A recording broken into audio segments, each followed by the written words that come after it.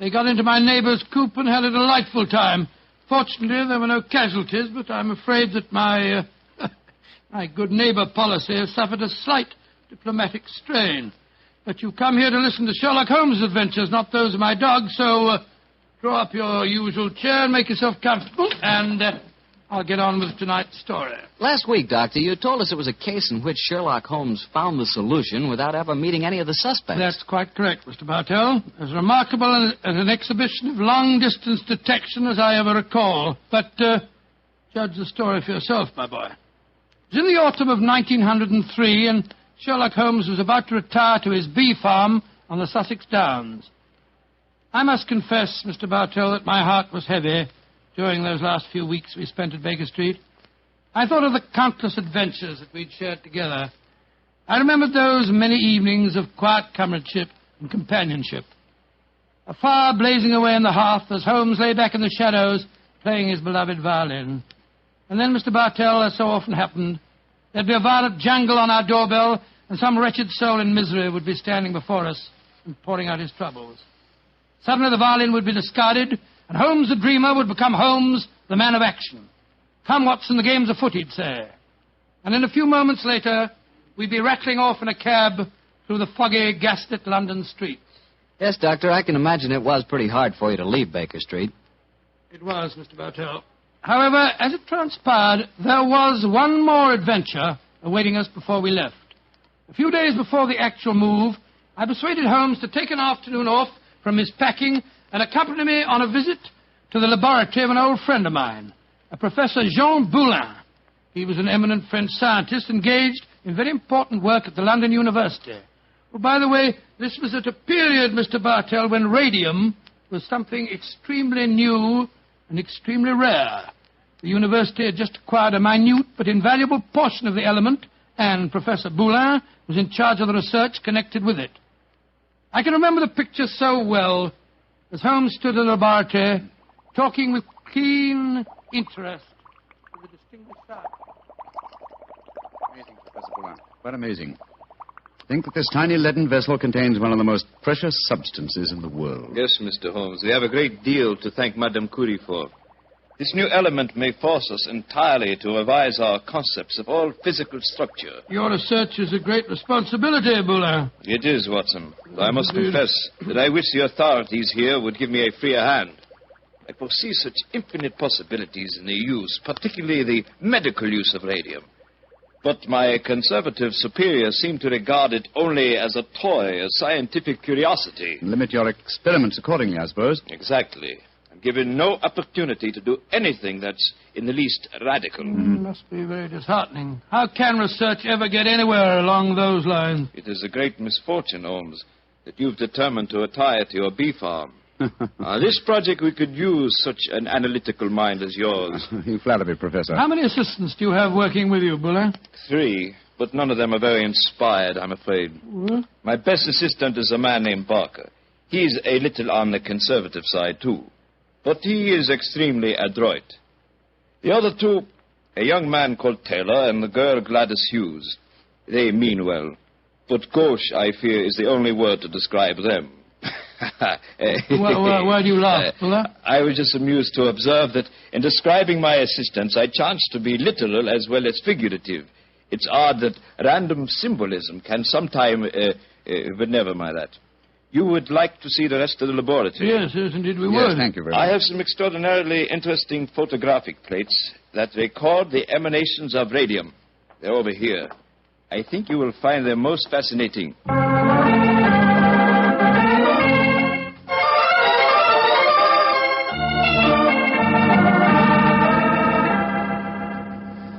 Baker Street, particularly when our rooms are full of packing cases, seems rather drab after the scientific stimulations of Professor Boulin's laboratory, doesn't it, old chap? Yes, it seemed drab even if we hadn't been to see him. I feel frightfully depressed, Holmes. I just don't know what I'm going to do without you. Oh, you're still a young man, Watson, and a susceptible one. You'll marry again. No, I won't. Yes, you will, old chap.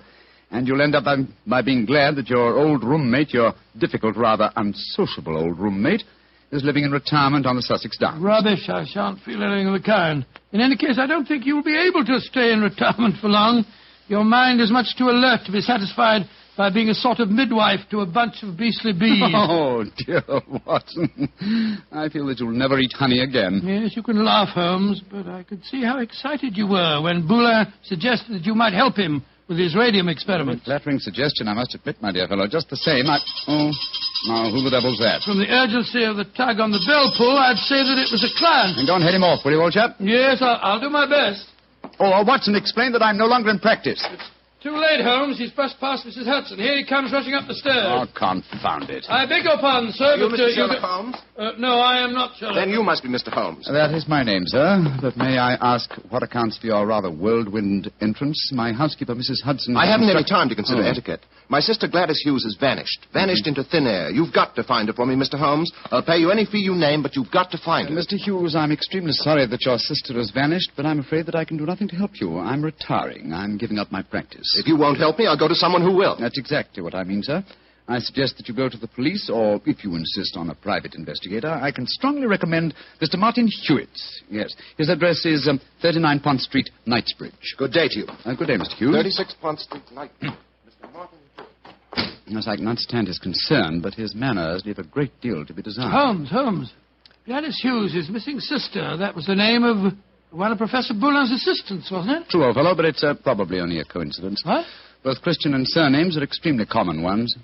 Well, I have a feeling that it may not be a coincidence. Oh, come now, my dear fellow. Don't you try and embroil me in a fresh adventure. I've retired and I'm leaving for Sussex in a few days. And if any more clients come wrenching at my doorbell, I shall ignore them.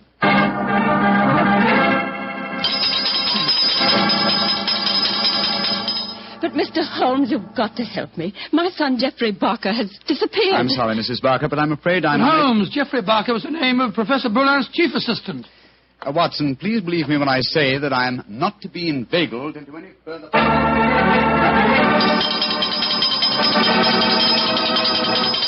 Now, Mrs. Taylor, I'm sorry, but I can't help you. Oh, but, Mr. Holmes, it's my husband. He's disappeared. We've only been married 3 months, and now... Oh, it's terrible.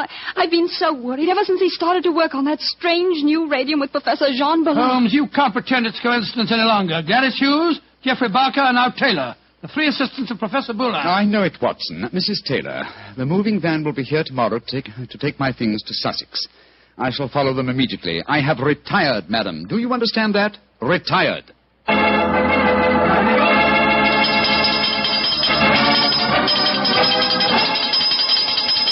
Yes, another telegram for you, Holmes. That'll be the 4th today. Why won't Scotland Yard leave me alone? Well, it's a pretty strange business. 3 people engaged in research of this new element radium have all disappeared within 48 hours.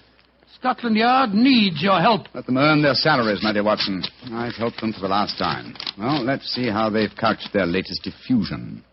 Oh, this isn't from Scotland Yard. It's from my brother, Mycroft. Mycroft? What's he going to say? Listen to this. Now Professor Boulin has disappeared. Great Scott. And the radium with him. Surely the pattern is obvious, Sherlock. Radium must be found, could solve the problem for you, but I'm too lazy. Consider what a flashy case for you to retire on. Regards, Mycroft. The old devil. Holmes, this is shocking. My old friend Boulin has disappeared. Yes, Watson, and now my brother asks me to investigate. The pressure becomes irresistible. Very well. I bow to fate and postpone my retirement for a few hours. Good man, Holmes. You know you'll never really retire. Yes, Mycroft says there's an obvious pattern in this case. Our first step, of course, will be to interview all the doctors who treat patients without charge. Why? Well, surely that's obvious. Well, it isn't at all obvious. I don't know why you always leave me in the dark. Well, what makes you laugh? Being left in the dark. It's just like the old times, isn't it, Holmes? Come on, old fellow, let's go. The game's afoot.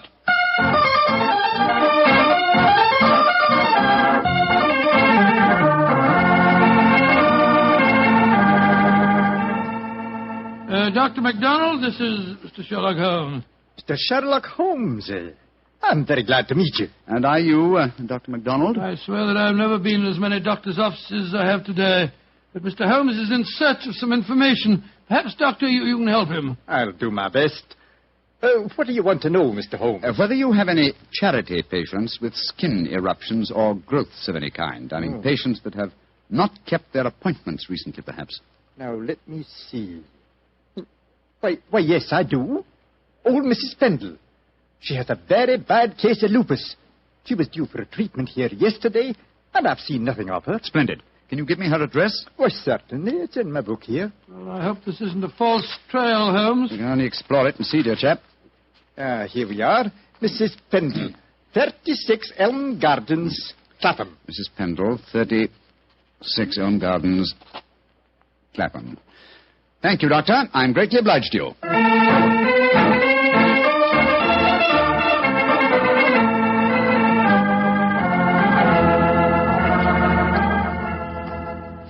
Getting restless, Watson? Yes, I am a little. We've been waiting outside Mrs. Pendle's house for over an hour. Why don't we knock on the door and see if she's at home? Oh, no, my dear chap. We mustn't frighten her.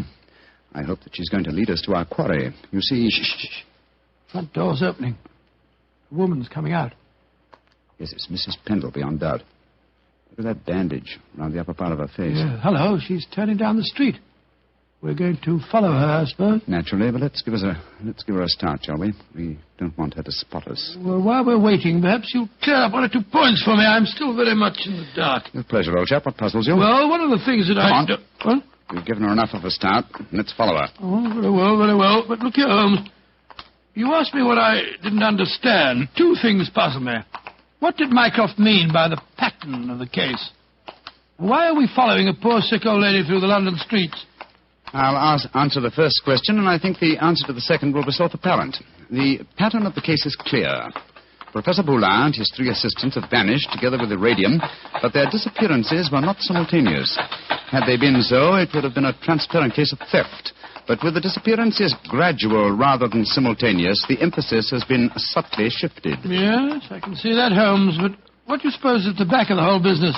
Can't be a simple case of theft. Radium is enormously valuable. But it'd be hard stuff to sell again. Not to an unscrupulous criminal with a knowledge of medicine, Watson. My own theory, and I admit at the moment that it's purely a theory, is that Professor Boulin was worried because he was so hampered in his research. You remember that he stressed his great faith in the medical values of the new element, radium. Yes, he did. It's more than possible that he places the rights of science above the rights of property, that he's determined that he and his group will carry on their invaluable research unhampered by the conservative restraints of the university. I see what you mean, Holmes, but how does Mrs. Pendle, the poor woman that we're following, enter the picture? Because one of the chief lines of radium research on the continent so far has been with her sort of trouble. Professor Boulin's obvious move, if my theory is correct, would be to contact poverty-stricken patients, promise them relief, induce them to abandon their regular treatments, and submit to him. By Jove, yes, Holmes, that seems perfectly logical, and yet I can't believe that Boulin would... Mrs. Pendleton has reached her destination. She's turned down a driveway. Yes, she's walking up to what looks like a deserted warehouse. Hurry, old chap. Don't let her out of our sight. She's opened the door without knocking. She's gone in. We'll wait here for a moment or 2, then we'll follow her. I have a feeling that your old friend, Professor Boulin, is not far away, Watson. Yes, you're probably right. But I hope we can do something to protect him from the consequences of what he's done. It might easily mean the finish of a brilliant career. I'll do everything in my power, but you know as well as I do... Shh, look. Mrs. Pendle's coming out again. Yes, and she's in trouble. Come on. Mrs. Pendle, what's wrong? I don't know how you know my name or who you be, but you ask me what's wrong. They tell me to come here to this address, and I find a doctor who'd help my face. I comes here, and what do I find? What did you find, madam? A corpse, sir. That's what I find. A dead man lying there in a great pool of his own blood.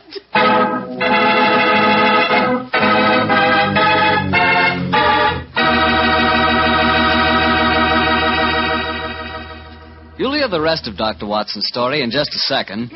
So I'm just going to remind you that there's one wine which everyone likes and which is good on any occasion. Petri California Sherry. You want a swell wine to serve before dinner? The perfect answer is Petri Sherry. If you want a wine that's delicious after dinner, or later in the evening when you're just talking things over with your friends, again you want Petri Sherry. And if you want a wonderful wine to serve at cocktail time, naturally you want Petri Sherry. Sherry is a wine that's good at any time. And Petri, well, Petri is the wine that's good all the time. Well, Dr. Watson, so following the tracks of old Mrs. Pendle led you to a corpse, huh? Yes, Mr. Bartell. Of course, Sherlock Holmes and I went at once into the broken-down warehouse to examine the scene of the tragedy. Slumped over a desk in a dark and shabby room, a flickering candle giving a macabre lighting to the scene. was the body of a man. I think I knew its identity even before Holmes turned to me and said... Professor Boulin. All right, Watson. Poor devil. Murdered, of course. Yes, but examine him for yourself, will you? Yes. Yes, there's no doubt about it. This wound couldn't have been self-inflicted. The right auricle of the heart has been pierced. How long ago would you estimate death took place? Not more than a couple of hours ago, I should say. Not hard to reconstruct the killing. The murderer came up from behind Boulin as he sat here, crooked an arm around his throat. Yes. See the finger marks on the right-hand side of the neck? Here? Then stabbed him in the chest. And then withdrew the weapon and disappeared. Leaving no traces, confound it. A dusty room is an ideal place for recording footprints, but there are half a dozen different prints here, including Mrs. Pendle's. Hello. Here's the print of a smaller woman's shoe. Well, it must be that of Guileless Hughes, his assistant. Undoubtedly, but that really proves nothing except that she was here with him. A fact that we were convinced of anyway. Question is... Come on. Let's go outside and talk to Mrs. Pendle again. Poor old Boulin. What a shocking way to die. And what a great loss to science. I suppose the murderer must have stolen the radium. We found no trace of it in there. Undoubtedly, the possession of the radium was the motive for the murder. Mrs. Pendle. The poor man is dead, ain't he, sir? I'm afraid so, madam. I knew it. I never should have come here. I never should have left Dr. MacDonald. Mrs. Pendle, let me ask you a question. I can't be answering no questions, sir. I don't know nothing about how the poor soul got himself murdered. What would a poor woman like me know about such things? No, my good woman. My friend isn't suggesting at all that you know anything about the murder. Then what do you want to know, sir? Who told you to come to this address today, Mrs. Pendle? A young lady. Nice young lady she was, too. She met me coming out of Dr. MacDonald's yesterday and told me that if I come here today, I'd find a doctor who could cure me. Yeah, that was obviously Miss Hughes. Holmes, I believe that your theory was right. Come on, Mrs. Pendle. We'll escort you to the nearest police station where you can report the murder. Yes, sir. And then, Watson, we must keep on the track of the radium. That, perhaps, is more important than any life. Well, how are we going to do that? We haven't a clue to go on. Remember that Professor Boulin's 3 assistants are still missing. We must go to the homes of each of them and see what can be found out. Mr. Hughes, you must realize by now that your sister's disappearance is part of something vastly more significant than you think. I must ask you in the My first... sister didn't disappear, Mr. What do you mean, sir? You came to us and said that you had. Oh, it was all a mistake, gentlemen. She came back today. She'd just been down to the seaside for a short rest, and she'd forgotten to let me know. I'm sorry to have bothered you. May I see your sister at once, please? I'm sorry, Mr. Holmes, but she's out just now. I don't know where she's gone or what time she'll be back. Mrs. Barker, I've come to you about your son's disappearance. I'm afraid that... But my son didn't disappear, Mr. Holmes. It was all a misunderstanding. He came home today. Then may we speak to him, please, Mrs. Barker? Oh, I'm afraid that's impossible. You see, he did... Mrs. Taylor, I want to talk to you about your husband's disappearance. Oh, that. He came home this afternoon, Mr. Holmes. At first I was so suspicious, but when he explained, well, I'm sure you know how it is in the first few months of marriage, those little tips.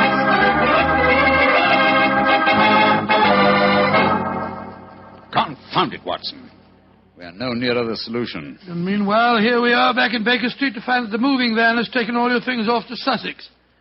Perhaps you should give up the case, Holmes, and follow them. Close my career on a note of failure? No, my dear fellow. I shall not leave London until this problem is solved. Oh, in that case, I'll sit down. Looks to me as if it may prove a lengthy wait. I've rarely felt more frustrated, Watson. All 3 vanished technicians home safely with plausible stories, or at least plausible alibis. And poor Boulin murdered, the radium stolen. Well, I must say it makes no sense to me. Why, it must make sense. The pattern was well enough to find in the beginning. It's just a question of finding the right key. In a way, it's clear enough what's happened. One of the 3 assistants, placing the financial value of radium above its value to science, murdered Boulin to obtain the prize. The other 2, fearing that their complicity in the original plot would involve them as accomplices in murder, ran home and established an alibi. And the murderer did the same thing, for it's obvious one of the 3 must be the killer and the thief. Yes, the question is, Which one of the three is the culprit? If only poor Boulin were alive, he could help us. My dear chap, if Boulin were alive, there would be no murderer. Oh, of course it wouldn't. Now, let's see. Boulin gave us a few bare facts about his three assistants. I wonder... But, of course, Watson. I have the answer. The case is solved. What do you mean, Holmes? How can it be solved? You haven't done enough investigation. If it comes to that, you haven't even seen any of your three suspects. That isn't necessary. Oh, you know who did it? Yes, Watson, and so should you. But we know nothing to set them apart from each other, except that one of them's a girl. We know more than that, my dear fellow. Think hard. Well, Boulin told us that Geoffrey Barker was an excellent technician, while the other two were somewhat clumsy. We know even more than that. Well, I'm just if I know what, Holmes. I shan't even need to stay in London and follow the case through to its logical conclusion. A telegraph to Mycroft and another to Scotland Yard to take care of it, yes. And I can be in Sussex before the moving van, after all. You mean you're going now, before the case is solved? But it is solved, my dear fellow. All that remains to be done is some purely routine work. What's the time?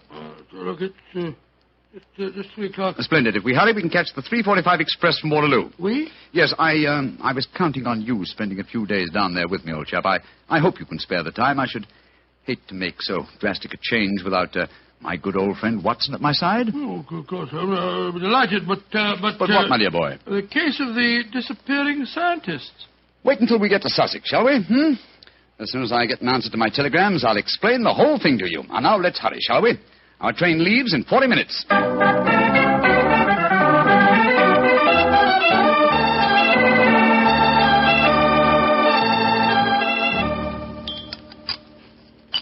More tea, Watson? Thanks, old boy.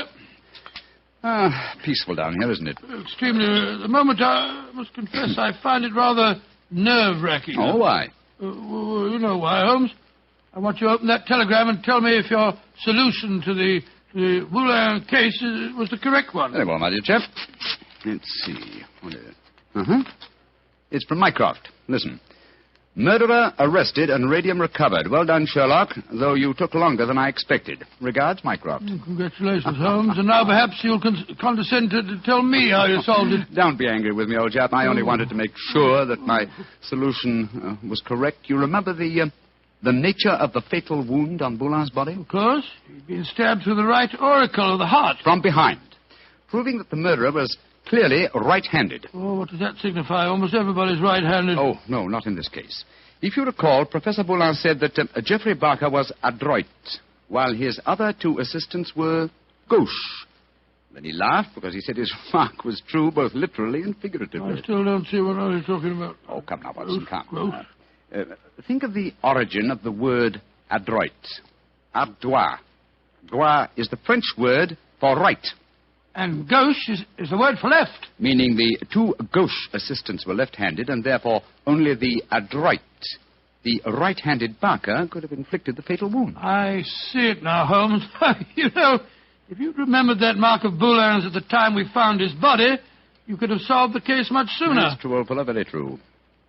And when my old friend Watson points out that my memory is failing and my mind sluggish, then I know that my retirement has been postponed for far too long.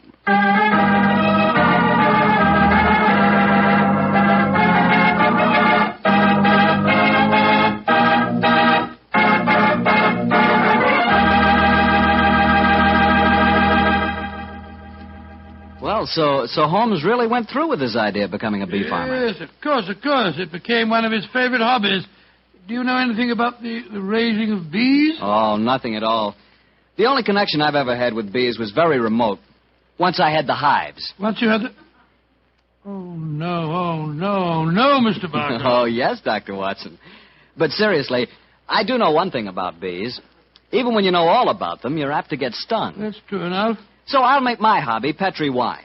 You know, you can't miss when you buy Petri wine, because Petri wine is always good wine. And now I'm certain our good friend Dr. Watson's waiting for us. Let's go in and join him.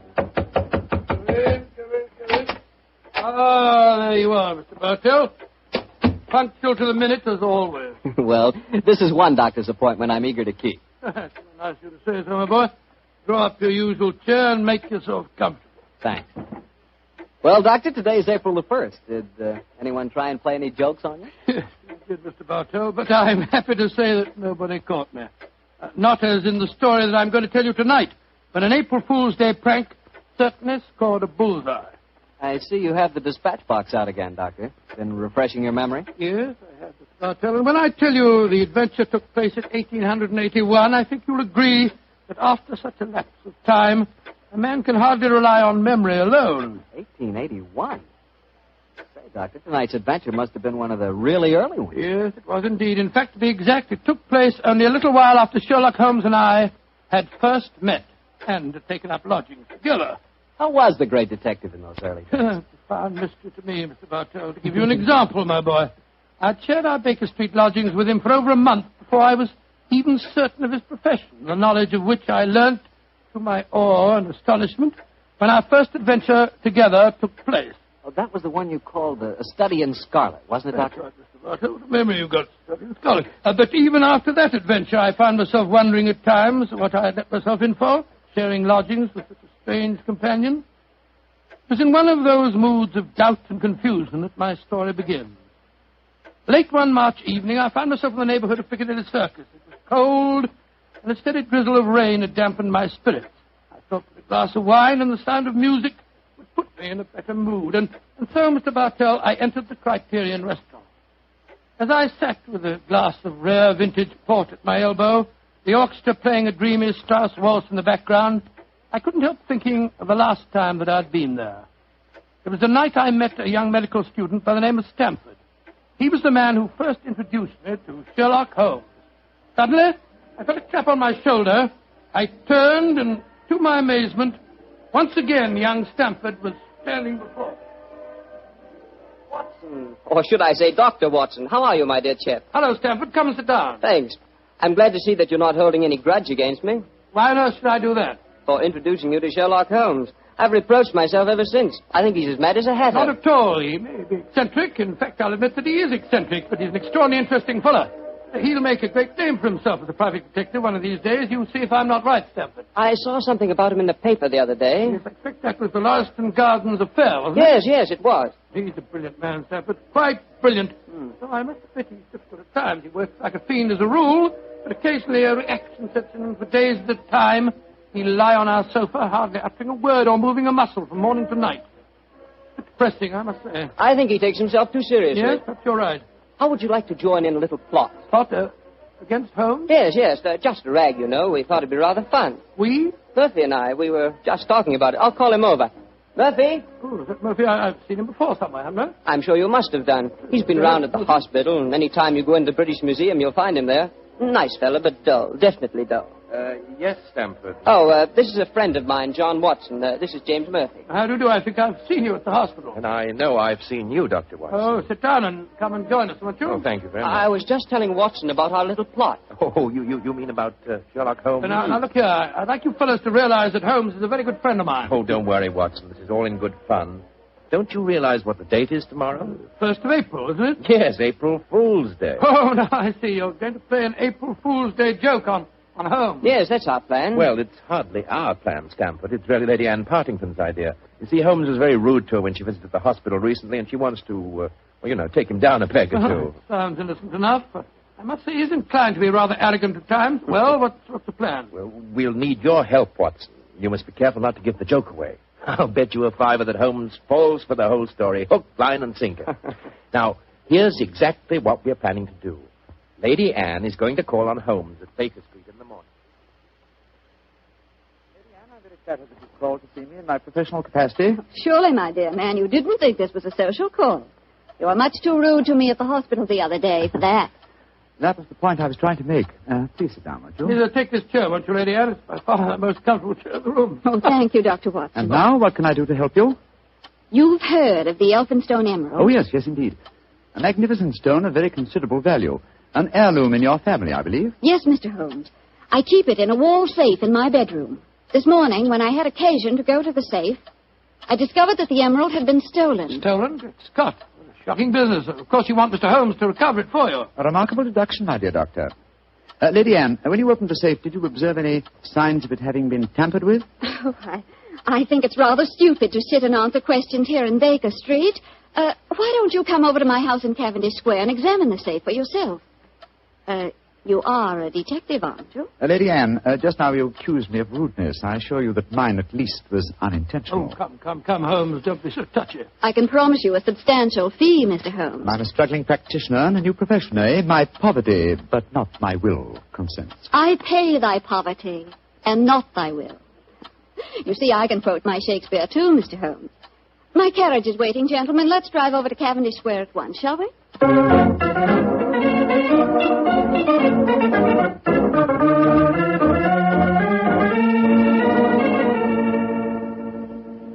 This is the wall safe, Mr. Holmes. Not too difficult a safe to crack for an expert. You placed the emerald in it last night, you say? Yes, when I went to bed. And this morning, it had gone. Well, surely, Holmes, this is a good occasion to use that magnifying glass that you're always fitting about with. Excellent occasion, my dear doctor. That's why I brought it with me. Uh-huh. That's very interesting.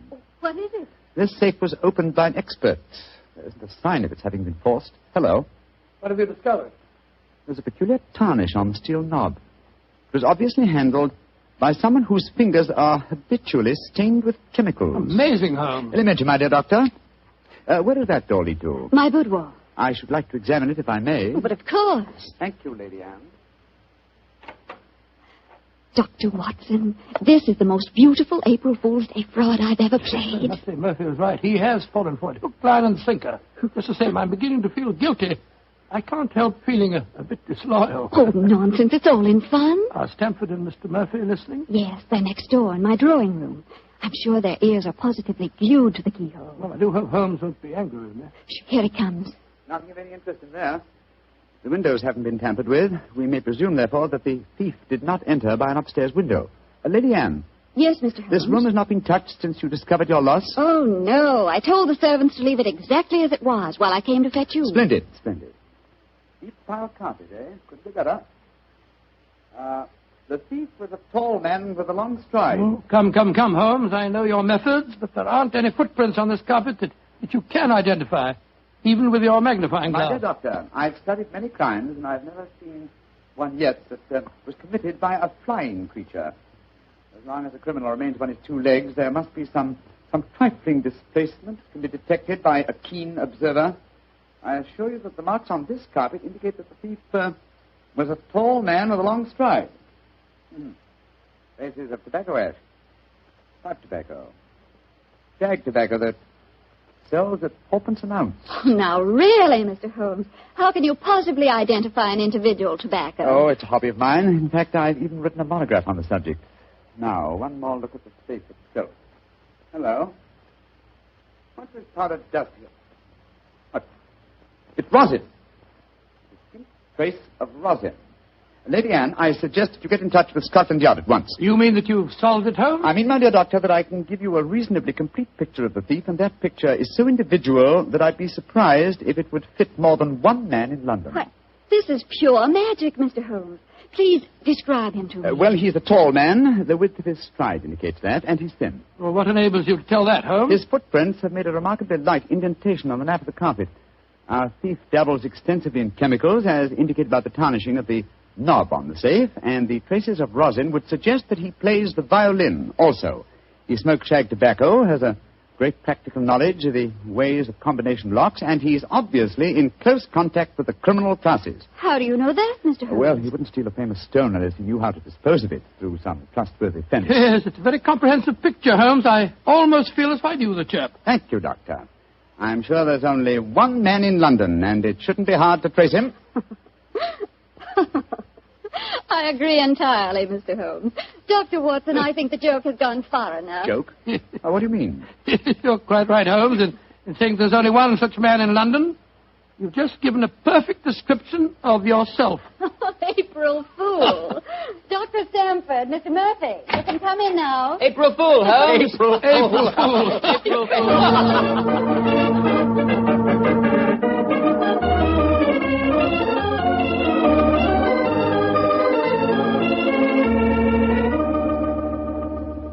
Here, into the drawing room, everyone.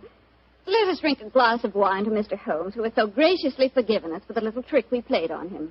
And also to Dr. Stamford, who thought of the whole idea. No hard feelings, Holmes. Oh, no, Doctor. Oh, it was a rather embarrassing experience. When Murphy told me about the plan, I I just couldn't resist joining him. Ah, here you are, Holmes. Here's a drink. Thank you, Stanford. You know Murphy, don't you? No, I don't think we've met. How do you do, sir? How'd you do, Holmes? How did you like the little game we played on you? It was rather a salutary experience. I suppose you gave them all the details to build up the picture of me, eh, Doctor? Yes, I did, Holmes, and knowing some of your methods, we tried to plant every clue that you'd pick up. Very neat job, too, and incidentally, a perfect example of the dangers of deductions based on purely circumstantial evidence.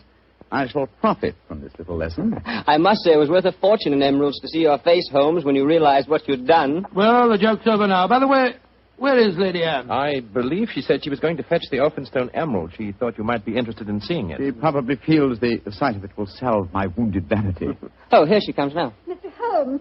Mr. Holmes! What's wrong? What's happened, Lady Anne? The emerald. It's not where I hid it. This time it's really stolen.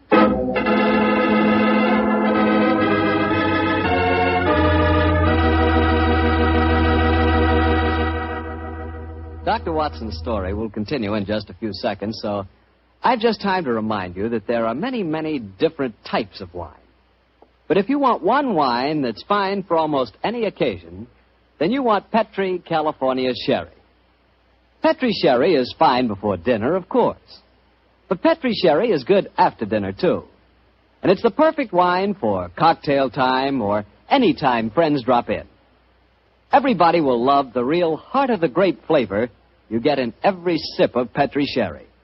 And you can serve Petri Sherry proudly, because those letters P-E-T-R-I spell the proudest name in the history of American wine. Petri wine.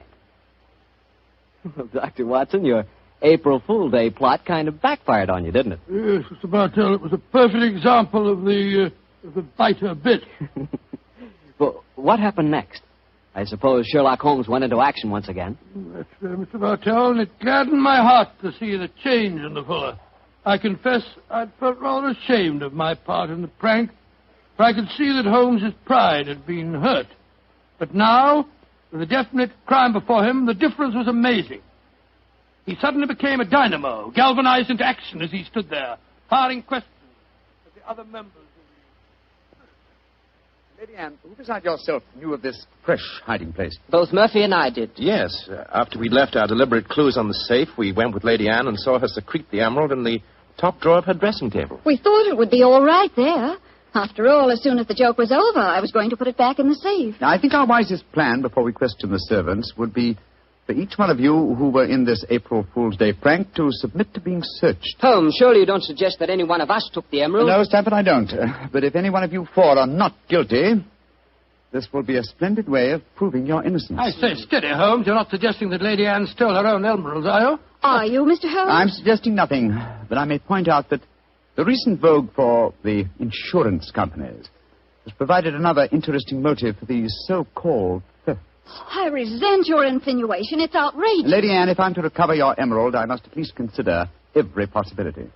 A search is the most immediate practical action. Perhaps you'll retire into the next room while I persuade these gentlemen to submit to being searched. Very well, but I think you're in danger of making a fool of yourself once again. No, wait, don't go, Lady Anne. A search won't be necessary. What do you mean, Murphy? I must throw myself on your mercy, Lady Anne. I confess that I stole the emerald. Murphy! After you put it in the drawer, Lady Anne, I slipped back into the room and took it out. Murphy, that's a criminal action. I know it, but I'm poor. I need money desperately for my mathematical research. I knew the emerald was priceless, and I couldn't resist the temptation to take advantage of a joke. Here, Lady Anne, here's the stone, and please don't prosecute me. Please don't. It'd be my ruin. May I examine the emerald, Lady Anne? Thank you. Well, Mr. Murphy, I won't pretend that I'm not deeply shocked. I must ask you to leave my house. But you won't prosecute me, will you? It was a moment's temptation. No, I won't prosecute you. Holmes, what are you doing with the emerald? Well, knowing something of the deceptive ways of thieves, I came on this case fully prepared to test the emerald when I found it. Now, a drop of this acid from this vial, so... Mr. Holmes, what are you doing? You'll injure the stone. No, not if it's a true emerald. Uh-huh, look at that. Good Lord, the acid's eating to the stone as if it was sugar. But then that means... It means, Lady Anne, that Mr. Murphy has just imperiled his honor and his freedom to steal a singularly beautiful fake.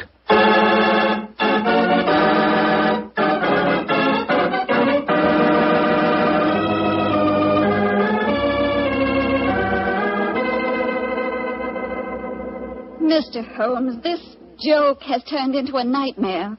Is there no way of recovering my emerald? I hope so, Lady Anne. I've been taking steps in their logical order. The servants have all been questioned. We've searched Mr. Stamford and Mr. Murphy. Yes, most humiliating experience. Made me feel like a criminal. Well, personally, I was only too thankful to submit to a search this time. I knew I had nothing to worry about. You yourself, Lady Anne, you consented to being searched by the police matron that Holmes sent for? Only because he threatened to send for the police if I didn't.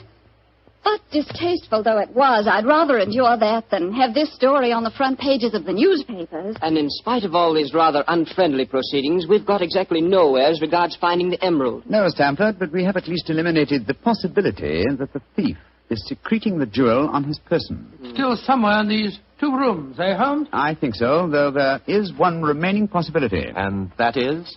That the fake stone was substituted for the real emerald sometime before all of you engineered your April Fool's Day joke. Oh, no, Mr. Holmes, that's not possible. I know it was the genuine emerald I took out of the safe this morning. How can you be sure? The substitute was an excellent imitation.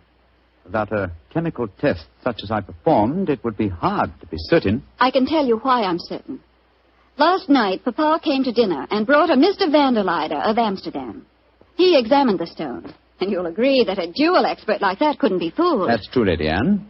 And what did you do with the emerald after Mr. Vanderleider left? I locked it in my safe and went to bed. Mm-hmm. I didn't unlock the safe again until Dr. Stamford and Mr. Murphy came here this morning. That settles it, then. The real emerald is still hidden somewhere in these 2 rooms. But where? That's the question. I must say it's completely mystifying. Well, let's go back to what we were all doing at the exact moment you came into the room, Lady Anne, and informed us of the loss of your stone.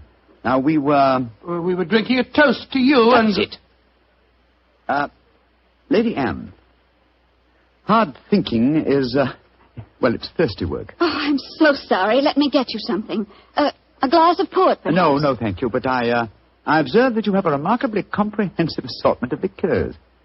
I wonder if I might have a glass of creme de menthe. Oh, of course. I'll get it for you. Creme de menthe in the middle of the day, Holmes? I knew you were eccentric, but this really Holmes, this bottle, it clinged as I picked it up. I thought it might, Lady Anne. There's something inside it. Allow me, madam. Thank you. I'm sure you won't mind if I waste this liqueur on the aspidestra. No, of course not. So... Lady Anne, allow me to restore to you the Elphinstone Emerald. Great Scott. amazing. Fantastic. Ingenious. The one safe hiding place in the room. Where could a green gem be more effectively hidden than in a bottle of green liqueur? But who stole it? Who substituted the fake stone? Frankly, I don't care. The gem is restored. That's all that matters. I prefer not to go to court. Neither you nor I, Mr. Sherlock Holmes, would show up in the best of lights. And my father would disapprove of this whole affair, I'm afraid. Just as you wish, Lady Anne. In either case, I shall expect your check for my services in due course.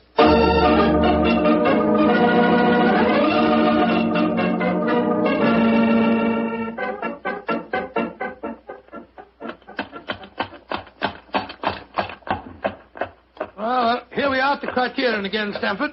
Won't you come in and join us for lunch? Thanks, Watson, but I'll keep the cab and go on. I actually have a patient this afternoon. A rare and delightful experience for a young doctor, as you probably know. As rare and delightful as a client is for a young detective, Stamford. I quite understand, and I'm correspondingly grateful to you for your profitable hopes. I'm glad it was profitable for you. Personally, I feel pretty stupid about the whole thing. Well, goodbye. Goodbye, old fellow. Goodbye. 39 Onslow Square, cabby. You're remarkably quiet, Murphy. Well, I'm afraid my conscience won't let me do much talking, Doctor. I'm heartily ashamed of myself.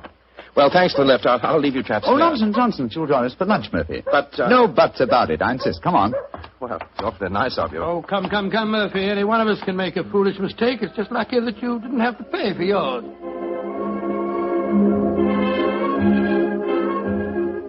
Monsieur wishes a table. Yes, for 3, please.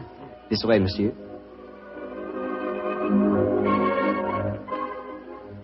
Does this table please you? Excellent, thank you. George, I'm as hungry as a hunter. How about you, Murphy? No, I'm afraid I have very little appetite. This whole case has upset me dreadfully. You mustn't take it too much to heart, Murphy.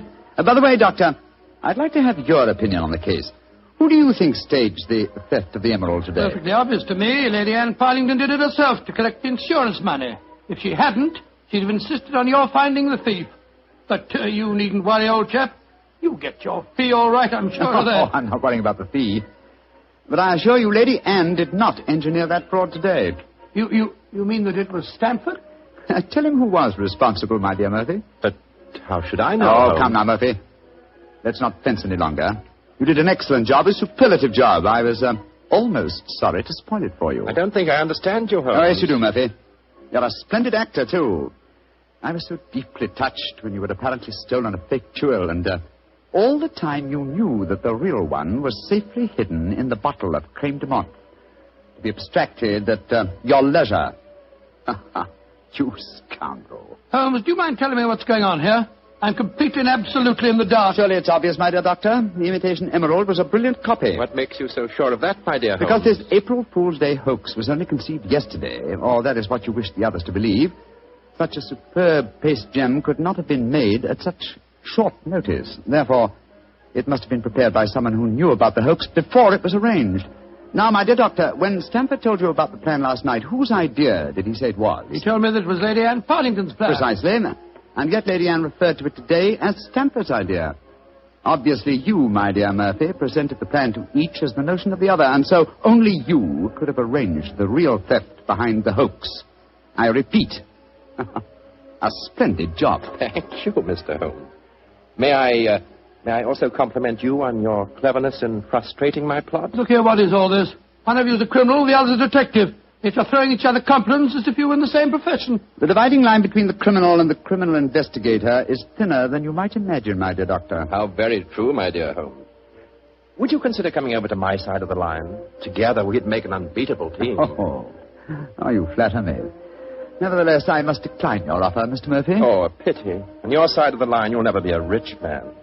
By the way, for your edification, my name is not Murphy, though Stamford insists on thinking it is. Then what is your name, you scoundrel? Your friend says the word scoundrel so much better than you, Doctor. My name is Murtry. Oh, indeed. Spelled M-U-R-T-R-Y? No. Dear me, I have so much trouble with my name. People will either misspell it or mispronounce it. I'm afraid I'll have to begin calling it the way it looks. M-O-R-I-A-R-T-Y. Moriarty.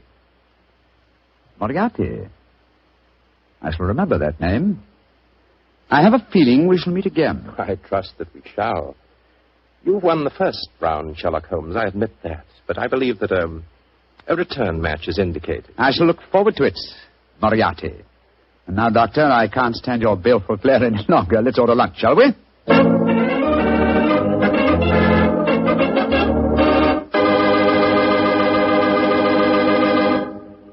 Doctor, that was a pretty hectic April Fool's Day. Yes, it was. I never want to see another one exactly like it. I don't blame you. You know, I'd sure hate to have someone come to my house and pull a trick like that on me. Why, Mr. Bartell, do you have a precious emerald you fear may be stolen? Are you kidding? I wouldn't know the difference between a precious emerald and a piece of green glass. But when it comes to rubies, that's something else. Oh, you would know a ruby when you saw it? Sure, because a ruby has exactly the same color as a glass of Petri California port held up to the light. Mr. Bartell, you can find more excuses for talking about Petri wine than any man in the entire world. Believe me. Excuses, Doctor? I don't need an excuse to talk about Petri wine. Ah, there you are, Mr. Bartell. Good evening, Doctor. Say, where are the puppies this evening? Mr. Bartell, don't you think it's about time you began to refer to them as the dogs? They're almost a year old, you know. I stand corrected. Where are the dogs this evening? Well, they had another furious battle with a dead seal on the beach today. My housekeeper, Mrs. West, is giving them a much-needed bath. They certainly have an aversion to seals, don't they? Well, Doctor, are you all ready with tonight's new Sherlock Holmes adventure? Yes, my boy, and as yesterday was St. Patrick's Day, I decided to tell you a story that took place in Ireland a few years before the turn of the century. I imagine that you've heard of kissing the Blarney stone, haven't you? Oh, yes, Doctor, though I've never understood exactly what it meant. Well, let me explain it to you, because the ceremony plays a very important part in the story tonight. Blarney Castle is an imposing 15th century ruin a few miles outside the town of Cork. The castle is many stories high, and in the foremost tower, the famous Blarney stone is situated. What's supposed to be the point in kissing it, Doctor? The stone is considered a powerful talisman, and the legend runs that whoever kisses it is endowed with eloquence for life. Say, Doctor, if I ever get over to Ireland, I'll certainly kiss that stone. But you're such a storyteller yourself, Doctor. I bet you've kissed it, huh? No, Mr. Bartell. I'm afraid I never had quite enough courage. Courage? Well, why does it need courage, Doctor? Well, because the Blarney stone is set in a most inaccessible position on the outside wall. To kiss it, it is customary to lower the candidate for eloquence over the rampart, head foremost, with a friend hanging on to his heels. From the top of a castle? It does sound dangerous, Doctor. It was, my boy, so much so that in recent years a great row of iron spikes was put round the parapet to prevent an accident. Though, of course, at the time tonight's story took place, there was no such guard. And I have a feeling that an accident did take place, Doctor? No, Mr. Bartell, let me tell you the story from the beginning. Sherlock Holmes and I were staying in the city of Cork, where the great man had just solved the singular affair which the local press had referred to as the Leprechaun Murders. A few days before our departure for England, we paid a visit to Blarney Castle. I must confess that I had a certain desire to test the miraculous powers attributed to the Blarney stone. I very soon changed my mind, however, as Holmes and I stood there, high on the turrets of Blarney Castle, and watched a terrified initiate being hauled up by his ankles and yelling at the top of his voice. Pull me up! Pull me up quickly!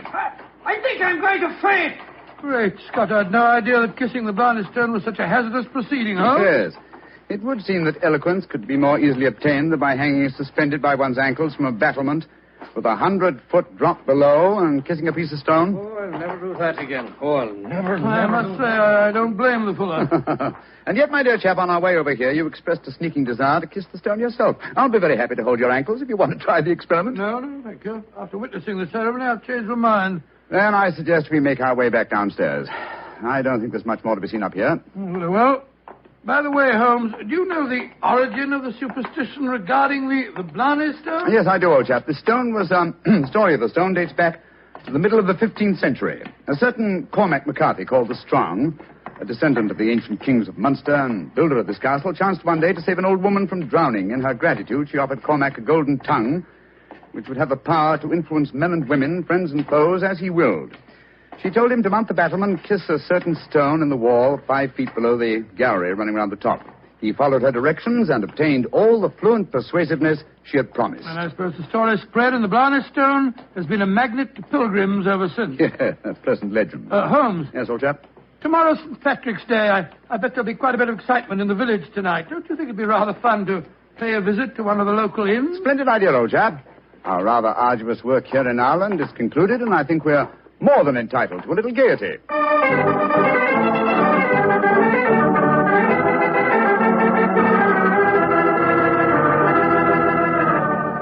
In Dublin's fair city, the girl so pretty, 'twas there that I first met sweet Molly Malone. She wheeled her wheelbarrow. Charming, quite charming. A waiter and singing at his work. Singing very well, too. Just the same, I wish someone would come and take our order. Oh, there's a barmaid. I'll see if I can catch her eye. Hi, Miss. Would you gentlemen be after wanting something? Yes, my dear. My friend and I would like a little refreshment, and what would you suggest? What would I suggest, Your Honor? Oh, begorra. There's but one drink a gentleman like yourself should be after pouring down you, and that's the cream of Connemara. Whiskey that'll soften your heart and make you glow with a good feeling, so that the little people will be after visiting you. It sounds delightful. Bring 2 glasses, will you? Yes, Your Honor. Yes, Your Honor. I must say I never heard an English barmaid go into such rhapsodies over a nip of whiskey. No, the Irish are distinctly more colourful in their speech. It's an interesting fact, though, Watson, that the Irish are curiously unrewarding in the criminal world. England, Scotland, America, Australia have all produced classics of crime, but the Irish murders, almost without exception, have been purely physical, affairs of hot blood. You say that rather regretfully, Holmes. No, my dear chap, no. I say, Watson, look at this rather florid-looking gentleman coming towards our table. It looks to me as if he's a little under the weather. You fellas have got to have a drink with me. Oh, thank you, sir, thank you, but we've just ordered one. Well, you've got to have it with me. I went to the races at Cork today and made a killing. I'm going to buy all the drinks here tonight. I'm afraid that... Nothing to be afraid of. I'll sit down with you for a moment. There. My name's Hankin, Geoffrey Hankin. What's yours? Mine is Holmes, and this is my friend, Dr. Watson. How do you do, sir? How do you do? Your Honors, that'll be 1 and 6. Here, I'm paying for these here.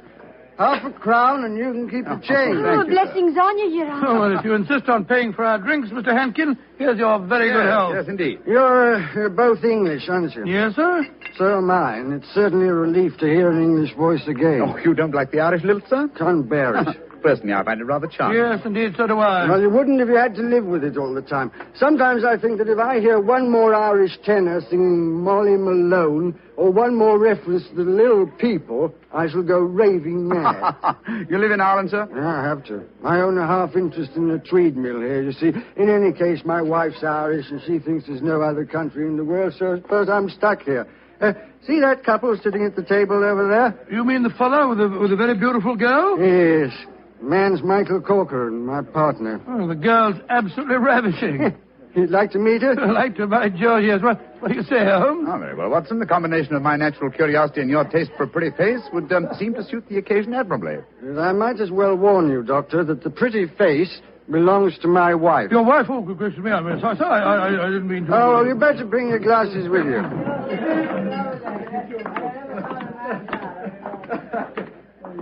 Molly, my dear, I want you to meet two English friends of mine, Mr. Holmes and Dr. Watson. How do you do? How do you do, Mr. Holmes, Dr. Watson? Won't you sit down and join us? And this is my partner, Michael Corcoran. How do you do, Mr. Corcoran? How do you do, sir? I'm glad to meet you. Please be seated, gentlemen. Are you visiting here in Cork, Mr. Yes, Holmes? Mrs. Hankin, but we're returning to England in a few days. You've been to Blarney Castle, I hope. Oh, yes, we were there this afternoon. And did either of you have the courage to kiss the Blarney Stone? No, we didn't. I'm afraid it's an athletic feat that's beyond me. It's a lot of rubbish, that's what it is. Kissing a slab of stone. Have you the courage to do it, Geoffrey? Well, of course I have, but I don't want to make a fool of myself. Where's the barmaid? Kathleen. I'll make a wager, Geoffrey, that you haven't the courage to kiss the stone. How much will you bet, Michael? I'll wager a £10 note on it. It's a bet, and you fellas witnessed it. I'll kiss the Blarney Stone at noon tomorrow, and you'll be £10 the poorer, Michael. And I suggest that Mr. Holmes and Dr. Watson be present as well. They can act as referees. Geoffrey, dear, don't get so excited. Well, I don't like it when Michael suggests I don't have courage. You want some more drink, Mr. Henkin? Yes, all of us want some. No more for me, thank you, Mr. No more for and me, I thank you. think you've had enough, Geoffrey. Don't tell me when I've had enough, Molly. In Dublin's fair city, the girls Oh, no, are so not that pretty. filthy song. Yes. Firstly, Mr. Hankin, I find the traditional Irish melodies quite beautiful. And I find them revolting. Stop! Geoffrey, quiet. Would Your Honor be wanting me to sing another song? My honor would like you to shut up that filthy caterwaul. Really, sir, really, I call Geoffrey. that... Sean, please go on with your singing. In Dublin's fair city. You heard me, you great bog-trotting gazoo. I said shut up, and I meant shut up! Geoffrey, I'm leaving here at once. Michael, please to take me home. It'll be my pleasure, Molly. You're an ugly man, Mr. Henkin. Knocking down poor Sean when he was singing just like a bird. Oh, the devil with him, and all of you. No Irishman will be after forgiving you for this night's work. No, not the little people of old Ireland either. You've made more enemies, Mr. Henkin, than you'll ever see. But you'll be knowing they're there. Fiddlesticks, you can't frighten me with your stupid Irish superstition. Well, bless my soul, that was a charming little party, I must say. Englishmen like Hankin are a disgrace to their country. Fortunately, they're not representative, though. Yes, I must say I'd hate to have a curse put on me like that barmaid laid on him. Watson. Yes? Did you see the glances which Mr. Hankin's partner and his wife exchanged as the brawl started? There was more menace to him in those glances than in all the threats of all the little people in Ireland. Yeah. I thought that there was something between them. I say, Holmes, that bet about Hankin kissing the Blarney Stone at noon tomorrow, do you suppose... I suppose nothing, old fellow. But there are forces at work here that I don't like. I think, Watson, that you and I will be at the Blarney Stone at noon tomorrow. It's possible that the bet made tonight is all part of a definite plan, and I have a feeling that the bet is still on.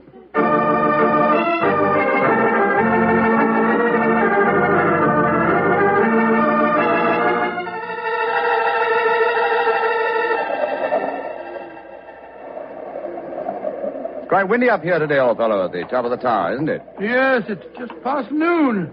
I wonder if that man Hankin is going to keep to the terms of his bet. We shall soon learn. In the meanwhile, are you sure that you wouldn't like to change your mind and kiss the Blarney Stone yourself? I'm quite sure, thank you. Ah, here they come now. Yes. Hankin and his partner, Mr. Corcoran. The bet is on, Watson. Good day to you, gentlemen. Oh, hello. It's my friends from last night. Well, I see you're going through with the bet, son. Oh, yes. Geoffrey set his mind on the 10 pounds of mine. Your wife didn't accompany you, Mr. Hankin? No, she didn't. I'm afraid I'm rather in disgrace for my behavior last night. Molly made me go round and see that waiter fellow that I hit. I offered him money, but he wouldn't take it. Did you offer him an apology? Apologize? To a waiter? I should say not. Well, come on, let's get this stupid farce over with. Are you sure your nerves can stand it, Geoffrey? There's a drop of 100 feet or more below you. Oh, don't worry about me, Michael. Just hold on to my ankles tightly and don't let go. I'll climb onto the parapet. There we are. Now hold on to my feet, Michael, and lower me gently. I'm holding you, Geoffrey. Then lower away. Right you are, Geoffrey. Great Scott, I wouldn't do that for £100. Sliding head first down a vertical wall. That's enough, Michael. I can reach the stone. Oh, his boots. They're slipping through my fingers. I can't hold him. Let me help you. I'm slipping. Pull me. Hold on to him. Hold on to him. Oh, he's gone. I just couldn't hold him. Great heavens. No man could survive that drop. Mr. Corcoran, you deliberately let your partner slip to his death. This is murder. Yeah, but I don't understand. I'm a strong man, but he just vanished out of my hands like a greased pig. Let me see your hands, Mr. Corcoran. This is dreadful. Dreadful. There's grease on your hands. Grease. And with a faint trace of boot blacking. Good Lord, Holmes, that It means, that... Watson, that someone, knowing that Hankin was going to kiss the Blarney stone, smeared his boots with grease so that he would slip out of the grasp of whoever was holding him. As clever a method of indirect long-distance murder as ever I've encountered.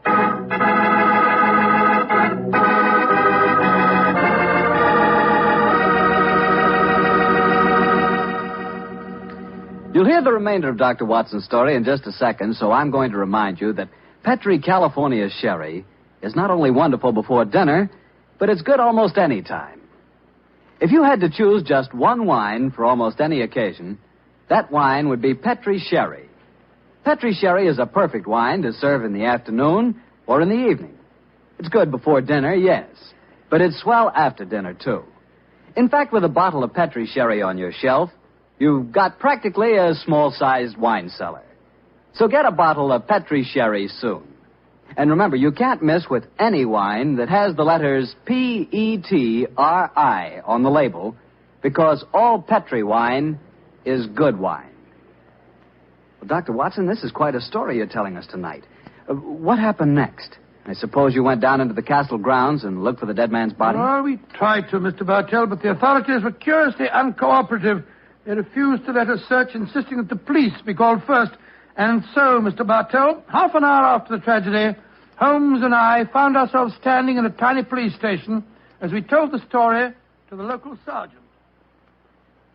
Sure the saints be praised, Mr. Holmes. 'Tis a terrible story you've told me. Tomorrow I'll be after arresting Sean O'Flaherty. Sean O'Flaherty? He's the waiter at the inn, the one who sings. That he is, and he sings like a breath of spring. I'll be sorry to see him hang. But you've got no proof that he was responsible for the murder? Proof, you say, sir? Well, I can't arrest a big manufacturing man like Mr. Corcoran, can I? Or a fine lady like Mrs. Hankin. But you can't arrest a man without any evidence of guilt. Oh, I can't I? Then supposing I tell you that Sean O'Flaherty cleans the boots at the hotel where Mr. Hankin was staying. He does, eh? Then he had the perfect opportunity for the greasing of Hankin's boots this morning. And we know he had a motive for harming him. You're right, sir. And from what I have heard of the dead man's behavior last night, half a dozen people could have heard him make the bet that he'd kiss the Blarney stone today. Sean O'Flaherty's our man. I'll have to arrest him tomorrow. Tomorrow? But good heavens, man, aren't you going to do something today? A murderer is at large. Today is blessed St. Patrick's Day. Oh, sure, let the poor fellow have the day in peace. Oh, he won't run away. But my dear son... will you come back with me to the castle and search for the body? They refuse to let me do it alone. On St. Patrick's Day? That I will not. We would need a crew of helpers, and where will I be after getting them on the blessed St. Patrick's Day? No, we'll do that tomorrow, too. No, today's a day for celebrating. Oh, your methods astound me, Sergeant. Do they now, sir? Don't be after fretting about me. Just enjoy yourself today. Tomorrow we'll see what can be done about it. Well, good day to you, gentlemen. Oh, bless my soul. I've never seen such a happy-go-lucky policeman in my life. It's infuriating. If only I were allowed to examine Hankin's body, I could get to the bottom of this. Well, what are you going to do now, Holmes? The police won't help us. Then we must take the law into our own hands. I think we'll start off by going to the hotel and seeing what we can find out from Sean O'Flaherty.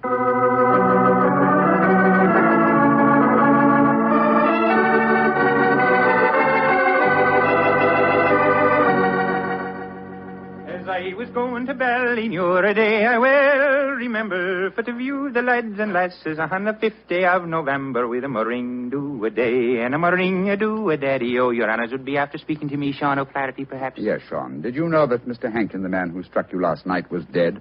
Dead? Well, if ever a man deserved to be beneath the sod, 'twas Geoffrey Hankin himself. A mean, ugly man. The saints be praised that he's gone. How did he die, sir? He was murdered. Murdered? Well, bedad, I'm not surprised to hear it. Who murdered him, sir? At the moment, the police seem to think that you are the culprit. Myself? Well, how would I be after murdering the man, sir, when I don't even know how he died? He died when he fell from the top of Blarney Castle as he was trying to kiss the stone. He fell because Mr. Corcoran, his partner, couldn't hold on to his feet. His boots had been greased. And we know that you have been cleaning his boots, Sean. That I have, sir. I cleaned them this very morning. But I put no grease on them, if that's what you'd be after suggesting. I'm suggesting nothing. I'm trying to establish a few facts. Do you know Kathleen, the barmaid? Oh, and why shouldn't I know her, sir? She's to be me wife before the winter sets in. She pronounced a curse on the dead man last night, just after he had knocked you down. It's possible that she met... Here she comes now. Sean, my darling, what are the fine gentlemen doing here? Oh, Kathleen. They've come to ask me questions about the death of Mr. Hankin. He fell off Blarney Castle today and got himself murdered, they say. The saints be praised. But what has that to do with you, my darling? Well, the gentlemen tell me that the village police think that I might have greased his boots so that he slipped to his death. The village police is as stupid as my father's big sow. If Mr. Hankin fell to his death today because his boots were greased, I can tell you who did it. Indeed, who? The little people. I warned Mr. Hankin last night that the little people would be after him. He insulted the Irish. Oh, come, my dear. You don't seriously expect us to believe in the little people? And why not, Your Honor? We have them here. Oh, there are those that say the fairies all be dead, but I know different. I've seen them. When I was a slip of a girl, close to where I live, there was a rath. That's a fort, you know. And the rath was a fairy's fort. We never dare touch it with a spade or cut down a tree growing on it or carry away a stone. We'd put our ear to the ground at night and we could hear the fairy music rising up from under the ground. Ah, they're gentle people. Most of the time. But they'd grease the boots of a man like Mr. Hankin if they didn't like them. That they would, Your Honor. Holmes, I'm certain that we're wasting our time here. I feel so, Watson. You get the whole thing turned on the greasing of those boots. If only I could have the boots in my hands. If only I could make laboratory tests. But until that dolt of a police... But of course! I have it, Watson. You have what, Holmes? The answer, I hope. Get hold of Mrs. Hankin and Mr. Corcoran. Have them meet me in the Blarney Stone Tower in half an hour. And you, where are you going? To the police station to try and convince the sergeant that even though it's St. Patrick's Day, it's his duty to help me trap a murderer.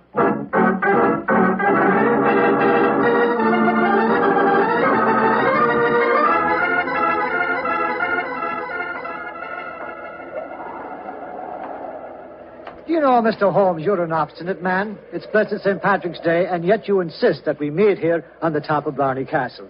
What do you think you can prove? Who murdered Geoffrey Hankin? But why do Molly and I have to be here? Yes, Mr. Holmes. And poor Geoffrey's body still lying somewhere below us. Mrs. Hankin and Mr. Corcoran. I asked Dr. Watson to bring you here for a good reason, I assure you. You ready, Watson? Quite ready, Holmes. Good. Sergeant. Yes, sir. You asked me why I've assembled the three of you here. I'm going to reconstruct the crime. I shall play the part of the victim. My friend Dr. Watson will represent you, Mr. Corcoran. Now, I straddle the parapet. So. Watson, hold on to my feet, will you? I've got him, Holmes. And lower me down the face of the wall. Right, sure. Holmes, hold tight to the wall. Try and push yourself back. The murderer's tried to get you. Your boots are covered in grease. Stand back. Come away. Grab my trouser legs, Watson. I've got him, Holmes. Come, up you come. There we go. Oh, Joe, that was a near thing. Devilish plot, Sergeant, and very cleverly carried out. My boots were ungreased when I entered the castle, and yet someone has been able to apply grease to them without my knowledge within the last few minutes. Sure, and how is that possible, sir? I don't know, Sergeant, I must confess. Holmes, You stumbled as you came up the darkened staircase. Do you remember that? That's true, old chap. I'd forgotten. And you, Mrs. Hankin, and you, Mr. Corcoran, were kind enough to assist me to my feet. An excellent opportunity to apply the grease. Now we know that one of you two is the murderer. I must have a jar of grease somewhere. Now, Sergeant, will you search the lady while I search Mr. Corcoran? But this is ridiculous. Of course it is. How could we be guilty? Well, if you're not guilty, you've got no objection to being searched, madam. Well, upon my word, here in your purse, Mrs. Hankin, is a jar of grease. What? Now, what have you to say of yourself? Now, can't you say, Sergeant? Except that she engineered her husband's murder and tried to engineer mine. Oh, no. No, I knew nothing about Geoffrey's murder. Oh, Michael, darling, I swear to you. Don't worry, my darling. I'll not let them hurt you. I'm telling you, you're wrong, Mr. Holmes. I was the murderer. Oh, no, Michael. You mustn't sacrifice yourself for me. I think this little play acting has gone far enough. Mr. Corcoran, you have just offered us what you think we will accept as a false confession. But I've established the one thing I wish to know, that you love your late partner's wife and she you. I'm proud to admit that, Mr. Holmes. And now that she's a widow, I can say it in the open. But what are you implying? That you murdered your partner. But the grease on your own boot, sir. I just found a jar of it, Mrs. Hankin's handbag. Oh, that, my dear Sergeant, was all part of my little plan. As to the grease on my boots, I confess I placed it there myself, just as I planted the jar of grease in your bag, Mrs. But why, Holmes? A fraud accomplished two ends. It forced you, Mr. Corcoran, into a betrayal of your love. But what was more important, it proved from what Dr. Watson's natural reactions were that a man holding the greased boots could not fail to realize that fact at once. You brazenly committed murder before our very eyes, Mr. Corcoran, hoping to appear as an innocent victim of another's plot. Your theory is an ingenious one, Mr. Holmes, but how can you prove it? I can claim that my hands are unusually insensitive, not the delicate fingers of a doctor like your friend. Yes, he's right, sir. How can you prove it? When, with your kind cooperation, Sergeant, we find the body of Mr. Hankin and examine it, I shall study his boots. If the grease was applied at the hotel, as it would have been if Sean O'Flaherty had done it, the boots will reveal dust from the walk here. If there is no dust, the grease must have been applied as you grasped your partner's boots with grease-smeared hands, Mr. Corcoran. You should know best what my tests will Grab reveal. him, Sergeant. Grab him. He's Come back. heading for that parapet. Oh, Michael, don't. Please don't. Goodbye, Molly, me darling. No! Great Scotty. He jumped off the parapet. Now, Mr. Holmes, you can see that I was right, sir. Wasn't I? What do you mean, Sergeant? In waiting until tomorrow to get the search party. Now we can be after finding both bodies at the one time.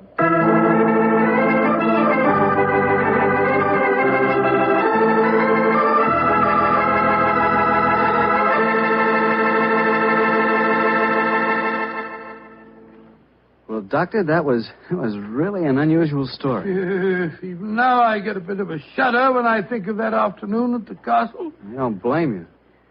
Doctor, you know something? Earlier this evening, I said that if I ever got to Ireland, I'd certainly want to kiss the Blarney stone, remember? Yeah? Well, I've changed my mind.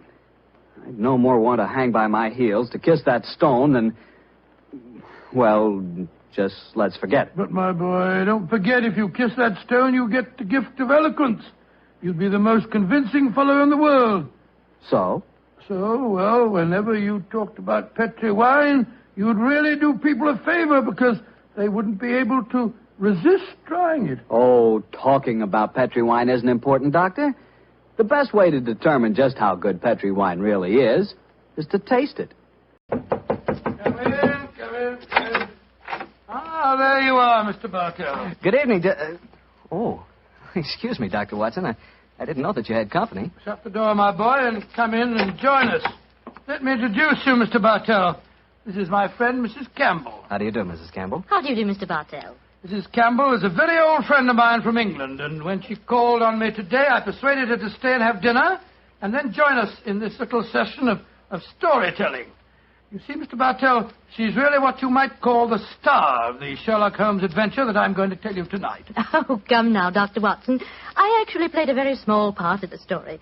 In any case, I was much too young at the time to know what was really going on. Say, this is a great idea, Doctor.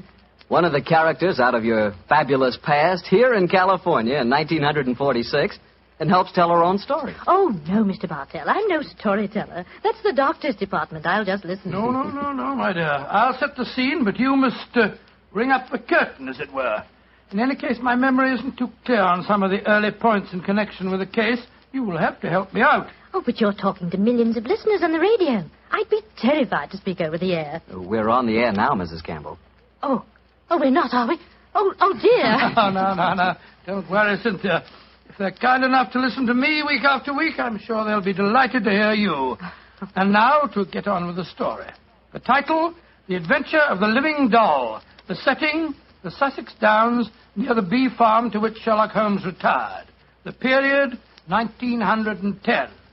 And now, Cynthia, my dear, the curtain's going up, and the first scene belongs to you. Supposing you set it for us. Well, I'll try. We were living on the Sussex Downs also, Mr. Bartell, at that time. My name was then Cynthia Browning.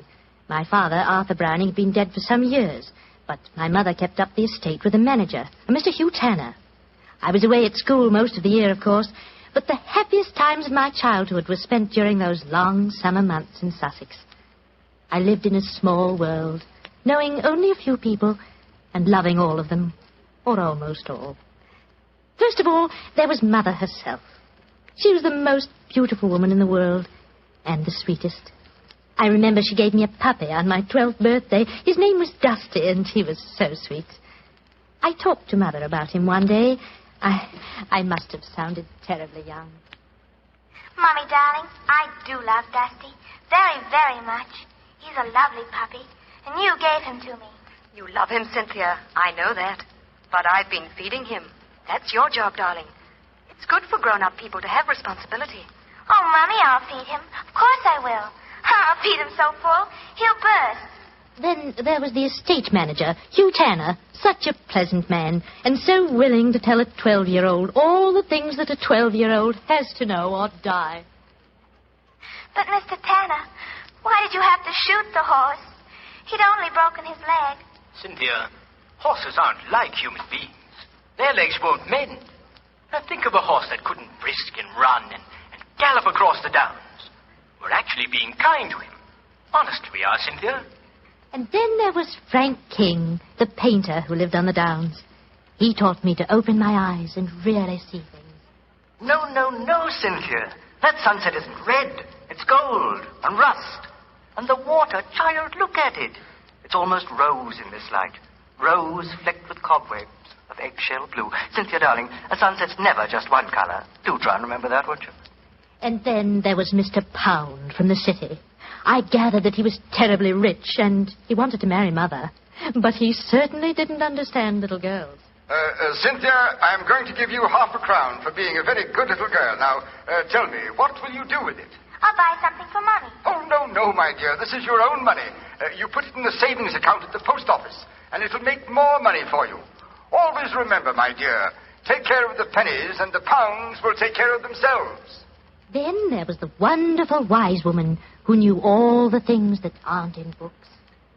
Always remember, my bunny, that it's good luck to touch the hump of a hunchback. But the curse of Beelzebub himself will be upon ye if ye look at a sliver of silver moon through the glass.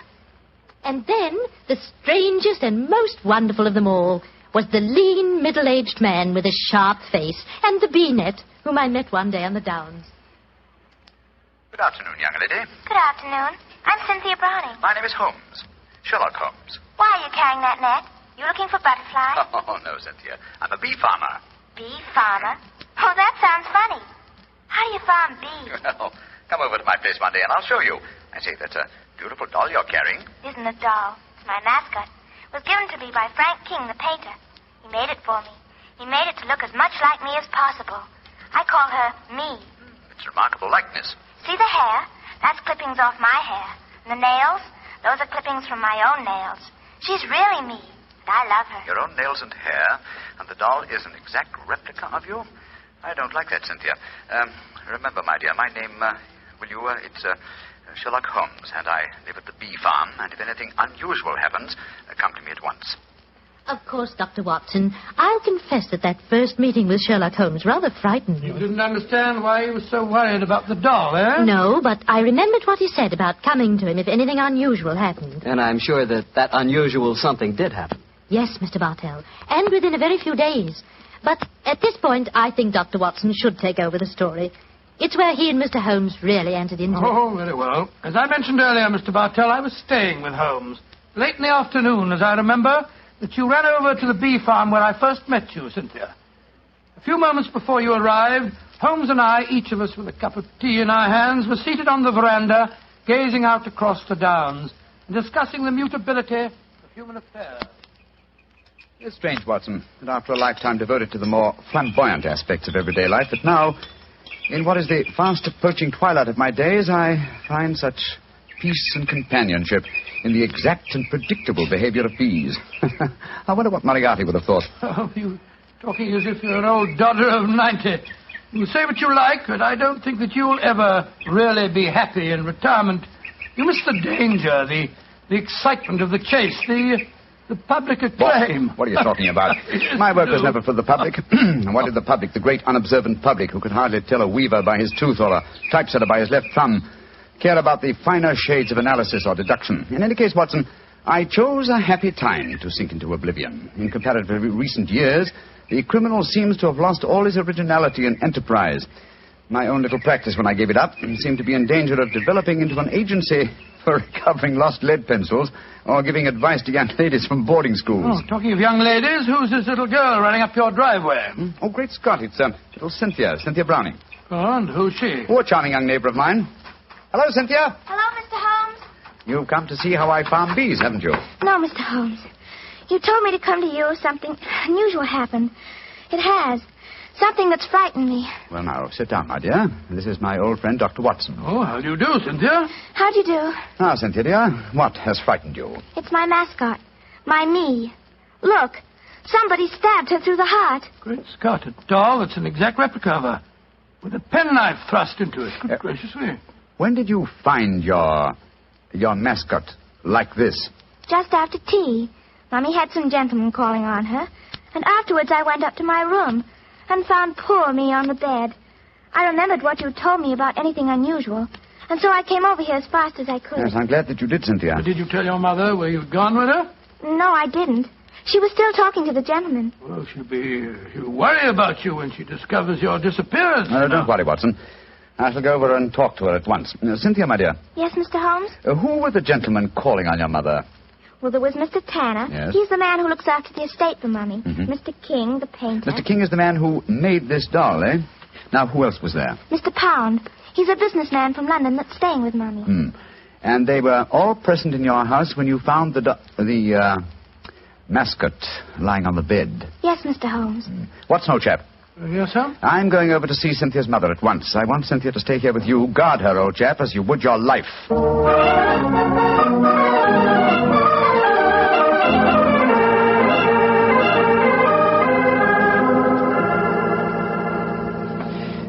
Mrs. Browning, I know I must seem like an intrusive neighbor, but possibly you've heard of me. My name is Holmes, Sherlock Holmes.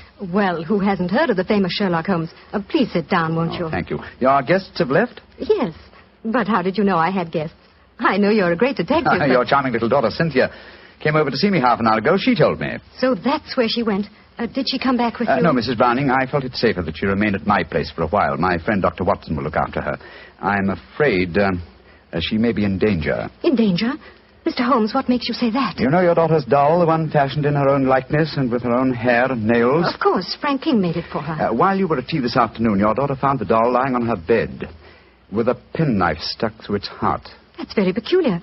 But I don't see that she should be in any danger because of it, Mr. Holmes. Mrs. Browning, certain practitioners of magic believe that if a doll-like effigy is made of a human being and the effigy is then mutilated, that a similar fate will befall the living original. But, Mr. Holmes, that's black magic. You can't possibly believe in it. Not in the results of stabbing a doll, Mrs. Browning, but well, it's possible that someone is trying to kill your daughter. To kill Cynthia? Oh, no. It may be more than a possibility, I'm afraid.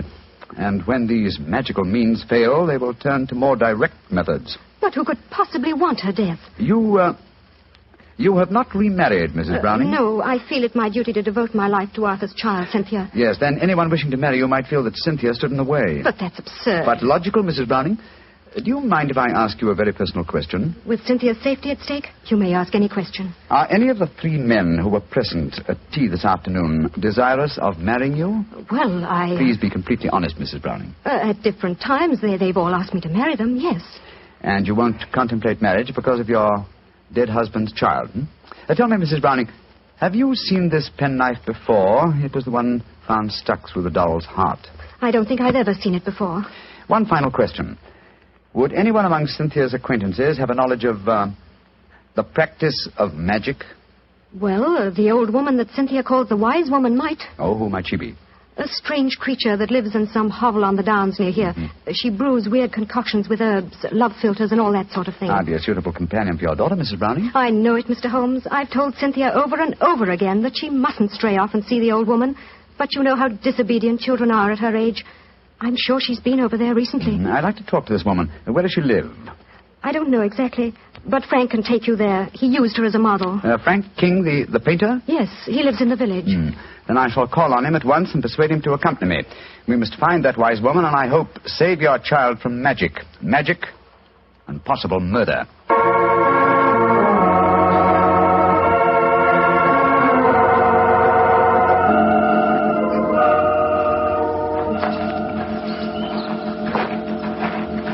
Much further, Mr. King? Only a few more yards, Mr. Holmes. A little cottage is just behind the trees there. It's a pretty broken-down place. Poor old girl has only a few pennies to her name, I imagine. Mrs. Browning was telling me that you used this old woman as a model. Yes, she was a fascinating subject. I painted her as she was mixing up some devil's concoction of herbs and spices. I had her standing over a smoking cauldron with the firelight playing on her. It was quite effective. Yes, it must have been. The subject of witchcraft appeals to you, Mr. King? Right. I don't know anything about it. It was just that she was such a wonderful subject for a painter. Here we are. I'll knock on the door.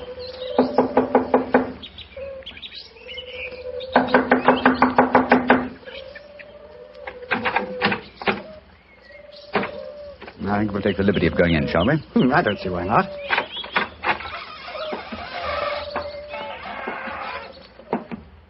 Shh. What is it? Listen. It came from that room. Someone is here. Come on.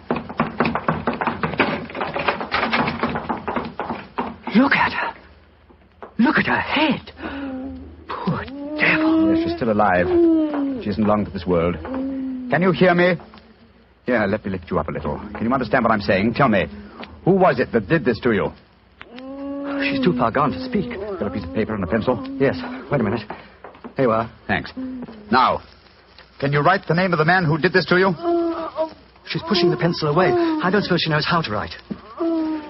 She's trying to show you something, Mr. Holmes. She's trying to crawl over to the wall. Yes. Here, let me help you. Must be a hiding place of some kind. Look. She's taking a brick out of the wall. What is it? Great Scott! Money. Veritable jackdaw's nest of pennies. And small silver. And at least a dozen golden sovereigns. That must be the money. Look! She's picking out one of the silver coins. She's trying to give it to you. A sixpence, but what? Oh, poor woman, she's dead.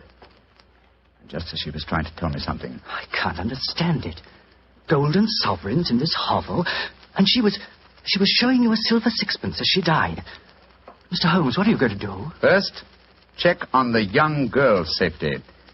Meanwhile, I should like you to go back to my mother's. Assemble the other two men who were present at tea time this afternoon and keep them there until I arrive. I shan't be long. But the police? I shall summon them, Mr. King, when I have the murderer to offer them. And I'm convinced that will be before the sun sets tonight.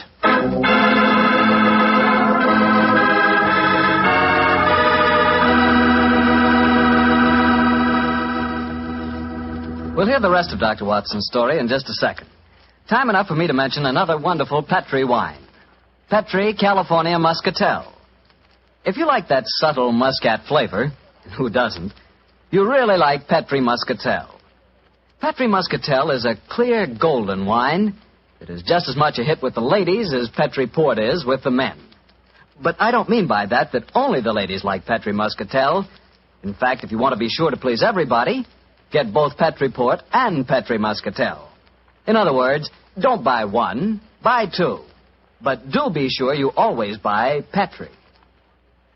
Now back to Dr. Watson and his guest tonight, Mrs. Campbell, who played a most important part in the story herself. Oh, not nearly as important a part as that played by Mr. Holmes and Dr. Watson. Well, Dr. Watson, what happened when Sherlock Holmes rejoined you at the bee farm? Well, first of all, he made sure the little girl was safe. Then he told me of finding the dead woman. and of his theories as to the killing. I can almost hear him now, Mr. Bartell, as he said... Watson. Someone wanted the little girl out of the way because they knew the mother would never marry while the child was alive. And that someone persuaded the old woman to do the job for him, I suppose. Undoubtedly. And she, believing in the powers of black magic, mutilated the doll, firmly convinced that in so doing she was destroying the young girl it was fashioned after. And then, I suppose, when the potential murderer discovered the woman was merely indulging in stupid folklore, he killed her, realizing she was only a hindrance to him, and with her knowledge of the plan... a dangerous hindrance. Exactly, my dear fellow. But how do you suppose we account for the hoard of money? Golden sovereigns, don't forget, that we found in the hovel. Well, no doubt it was a sum that she was already being paid for the murder that she was going to commit. As she died, she tried to give me the clue to her murderer by selecting certain coin. Now, in her possession, she had gold, silver, and copper. She chose a silver coin. And yet I can't see its significance, I must confess. Well, at the moment, possibly not. And yet, before the evening's over... I bet you that... What did you say, Watson? I said before the evening's over, I bet you... Thank you, old fellow. That's the clue. You bet me. What on earth are you talking about, Holmes? I was just saying... You've just given me the answer to the whole problem, Watson. What? I'm much obliged to you. Stay here, will you, old chap? And look after Cynthia a little while longer. Within a very short time, I shall have her intended destroyer under lock and key.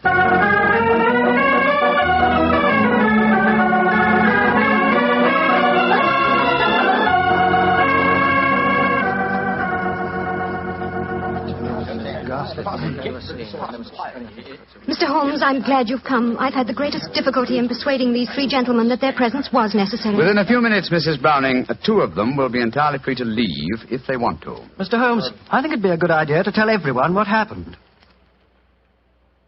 Yes, Mr. Pound, I don't think it'd be a good idea to tell everyone what happened. Yes, how do you do, Mr. Pound? How do you do, Mr. Holmes? Look here. If there's some scandal down here... Oh, there is, Mr. Pound. Then I want my name kept out of it. You hear? I have a seat on the London Stock Exchange. Oh, very comfortable for you. Yes. And the other gentleman, by the process of elimination, must be Mr. Hugh Tanner, the manager of your estate, Mrs. Browning. Yes, I'm Hugh Tanner. And now, Mr. Holmes, supposing you tell us what this is all about.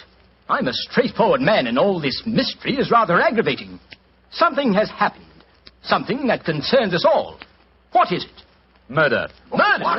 Murder? Good Lord, who's been murdered? An old woman who lived in the village. Your daughter, Mrs. Browning, referred to her as the wise woman. Mr. King and I found her tonight in her cottage on the downs, beaten to death. Murdered. Well, that's shocking, but what's it got to do with us? I'll explain, Mr. Pound. Each one of you, I believe, would like to marry Mrs. Browning. Her daughter, Cynthia, is an obstacle to such a marriage. One of you decided to remove that obstacle and engaged the wise woman to carry out the plan. Finding the woman clumsy and ineffective, you decided that she was a dangerous witness, and so you murdered her.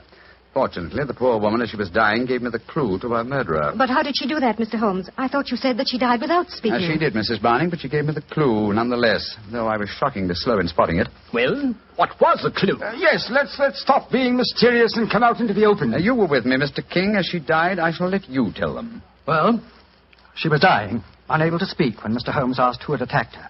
She couldn't write, but she showed him a hoard of copper and silver coins and a dozen golden sovereigns. Sovereigns in a hovel like that? Oh, I see. She meant her murderer was the man who had paid her. And with all that ill-gotten wealth, she died clutching a silver sixpence. And you still don't see who the murderer is? Come along, gentlemen. You should know it as well as you know your own names. Now, Mr. King mentioned that there were a dozen sovereigns. Whose name does a sovereign suggest? Sovereign? King! You, Frank King, were the murderer. Oh, that's ridiculous. The old woman wasn't exactly a mastermind. Why should she be so indirect? And how much is a sovereign worth? £1. And your name, my friend, with a seat on the London Stock Exchange, is Pound. Oh, this is absolutely absurd. I can prove that I've never even met the woman. Well, what is the answer, Mr. Holmes? I'm sure that you know it. The answer is obvious, Mrs. Browning, though I'm ashamed to say that a chance remark of Dr. Watson's gave me the clue. Oh, now look here. Stop beating about the bush, Holmes. What is the answer? A very simple one, Mr. Pound. With 12 golden sovereigns at hand, sovereigns that would suggest either the name of King or Pound, what coin did the dying woman select? A sixpence. Exactly. A humble silver sixpence. And what is the common slang word for a sixpence? A tanner. Precisely. Which tells us that you, Mr. Hugh Tanner, killed the wise lady. Try and prove it. That's all. Just try and prove it.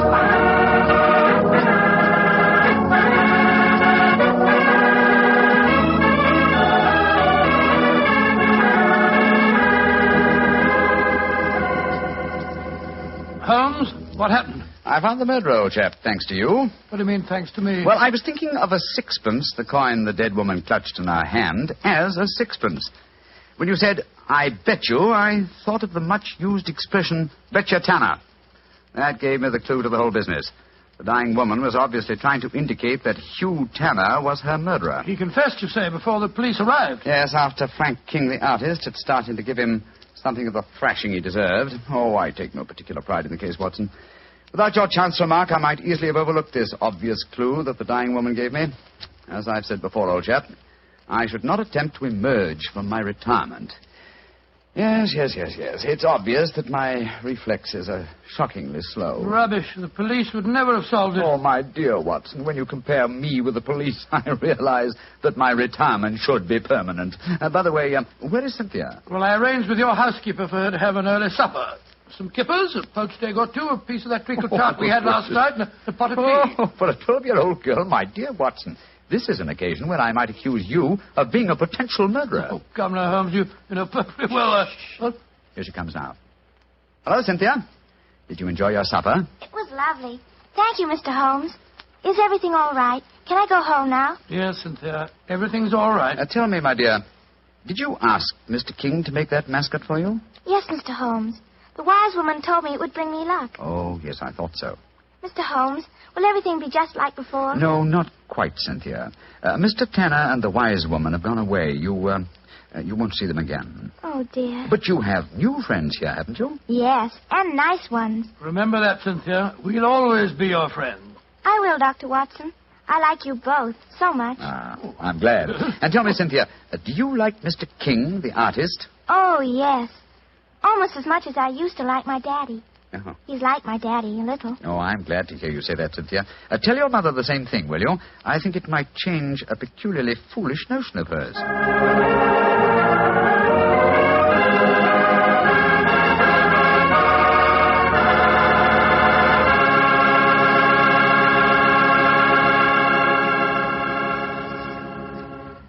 Well, Dr. Watson and Mrs. Campbell, that was a really different kind of story. I'm sure glad you were here tonight, Mrs. Campbell.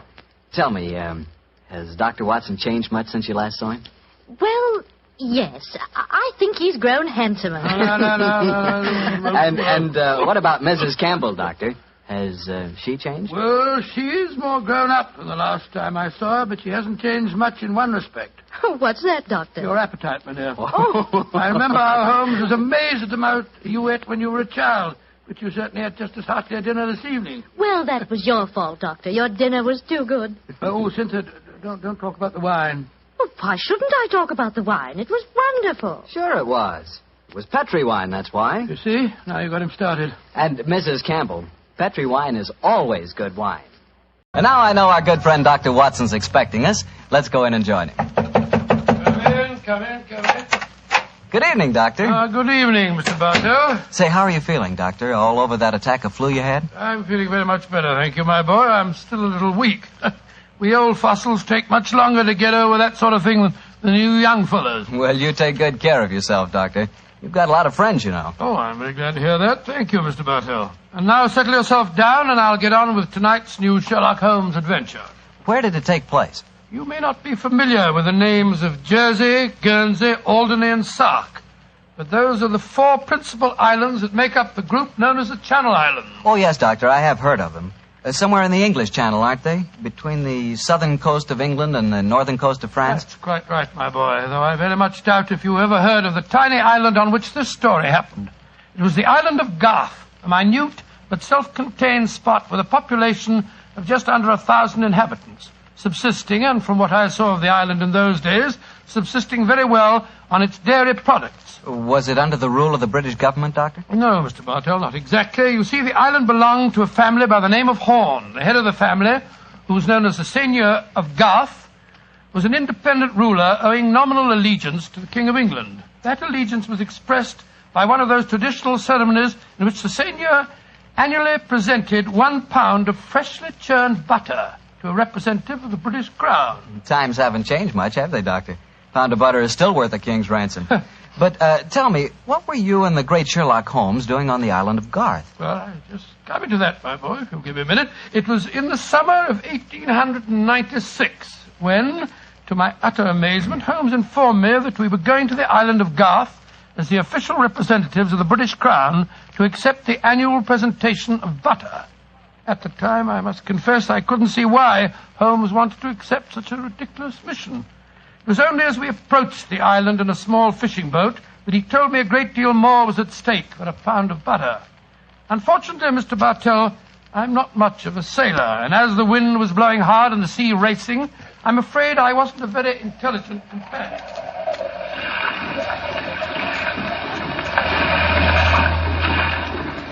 Cheer up, Watson. We'll soon be there. I hope so. I feel wretched, Holmes. I must say the whole trip seems utterly ridiculous to me. Plunging and bobbing about in a little boat in a raging torrent just because somebody wants to give somebody else a pound of butter. Dear old Watson, you don't really think our mission is so innocuous, do you? Then why are we going to the island of Garth? We're going to the island of Garth at the express wish of its present ruler, Martha Horn. Martha Horn? I never heard of her. She's an extremely spirited old lady. And the only woman who dared tell a certain resident of Windsor Castle that she looked devilishly dowdy for an empress. Great Scott, you mean that Watson, that Martha Horn's behests are not lightly disregarded. Obviously, she wishes to see me urgently. Also, my brother Mycroft put pressure on me. He reminded me that a visit to Garth might be closely allied to this emerald tie pin I wear. Of course, you recall the origin of this pin. Well, naturally. That lady at Windsor Castle gave it to you after our little trouble last year over those stolen plans for the Bruce Partington submarine. Exactly, my dear fellow. But remember that the spy Oberstein had put those plans up for auction in all the naval centers of Europe. Some hint of their nature must have leaked out. It's even possible that other powers may be able by now to duplicate the pride of our submarine fleet. And whoever controls the channel, Watson, controls England. Well, they're dropping anchor, and yet we're still a quarter of a mile out from the island. Why do you think they're doing that? Here comes the skipper. He'll tell us. Here is as close to the island as we may approach, monsieur. We have already sent signals. A smaller boat is putting out for you. It will be here in a little while. Thank you. A smaller boat? Good Lord. Holmes, you were hinting at the naval significance of the island of Garth. Yes, old chap, I was. Well, what good would it be as a port if even a small boat like this can only come within half a mile of it? For a surface vessel, no. But we were speaking of submarines. Garth, I learned from the encyclopedia, boasts a magnificent interior cavern accessible only through underwater channels. Great Scott, an ideal natural harbor and dry dock for a submarine fleet. Precisely. And on the control of the island of Garth, Watson, may well rest the fate of the British Isles. Now, old chap, perhaps you see why Mycroft was so anxious for us to collect a pound of butter.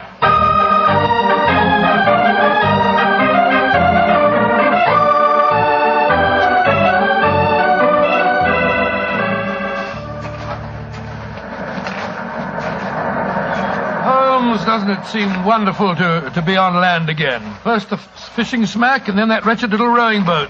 Then the bucket swinging us up the face of the cliff. Now at last I can stretch my legs. Steady, old chap, steady. Let me give you a hand. You'll soon get your land legs back again. Thank you. I'm a bit shaky, I must confess. Hello? Who's that couple walking towards us? Our welcoming committee, no doubt. How do you do? Mr. Sherlock Holmes and Dr. Watson. Permit me to present myself. I am Dr. Hugo Oberwald. How do you do, sir? How do you do, Doctor? And this is Mrs. Reeves, the housekeeper at Horn Castle, where you will be staying. How do you do? How do you do, Mrs. Reeves? Welcome to the island of Garth, gentlemen. We were deputed to come and greet you and take you back to the castle. We can walk there across the cliff tops. It isn't very far. Ah, splendid. I think my friend will appreciate traveling on terra firma once again. Dear me, Herr Doctor. You are not a good sailor, perhaps? No, perhaps about it, sir. I had a miserable crossing. I am sorry to hear it. I trust your short stay at the castle will be some recompense for the journey. The formal presentation of the butter will take place tonight. There will be no reason why you gentlemen cannot return to the mainland tomorrow. Oh, thank you, Mrs. Reeves, but it's more than likely that we shall stay on for a few days. Oh, it will be quite unnecessary. I'm afraid that is a matter for Mrs. Horn and ourselves to decide.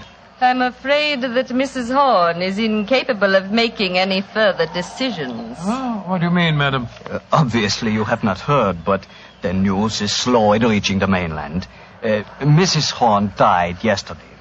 Died? Good Lord. A natural death, I suppose. But, of course... I attended her myself. A simple case of heart failure. The poor lady died in her sleep. Shall we begin our walk to the castle? By Jove, Holmes, this changes things. You suppose it was a natural death? I suppose nothing, old fellow. But in almost 20 years of practice, I can recall precisely 3 clients, actual or potential, who died natural deaths. Come on, let's follow them.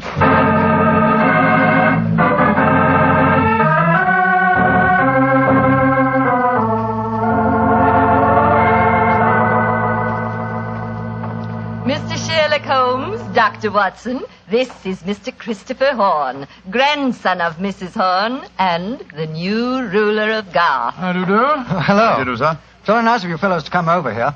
Too bad you had to arrive just as the poor old gal kicked the bucket, though. Allow me to offer my condolences on your grandmother's death, sir. Yes, yes, indeed, Mr. Horn. Thank you. It was a ghastly business. I found her, you know. Christopher. Frightful sight. There was an awful silly grin on the old dear's face, and... Don't you think it would be more to the point if you were to explain the ceremony in connection with tonight's presentation? Oh, you're right, Reevy. Reevy's a terrible tyrant, but she is efficient. Don't know what I'd do without her. Always ran everything for poor old Granny. Why, when the old girl was ill, she... Christopher, I gave you a schedule of the ceremonies this morning. What did you do with it? Dash it, Reevy, I don't know. Must have lost it. And I have my own copy in the study. I swear I don't know what I'd do without you. Excuse us a moment, gentlemen. I'll be back in a jiffy. Holmes, what in thunder's going on here? That boy's completely under the thumb of Mrs. Reeves. He was trying to tell us something, but that frightful woman kept changing the subject. He spoke of an awful, silly grin on the dead woman's face. Didn't that suggest something to you? By Jove, that's one of the characteristic symptoms of strychnine poisoning. Exactly, old fellow. And perhaps he was going on to mention the equally characteristic arching of the body. We've got to get Mr. Horn to ourselves for a little while, and you've got to examine the body of the dead woman. But it's going to be difficult. Is that a balcony outside the window? Yes, it is. Come along. Let's see what it leads to.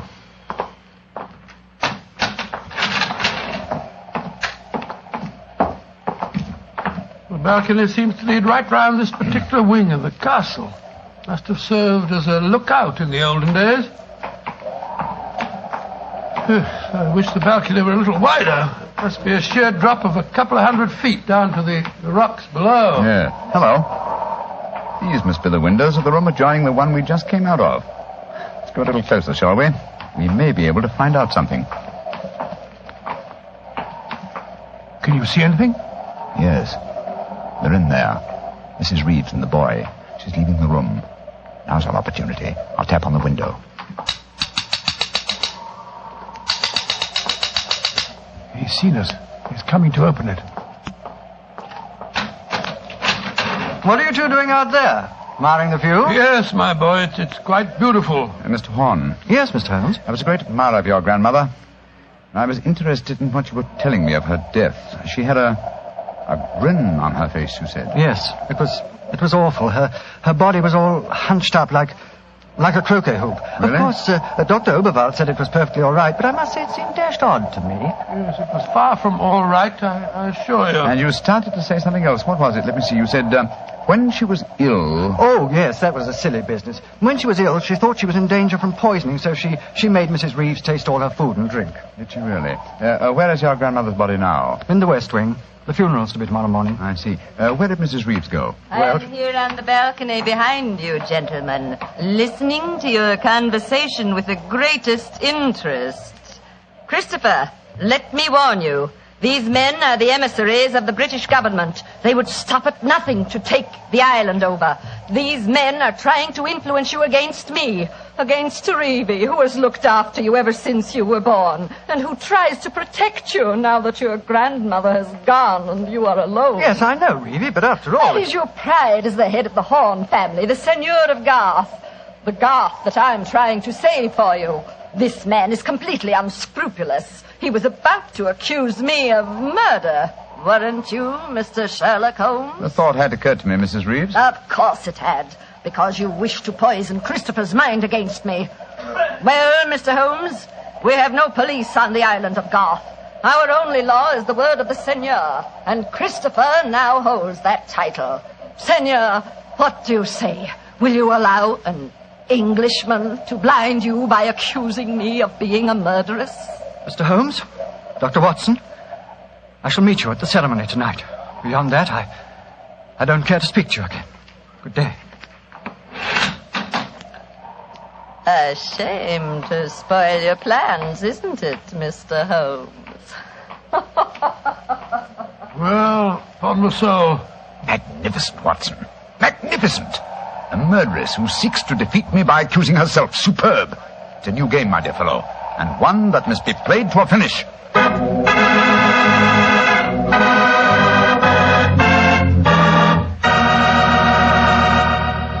We'll hear the rest of Dr. Watson's story in just a second, so I'm just going to remind you that right now is one time you'd really enjoy a glass of Petri California Port.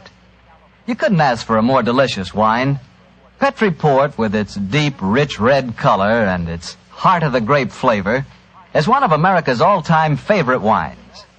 Petri Port is wonderful after dinner and perfect to serve when company comes. Try it. But just remember that when you want the kind of port I'm talking about, you've got to make sure it's Petri Port, because all Petri wines are good wines. Dr. Watson, this is certainly an unusual story you're telling us tonight.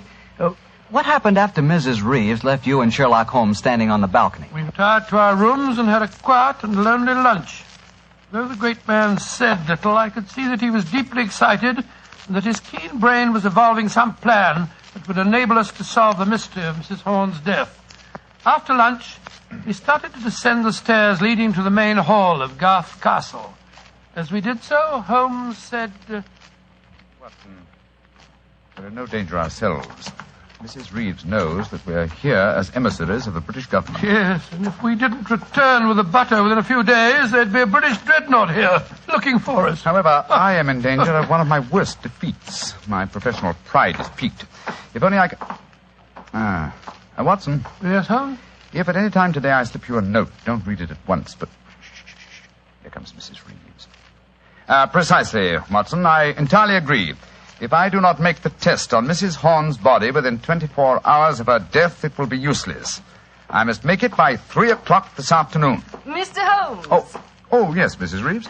I want to apologize for my behavior before lunch. I was intolerably rude. Oh, please, no. Whatever my quarrels may be with British politics, I at least owe to both of you the duties of hospitality. That's very gracious of you, Mrs. Reeves. I wonder, would your hospitality also include a personally conducted tour of the subterranean caverns for which this island has become internationally famous? Would they really interest you? Well, I'm afraid that my friend and I won't have the time. Oh, yes, not at all, Watson, not at all. We have plenty of time, as long as we're back here by 3 o'clock. I'm sure Dr. Oberwald would be delighted to join us. He has made quite a study of the unique rock formation. Oh, that's splendid. It should prove a most interesting excursion. But, Holmes, why do we want to go stomping around a lot of damp and smelly caves? Well, the exercise will do us good, old fellow. Will you lead the way, Mrs. Reeves? And please remember that it's most important that I return here... I remember, Mr. Holmes. You must be back here by 3 o'clock.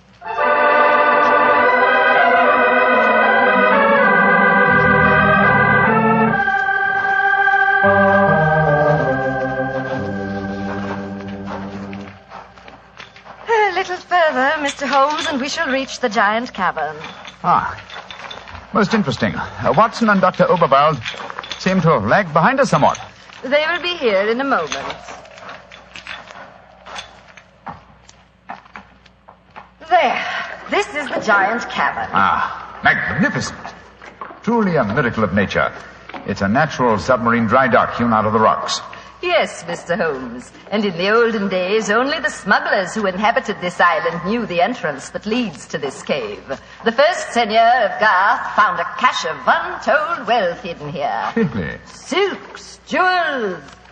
There are still the remains of some of the finest Calvados brandy stored among these rocks. Indeed. An incomparable drink. Would you care for some? It is our custom whenever visitors honor us with their presence to offer them a glass. I should be delighted. There is a natural shelf here in the rocks. Perfect hiding place. There you are, Mr. Holmes. And here is a glass. This is a rare privilege. I imagine that very few people have been offered it. Only our most distinguished visitors, I assure you. This cavern is completely inaccessible from the outer sea, I presume? Completely. Unless, of course, ships could swim under the sea. Which, as you know as well as I, they can, Mrs. Reeves. Even outside the imaginings of Jules Verne. Indeed. Would you care to explore a little deeper? The others will be with us soon.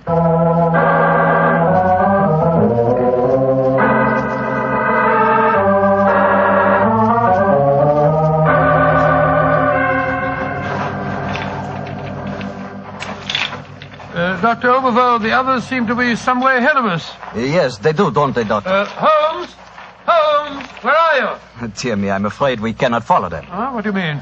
The next cavern is already cut off by the rising tide. Great Scott, you mean that they're cut off? I am afraid so. But do not worry, Herr Doctor.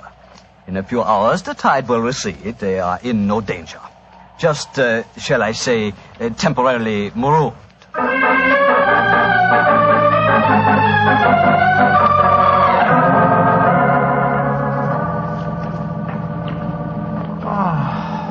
I can't understand it.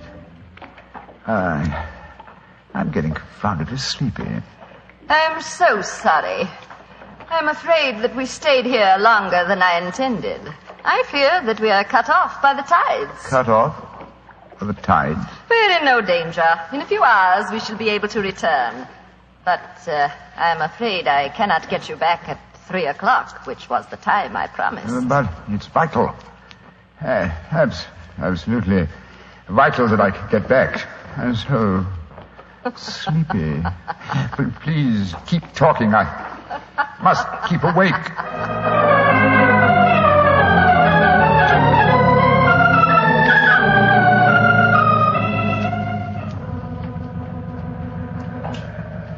But, Dr. Overville, I must get to Sherlock Holmes at once. I am sorry, Herr Doctor, but we are not able to control the forces of nature. We cannot force the water to recede. Your friend is in no danger. No, but he's got a most important test that he must make by 3 o'clock. I am afraid that will be impossible. I've got to do something. I should have come to these blasted caves in the first place. I don't know what on earth I ought to do. By Jove, that note that Holmes gave me, he told me to open it if... where did I put it? Ah, here it is. A note from Mr. Sherlock Holmes, eh? Vital that you make medical test. Great Scott, Dr. Overall, it's absolutely necessary for me to return to the castle at once. Indeed. A note from Mr. Sherlock Holmes, and now it is most important that you return to the castle. No, my fine English friend. I am afraid I cannot allow you to. Oh, I don't know how you propose to stop me, sir. You see this revolver? And do you see this stick? I warn you, Herr Doctor. Oh, no, you don't. I'm sorry you can't hear me, Dr. Overville, but when Sherlock Holmes gives me orders, I carry them out.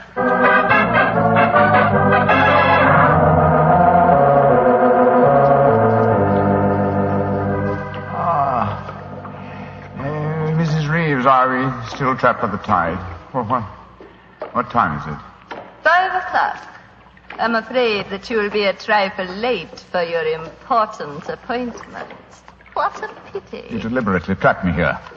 You drugged the brandy and kept me a prisoner. Did I? Now, why should I do that, Mr. Holmes? Because you're greedy for power. That's obvious in your domination of that pleasant though weak young man who is now Senor of Garth. I'm sure your beliefs would find support in certain ideologies now arising in Germany. Your choice of a German doctor as an accomplice in your plans would support that theory. And what might my plans be? I should say that you're determined to give Garth as a submarine base to Germany. With this island in their power, they could control the channel. Very interesting. And I suppose, as well as being a spy, I'm responsible for Mrs. Horn's murder? You and Dr. Overval between you. She was too strong for you. You had to get her out of the way. You probably made subtle attempts on her life at first, the origin of which you did not realize, but which caused her eventually to send for me. My arrival forced your hand, and so you and Dr. Overval resorted to the quite unsubtle expedient of poisoning her.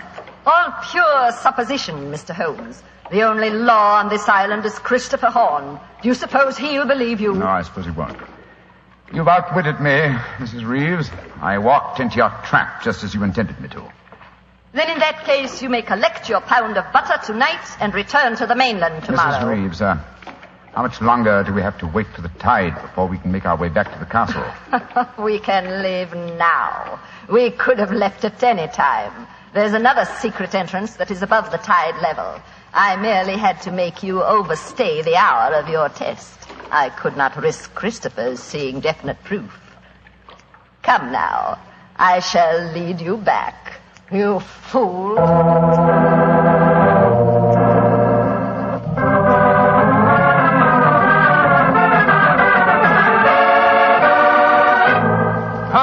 Holmes, where have you been all this time? Mind that, Watson. Did you open the note? Yes. You followed my instructions? Yes, it was, as you suspected. Thank heaven, old chap. Then now we can hoist her with our own petard. Shh. Here she comes. I'm glad to see, gentlemen, that you have assembled here in the seigneur's room. The ceremony of presenting the butter traditionally takes place here. As soon as Christopher arrives, we will explain our customs in this matter. Dr. Watson, I trust that Herr Oberwald proved an interesting companion on your excursion this afternoon. Yes, indeed, most interesting. We had a discussion of the relative merits of the walking stick versus the revolver. I think I was able to make my argument fairly convincing. Where is Dr. Oberwald now? I imagine he's lying down. He had all the symptoms of impending headache when I saw him last. Why are you smiling, Mr. Holmes? What's been going on? I'm afraid, Mrs. Reeves, that your plans have misfired rather badly. As soon as Mr. Horn arrives, I expect you will be under arrest for murder and high treason. Christopher would never believe you. Wouldn't I? Mrs. Reeves, you poisoned my grandmother. Christopher, what lies have these men been telling you? You're the one that's been telling me lies. I believed you when you said you'd been tasting the old lady's food. But when Dr. Watson showed me the results of his test this afternoon, it was as clear as daylight. But the tests could prove nothing after 24 hours had passed. You said so yourself, Mr. Holmes. A deliberate lie, Mrs. Reeves. I'm afraid that I invented that mythical 24-hour test. I knew that as soon as I mentioned it, you would attempt to prevent my carrying it out. So I was delighted when you fell into my trap. You thought that you were shanghaiing me, whereas in reality I was shanghaiing you. My job is to prove your guilt to the Seigneur. With your dominant presence away from the household, it was easy for Dr. Watson to make his test. You devil. You knew all the time. Oh, of course I did. But I had to deceive you. I'm glad my performance was sufficiently convincing. By the way, Mrs. Reeves, the drugged brandy was dreadfully clumsy. You didn't drink it home? Why, of course I didn't. But it was very unflattering to me that Mrs. Reeves thought I might. Mrs. Reeves, you realize what this means, don't you? I'm going to ask these gentlemen to take you and Dr. Oberwald back to the mainland with them tomorrow. And stand trial in a British court? Never! I was born on the island of Garth. I have lived here all my life, and I shall die here. Read it! What are you up to? Stop her! She's going out on the balcony. One day Garth will belong to Germany. One day the whole world will belong to Germany. Goodbye, you meddling fool. Goodbye! Great Scott, she's gone. It must be a couple of 100 feet to the rocks below. What a dreadful thing. I still can't believe she was a murderess and a traitor. Now, it's shocking. A shabby finish to a shabby business. Mr. Horn, I suggest that we make sure Dr. Oberwald does not escape justice, and that we then perform the ritual presentation of the butter. Yes, Mr. Holmes. The island of Garth will still pay tribute to England, and I think it always will.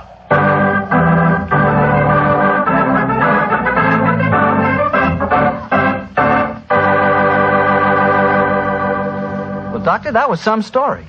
So Germany didn't get the island of Garth after all. No, Mr. Bartell. In fact, in after years, the island proved to be an invaluable submarine base for England. Say, what about the pound of butter? Did Holmes get it? Oh, yes. But why are you so interested in the butter? Are you kidding? In our house, butter is our second most favorite topic of conversation. Your second most favorite? Well, what's your favorite topic of conversation? Remember, you asked me.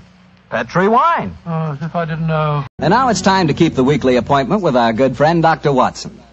How are you this evening, Doctor? I never felt better, thank you, Mr. Bartell. Draw up your usual chair and make yourself comfortable. Thanks. That's it. Oh, I see you've had the old tin dispatch box out again. I suppose you've been going through your notes on tonight's new Sherlock Holmes adventure? Yes, Mr. Bartell. I think you'll find it as pretty a little problem as we ever encountered. The story began in 1887. A very busy year for us, my boy. It was the same year that Holmes solved the case of the Amateur Mendicant Society, who held their meetings in a luxuriously furnished vault below a furniture warehouse. Oh, I remember that story, Doctor. And wasn't 87 the year you both escaped from death in the Paradol chamber? It was indeed. You've got a very good memory, Mr. Bartell. The story I'm going to tell you tonight topped off this unusually exciting year. It was late in October, and the equinoctial gales had set in with exceptional violence. All day the wind had howled and the rain had beaten against the windows of our Baker Street lodgings. Finally, it was nearly midnight, as far as I remember. The storm grew higher and louder, and the wind in the chimney sobbed like a child. Suddenly, much to our surprise, the doorbell jangled, and a few moments later, our midnight visitor stood before us. He was a man of about 45, and as he looked about him anxiously in the glare of the lamp, I could see that his face was pale and that his eyes heavy, like those of a man who was weighed down with some great anxiety. And yet when he spoke, his tone was businesslike and almost aggressive. I've come to you for advice, Mr. Holmes. That's easily obtained. And help. That is not always so easy. Help the gentleman off with his coat, will you, Watson? Yes, indeed. Here you are, sir. Let me hang it up for you. Thank you, sir. I heard of you, Mr. Holmes, from Major Prendergast. Oh, yes. He said that you could solve anything. Oh, I'm afraid he said too much. But you've never been beaten. I've been beaten 4 times, sir. 3 times by men and once by a woman. But supposing you sit down and introduce yourself. My friend's name is Watson, Dr. Watson. How do you do, sir? How do you do, Doctor? My name is Lovelace, Edmund Lovelace. And what brings you to me at this hour of the night, Mr. Lovelace? I'm in terrible trouble, Mr. Holmes. You don't know anything about me, but if you'll accept my case, you can save 4 lives. I wouldn't say that I know nothing about you, sir, though it's true that I know little beyond the somewhat obvious fact that, you're single, that you keep a dog, but not a manservant, and that you are much preoccupied with your business, which I take to be some form of insurance. Oh, come. Oh, steady. Now, what is this? Well, magic? I'll wager that my friend's right, though. Isn't he, Mr. Lovelace? Perfectly. But I'll be hanged if I can see how he knows it. It's a practical application of logic, sir. The briefcase that you carry might at first indicate a barrister or some other professional man, but your brusque, businesslike manner counteracts that suggestion. An insurance broker who must visit clients at odd hours is the likeliest man to combine that manner with a briefcase at midnight. But the wife and the manservant, and the fact that I'm preoccupied with my business. Your cufflinks don't match, sir. Each is from a different pair. That would suggest preoccupation, and it's a mistake that neither a wife nor a manservant would have allowed to pass. Yes, but how about the dog, Holmes? Oh, surely that's obvious, Watson. Well, I can't see it. I shall let you ponder on that matter while Mr. Lovelace tells us his problem. Mr. Holmes, are you as interested in preventing a murder as in solving one? Well, naturally I am, Mr. Lovelace. Even more so. But, please tell me your story. I live with 4 cousins of mine in an old house in Camberwell. My grandfather left the house and a sizable fortune to the 5 of us on condition that we lived together and maintained the family unity. It probably won't surprise you to know that we've grown to get pretty much on each other's nerves. Well, what happens if one of you dies, Mr. Lovelace? His share is divided among the others, Doctor. Oh, yes. The wonder to me is, sir, that not that a murder may take place, but that it has not happened long ago. Who's responsible for the administration of the estate? My cousin Gerald. He's much older than the rest of us, and he's a thoroughly unpleasant, cantankerous man. Yeah. He gets an extra share in the estate as administrator, and in consequence he doesn't work. We feel, of course, that he lives off us, and we're continually quarrelling with him about it. Well, sounds like a jolly household, I must say. There's going to be trouble, Mr. Holmes, I know it. Gerald hates us, and he's jealous of our share in the estate. You spoke of preventing murder just now. Yet I can see that you've selected your cousin Gerald as the potential murderer. Am I right? Yes, you are. Mm-hmm. But don't think it's personal prejudice that makes me suspect him. I have good reason for doing so. Oh, what reason? This evening, just before dinner, I helped Gerald off with his topcoat and went to hang it up for him. As I did so, I heard a strange metallic clink in one of his pockets. I slipped my hand inside it and found a hypodermic syringe and a small phial of liquid. I opened the phial and smelled it. Gentlemen, it reeked of bitter almonds. Bitter cyanide, eh? And what did you do? I thought of destroying it, but I realized that would put him on his guard, so I replaced it in his pocket. Of course, I warned the others, and we decided that I'd come to you. I have to see a most important client tonight, or I'd have been here earlier. Yes, it seems odd that you didn't come directly to Mr. Holmes as soon as you'd made the discovery, Mr. Lovelace. After all, if a potential murderer is walking about with a pocket full of cyanide, I should have thought that itself was more important than business. Well, Yes, I suppose it might seem so to you, Doctor. Now, that's a most interesting stick you carry, sir. May I examine it? Of course. Here. Oh, thank you. Now I see how you've deduced that Mr. Lovelace had a dog, Holmes. There are the marks of the dog's teeth on the stick. Yes, my dear Watson, but these marks under scrutiny give us even more specific information. He's a large dog. You've had him for some years, Mr. Lovelace, and he's now old and feeble.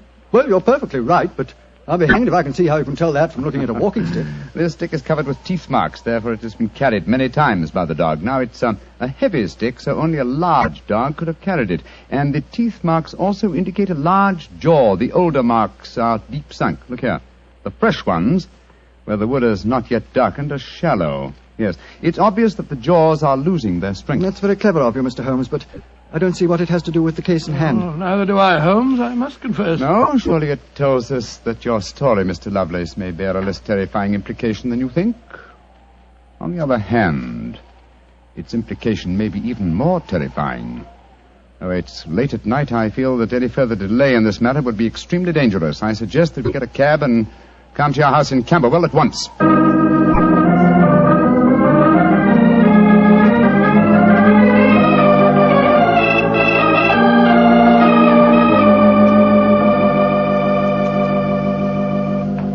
Alice, Randolph, I'm glad you're still up. I was able to persuade Mr. Sherlock Holmes and Dr. Watson to come back with me. Gentlemen, this is my cousin, Alice Harley. How do you do? How do you do, Miss Harley? How do you do? And my cousin, Randolph Lovelace. How do you do? How do you do, sir? How do you do, Mr. Lovelace? I've told him about the whole business, Randolph, so we can all speak perfectly freely. Let's begin by sitting down, shall we? Randolph and I had just finished a little cold supper. We've been to the theatre tonight. Well, Mr. Holmes, I suppose Edmund told you about finding the hypodermic syringe and the cyanide in Gerald's coat pocket. Yes, indeed. May I ask where your cousin Gerald Lovelace is now? We left the house at 7, but I imagine Gerald went upstairs at 8, as usual. Didn't he, Edmund? On the stroke of 8, Alice. He's very fixed in his habits, Mr. Holmes. He goes up to his room every night at 8. There he reads or works on his accounts and eventually goes to bed any time between 10 and 1. Well, he might still be up. I should like to speak to him a little later. In the meanwhile, may I ask you two young people, tell me quite honestly your feelings about your cousin Gerald? And you might as well be frank. I've kept nothing back. All right. Randolph and I hate him. First of all, we're sure he's jealous of our shares in the estate, and then we... Alice and I want to get married, Mr. Holmes, and Gerald won't hear of it. But you're your cousins, aren't you? Only second cousins, Dr. Watson. Gerald is dreadfully conventional. He's threatened us that if we do get married, he'll go to court and try to have our shares in the estate annulled. And from the way the will is worded, I wouldn't be surprised if he could do it.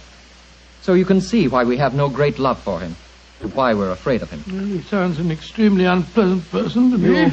You mentioned there were 5 cousins in the house. 3 of you are here. Mr. Gerald Lovelace is upstairs. Who and where is the 5th cousin? The 5th cousin is my brother, Gilly. He's something of a tragedy, I'm afraid. You see, Gilly's 20, but he never developed mentally beyond the age of 8. He had a bad fall in the hunting field when he was a kid. He's been like this ever since. Oh, I'm sorry to hear that, sir. But he's the dearest, most gentle boy you've ever met. And, incidentally, the one person in this house who doesn't hate Gerald. The poor fellow doesn't understand the conditions of the will, I suppose. No. But if he did, I don't think it'd make any difference. I swear that Gilly loves every living thing, especially Gladstone. Gladstone is the name of his dog. His dog? Yes. The dog may be the key to this whole matter. The dog? What makes you say that, Holmes? When a man brings a quick and painless poison home to a household containing an old and feeble dog, it's more than possible that he has obtained that poison, quite legitimately, to give the dog a merciful death. To kill Gladstone? Oh, no! After all, Alice, dear, he is old. And almost blind But, now. Mr. Holmes, if you think Gerald brought home the poison to put Gladstone out of the way, well, and I admit it sounds perfectly logical, what made you decide to come here tonight? Because I dare not even guess what you may have done by intruding the thought of murder in this situation. Where is your brother Gilly? In his room upstairs, asleep. I wonder if we might go up to him. I should like to talk to him, if you don't mind. And after that, I want a few words with your cousin, Gerald Lovelace.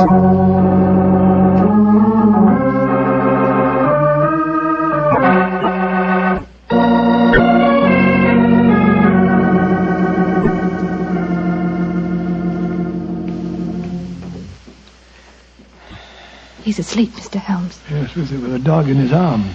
I'm afraid we'll have to waken him. Gilly? Gilly? It's all right, Gladstone. We're not going to hurt him. Gilly? Who is it? Oh, hello, Alice. Who are these men? They've come to take Gladstone away. No, Gilly, we haven't. Oh, of course not, Gilly. We've just come to admire him. Your brother's been telling us what a fine dog he is. Oh, that's different. Isn't he beautiful? I just had such a wonderful dream about him. Such a wonderful dream. What was it, Gilly? Well, he was all young again. Just a puppy. He was chasing a rabbit across a cliff top. And I was running with him.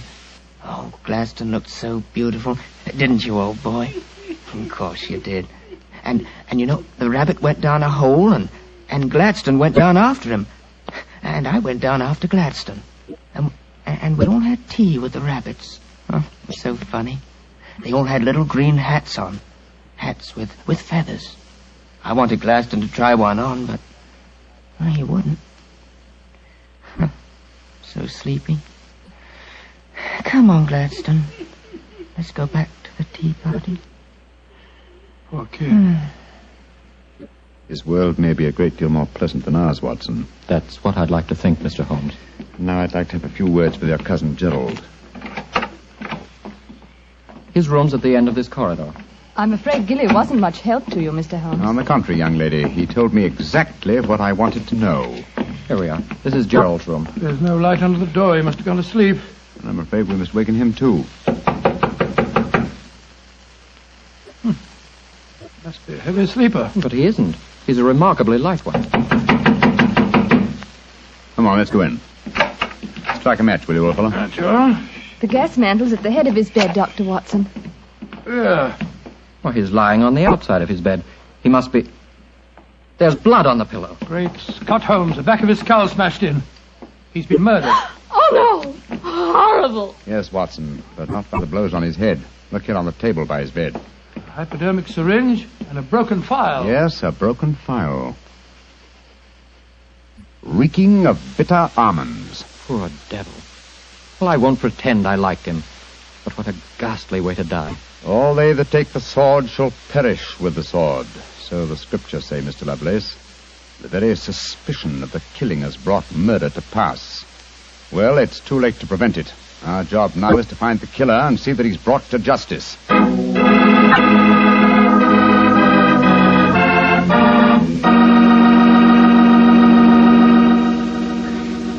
Dr. Watson will tell you the rest of his story in just a few seconds. Just time enough for me to tell you that if there's one wine that's perfect for any occasion, it's Petri California Sherry. With a bottle of that rich, amber-colored Petri Sherry on hand, you can make that time before dinner a main event. And Petri Sherry is the perfect answer to the question of what to serve when company comes. Serve Petri Sherry alone and let its full, wonderful flavor speak for itself, or serve Petri Sherry with hors d'oeuvres or party sandwiches. And remember, you can serve Petri Sherry proudly, because Petri is the proudest name in the history of American wine. Well, Dr. Watson, so you found Gerald Lovelace dead in one of the bedrooms of the house in Camberwell. What did you do? Send for the police? Not at once, Mr. Bartell. Sherlock Holmes persuaded the remainder of the household to give him the opportunity of examining the scene of the crime carefully before the police were sent for. And so, a few minutes before 1 o'clock that October night, Holmes and I stood alone in the room of death. Turn the gas a little higher, will you, old chap? Right you are. You know, Holmes, I think you should have sent for the police right away. In a case like this, Watson, I prefer to be my own police. When I have spun the web, they may take the flies, but not before. What are the results of your medical examination, old chap? Well, it's exactly as you reconstructed it, Holmes. He was first beaten on the head with that poker lying on the floor. Then he had the full phial of cyanide injected into his left wrist. Can you estimate the time of death at all accurately? No, this room's confoundedly hot. He might have died any time from 1 to 5 hours ago. Yes.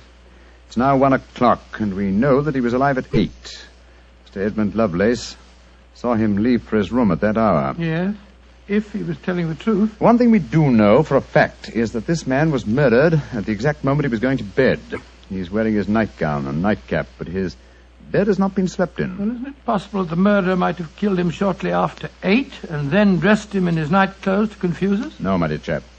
You will notice that the hypodermic needle passed through the sleeve of his nightshirt. Here. Also, the nightcap is crushed and bloodstained from the blows of the poker. No, Gerald Lovelace had prepared for bed. Yes. Look at the glass of water on the night table and the prayer book and the watch. Yes. Signs of a prosperous and meticulous man. Mm-hmm. Very fine gold watch and in excellent condition.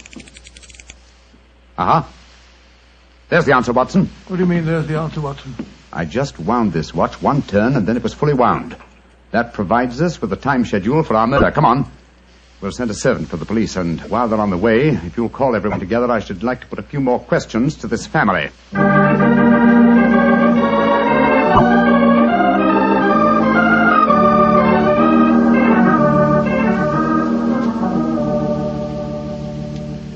Before the police arrive, I should like to hear your statements again very carefully, if you don't mind. Mr. Edmund Lovelace, what were your exact movements tonight? I left here shortly before 10. From 10 o'clock until the time I came to Baker Street, I was with my client. His name and address, please. Derek Waterlow, 39 Onslow Square, South Kensington. Thank you. Make a note of these, will you, Watson? All right, you're home. You, Miss Harley, and you, Mr. Randolph Lovelace, went to the theatre together. Can any independent witness testify as to your movements? Well, yes, Mr. Holmes. We went with friends, the Grant Moresbys. They live at the Clarendon Hotel off Charing Cross. What time did you leave this house? Well, it was about 7:45, wasn't it, Alice? Yes.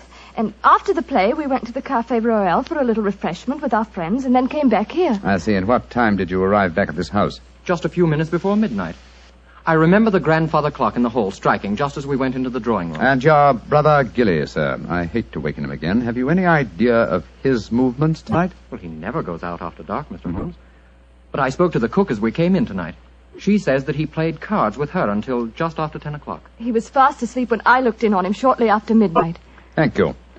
You've made a note of all these facts, Watson? Yes, Holmes, I got them all down. Good. Then let's be on our way to Baker Street. But the police, Mr. Holmes, they're on their way. I know. Please give them my regards, will you? Apologize for my informality and tell them that I shall have the answer to this matter probably in a little over 24 hours.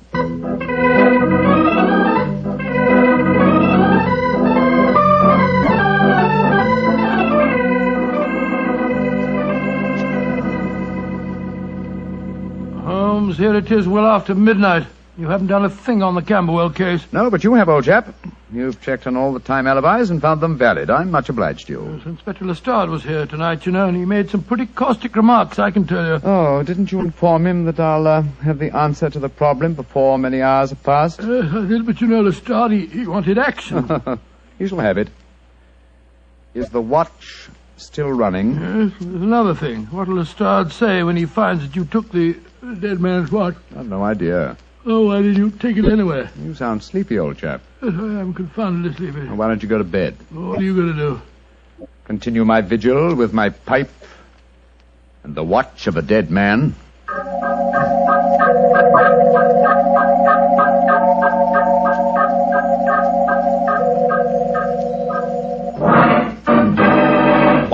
Watson, wake up! What time is it? 5 o'clock in the morning. Good Lord, when you dig up at this hour? The watch has just stopped. I'm about to rewind it. What are you rewinding it for, Holmes? You waited over 24 hours for it to unwind. When I know how many turns it takes to wind it fully, I shall have the answer to the whole business. 10, 11... You're being confoundedly mysterious, as usual. 14 turns, and the watch is fully wound. Get your clothes on, old chap. Where are we going at this hour? To the house in Camberwell. Now I know who murdered Gerald Lovelace.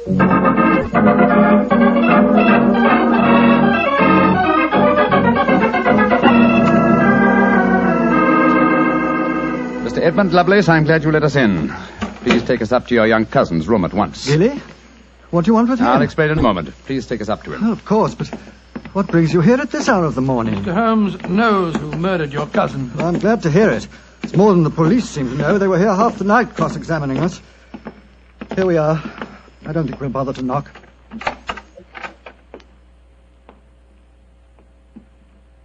Gilly? Gilly? I'm awake. We heard you coming up the stairs, didn't we, Gladstone? It's the same man again. You're not going to take Gladstone away, are you? Please don't take him away. Don't worry, Gilly. We're not going to touch him. Oh, that's all right, then. Oh, Gilly. Yes? You really love that dog, don't you? Of course I do. More than anything or anybody. I believe you'd even kill a man who tried to hurt Gladstone. Wouldn't you? Oh, yes, sir. I would. Gilly! No. Great Scott.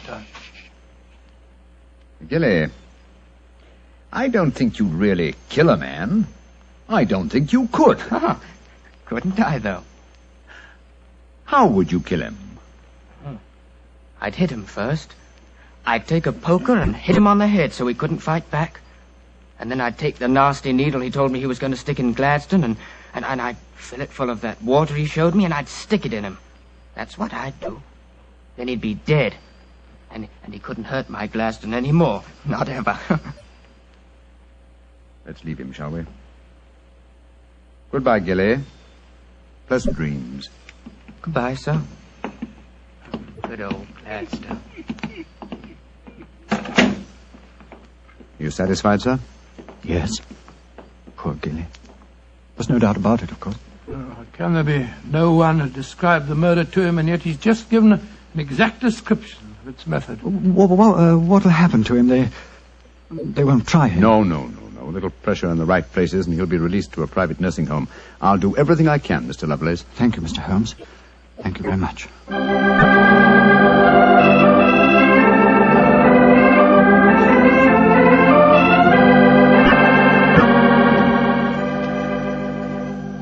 Well, Holmes, now that we're back in Baker Street and the whole depressing case is finished with, perhaps you'll tell me how you knew that Gilly had committed the murder. Well, consider the time schedules, old fellow. You checked the alibis of the other cousins and found them satisfactory. That meant that Alice Harley and Randolph Lovelace could have committed the crime only at midnight. Edmund only before 10. Gilly only around 11. You said that the time of death could have been at any of those hours. Yes, I did. So how did you pin it down to 11? The watch gave me the specific answer. When I picked it up, I unthinkingly wound it. Made one turn and was then fully wound. Now, when does a methodical, precise man like Gerald Lovelace wind his watch? Just as he's going to bed. Exactly, old fellow. So that it was obvious that he was killed precisely one watch stem turn before I wound his watch. Now I'm beginning to see daylight, Holmes.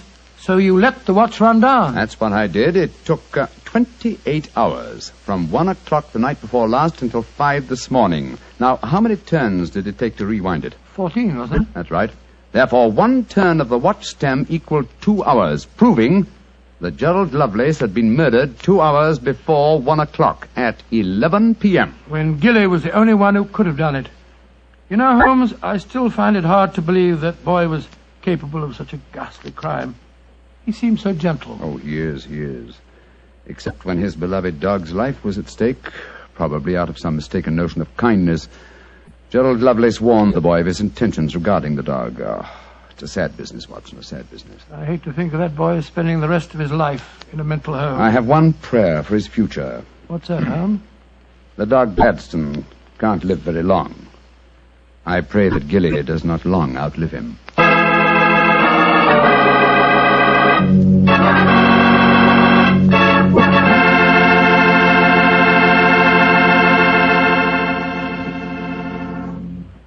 Doctor, that was a remarkable bit of deduction on the part of Mr. Holmes. Yes, extremely clever, wasn't it? Of course, if I may say so, I was of some small help myself. Small help? Why, Doctor, you practically solved the case by yourself. Oh, I wouldn't go as far as saying that. But, Doctor, you did check all the alibis, didn't you? Yes, I checked where each suspect was at various times. Yes, you checked time. And what's more important than time? Well, Why, Doctor, time is even vitally important when it comes to wine. I was wondering how you were going to bring that in. And one thing we do know, Petrie took time to bring you good wine. Good evening, Doctor. Good evening, Mr. Bartell. Come in and join me. As you see, the puppies have been keeping your chair warm for you. Here, shove them off. Nah, Doctor, I don't want to disturb them. They look much too comfortable. I'll sit over here, thanks. There's tobacco in the jar beside you, cigarettes in the box, and some excellent port on the sideboard, so make yourself at home. Thanks, Doctor. Are you all ready with tonight's new Sherlock Holmes adventure? Yes, Mr. Bartell, though I'm afraid after all these years it's going to be a little hard for me to recapture for you the spirit of the story. Last week you told us that a band of gypsies played a prominent part in the adventure. Yes, they did indeed. And it was amid that colorful atmosphere that my story begins. It was in the autumn of 1890. My old friend Sherlock Holmes had persuaded me to leave the comforts of my domestic fireside for a few days and to accompany him to the tiny village of Bragston-on-the-Marsh, in the heart of the Norfolk Fen district. What took Sherlock Holmes up there, Doctor? I'm afraid that at the time we left London, Mr. Bartell, he concealed his true purpose from me, saying only that he wanted friendly companionship and a strong right arm.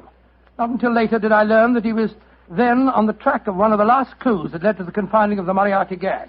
But to get on with my story. We arrived at Bragston on the Marsh and settled ourselves in the village inn. And after an early dinner, we strolled across the fields to the Gypsy fair that was encamped nearby. It was a colourful sight, Mr. Bartell. Naphtha flares lighted a group of tents and caravans dotted round the edge of the marsh. And as gold-earring gypsy girls told fortunes and danced, swarthy gypsy men played on their violins the haunting melodies of their ancestors. We watched the side shows for a few moments and then strolled towards the centre of the gypsy encampment. It seems only like yesterday, Mr. Bartell, as Holmes turned to me and said... Far cry from Baker Street, isn't it, Watson? Yes, indeed. Just the same, Holmes, I'm convinced that you're not here purely for a holiday. You're on the trail of some criminal. No, chap, I'm on the trail of a clue. A clue, if I find it, may lead to the confounding of the Moriarty gang. Holmes, can't you be a little more explicit? After all, I left my wife and my practice without asking any questions. Surely now we're up here, you can let me know what's afoot. Very well, old fellow. I'm searching for a young gypsy by the name of Pyramus Hearn. He disappeared recently from London, and it's vital that I find him. I know that he can give me some essential information on our old enemy, Professor Moriarty. And you're expecting to find the gypsy here? I hope to get news of him, at least. His father, Jasper Hearn, is head of this particular encampment. Well, why don't you ask if you can see him? Just what I'm about to do, my dear fellow. Well, here comes the gypsy. Now, I'll ask him. All right. Oh, excuse me. You speak to me, Gorgio? Can you tell me where I might find Mr. Jasper Hearn? What you want with Jasper Hearn? I have a message for his son, Pyramus. That is different. Jasper Hearn stands in the booth yonder. He is the Timberlangro. Timberlangro? He's the gentleman engaged in an interesting exhibition of skill involving 3 thimbles and a pea. What our American cousins refer to, I understand, as the old shell game. Let's stroll over there, shall we, old fellow? If you would wish to talk to Jasper, it would be better to wait until he is finished. A Timberlangro needs all his wits about him. By Joe, look at that stunning girl in the tent over there. Who's she? Her that is penning the rice tuckering. That is Lydia Pentalangro. Excuse me, I shall tell Jasper to expect you later. I can't understand a word they say, Holmes. Penning the what?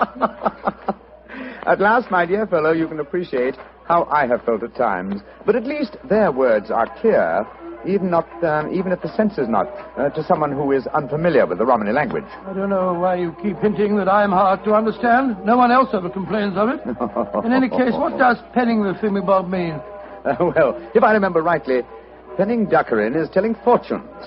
And from the sound of things, Lydia Pentalangro is not greatly pleased with the duckerin she pens. No more. Lydia can tell no more fortune. Come on, Watson. Let's see what the trouble is. What do you mean? You must finish it. But, Olive, my dear, if the young lady doesn't want to tell my fortune... Rubbish. You crossed her palm with silver. She's taking money under false pretenses. Here, I give you your silver back. Lydia has never taken money under false pretenses, nor has she told the future when she does not wish to. Goodbye to you. The insolence of these gypsies is intolerable. If I had my way, they'd be run out of the county. Now, my dear, don't get so excited. The poor girl's probably... Good evening. Major Treadgold, isn't it? Huh? I don't think I have the pleasure of your... Oh, dear me. It's Mr. Sherlock Holmes. Yes, sir. Well, bless my soul. Haven't seen you since that last meeting of the Geographical Society. Oh, I'd like you to meet my wife. How do you do, Mrs. Treadgold? How do you do? This is my friend, Dr. Watson. How do you do? And what brings you up to this part of England, Holmes? Are you hot on the trail of some desperate criminal? Dear me, no. Dr. Watson and I are taking a little holiday, and you and your wife? We live here in the manor house. Well, you're very lucky. It's a beautiful part of the country, Mrs. Treadgold. I hate it. I was born and brought up in London. I'm never really happy outside the city. Yes, Oliver's not one for the peace of the countryside, I'm afraid. Well, perhaps we'll get back there. It's a little difficult these days, you know. We've got the boy to consider. Boy? Your son, sir? My dead brother's son, Doctor. We have no children. My little nephew's only 4 years old, you see, and I'm his guardian as well as being executor of his estates up here. So you can understand it would be difficult for us to get back to London. It's only difficult because you put the child's happiness before mine, Arthur. Oh, now, Olive, you know I have to watch his interests up here. After all, when he comes of age, he'll be one of the richest young men in Norfolk. Yes, and with money that should have come to us. In any case, Arthur, if we do have to live up here, I'd find it more tolerable if you'd keep this gypsy scum off the estate. You seem to have taken a violent dislike to the gypsies, Mrs. Treadgold. May I ask why? Oh, they persecute us. They steal our sheep, they break our windows, and just the other day they wantonly led our prize pig into the Bragstone quagmire and let the beast perish. Why should they single you out for persecution like this, do you suppose? Oh, I can't imagine. I've always tried to be nice to them. Too nice, Arthur. That's your trouble. Well, I have a very good reason for humoring them, my dear. You see, Holmes, I've always been afraid they may carry this feud so far that they'll even hurt the baby. Olive, my dear, I wonder if you'd go ahead and wait for me in the carriage. It's getting rather chilly. I'll join you in a moment. Very well, Arthur, but don't keep me waiting long. Good evening. Good evening. Good night, Mr. Pigeon. Let's stroll away from the camp, shall we? I've got something very important to tell you. Something I didn't like to say in front of Olive. The gypsies have threatened to kidnap our boy. Great Scott, how shocking. What form did their threat take, sir? This letter. I found it pinned on the frame of my dressing room mirror when I went up after dinner tonight. Let me see it, will you, please? Well, what does it say, Holmes? A Romany Rye... A Romany Rye? Won't take your insults forever, Major and Mrs. High and Mighty. Watch out for the Treadgold heir. The Bragstone quagmire would make a nice finishing school for him. Romany Rye? What's that mean? Well, it's their own term meaning gypsy. Mr. Holmes, what shall I do? Major Treadgold, I should say... Great heavens! That shot just missed me. Where the blazes it come from? I can't see a soul. Easily have come from behind any one of those caravans ahead of us. If you wanted direct evidence, gentlemen, this is it. That is the first open attempt on my life. Holmes, what extraordinary luck for me that you're in the neighborhood. I'll pay you any fee you name to handle this business. It seems to me that this is a job for the police. I don't want to go to them. Oh, why not, sir? Well, I'm afraid that these attacks may stem from some injustice to the gypsies committed by my late brother. If that were so, I wouldn't wish to expose the fact. I want this kept private. What do you say, Mr. Holmes? Very well, sir. I'll accept the case. It shall be kept private, and I promise to do everything in my power to protect the safety of the Treadgold heir. We are staying at the Rose and Crown in the village. Please get in touch with me if there should be any further developments. The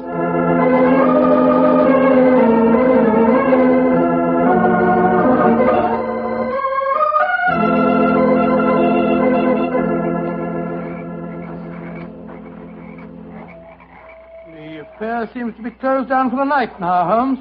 They're turning out the naphtha flares. Yes, let's stroll over to Jasper Hearn's caravan, shall we? He should be free now. Well, if he's head of this tribe, he ought to be able to tell you something about this Treadgold business. Yes. Though I shall first ask him about his son, Pyramus, the man I'm looking for. I think the fact that I know his son will inspire confidence. Here we are. This is the caravan. That girl, Lydia Petrolengo, sitting outside. The one that was telling fortune. Yes. Good evening. Who are you? And what do you want? I wish to speak to Jasper Hearn. He is not here. He's gone to the marshes. When will he be back? I do not know. You bring trouble to Jasper? No, my dear. This is a personal visit. We're not after him for being a thimble-engro. Or for penning duckerin. Oh, for a Gorgio, you speak a Romany well, brother. Oh, you are a true Lavengro, master of words. Where did you learn it? From Jasper's son, Pyramus. Ah, you know Pyramus then. A fine boy. Oh, sit down on the grass, my friend. You may wait here for Jasper. He will be back soon. Thank you. Is that your violin lying on the steps, young lady? No, that is Jasper's Bolshom. Jasper's Bolshom, what on earth, sir? That is the Romany word for violin. You play, sir? No, but my friend does. So? Oh, then take it, brother. The stars are bright. The night is warm. Music will be sweet. To a Romany chai, I'm afraid my violin playing will sound rather poor stuff.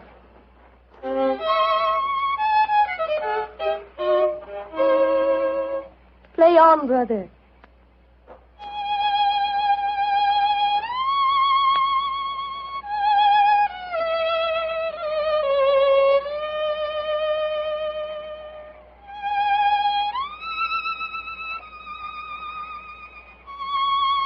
Stop, brother. You play well, but Sarasate Zigeunerweisen is not the true gypsy music. I've heard it in London and in Budapest. They call it gypsy. But what can a Gorgio know of the true heart of Romany? Wait here. I will get my own violin. Charming girl, charming. But why do you keep on talking about Gorgios? Is that more of their confounded gibberish? Gorgio, old chap, is the term they use for anyone who is not a true gypsy. Now I will play for you the real gypsy airs. Thank you. I should appreciate it very much. But before you begin, I wonder if I might ask you a question. A friend of Pyramus may ask me any question. What is it? I observed you telling fortunes earlier on tonight. You refused to tell a certain gentleman's hand and gave the money back. Did you know who the gentleman was? No, brother. Nor the noisy woman with him. I refused to pen the duckerin because I saw blood and violent death in his hand. Violent death it is soon to come. Violent death? Good Lord. Watson, old fellow, I want you to do me a favor. Yes, of course I will. What is it? I must remain here until Jasper Hearn comes back. I should like you to return to the inn. It's more than possible that we may have news from our client before the night is out. I'll be back later. Oh, well, it's nice of you to give me the best job. Good night, Miss Petrolino. Good night. And now, please play for me. A true Romanier. Very well, my friend. Listen.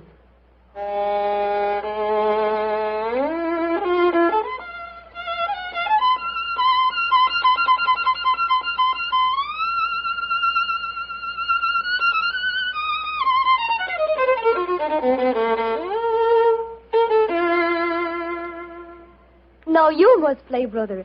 I shall make a true Bohemia of you. Come, see if you can follow me.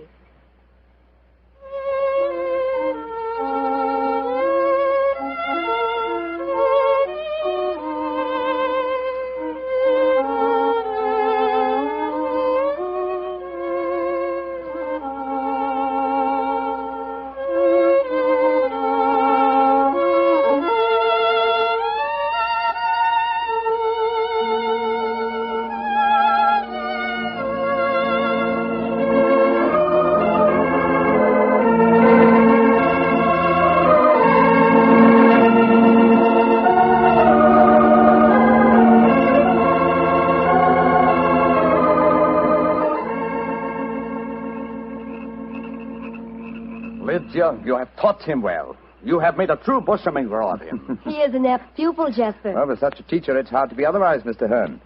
That is, if one has a spark of music in one's soul. Call me Jasper, brother. You have spoken well, my son. You have talked wisely to me of things that I have not understood. Come, we shall drink wine together underneath the stars. I shall get glasses and a flagon. Jasper has taken a great fancy to you, brother. And I to him. He's a fine man. Sherlock Holmes. Yes, Lydia? May I read your hand, brother? Oh, yes, of course. A strange hand, and a beautiful one. A long lifeline, and yet I see sudden death and violence surrounding you. Now, at this moment. And in the future, I see a journey for you, across the seas, within a year. Beware of water that runs in the mountains. Near death will befall you there. More travels, more dangers. Oh, you must be careful, brother. Oh, What is it? our paths are destined to cross but once. We shall not meet after this night. That makes me sad. Oh, but we shall meet again. I shall be here for some days yet. No, it says in your hand that we shall not meet again. And a hand cannot lie. Who is this that comes toward us through the moonlight? It's my friend, Dr. Watson, I think. Yes. Hello, Watson. What's wrong? Wrong. Everything's wrong. Mrs. Treadgold's waiting in a carriage. She wants you to come at once. Indeed, why? The child has been kidnapped. Major Treadgold has gone for the police, and Mrs. Treadgold is threatening to rouse the local inhabitants and come out here and burn this camp to the ground if you don't find the You child. tell Mrs. Treadgold to return home. She can do no good here. But Holmes... Tell her, old chap, that I have the case well in hand. But how can you have? You've been out here all the time playing your violin. Have faith in me, please, old fellow, will you? And deliver the message. Then come back here and join me, and I'll explain everything to you. Very well. I suppose you know what you're up to. Violence and trouble, brother. It is all there in your hand. Well, what must be shall be, and I wouldn't have it otherwise. But for the moment, the sky is starlit, the air is still, and the melody you played haunts me. Let's play it together again, shall we? I should like that. I should like that very much.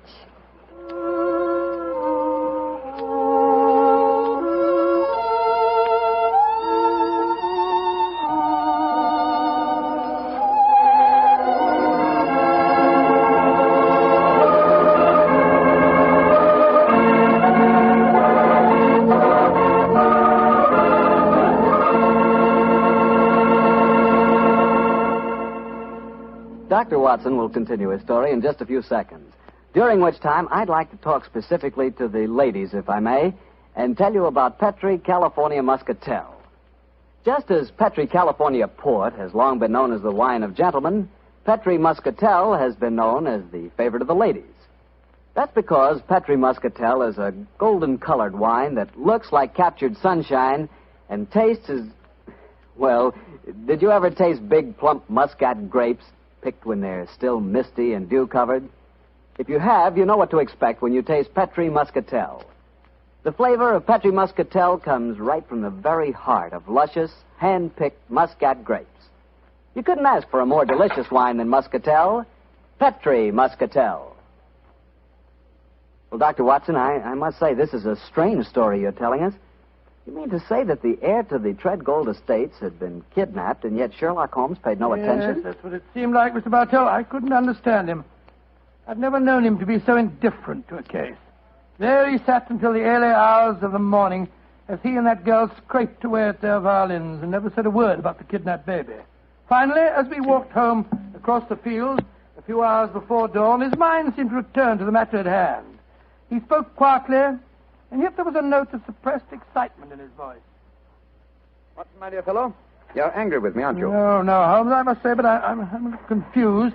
That girl seems to have bewitched you.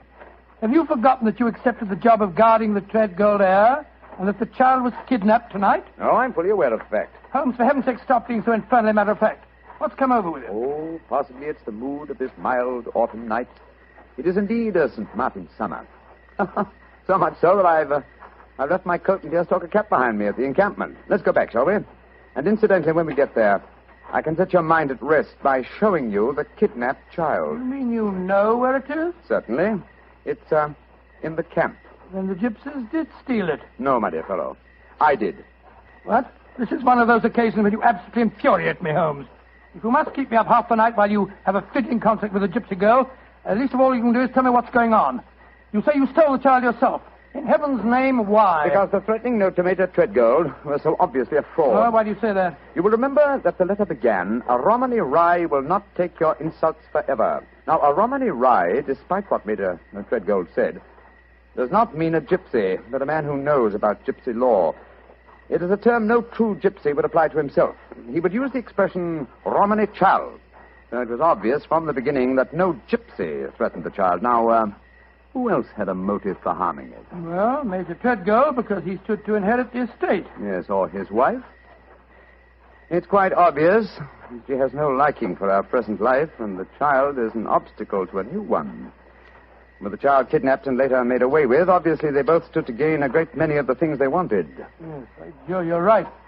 And whoever the culprit is took the precaution of pinning the blame in advance on the unfortunate gypsies by writing the false kidnapping note. Wait a minute, but how about the shot that was fired at us tonight as we walked with Major Treadgold? Probably fired by an accomplice to the plot, in order to give authenticity to the supposed danger. And the child is now in the gypsy encampment. Yes, I promised that I would protect the Treadgold heir, and so I arranged with Jasper Hearn to have the boy kidnapped for his own safety. But if anyone should find the child, they'll say the gypsies deliberately stole him. Oh, I'm quite certain that before that occasion arises, old chap, the criminal will have shown his or her hand. Come on, old fellow. Put your best foot forward. It's a long way back to the camp yet, and it's nearly dawn.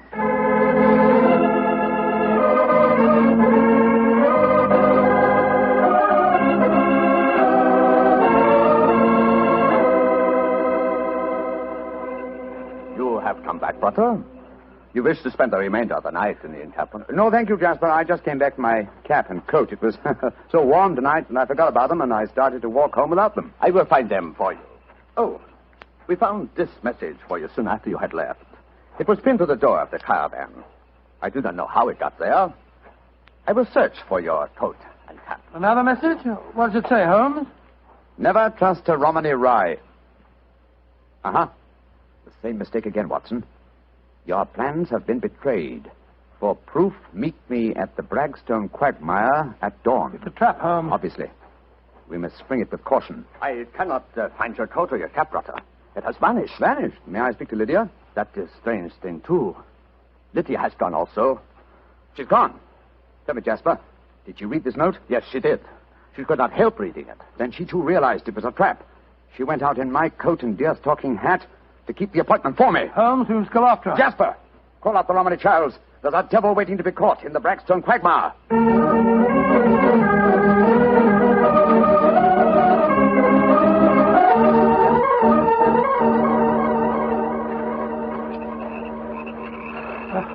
How much further to the quagmire, Jasper? 200 yards. No more. There's Lydia. There she is. And she's dressed in my deerstalking hat and coat, walking into the trap that was set for me. Lydia! Lydia! They got her. Look.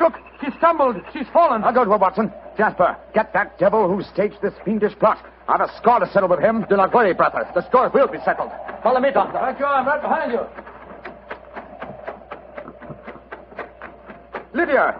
Lydia. Sherlock Holmes, I was wrong. We do meet again. Your hand lied to me. Oh, Lydia. You're wounded. What can I do for you? There is nothing you can do, brother. No one can help me now. There is little pain. There is little time. Please, hold my hand. There. Tell me, Lydia, did you see who fired the shot? Yes. It was the man whose fortune I told today. The man with the noisy wife. Major Treadgold. Jasper and the men will take care of him. There is one thing I wish to tell you, brother. Yes? Our short meeting has brought me happiness. I should like to think I can leave you something so that you will not forget me. I shall always remember you, Lydia. Always. You gave your life for mine. There is one thing of mine that I wish you to have. It will remind you of me. What is it? My violin. It brought us together. I should like you to have it, brother. Lydia. Do not be sad. It is good. My life for yours. You will give help to many people. It is in your hand. Goodbye. Oshamangro.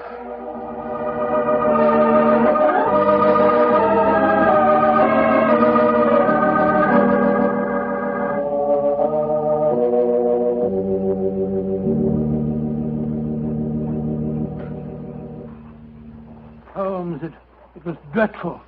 Dreadful. The gypsies surrounded Major Treadgold. They forced him back into the Braxton quagmire. I tried to pull him out, but I couldn't do it single-handed. I'm not sorry, Watson. Jasper, you know that Lydia is dead? Yes, I know it. The gypsies knew it, too.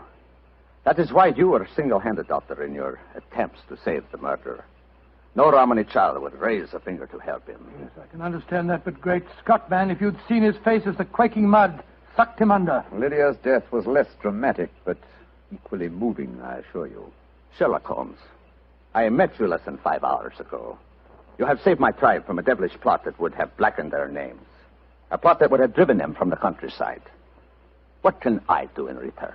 2 things. First, tell me where I may reach your son, Pyramus. His address is in this sealed envelope, Doctor. Thank you. What else may I do for you? As Lydia died, she willed me one gift for remembrance.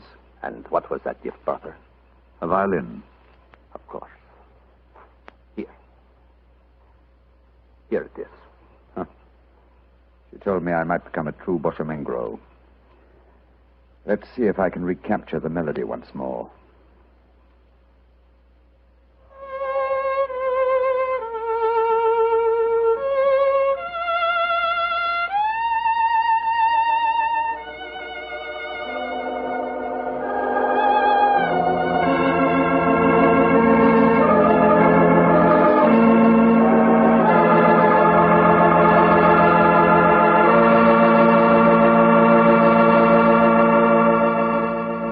That was a very strange story. A very fascinating one. But tell me, do you really believe that gypsies can tell your fortune by reading the palm of your hand? Oh, frankly, I don't know, Mr. Bartell. Perhaps they can. Perhaps it's coincidence. And then again, maybe some gypsy women have a heightened sense of intuition. You know, a woman's intuition can be an extraordinary thing. Yeah, so my wife keeps telling me. Of course, I have a kind of intuition myself. Oh, really? Mm-hmm. Every time I see a bottle of wine with the name Petri on the label, my intuition tells me I'm going to like it. And I always do, too. Mr. Bartell, if ever I saw a man with a one-track mind, you're that man. Thank you, Doctor. As long as my one track is Petri, I can't miss. And now I'm sure our good friend Dr. Watson's waiting for us. Let's go enjoy. Oh, there you are, Mr. Bartell. Good evening, Doctor. All alone tonight, huh? Yes, my boy, if you can call a man alone when he's got his pipe, his books, and a glass of good port at his elbow. Take your coat off. The fellow enjoyment. Thanks, Doctor. Help yourself to the port. There's some rather special tobacco in the jar over there. Fine. And now, Doctor, are you ready to tell us tonight's new Sherlock Holmes adventure? I am, Mr. Bartell, and I think you'll find it a most unusual story. It began on a winter's night in 1896. Holmes and I had gone to a theatre in the East End of London to see a performance of a famous old English melodrama called Sweeney Todd, the Demon Barber of Fleet Street. That's a good bloodthirsty title, Doctor. Demon Barber. He sounds as though he specialized in close shaves. Good gracious me, Mr. Bartell, that's almost unforgivable. He was a murderer of voracious appetite who placed his victims in a specially constructed barber's chair, cut their throats, and then pressed the lever that would swing the chair over and decamp the unfortunate victim into a horrible cellar beneath his shop. This is only a stage play you're talking about, Doctor. As my story begins, we were seated in a private box watching one of the closing scenes. Holmes was leaning forward in his chair, following the action on the stage with an obvious delight, while I sat beside him equally engrossed. An actor by the name of Mark Humphreys was playing the part of Sweeney Todd, and no one could deny that he was playing it up to the... Where are you going, Tobias? To the nearest magistrate, Sweeney Todd, to denounce you as a fiendish, cruel, cold-blooded murderer. You have pronounced your doom. Into the chair with you, and over and down into the depths below. Ha, ha, ha, there. Whence comes this apparition? 'Tis the ghost of another customer of mine. The yawning grave yields up his ghastly inmates to prove me guilt. Blood will have blood. See, he is there. He comes to accuse me of his murder. Oh, save me! 'Twas not I that slew you. Let me leave, or it will kill me. Let me leave! Ha ha ha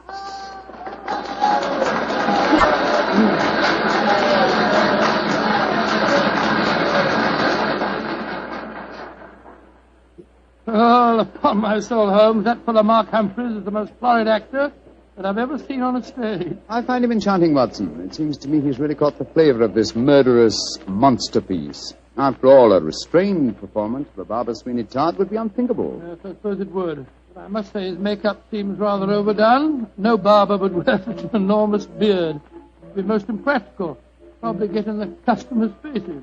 By the way, I noticed from the program that Mark Humphreys, as well as being the principal actor, is also the owner of the company. Yes, the current trend towards the actor-manager is a very healthy sign, I think.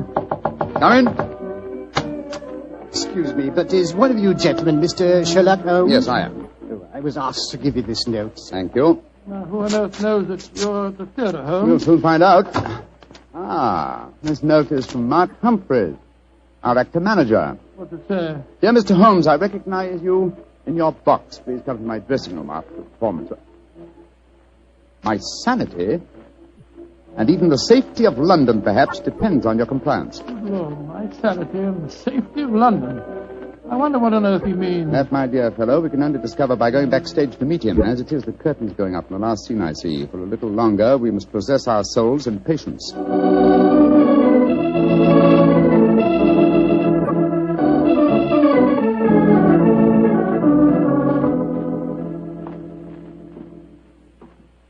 Mr. Sherlock Holmes? Yes, sir? Oh, my name is Lindsay. Derek Lindsay. I'm the business manager. Mr. Humphreys asked me to meet you at the stage door and take you to his dressing room. Thank you very much. This is my colleague, Dr. Watson. How do you do? Oh, how are you, Doctor? Will you follow me, please? Excuse me asking, Mr. Lindsay, but surely you must be related to that distinguished actor of some years back, Leyton Lindsay. He was my father, Mr. Holmes. Ah, indeed. The resemblance is extraordinary. With such a heritage, Mr. Lindsay, you must love the theatre. It'll probably sound like heresy, but I hate it. However, it's the only thing I was trained for, and there's good money to be made in it, sometimes. And money's the thing I both like and want. Oh, Mr. Holmes, I do hope you'll be able to help Mark Humphreys. He certainly needs it. Oh, really? What seems to be his trouble? Oh, he'll have to tell you that for himself. But his wife and I think... There's Mrs. Humphreys now. Maria! Maria, this is Mr. Sherlock Holmes and Dr. Watson. Mrs. Mark Humphreys. How do you do? Oh, Mr. Holmes, I'm so grateful that you're going to see Mark. He's in such a dreadful state.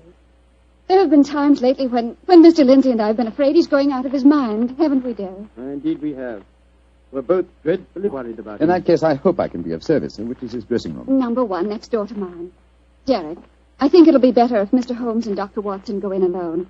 I'm sure Mark will speak more freely if we're not in the room. I think perhaps that is a good idea, Mrs. Humphreys. We'll see you later on. Come on, fellow. That's all.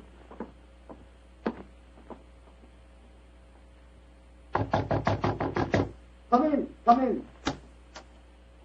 Holmes, thank heaven you're here. Close the door. Mr. Humphreys, this is Dr. Watson. Watson, eh? Yes, I know of you, too. How do you do, sir? Sit down, won't you, gentlemen?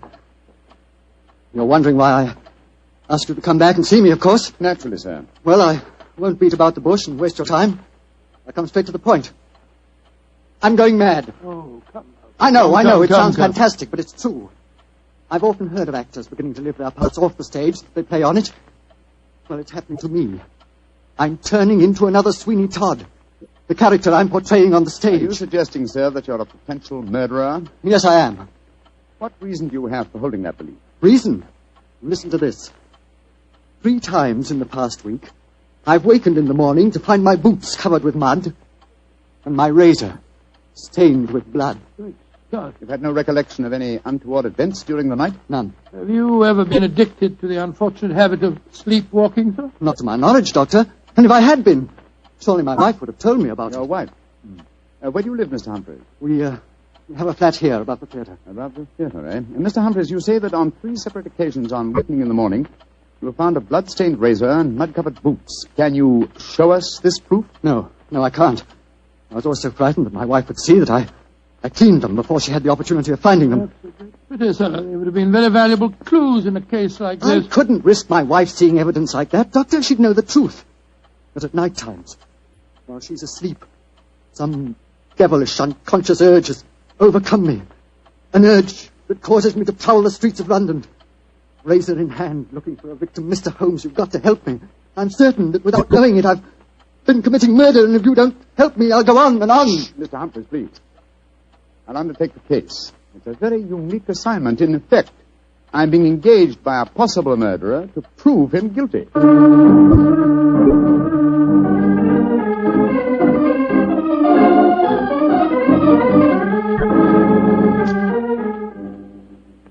Well, Mr. Holmes, I've been through all the records we have here at Scotland Yard. What have you found, Inspector Gregson? In the last 2 months, we haven't had one case of an unsolved killing with a razor. Any mysterious disappearances, Inspector? Bless your heart, Doctor. There's never a day that passes without 1 or 2 of them.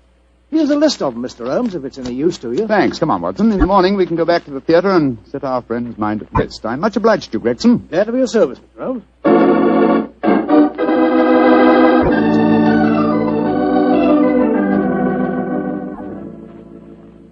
We examined the homicide records at Scotland Yard after leaving you last night, Mr. Humphreys. There have been no unsolved razor murders in London during the past fortnight. And therefore I think you may rest easy on that score, sir. But it proves nothing.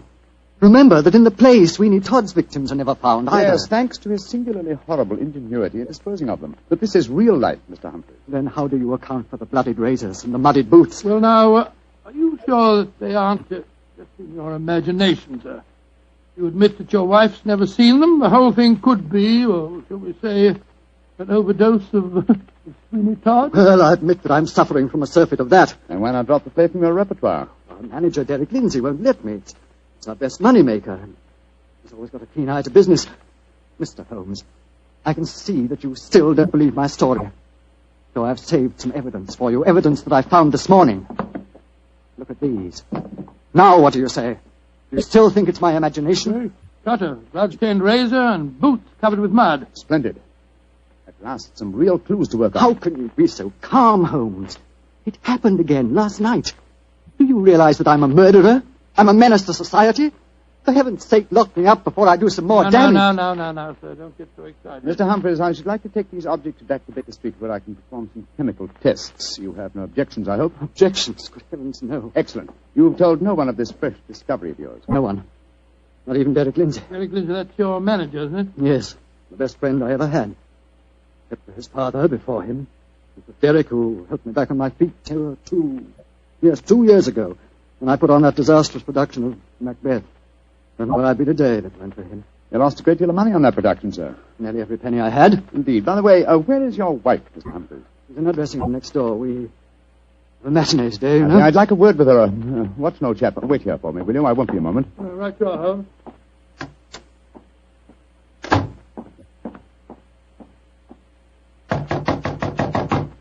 Who is it? Sherlock Holmes. You want to talk to me, Mr. Holmes? For a moment. May I come in, Mrs. Humphreys? Well, couldn't we talk on the stage? It's empty. I should prefer to come into your dressing room, if you don't mind. What I have to say is confidential. Very well, then. Come in. Mr. Holmes, may I introduce Signor Vanelli, our musical director? How do you do, sir? It is a great honor to meet the so great Signor Holmes. I have so admired you. Oh, often I have envied you. Many times I say to myself, Snipsy... Signor Vanelli, if you don't mind, I wish to speak to Mrs. Humphreys alone. Oh, I quite understand. Excuse me, Signor. Adios, Ana Maria. Mr. Holmes, I'm really awfully glad of this opportunity to talk to you. Tell me truthfully, please, what's your opinion of my husband? I haven't formed a definite opinion yet. Except that it's possible that he's the victim of a fraud. I just wanted to ask you a couple of questions, if you don't mind. Of course not, Mr. Holmes. Has your husband ever shown evidence of being a sleepwalker? A sleepwalker? Oh, no, never. I see. Are you a light sleeper? Yes, I am. Exceptionally so. Why? Oh, I'm just curious. You're being very mysterious, Mr. Holmes. Can't you tell even me what's going on? I promised your husband the answer to that question before tonight's performance. I'm afraid I can't tell you any more until then. Oh. And now may I ask a question? Oh, certainly. No, I won't promise to answer it. You said just now that my husband might be the victim of a fraud. What did you mean? Again, I'm afraid that you must wait for the specific answer to that question. However, there's another fraud being practiced on him that I can speak of now. What fraud? The fraud that you are indulging in, Mrs. Humphreys. What do you mean? Of course, this particular fraud is none of my business, but when I almost force my way into your dressing room and find your musical director, a quantity of rice powder on one shoulder and suggestions of rouge on his cheek, it doesn't take a great deal of intelligence to deduce that your husband is being deceived. Get out of here at once. That's exactly what I propose doing. Good day to you, madam. No doubt I shall see you later on.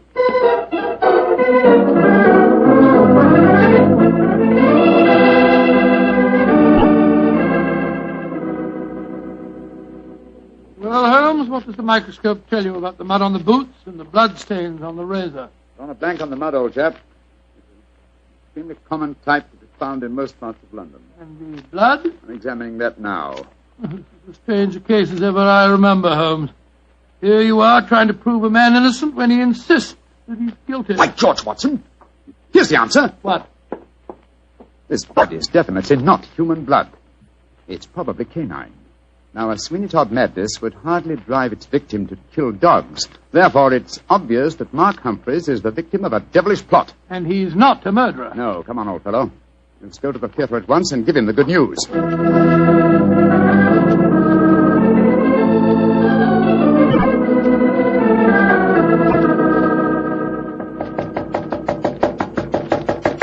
What of the answer? 3/4 of an hour before the curtain time. It must be in his dressing room. I'll knock again. Come on, Watson, let's go in. Holmes, look. Look, he's slumped over his dressing table. I hope we're not too late. Here, give me a hand with him. We are too late. His throat's been cut. Poor devil. I promised him a solution to his troubles before the night was over. Little did I think that the solution would be death.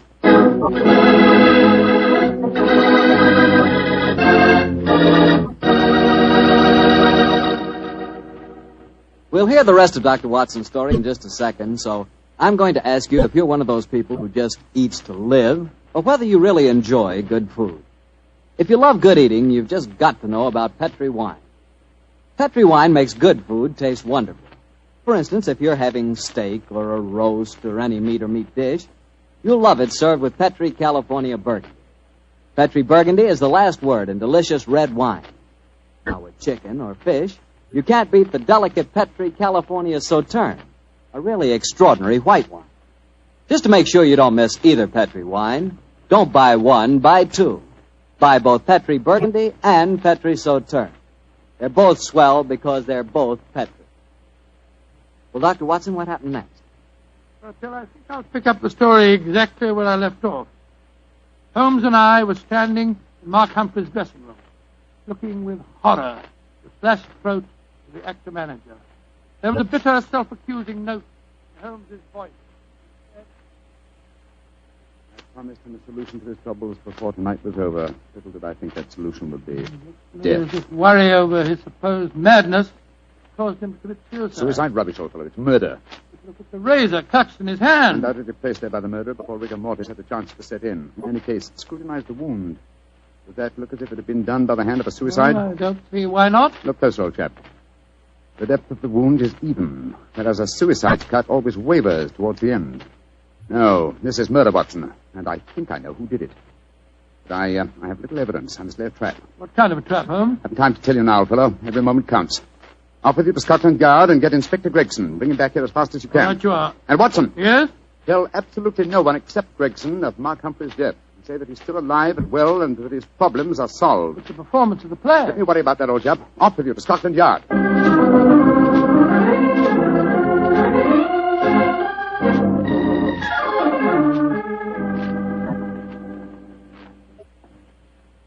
I'm sorry it took so long to find me, Dr. Watson. I was out on another case, you see. No, that's all right, Inspector. The performance, if there is one, must be nearly over by now. Here's the stage door, sir. Yes, here we are.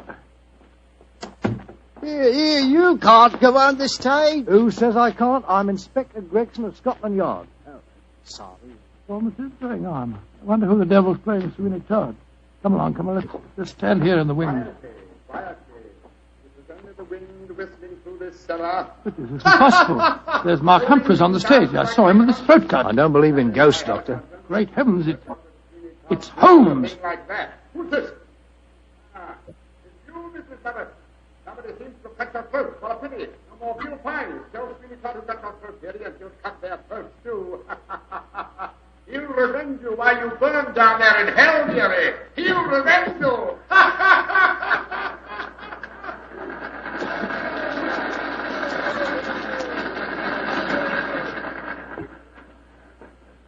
Here he comes now, Gregson. Amazing disguise. I'd never have recognized him.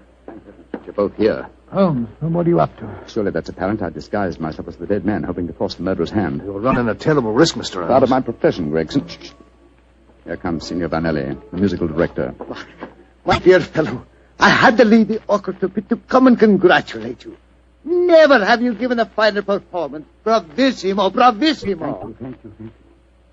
But it is true. You hardly seem the same person. Your performance is incomparable. Keep it up, Mark. Keep it up. I think he spotted you, Holmes. Yes, sir. I didn't like his look as he said that. Well, whoever it is, they've got to show their hands soon. The curtain's going up in the last scene. Keep your eyes open and suspect everyone.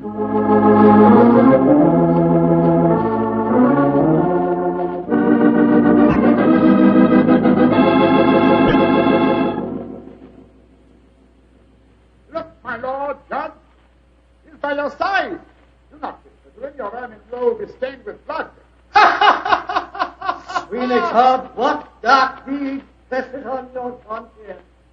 Was a dark, foul deed, but heed not what you hear, Lord Judge, nor what you see. Still the figure sits there. I hear it come to this. It is useless to deny my guilt. The very dead rise from their settlements to prove Sweeney Todd a murderer.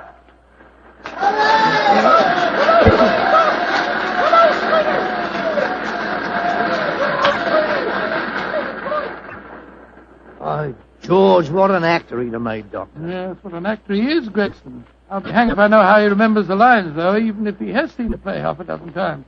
Here he comes now. Bravo, Holmes. You did splendidly. But it didn't work, Watson. It didn't work, confound it. Murderer still hasn't tipped his hand. Have I underestimated him? Looks as if you have, sir. And if you don't mind my saying so, I think you'd have been a lot wiser to let me handle the case as soon as you found his body, instead of going in for all this dressing up stuff. Oh, but of course. Now I see it. Only one person could have killed Mark Humphreys. Who, Holmes? Do as I say, and I'll show you. I'm going to Humphreys' dressing room now, alone. Give me a few moments' start, and then follow me. Out of sight, but within earshot.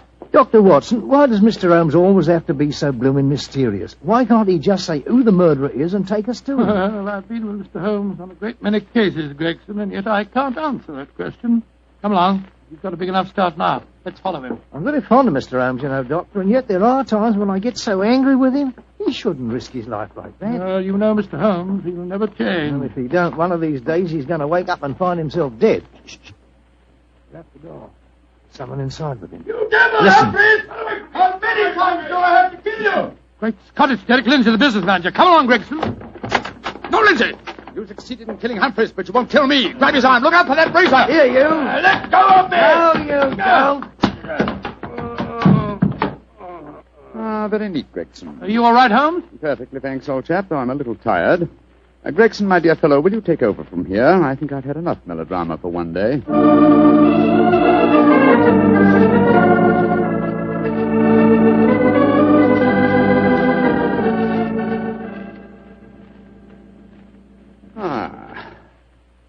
How pleasant, Watson, to be back at Baker Street again. A crackling fire, my dressing gown, and your company combined to make a soothing ending to a somewhat violent day. It's been a most unusual case, Holmes. I still don't entirely understand it. The original plot, of course, was to try and drive Mark Humphreys mad by making him think that he was a murderer.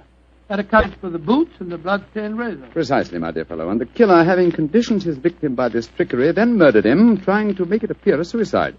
Now, who had a motive? 3 people: Mrs. Humphreys, her lover, Signor Vanelli, and Derek Lindsay. I must say that I suspected the wife. Well, so did I for a while, and yet it was illogical. She knew, and we may therefore presume that her lover knew, that I was suspicious of her. And she must have known that you promised her husband a solution to his troubles before the night was out.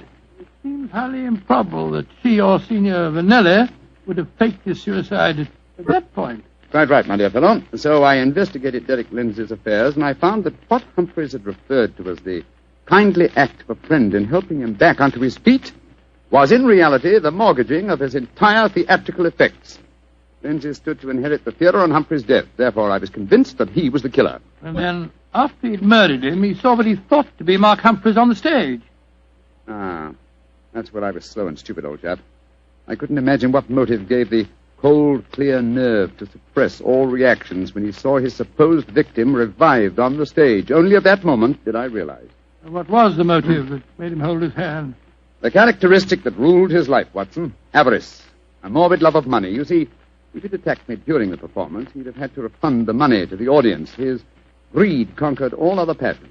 It made him wait until the performance was finished before he attempted my life. You know, Holmes, now that the case is solved, I'll tell you something in confidence. Please do, old fellow. What is it? At the end of the play tonight, I was afraid that you'd made a mistake, that you'd slipped up on the case. Gregson thought so, too. And I, Watson, will tell you something in confidence. Well, what is it? There were 3 of us that felt the same way. Well, now you're being modest, no? I assure you I'm not, my dear chap. In fact, in the future, if it should strike you that I'm, well, getting a little overconfident of my powers, or perhaps giving less pains to a case than it deserves, kindly whisper Sweeney Todd in my ear, will you? I shall be infinitely obliged to you.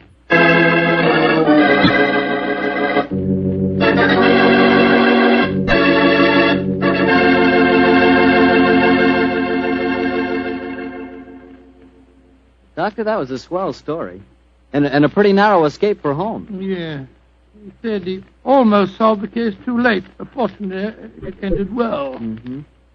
The thing that sticks in my mind is the fact that this was one of the very rare occasions when Holmes almost made a serious mistake. Well, we all make mistakes at times, don't we? I said we all make mistakes at times. I suppose so. You mean to stand there and tell me that you never make a mistake? Well, not when it comes to choosing a wine, I don't, because I always choose Petri. Bartell, you trap me again. Could be. But honestly, Doctor, when you choose a Petri wine, you know it's a good wine. Come in. Good evening, Mr. Bartell. Good evening, Doctor.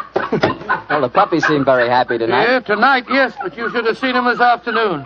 I doubt if there were 2 more frightened little dogs in the whole of California. Come on, Winnie, now you control yourself. What happened, Doctor? Well, I took him for a walk on the beach. As we were scrambling round a rocky point, a seal popped his head up in the water quite close to us. What'd the puppies do? Oh, both of them barked at it furiously. And the seal? Blew a few bubbles and then barked right back. I don't know what the world's speed record is for short-legged dogs, but I'm sure they broke it. You know, Doctor, I'll have to join you on one of those afternoon strolls of yours. You always seem to be having such exciting adventures. Oh, and talking of that, how's about tonight's new Sherlock Holmes adventure? Well, I'm all ready for you, my boy. In fact, I was looking over my notes on the case just before you arrived. This is another story in which Sherlock Holmes' elder brother, Mycroft, played an important part. Mycroft Holmes was 7 years older than Sherlock, and some said it is superior in powers of observation and deduction. That sounds like heresy, Doctor. No, young fellow, my lad. Holmes himself was the first to admit it. In fact, if it hadn't been for his incurable laziness, Mycroft could have been a formidable rival to his younger brother. However, Mycroft did hold a position of considerable importance at the Foreign Office, and it was there that tonight's story begins. It was in the winter of 1899, and Mycroft Holmes, after a gourmet's lunch, was reclining full length on a leather settee. His eyes were closed, his hands were folded across his stomach, and his breath came rhythmically. A cynic would have declared that Mycroft Holmes was taking an after-luncheon snooze. But Mr. Holmes' secretary, a gentleman by the name of Gardner, was a realist. He tapped on the door discreetly. Then he rapped on it. And still there was no response, so he opened the door and entered. After a moment, he gave what he thought was a discreet cough. Mycroft Holmes opened his eyes and folded his hands and said, "Found it, Gardner. Must you come in here and bark at me so soon after lunch?" I'm sorry, Mr. Holmes, but I thought that... You thought that as I was lying down with my eyes closed that I must be bored, and so you came galloping in. Oh. Well, what do you want? There's an old lady outside, sir. She insists on seeing you personally. I've tried to get rid of her, but... What's her name? Mrs. Hudson, sir. Mrs. Hudson? Huh. Show her in, Gardner. Show her in. Very good, sir. Undoubtedly a message from young Sherlock. How are you, Mrs. Hudson? Oh, good day, Mr. Holmes. I'm sorry to interrupt you, but I won't take up much of your time. Sit down, won't you? Don't leave us, Gardner. I may need you in a few minutes. Very good, sir. Now, Mrs. Hudson, what's the message? Message, sir? Didn't my brother send you with some message that he was afraid to entrust to the ordinary channels? He's always so confounded and dramatic. Oh, bless your heart. No, sir. I've come to you with a little problem of my own. I didn't like to bother Mr. Sherlock Holmes with it. He's been so busy lately, and he's looking very tired. And so you came to me. Delightful. I thought you wouldn't mind, sir. You've always been so nice and friendly to me. Pure laziness. It is less effort to keep an old friend than to make a new enemy. But tell me your problem. Well, it's really my sister's problem, sir. She keeps a boarding house at 14 Kensington Gardens Square in Bayswater. And she's convinced that one of her boarders, a man who has a room on the first floor back, she's convinced that he's a birdman. And what in heaven's name is a birdman? Do you know, Gardner? No, sir. I can't imagine. Oh, it's like a werewolf, gentlemen, except that the man turns into a bird. Oh, come now, Mrs. Hudson. Oh, I know it sounds daft, but my sister's in a dreadful state. Of course, I've been with your brother long enough, sir, to know that such things are nonsense. But how can I prove it to her? What reason does your sister give for holding a strange belief? She keeps finding pigeon feathers in the room. Now, the man doesn't keep pigeons, sir. My sister knows that for a fact. Has she found any traces of scattered food on the window ledge? None, sir. No signs of any pigeons, except the feathers. My sister's a wee bit fey, Mr. Holmes. She's the 7th daughter of a 7th daughter, and you know what that means. Just the same, she's not imagining things, sir. She's shown me the feathers herself. Where were they, Mrs. Hudson? Somewhere on the floor by the end of the bedstead, sir. I brought some along with me. Here, sir. And we found some more in the gentleman's cupboard where he keeps his clothes. By George, I wonder What is it, sir? I'll tell you in a moment, Gardner. Mrs. Hudson, this matter will require a little private investigation. You may return to your sister and tell her not to worry. I shall get in touch with you as soon as my inquiries are completed. Good day to you. Good day, sir, and I'm very much obliged to you. Well, Gardner, what do you make of it? An old wives' tale, sir. You're not treating it seriously, are you? Yes, I am. One of these feathers shows evidence of having had string tightened round it. That suggests a captive bird. Now, a captive bird smuggled into an obscure boarding house would point to something of the greatest importance to us, Gardner. By George, sir. You mean carrier pigeons? Exactly. And remember that we're at war, and that the Boers have obtained several important and highly confidential secrets of ours lately. We know there's a leak somewhere. This requires an active investigator who can work with discretion. Now, I could work with discretion, but I don't feel too active at the moment. Ah, I have it. I want you to write this letter to my brother. Disguise your hand, use plain, cheap notepaper, and don't sign the letter. He won't be able to resist that combination. Are you ready, Gardner? Yes, sir. Very well, then. My dear Mr. Sherlock Holmes, we know of your proposed investigation of the tenant in the first floor back at 14 Kensington Gardens Square. We warn you, as you value your life, keep away from the...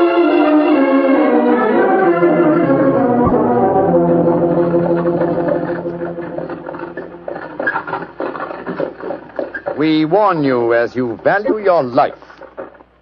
to keep away from the case. And that, my dear Watson, is why we are driving towards 14 Kensington Gardens Square, disguised as building inspectors of the London County Council. Well, I must say it's a very challenging letter, Holmes. Unsigned, Yes. I noticed. Written on cheap notepaper and in a disguised hand. No clue there, I'm afraid. Well, we're entering the square, Holmes. Let's stop the cab here. You can drop us here, cabby. Right you are, Governor. It would seem a little incongruous in these costumes for us to arrive in a cab. Yes, I suppose so. Here you are, cabby. Oh, thank you, Governor. Supposing this mysterious tenant of the first floor back should be in his room when we get there. And we must hope that our disguises are convincing and keep our wits about us. Now, this may be a trap. Yes, just what I was going to say. After all, you've never heard of 14 Kensington Gardens Square until you received an unsigned letter 2 hours ago warning you to keep away from it. I don't like the look of it. There we are, number 14.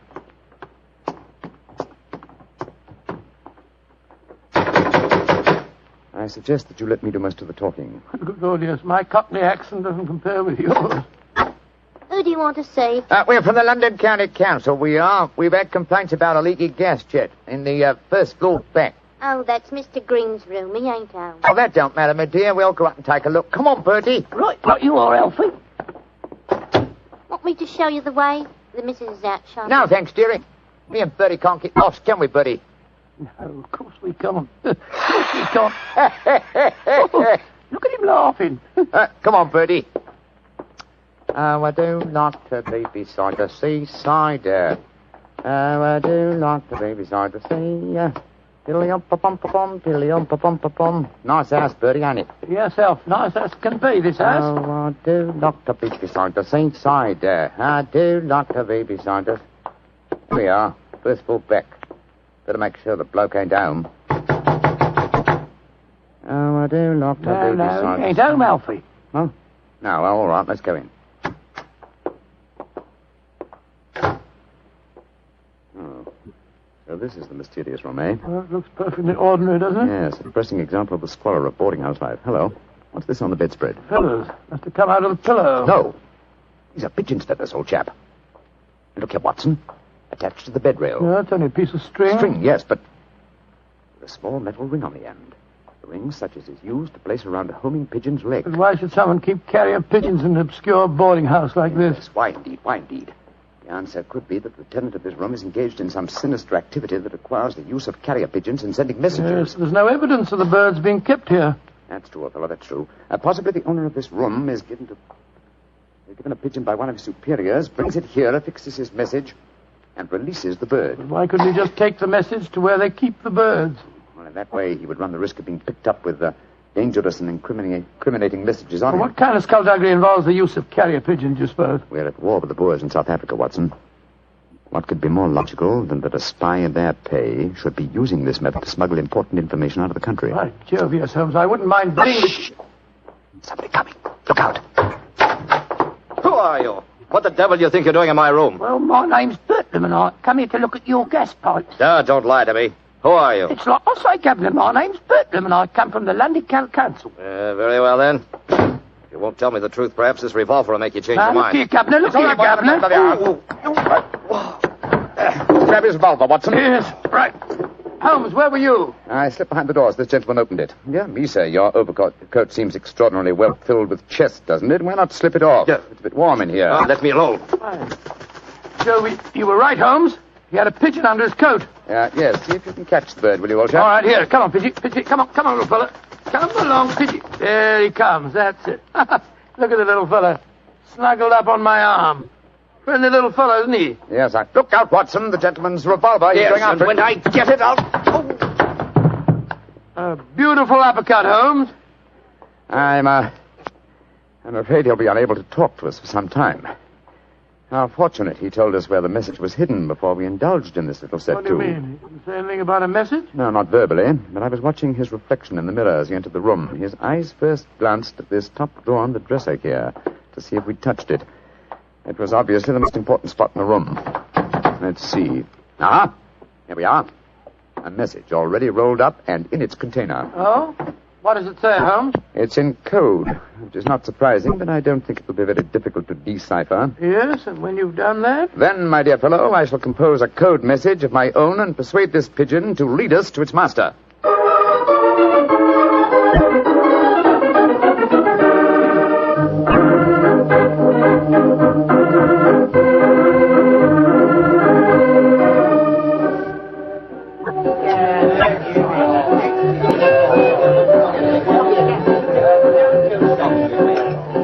I can see from your puzzled expression, Watson, that you're wondering why I brought you to Dexter's Music Hall in the Edgware Road. Well, I must confess I'm a little confused, Holmes. First of all, we go to Baker Street and you spend hours poring over some obscure book. Then you write out a message, attach it to a pigeon, and let it loose. Now you bring me here. I hate to question you when you're working, but I should be glad if you'd give me some idea of what's going on. Of course, old chap. At times I must seem confoundedly mysterious, I'm sure. Here's the situation. The obscure book I was studying was the table of ciphers. I was trying to decode the message we found in the room on the first floor Well, back. obviously you succeeded, or we wouldn't be here. Yes, the key word was Louis Botha, the name of the Boer leader. The message was a report on the number of troops now in training at Aldershot. Then you were right. We're mixed up with a ring of enemy agents. Obviously, old chap. So I kept the original message and composed another using the same code and dispatched it by carrier pigeon. Well, what did you say in your message? Meet me tonight, 8 o'clock, table number 3 at Dexter's Music Hall. What made you choose this place as a rendezvous? Well, I happen to know that it's a common meeting place for underworld characters.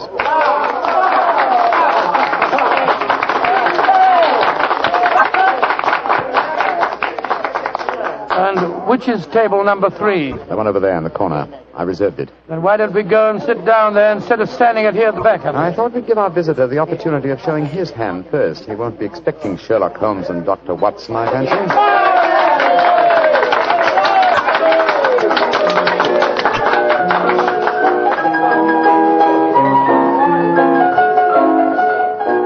Good Lord, look at this woman coming on to sing. You ever see so many feathers? I'm not allowed to have a bow except upon the sly. So yesterday he came and took me walking through the night. Holmes, look. A man just sitting down at table number 3. What's with it? Look. It's Sid Trimble. Sid Trimble? Who's he? A dangerous criminal who once worked for the Moriarty gang. We've caught a prize pigeon, Watson. Better have your revolver handy, old chap. Undoubtedly he'll recognize us. Right you are, Holmes. Come on, then. Out in the clover, they tremble it since morn. Go and drive them, Maggie, to the old. I'm so glad you're able to keep your appointment, sir. Sherlock Holmes. It's a trap. Now, don't try any tricks. I've got a revolver here, Sid. How'd you like this table in your face? Watson, you didn't shoot him, did you? No, he knocked my hand. The revolver went off. The shot went wild. I swear it did. Yes, of course. Look at the wound. There are no powder burns. The shot was fired from some distance. Holmes, he's dead. Out of the way! Out of the way, please. Now then, what's going on here? Constable, this man has been killed. Yes, and it's easy to see who did it. Well, I didn't do it, Constable, if that's what you're thinking. No? Then why are you standing here with a smoking revolver in your hand? Come on, you're under arrest. But you can't arrest me. I'm Dr. Watson, and this is Mr. Sherlock Holmes. I don't care if you're the King of Siam and the Bishop of London himself. You're under arrest, and I'm taking you both to Scotland Yard.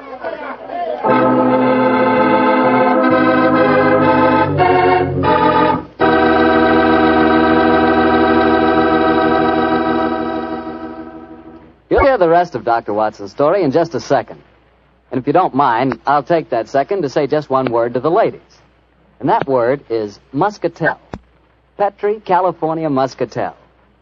I want you women to know about it because Petri Muscatel is one wine that practically every woman likes. Maybe because it's such a beautiful color, like pale gold. But I guess really because Petri Muscatel brings you the wonderful flavor of luscious, sun-ripened Muscat grapes. And that's a flavor.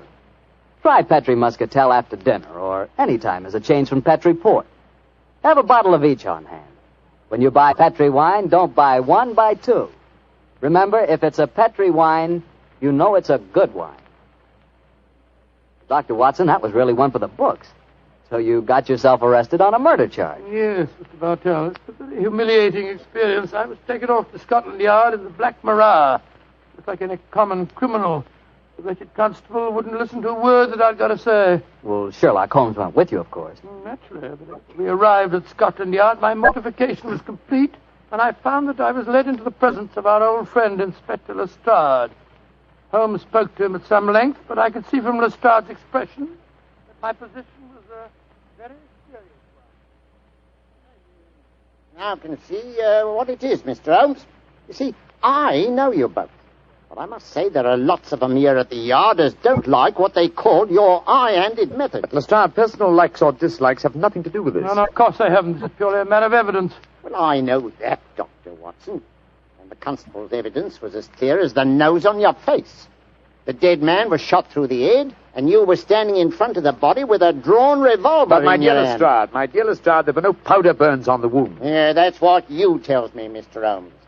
But I'll have to wait for the official report on that. The police surgeon's examining the body now. You understand, gentlemen, I'm not saying I'm sorry that Sid Trimble is dead. He's been a thorn in our side for a good many years. In fact, here's the police surgeon now. Dr. Hendricks, this is Mr. Sherlock Holmes and Dr. Watson. How do you do? How do you do, gentlemen? I'm a great admirer of you both, and I'm sorry to see you in such a very unfortunate plight. Thank you, Doctor. Thank you. What were your findings, Dr. Hendricks? Well, I just extracted the bullet, Lestrade, and I'm very much afraid it's the same make and caliber as the one missing from Dr. Watson's revolver. Yes, but that doesn't prove that I fired the fatal shot. A .45 Colt's a very common weapon, Doctor. It proves nothing. Dr. Hendricks, as I was just saying to Inspector Lestrade before you came in, the only fact that would show my friend guilty would be powder burns on the wound, thereby proving that the bullet had been fired from close range. I entirely agree with you, Mr. Holmes. Then, as there were no powder burns on the... But there are powder burns, Mr. Holmes. What? Very distinct ones, too. Lord, I don't understand. I'm sorry, gentlemen, to be the bearer of bad tidings, but I have my duties to perform. Yes, and I'm sorry too, Dr. Watson. Huh? I'm afraid I'm not going to be able to let you leave here. You must consider yourself under arrest.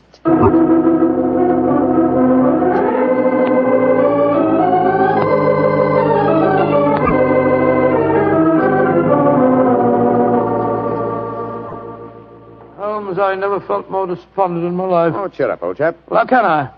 Locked up in a prisoner's cell. Looks as if I might end up at the gallows. Don't worry, Watson. You'll be out of here before the night is over, I promise you that. I wish I felt as confident as you do. How do you propose to do it? Oh, with the aid of a little hard thinking. Thinking? That won't unlock any cell doors, thinking. But it will, old fellow. It's obvious someone's deliberately trying to incriminate us. Let's try and reconstruct the killing logically. Sid Trimble was a member of an espionage ring. I sent him a false message. After he'd left to keep the appointment, one of his colleagues trailed him to the music hall and killed him before he could betray anything to us. Yes, that's undoubtedly the way it happened. The powder burns, Holmes. How do you account for them? There were none just after the shot was fired. We know that. And yet Dr. Hendricks assures us that there are very distinct powder burns now. May we come in, gentlemen? Yes, of course you can, Dr. Hendricks. Oh, hello, Lestrade. Yes, I thought we'd come and chat with you, Doctor. Well, that's very nice of you, gentlemen. Yeah, not a bit of it, Doctor. You know, it hurts me to see you in here, and that's a fact. And I can't bear to see a fellow medico in such plight, without coming in to see what I can do to help Watson. Yeah. You're very quiet, Mr. Holmes. Am I, Lestrade? I was thinking. You see, What, old chap? I have it. You have what? The answer. You'll sleep in Baker Street tonight after all. Mr. Holmes, what are you talking about? The murder of Sid Trimble. The incriminating powder burns were obviously faked. Watson and I know that, whether you and Dr. Hendricks believe it or not. The question is, how were they faked? I think I have the answer. Dr. Hendricks. Yes, Mr. Holmes? If a blank cartridge were fired at the wound after death, it would produce powder burns, wouldn't it?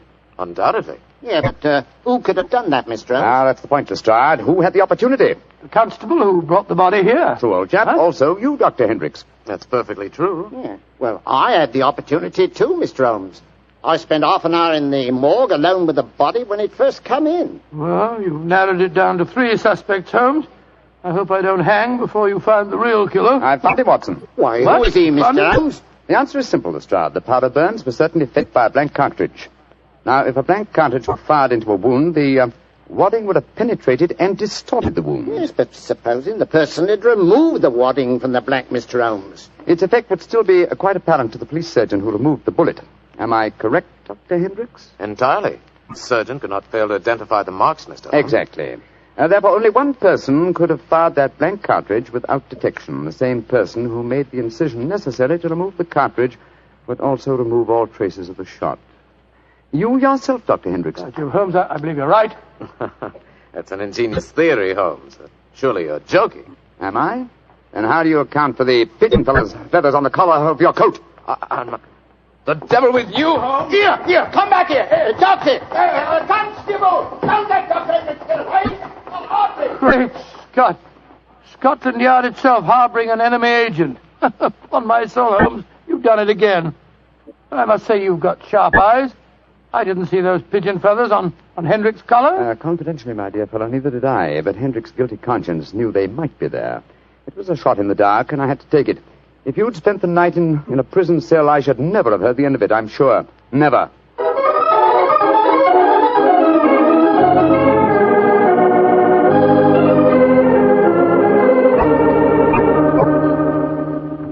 I want to see Mr. Mycroft Holmes, please. Follow me, Mrs. Hudson. He's expecting you. Aye, sir. Ah, there you are, Mrs. Hudson. Come and sit down. Oh, thank you, sir. I got your message and came over right away. In the first place, Mrs. Hudson, you may tell your sister that she needn't worry any more. I'm sure she'll find no more pigeon feathers in her room on the first floor back. No, sir, thank you. But she knows the fact, because the birdman left her yesterday for good. Some strange men came and took him away, and today she's let the room to a nice young commercial traveller. I'm really sorry to have bothered you with her troubles, sir. I'm very glad you did, Mrs. Hudson.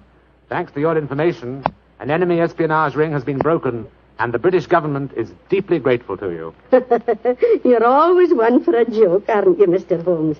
Well, I'm glad you're not angry with me. I'll be going now, sir. Just one more favour I'll ask before I go, though. Anything, Mrs. Hudson. What is it? Please don't tell your brother about this, sir. He'd be so angry with me for wasting your time.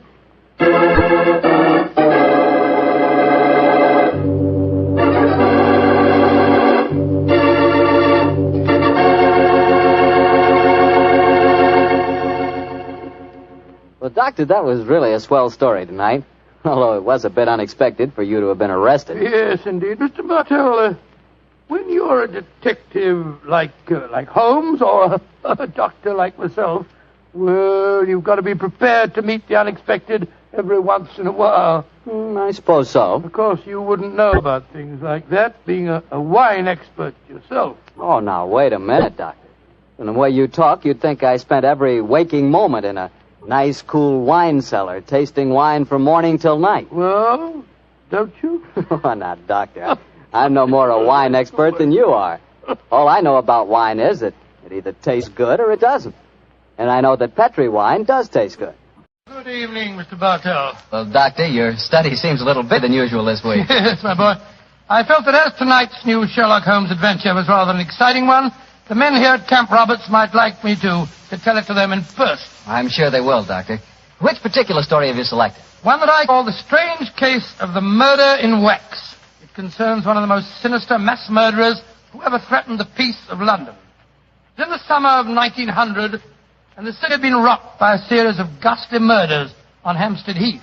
Hampstead Heath? Yes, Hampstead Heath. That's a large, rambling park in the suburbs of London, Mr. Bartell, and noted as a rendezvous for young lovers. It was here that the elusive murderer, knife in hand, was wont to roam at night time, searching for his prey. All of his victims were young girls, and despite the frantic efforts of the police, each murder seemed to be as baffling as the one that preceded. Finally, of course, as usual, Scotland Yard came to Sherlock Holmes for help. It seems almost like yesterday, Mr. Bartell, that Inspector Lestrade stood in our Baker Street rooms, imploring Holmes to handle the case. Mr. Holmes, you've got to help us.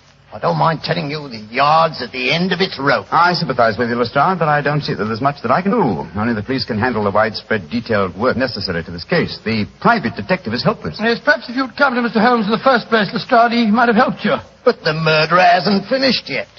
There'll be more killings if we don't catch him, you mark my words. Mr. Holmes, please help us, won't you? Before I commit myself, Lestrade, give me the exact chronology of events, will you? All my information on the murders has been derived from the London newspapers, notoriously inaccurate in matters of fact. I can give you all the particulars, sir. I've been on the case right from the beginning. All the murders have taken place on Hampstead Heath at night time, and all the victims have been young women. Who was the first one? A girl by the name of Oakley, Bessie Oakley. She was a shop girl who worked at Derry and Tom's in Kensington High Street. 3 weeks ago, she was out on the heath with a young fella by the name of Alfred Smith. What he told me, it was a moonlight night at night as they sat there out on the... Come on, Bessie, give us a kiss. Oh, go on, Fred. Don't be so soppy. I ain't soppy. Come on, Bess. Hello. Who's this coming towards us? Bloomin' prowler. Here, you, what you want? Can't you say something? Look how Bessie's got a knife. No, you don't. Devil, you hit my Fred. Keep away from me. Keep away from me, you...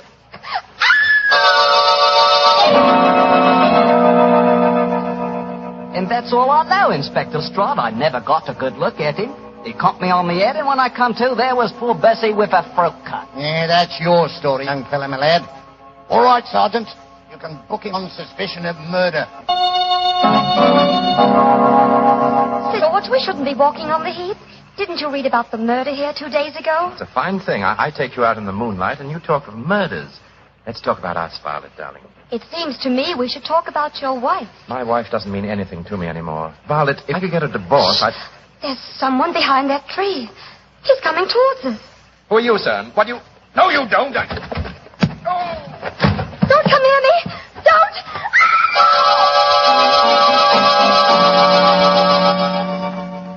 Inspector Lestrade, she's dead, poor girl, I know, but a scandal can't bring her back. If there's any way to keep my name out of the papers, Yeah, I'm afraid you'll have to take your chances, Sir George. Oh, and Sergeant... Yes, Inspector? Yeah, you can turn that boy loose, Weevil, for questioning. The man who did this is obviously the same killer. I'm afraid we're going to hear a lot more from him. Light edition evening paper. Hampstead Heath murderess strikes for fifth time. 9 girls murdered on Hampstead Heath. Light edition evening paper here. Yeah, look here, miss. You can't go walking by yourself on the heath. It ain't safe. Oh, thank you, Constable, but I'm not frightened. I want to be by myself. I want to stick. Well, I can't stop you by law, I suppose, but you shouldn't do it. Yeah. I don't know how to handle these modern young things, and that's a fact. Inspector Lestrade, he must have killed her the moment she got out of my sight. I searched the old ruddy heath, but I couldn't find the murderer. But it did startle him. He left his knife in the body. Good, Jackson. The body's not been identified yet, eh? No, Inspector. We'll print her photograph in all the papers. We've got to find out who she is.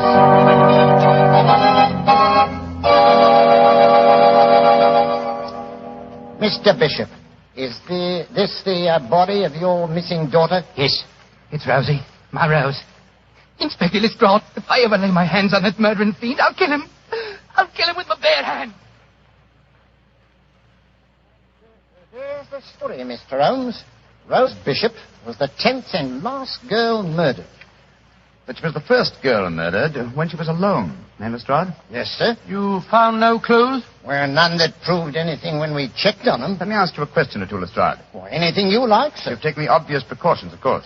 How do you mean, You sir? posted a heavy police guard on the heath? Well, yes, sir. We've had 100 plainclothesmen walking there at night ever since the second murder.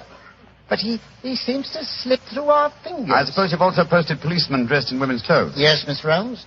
And we've hired girls to walk the heath in couples with our plainclothesmen. But the murderer won't seem to rise to our bait. He's a cunning brute. Yes, he is, Watson. Obviously a morbid madman obsessed by a hatred of love. He'll be hard to catch. Lestrade, you mentioned clues that amounted to nothing when you checked them. What were these clues? Well, footprints, a couple of cigarette butts dropped at the scene of the crime. Nothing that helped us. The only important clue was the knife we found in the body of Rose Bishop, the last girl murdered. Of course, the experts at the yard examined it. Yes, sir. Didn't tell us a thing, though. You had the knife with you? Here it is, Mr. Holmes. I knew you wouldn't trust us. You'd want to look at it yourself. Thank you, Lestrade. Yeah. Mm-hmm. Interesting. What is it, Holmes? This knife is a collector's item. It's at least 100 years old, I should say. May I keep this overnight, Lestrade? I should like to conduct a few experiments of my own. Why, of course you can, sir. Then you're going to take on the case, Holmes? Now, let us say that I'll take it under advisement. I'll do my best, Lestrade. I'll do my best. Well, thank you, sir. If any further developments occur, communicate with me at once, will you? Yes, sir. In the meanwhile, I'll smoke a few pipes on the problem. But I promise nothing, my dear fellow. I promise absolutely nothing.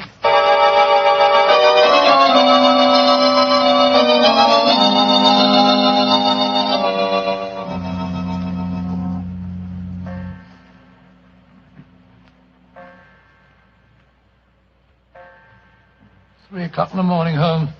You're still peering through your microscope at that knife Lestrade left with you. That's true, old chap. That's quite true. You must be a very dull companion. Why don't you go to bed? Oh, because I'm afraid I may miss something. Confound it. Have you discovered anything? Yes, I think so. Oh, what? The handle of this knife is corrugated. On the underside, I observed a slight diffusion in the markings. Under the penetrating eye of the microscope, I found a minute deposit, which had caused the diffusion. I have just analyzed that deposit. It's wax, colored wax. Colored wax? Well, what does that signify? Oh, by itself, very little. But when you combine it with a knife that definitely belongs to another century, it does suggest a certain origin. I got an idea. Perhaps it came from the theater. An 18th century dagger could belong in a period play. And the colored wax might easily be part of an actor's makeup. Excellent deduction, Watson. Oh, thanks so much. However, my own theory would be that this dagger came from a waxworks exhibition. Oh, wrong again.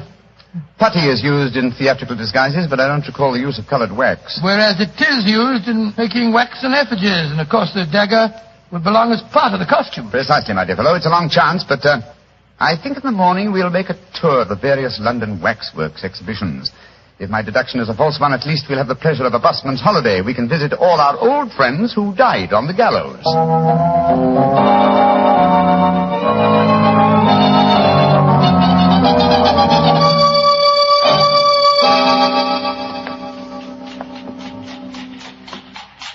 Any tired, old chap? I must say I'm a little weary. This is the fourth waxworks exhibition that we've been to. The fourth and the last. If we fail to find any clues here at Leveque's Museum, we can return to Big Street. Well, thank heaven this is our last port of call.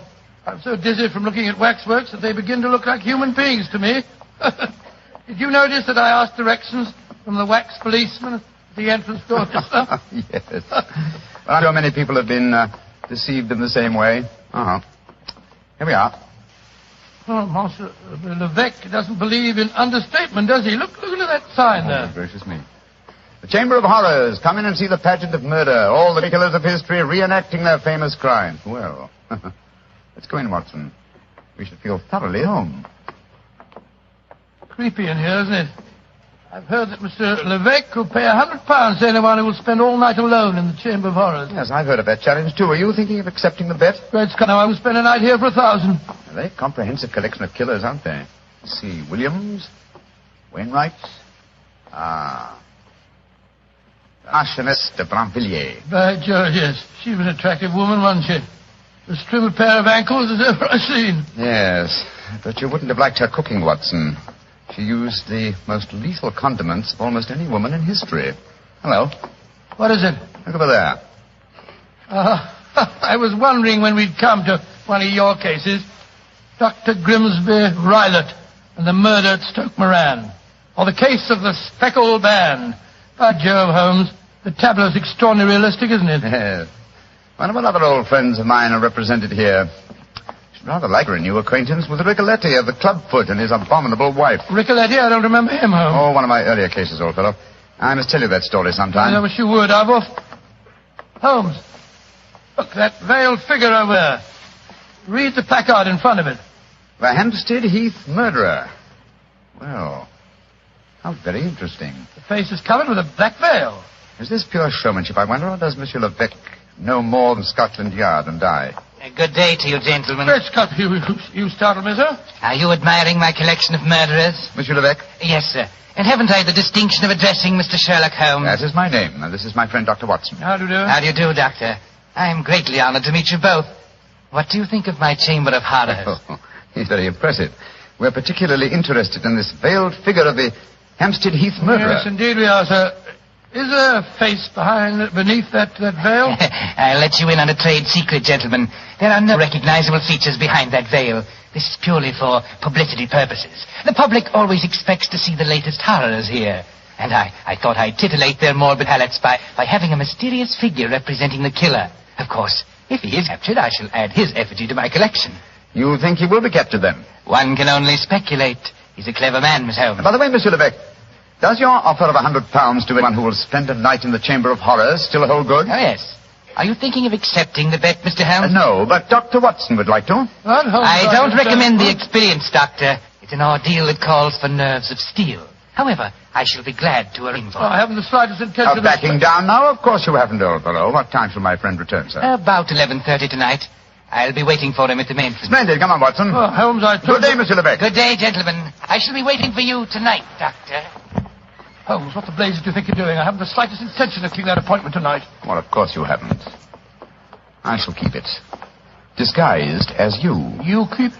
For heaven's sake, tell me what you're up to, Holmes. You didn't even mention that missing dagger to Levesque. No, because he knows something about the murderer. I'm convinced of it. Well, why'd you say that? As we were standing there talking to him, a breath of air from the open window blew back a corner of the veil. I'll swear that there are clearly defined features beneath it. And so you're going back there tonight to find out? That's right, old fellow. The superstitious used to believe they could use a waxen image to kill a man. Tonight, Watson, we shall prove that a waxen image can be used to trap a killer.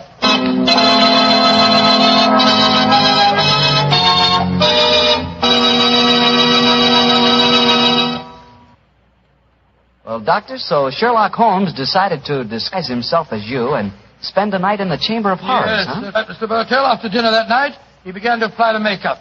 It's uncanny to sit there in Baker Street and watch Holmes slowly turning into a very convincing replica of myself. As he did so, we discussed last-minute arrangements. I'm promptly at 11:30, Watson. If I'm not back here by 2 o'clock, you better come out to Well, me. if you let me come and wait outside, old fellow, just in case there's any trouble. No. You'd attract attention. By the way, do you recall the name of the last girl murdered on the heath? Yes, Bishop. Rose Bishop, wasn't it? Exactly. The only girl who was murdered when she was unescorted. The body was identified by her father. What of it, Holmes? Levesque is a French name, and yet the gentleman had a decidedly English accent. I should say that he adopted a foreign name as being more suited to his profession. I don't see what you're driving at. What's the connection between Levesque, the owner of the waxworks, and the father of Rose Bishop, the murdered girl? Levesque is the French word for bishop. Great Scott. You think that he knows who the murderer is and... I know only one thing, Watson. I may see what's beneath that black veil. There. Now, how's my disguise? Wonderful. You look exactly like me, but how do you manage about the voice? Well, I don't think that'll be too difficult, old man. After all, Rebecca knows me very well. Oh, can't understand half what you're saying. In your own case, old chap, that's a handicap that I've suffered from for years. Rubbish. I'm perfectly intelligible. Now, let me see, the bullseye lantern, yes. Watson, I think I'll borrow your revolver, too. I probably won't need it, but for once I think it might be safer for me to go armed. Here you are, Holmes. Now, do be careful. I will, old chap. Don't worry. Goodbye. And if I'm not back by 2 o'clock, you better come to the waxworks and see what's happened to me.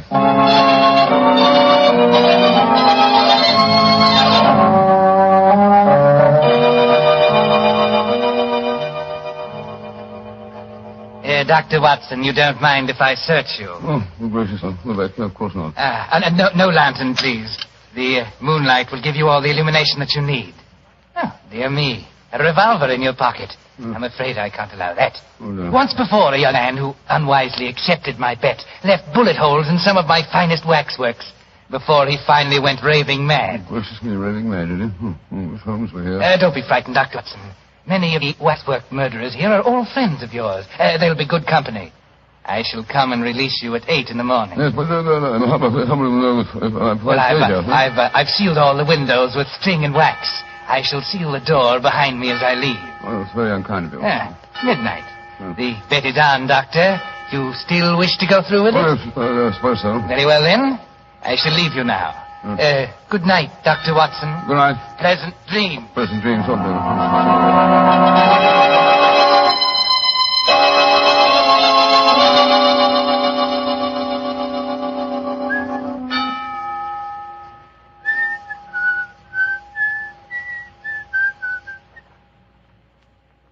What's that?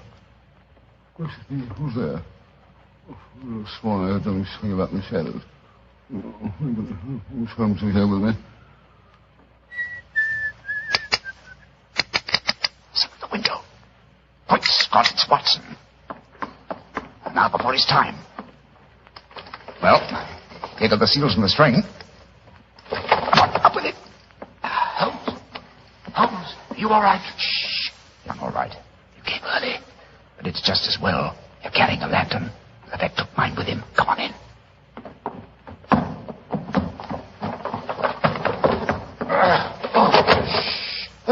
There we are. see you, Watson. But what made you decide to come here so early? After you left the start, came to Baker Street. He told me there was another murder on the Heath at 7 o'clock tonight. Another murder, eh? I started worrying about you, Holmes. I had a premonition of impending danger, and I decided to come over here. You're not angry with me? Of course not, my dear fellow. I'm glad of your company, and I appreciate your concern. Have you looked under the veil of the waxwork figure of the Hampstead Heath murderer yet? No, I was just about to. Your lantern will be most useful. Come on, Watson. Oh, what have you been doing? Just doing nothing? Yes, I wanted to give you a clear impression that I was here for the night, and I also wanted to do some serious thinking. I smoked 2 pipes on the problem, Watson, and I think I know the answer now. I'm willing to swear you'll know the face you see when I lift the veil from the waxen dummy. Here's a figure. Now, your lantern a little higher, will you, won't you? That's it. I lift the veil, and who do we see? Good Lord, it's the waxwork figure of Levesque himself. Precisely, Watson. An unparalleled example of the self-betrayal inherent in criminal egotism. Levesque couldn't resist the... Holmes, the waxwork is moving. Scott, it's alive. Yes, gentlemen. Which is more than either of you will be in a few minutes. You re-entered this room by a secret door, I suppose? Yes, Mr. Holmes. And since you've displayed such a flattering interest in the Hampstead Heath murderer, I decided to remove the wax figure and appear in person. Look out, Holmes, you've got a revolver. Oh, no, Doctor. This isn't a revolver in my pocket. What would the Hampstead Heath murderer want with a revolver? This is a knife. I feel so much more at home with a knife. There are 2 of us, Dick. Remember that. And both unarmed. Which one of you meddlers wants to die first? Look out, Holmes! Watson, both together. The lantern smashed. Yes, and the moon's fading. What a pity. Holmes, we're on. Over here by the effigy of Macbeth. How very thoughtful of you to provide him with a dagger, Levesque. I wouldn't one, my dear Holmes. You can't deceive me. I can feel my way in the dark here. I know every inch of this room. You're doomed, both of you. Don't strike a match, Holmes. You'll make a target of yourself. Devil with that. I'm lighting this newspaper. It'll make an excellent torch to set light to the nearest waxwork. No! Don't burn my waxwork! Wax on a wooden frame should blaze brilliantly. There we are. Oh, you devil! You're destroying my life's work! Holmes, that burning wax is pouring all over the floor. The curtains are catching light. The whole place will burn down. Oh, my beautiful museum! I thought this would smoke you up. Quick, Watson, at him again. What's that knife, Holmes?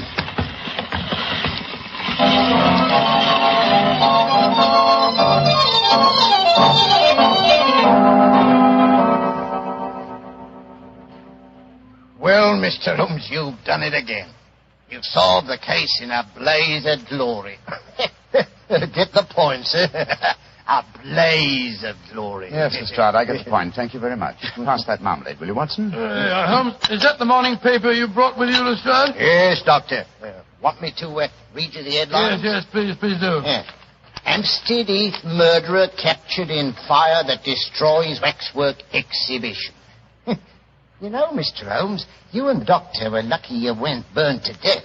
Never mind the chance you ran of having your throat cut by that maniac. It was fortunate that the police and firemen were on the scene as quickly as they were. Levesque had the strength of 10 men. Yes, the strength of a madman. He'll never stand trial, of course. No, Doctor. He'll end up in an asylum where he belongs. Mr. Holmes, what made you suspect Levesque? You first gave me the clue yourself, Lestrade. You told me that all the murdered girls were accompanied by men when they were attacked. All of them save one, Rose Bishop. Therefore, if the murderer was then a hatred of love, he had to be someone very close to Rose Bishop to know that she was a suitable victim. That point alone, which I was shockingly slow in observing, should have told us to focus our attention on the father, Mr. Bishop, alias Levesque. Well, your theory was certainly right, Mr. Holmes. You should have heard his raving after the arrest. He swore his daughter had been ruined, and so he had killed her, too. Holmes, the waxwork figure of the killer, the one with the veil over its face, the features underneath were those of Levesque himself, weren't they? I'm certain of it, old fellow. You see, he had 2 great prides. The first, his natural pride as a fine craftsman in wax. The second, his perverted pride as a prominent and successful murderer. These 2 prides combined suggested to his crazed mind that he make a waxwork figure of himself and range it with the other great killers of history. Yes, but he was cunning enough to protect himself by placing a veil over the face. Precisely, my dear fellow. And when he saw us yesterday and we accepted the wager, he undoubtedly became suspicious and removed the wax figure last night and made his personal appearance as the murderer with every intention of killing us both. Yes, we were very lucky, old chap. Yeah, if you ask me, Mr. Holmes, you've been very smart. No, I quite agree, Lestrade. I think you solved the case brilliantly, Holmes. No. I've been very sluggish. I Solved by circumstance and melodrama what should have been a purely intellectual problem. I'm not pleased with myself. Lestrade, I hope that my name has not been used in that newspaper report. No, it hasn't, sir. Excellent. I want no credit in this case. Oh, do you mean to say that you're going to let Scotland Yard get the praise for catching him, Holmes? Why not? Well, that's very generous of you, Mr. Holmes. It'll make things a lot easier for me. Yes, it certainly will. Holmes, I can't see why you reproach yourself. Because, my dear Watson, like the Hampstead Heath murderer, I, too, have my pride as a craftsman. This case had a clearly defined pattern, and I was unable to recognize it. If you should have occasion to chronicle this story, Watson, and I should prefer that you didn't, I would like you to entitle it The Education of an Idiot. Oh, come now, Holmes. The education of an idiot? That's absurd. I know. But if you do tell this story, it'll probably end up as The Strange Case of the Murderer in Wax.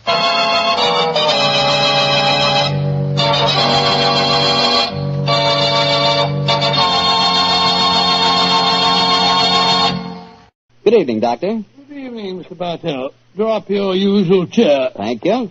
That's it. Well, did you enjoy the Christmas holidays? Well, I've had a whale of a time, thank you, but I don't think I can face a turkey or a mince pie for at least another year. How about you, Doctor? Oh, I had a very pleasant week, too, my boy. Parties, visitors, and a flattering number of Christmas messages to be answered. Oh, say, you got a new pipe. Is that a Christmas present? Yes, new pipe, new tobacco pouch, and a pound of my favorite tobacco. All of them sent to me from London by an old client and a friend of mine, Sir Ian Dunbar. An old client, huh? Well, do you mean he was one of your patients, or was he someone that you and the great Sherlock Holmes helped? The latter, Mr. Bartell. As a matter of fact, it was receiving this gift that reminded me of the story I've decided to tell you tonight. A story in which Sir Ian Dunbar played a prominent part. And how did it begin? The day before New Year's Eve in 1899. Sherlock Holmes and I sat in opposite corners of a first-class railway carriage as we sped towards Edinburgh in the Flying Scotsman. What took you and Sherlock Holmes up there, Doctor? It started off as a holiday visit, Mr. Bartell. My old friend Sir Walter Dunbar had asked Holmes and me to spend a few days with him at Dunbar Castle, about 20 miles outside Edinburgh. After we left King's Cross Station, Holmes, his sharp, eager face framed in his deerstalking cap, dipped into the bundle of fresh papers which he'd brought with him. We left Bedford far behind us before he thrust the last one of them under the seat, leaned across, and offered me his cigar.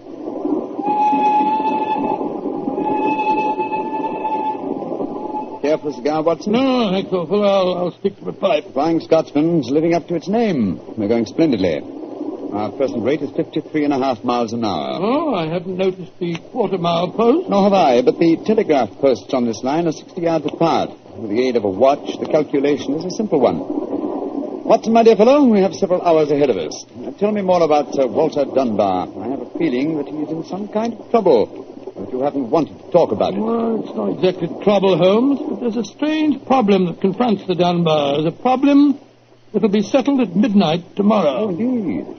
Night of New Year's Eve, eh? Yes, exactly, but to really appreciate the story, I have to begin by telling you of the death of old Sir Thomas Dunbar. The father of the present baronet, I suppose. Yes, he was severely wounded at Waterloo, though he managed to last out long enough to get back to Dunbar Castle.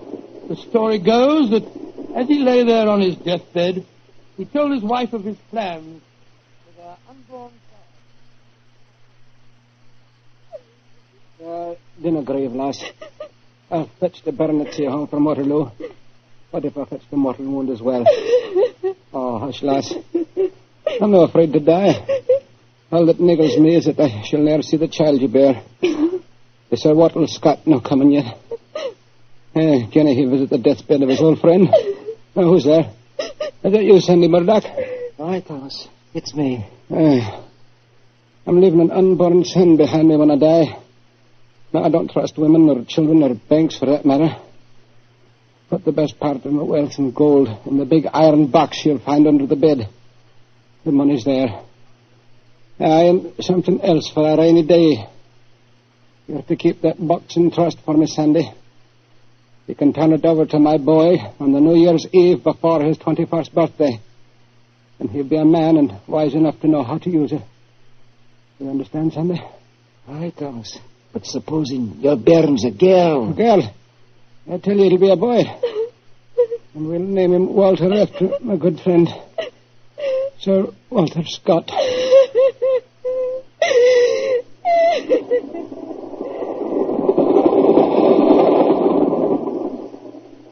Very interesting story, Watson. And that child, of course, is the gentleman we are going to see now, Sir Walter Dunbar. Exactly. And the first baronet was a friend of Sir Walter Scott, while his son can boast of your acquaintance. Why, it's a family singularly rich in literary friendships. That's not very funny, Holmes. To continue, I suppose you can guess what happened. Sir Thomas carefully drew up the document to specify. The New Year's Eve before the baronet's 21st birthday. And the poor child was born on February 29th.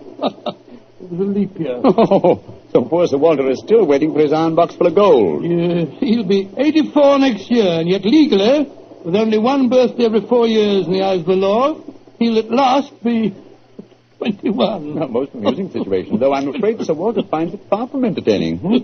The lawyers must have been extremely scrupulous in abiding by the letter of the document. Yes, old Sandy Murdoch is dead now, of course.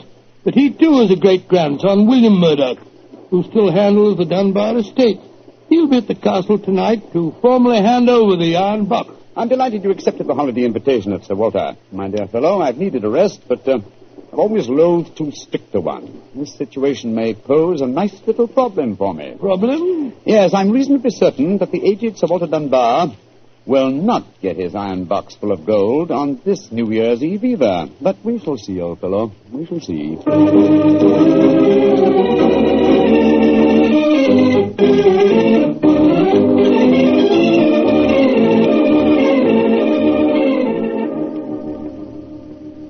Dr. Watson, I'm glad to see you and Mr. Holmes here at the castle. Thank you, my boy. Holmes, this is Ian Dunbar, Sir Walter's grandson. How do you do, Mr. Dunbar? I'm very proud to meet you, Mr. Holmes. I've heard a lot about you. Our grandfather will be down in a few moments. Let's go into the library, shall we? Oh, I imagine Sir Walter's quite excited about tonight's ceremony, isn't he? Wouldn't you be, if you'd waited 63 years too long for an inheritance?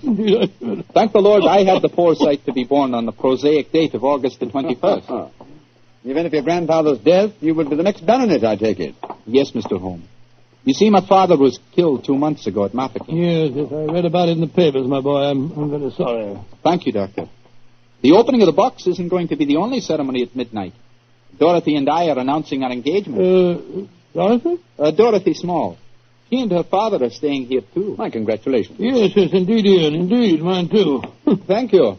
It's been quite a battle with her father, though. He's a businessman and isn't impressed with titles when they aren't accompanied by a suitable income. But when we told him about the inheritance, he relented and gave his consent. Here's Dorothy now. Dorothy, darling, I want you to meet 2 friends of mine, Mr. Sherlock Holmes and Dr. Watson. How do you do? Now, how do you do, Miss Small? How are you, my dear? From what this young man's been telling us, I gather that congratulations are in order. Thank you. I finally persuaded Father that Ian would make a worthy son-in-law. For a while, I was afraid we'd have to elope to Gretna Green, live in a cottage on bread and cheese and law, but brave the parental wrath, just as they do in the storybooks. Oh, Sir Walter, there you are. Watson, my dear boy. How are you? And this must be your friend Sherlock Holmes. How do you do, Sir Walter? Very well for a young nipper who'll be 21 at midnight. Gentlemen, may I introduce Mr. Herbert Small? How do you do, sir? I believe that we have to congratulate you on the engagement of your daughter. That was supposed to remain a secret until midnight. The Dunbar box was finally opened. Didn't be grouchy, Herbert. The children are in low, and I'm going to settle money on Ian. And it's New Year's Eve. Let's enter into the spirit of the occasion. Bring out the glasses, Ian. I've had some bottles of my special pride put out. It's the finest port in Scotland. The cream of Dunbar. My father laid the first bottle down the year before I was born. And a drink of the brew will surely warm the cockles of your heart. My mouth's watering already, Sir Walter. When is this lawyer fellow, young Murdoch, getting here? Oh, any moment, Herbert. As soon as he arrives, we'll have dinner, and then we'll be ready for the evening ceremony. He's bringing the famous iron box with him, Sir Walter? If he doesn't, they won't get any dinner, Holmes. Ian, pass the glasses around, my boy. There you are, Murdoch. Good evening, Sir Walter. Oh, you've got the box with you, I see. Now the party's complete. Let me introduce you. Miss Small, her father, Mr. Small, my grandson Ian, you know. Mr. Sherlock Holmes, Dr. Watson. How do you do, sir? I'm sorry I'm late, Sir Walter. My train was delayed. Oh, that's all right, Murdoch. You're here, and you brought the box. That's all that matters.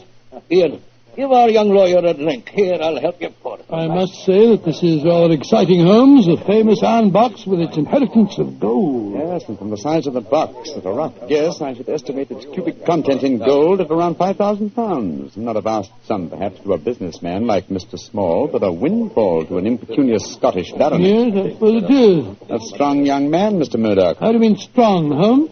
A box that size, full of golden sovereigns, would weigh a considerable amount. And yet the lawyer carried it single-handed. Now that we're all assembled, I'm going to propose a toast. Though it's still some hours off yet, let's drink to the new year. It means a lot to some of us. To 1900. 1900. We should toast more than just 1900, Sir Walter. We should drink to the new century that's about to begin. Good idea, Dorothy. Oh, I'm afraid that wouldn't be quite appropriate, Miss Small. To be accurate, the 20th century won't begin until January the 1st, 1901, and not 1900. Of course. That's it.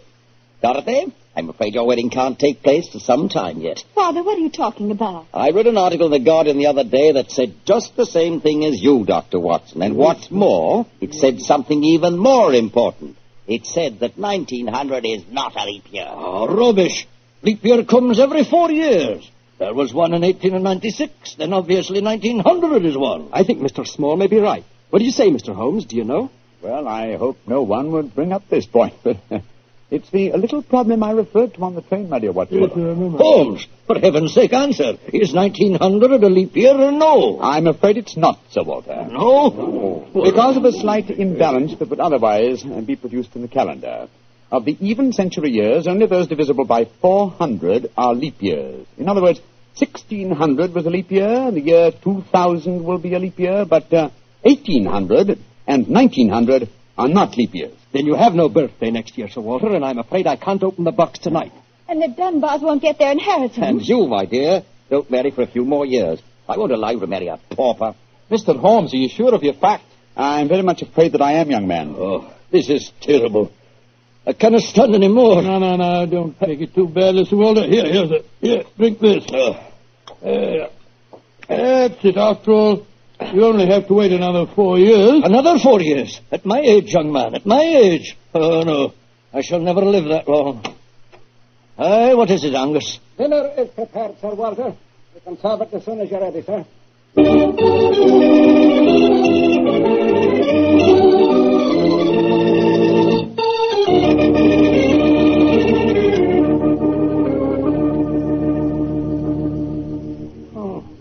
What a miserable meal, Holmes.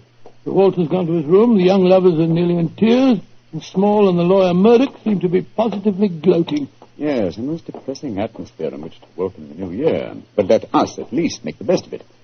I think I'll go and have a talk with Sir Walter. And you, my dear chap, why not try and cheer up the young folks? Some of your experiences in India may make them their minds off their trouble. Yes, quite an idea. I'll join you in the library. Call me if you want me, Holmes.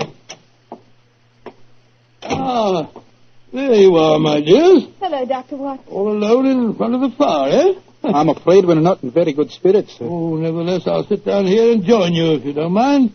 Misery loves company, you know. You're very kind, Doctor. I was just trying to persuade Ian to elope with me. But he's being most ungallant. He won't even consider it. How can I, darling? I've got under £200 a year in my own right. How could we live on that? I was counting on the money the grandfather was going to give us to get me started. Now, Miss Small, a little earlier you talked of Gretna Green and bread and cheese and love in a cottage. Yes, there's a lot to be said for it, you know. Well, to be said for it, yes, Doctor. But have you ever tried it? Not literally, my boy, but I may tell you that when Mary, my wife, and I were first married, I had very little money. In fact, my income was just about the sum that you mentioned. And we were very happy. Ah, but you have a profession, Doctor. Look at me. I've been trained for nothing except to be Laird of Dunbar Castle. I can't support a wife on tradition. But you're young, Ian. You can get some kind of position, I'm sure you can. Yes, of course. As a matter of fact, I think that... Holmes, what is it? What's wrong? There's devil's work afoot, Watson. Come with me, old fellow. And you, Mr. Dunbar. Mr. Holmes, what's happened? It's Sir Walter. I went to his room. It was in darkness, but in the moonlight I saw two figures struggling by the open casement. One of them was Sir Walter. As I entered, he disappeared from sight. His attacker had pushed him out of the window into the moat. How dreadful. The other men got away in the darkness. We must get lanterns and go out to the moat at once. though I'm very much afraid, Mr. Dunbar, that your grandfather is beyond our help.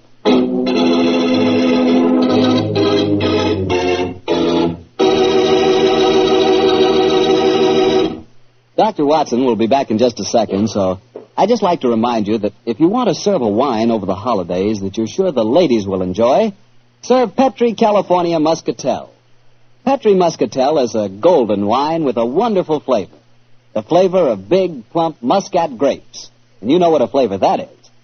I'm sure you'll find that Petri Muscatel is the favorite wine of all women, just as Petri Port is the favorite wine with men. And incidentally, if you're not sure which to get, Petri Muscatel or Petri Port, don't buy one, buy two. Get them both, and you'll be sure to please everyone. Now, to get back to our story, someone had pushed poor old Sir Walter out of his bedroom window and into the moat below. Isn't that right, Dr. Watson? Yes, Mr. Bartell. Of course, we grabbed lanterns as fast as we could and rushed outside, but it was a hopeless task. The water was 8 or 10 feet deep, and it seemed obvious that the elderly Sir Walter wouldn't have a chance of saving himself. But we searched on, the thicker, bobbing lanterns and the scurrying figures in the frosty moonlight, forming a weird, fantastic...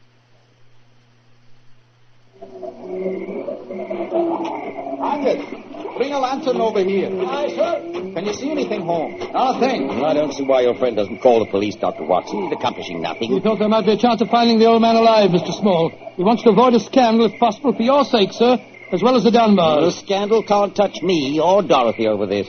Her engagement was never announced. That's a great pity, sir. I should think some new blood in your family would be a great improvement. You're being confoundedly impertinent, Doctor. And you'll be confoundedly heartless, sir. Well, Holmes, have you given up hope? I'm afraid we'll never find him without dragnets and grappling hooks. Have to call the police. What time is it? Sir Ian, you know the time? What did you call me, Mr. Holmes? Sir Ian. By Jove, yes. It does seem a bit premature, Holmes, but of course you're right. If your poor grandfather's dead, Mr. Dunbar, you're the baronet now.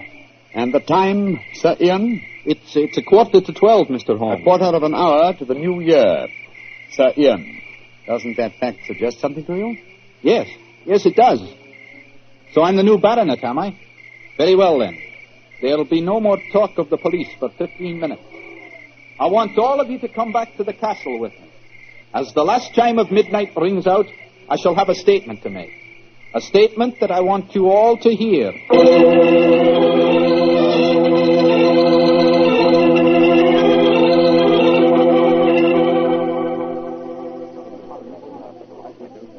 What you brought us all back here for, Holmes? There's something very funny going on. I tell you, I don't like the look of it. And I, Watson, like the look of it very much. I wish you wouldn't be so dashed mysterious. What are you up to? You haven't taken a step yet towards finding the murderer? Haven't I? And I wonder what causes the beads of perspiration on Mr. Small's brow. Small? You mean that Small... And I wonder what causes the singular look of apprehension on the face of Murdoch, the young lawyer. You remember, of course, on my remarking how easily he carried the large iron box. Great Scott, yes. And it took a strong man to throw Sir Walter out of the window. Watson, huh? The new year is approaching. Ladies and gentlemen, in view of our recent tragedy, this is one New Year's Eve when none of us feels like song and jollity. But there still remains a ritual duty for me to perform. Mr. Murdoch, open the iron box, please. But I can't do that. It was only to be opened for your grandfather. No, Mr. Murdoch. The phrase was that it was to be opened on the New Year's Eve before the baronet's 21st birthday. I am now the baronet, and I shall be 21 next year on August 21st. Open the box, please, Mr. Murdoch. Ian, darling, how frightfully clever of you. Good lad, I hoped you'd think of it. Sir Ian, Murdoch, open that box. Very well, Sir Ian. But I'm afraid you're in for something of a shock. Great Scott, the box is empty. Except for a sheet of notepaper in the bottom. What's the meaning of this, Murdoch? Read that paper, Sir Ian, and you'll understand. I owe you 4,000 sovereigns. And it's signed Alexander Murdoch, on behalf of Murdoch and Murdoch, lawyers. You'd better explain this. It's the family skeleton, Sir Ian. That note is signed by my great-grandfather, the one that witnessed the original deed concerning the box. As soon as Sir Walter was born on that February the 29th, my great-grandfather realized the money wouldn't have to be produced for 84 years. And so he stole it. He borrowed it. He always intended to pay it back, but he was never able to. When he died, he told my father of his secret, and my father in turn told me.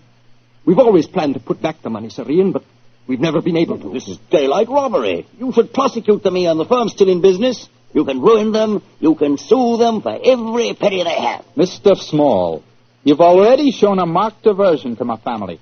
I suggest you allow me to handle their affairs. Bravo, Ian. How dare you, Dorothy? Go to your room. No one's going to their room. No one's leaving here until the police arrive.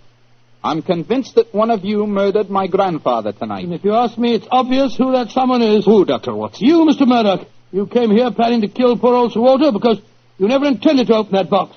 You thought that your secret would die with him. That's a lie. I was going to tell him everything and then ask for time to pay the money. I didn't kill him. Of course he didn't. There's your murderer. You yourself, Ian. Father, what are you saying? I'm saying that Ian's the murderer. He saw that the box wasn't going to be open for another 4 years. He realized out the money couldn't marry Dorothy, so he killed his grandfather and then ordered the box open. You're trying to cover yourself. You pushed grandfather out of that window tonight. You thought that if he died, the box would never be opened.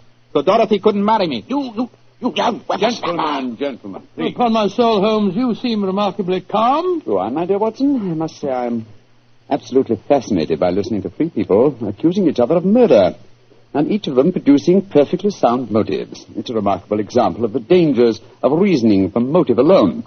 We should profit by experience, Watson. Mr. Holmes, how can you be so calm? There's a murderer in this I room. suppose this game of charades is getting a little out of hand, Miss Small. Let's conclude it. You'd better come out now. That tapestry, it's moving. A happy new year to you all. Grandfather. Sir Walter, how am I seeing a ghost? Oh, Sir Walter, you're all right. Then what kind of a game have you been playing? It's a bunny game that Holmes and I invented. You might call it forcing the issue. I was determined to have the box open before the next 4 years were out, whilst I was still alive to look inside it. But the trickery of your family, Murdoch, has made me a very unhappy man. Sir Walter, I shall pay back the money in a few years. I swear I will. It'll be too late to do me any good, but I'll take care that Ian gets it. I've half a mind to prosecute you. Grandfather, the money isn't important now that you're all right. You were counting on it just the same, my boy, so that you could marry Dorothy. I know that. She'll never marry a pauper. I won't allow it. When I'm 21, you can't stop me, Father, and I am going to marry Ian. Be quiet. Sir Walter, it's a very unsavory business. I think that you owe us an explanation of your behavior tonight. You tell him, Holmes. I fancy a wee drop of cream of Dunbar. Watching you all search for my body in the moat has made me thirsty. The explanation is a very simple one, ladies and gentlemen. When you arrived here tonight, Mr. Murdoch, I knew from the way you handled the box that it could not contain the sum of gold it was supposed to. And so you suspected fraud and devised a plan to force the opening of the box. Yes, and Sir Walter was an eager conspirator. Of course I was. Ian is 21 next August. Supposing I had died after he came of age, and before my next birthday, 4 years hence, the box would never have been opened. And so we invented the fake murder story. By the way, Ian, I must congratulate you for grasping the possibilities of the situation so speedily. If you hadn't demanded the opening of the box, the Murdoch secret might still be a secret. Well, it was a clever plan, Holmes. It's too bad that it had to have such a miserable ending. I'm not sure that we have finished with the matter. Mr. Murdoch. Yes, Mr. Holmes? You say that your family took £4,000 from that box? Yes, Mr. Holmes. Curious. I would have sworn from its size that it would hold closer to 5,000. And in your account of the legend, Watson, you told me that Sir Thomas Dunbar stated on his deathbed that he had put something else in the box. That's right. Something for a rainy day, is that it? Mm-hmm.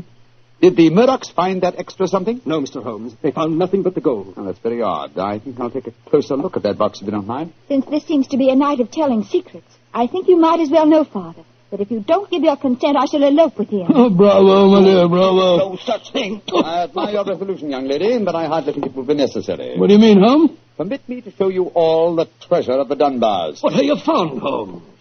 Something for a rainy day that old Sir Thomas spoke of. You see, since the cubic contents of the box obviously differed from my calculations, I deduced the existence of a false bottom. I was correct. And in that space, I found this. Oh, it's a manuscript. Quite so, the manuscript of a book. Look at the title page and see the author's name. History of the Dunbar Family. By Sir Walter Scott. Scott. I think, Sir Walter, that an original and unpublished manuscript by your distinguished namesake will prove worth several times the gold that is missing from that box. You've saved the day for us, Holmes, my boy. God bless you. Oh, this has been as strange a new year as ever I knew. But it's turned out to be a bonny one, thanks to you, Holmes.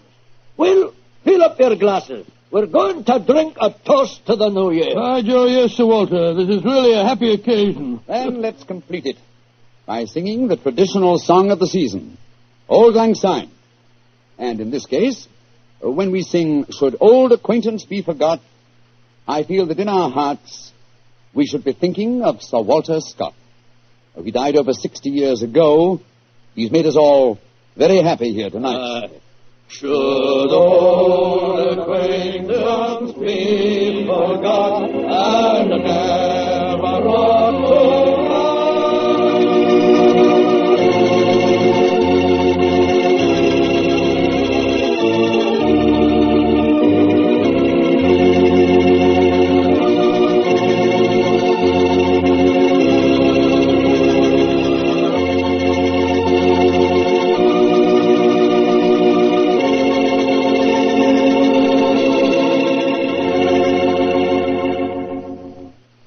Doctor, that turned out to be a very happy New Year for all concerned. Yes, that's one New Year that I'll never forget.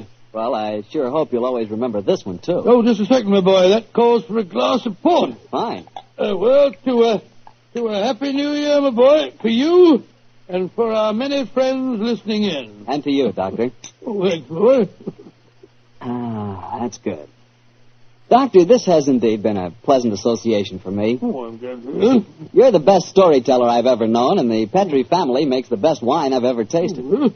I hope that, just as they've been making wine for generations in the past, the Petrie family will continue to make fine wine in the future. And Mr. Bartell, I know that you'll always be here to tell us just how good that Petrie wine is. Well, I hope so, Doctor. And now I know Dr. Watson's waiting for us, so let's go in and join him. Come in. Good evening, Dr. Watson. Good evening, Mr. Bartell. You're quite muffled up tonight, I see. Overcoat, scarf, and gloves. Slip 'em off and come and join me by the fire. Thanks, Doctor. It's quite a nip in the air tonight. Yes, there is indeed. Well, Doctor, you told us last week that tonight's story centered around the activities of a brilliant and beautiful woman. Yes, my boy. Her name was Irene Adler. But I never knew Holmes refer to her by any other name than the woman. She sounds mighty intriguing. How did you happen to meet up with her? Well, I'll tell you the story from the beginning. One night, it was on the 20th of May in 1888, to be exact, I was returning home from a visit to a patient when my steps led me through Baker Street. Since my marriage, I haven't seen much of Sherlock Holmes. And you couldn't resist stopping by at 221B, I'm sure, Doctor. Oh, of course I couldn't. As I stood outside the well-remembered door, I looked up at the lighted windows and saw the tall, spare figure of my old friend, passed twice in dark silhouette against the blind. He was pacing the room swiftly, eagerly, with his head sunk on his chest and his hands clasped behind him. To me, who knew every mood of his and habit of his attitude and manner told their own story. He was hot on the scent of some new problem. I rang the bell, and a few moments later, found myself standing before him. You look in splendid shape. Yes, Holmes, I'm feeling very well, thanks. And in practice again, I see. You didn't tell me that you'd gone back into harness. Oh, and how did you know? Elementary, my dear chap. If a gentleman walks into my rooms smelling of iodoform with a black mark of nitrate of silver on his right forefinger and a bulge on the left side of his hat to show where he's secreted his stethoscope, I should be dull indeed if I didn't pronounce him to be an active member of the medical profession. Just the same as ever, Holmes. By the way, I'm not interrupting you. Well, you are, old fellow, but it's a most welcome interruption. You're working on a new case? It looks like it. This letter arrived by the last post today. It's undated and has neither signature nor address. Read it. Let's have a look. There will call upon you tonight at 7:45 a gentleman who desires to consult you upon a matter of the very deepest moment. Your recent services to one of the royal houses of Europe have shown that you are one who may safely be trusted. This account of you we have from all quarters received.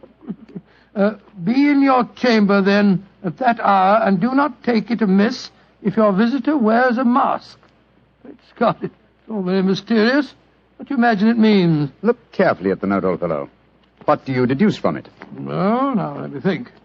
Well, the man who wrote it was presumably well-to-do. Such paper couldn't be bought under half a crown a packet. And it's peculiarly strong and stiff. Peculiar. That's the very word. It's not an English paper at all. Hold it up to the light. Don't you notice anything? Yes. There's a large E with a small G and a large G with a small T. That's right. Woven into the texture of the paper. What does that suggest you? The name of the maker, no doubt, or perhaps his monogram. Not at all, my dear fellow. The G with the small T stands for Gesellschaft, which is the German for company. And the EG? That stands for Igria. Yeah. It's a German-speaking country in Bohemia, not far from Carlsbad. Oh, so the paper was made in Bohemia? Undoubtedly, my dear fellow. And the man who wrote the note is a German. How do you know that? Observe the curious construction of the sentence. This account of you we have from all quarters received. A Frenchman or a Russian could not have written that. Hmm? It's the German who is so discourteous to his words. Oh, there's your count now. I better go home. No, unless you have to. Well, I could stay. I thought that Then perhaps stay, old chap. I'm lost without my Boswell, and this promises to be interesting. I told Mrs. Hudson to let the masked visitor come upstairs unannounced. Come in. Good evening, sir. You received my note? Yes, indeed, sir. Come in, won't you? Sit down. This is my friend and colleague, Dr. Watson. You may say anything before him that you can say to me. Whom have I the honor to address? You may address me as Count von Kram. How do you do, sir? You must excuse this mask that I wear. The august person who employs me wishes his agent to be unknown to you, and I may confess at once that the title by which I have just called myself is not exactly my own. I'm well aware of that fact, sir. You see, Mr. Holmes, the matter I am about to discuss implicates the great house of Ormstein, hereditary kings of Bohemia. That has not escaped me either, sir. In fact, if you will state your case, I shall be the better able to advise you. Your Majesty. How did you... Yes. Yes, I am the king. Why should I attempt to conceal it? Why, indeed? I shall remove the mask. There. Mr. Holmes, I have traveled incognito from Prague for the express purpose of consulting you. Then pray consult. Briefly, the facts are these. Some 5 years ago, during a visit to Warsaw, I made the acquaintance of the well-known adventuress Irene Adler. Irene Adler? We know of her, Your Majesty. Look her up in the index for me, will you, Watson? It's right beside you on the desk there. I imagined that the name would not be unfamiliar to you. Here we are. Abraham's, Acton Green, Hatchet Murders. Adler. Splendid, old fellow. Hand me the file, will you? Thank you. Mm-hmm. Irene Adler, born in New Jersey in the United States in 1858. Contralto. Mm-hmm. Prima donna Imperial Opera of Warsaw. Mm-hmm. Retired from the operatic stage. Living in London. Quite so. And here's a recent notation. Your Majesty, as I understand, became entangled with this young person, wrote her some compromising letters, and is now desirous of getting those letters back. Precisely so, but how did... Was there a secret marriage? None. No legal papers or certificates? No. Then I fail to follow, Your Majesty. If this young lady should produce her letters for blackmailing purposes, how is she to prove their authenticity? There is the handwriting. Well, that could be a forgery, Your Majesty. But it was private note paper. Stolen. My own seal. Imitated. My photograph. Bought. What? We were both in the photograph. Oh, dear, that's very bad. Your Majesty has indeed committed an indiscretion. Did you inscribe the photograph, Your Majesty? Yes, Dr. Watson, I'm afraid I did. Gracious me. Mr. Holmes, it must be recovered. Perhaps if you were to pay enough, the photograph might be bought. She refuses to sell. Oh, stolen, then? 5 attempts have been made. Twice burglars in my pay ransacked her house. Once we diverted her luggage when she traveled. Twice she has been waylaid. There has been no result. Oh, dear. It's quite a pretty little problem. It is a deadly serious one to me. Your Majesty, what does Miss Adler intend to do with the photograph? To ruin me. Oh, how? Well, I'm about to be married to the second daughter of the King of Scandinavia. She is the soul of delicacy. A shadow of a doubt as to my conduct would bring the matter to an end. Hmm. And Irene Adler threatens to send the photograph to your fiancée, I suppose. Yes, and she will do it. Rather than let me marry another woman, there are no lengths to which she would not go. Are you sure that she's not already sent it, Your Majesty? I am sure. Now, why, Your Majesty? She said that she would send it on the day my betrothal is publicly announced. That day will be next Monday. Splendid. Then we have still 3 days yet. Your Majesty will, of course, stay in London for the present. Certainly. You will find me at the Langham Hotel, registered as Count von Kram. Just 2 questions before you leave, sir. What are they? Is the photograph large or small? Quite large. And it was in a heavy frame. I see. And what is Miss Irene Adler's London address? Brioni Lodge, Serpentine Avenue, St. John's Wood. Thank you, Your Majesty. Good night, and I trust we shall soon have some good news for you. I am placing all my hopes in you, Mr. Holmes. Good night. Good night, Dr. Watson. Good night, Your Majesty. Fascinating problem, Holmes. I wish I could help you with it. You can, my dear chap. What? I shall be glad of your company. Oh, splendid. What's our first move, Holmes? Well, a good night's rest, I think. We'll meet here at 10 o'clock tomorrow morning. And then? Then, my dear fellow, we will see what we can find out about Miss Irene Adler, late of the Warsaw Imperial Opera Company and at present residing at Blarney Lodge, Serpentine Avenue, St. John's Wood.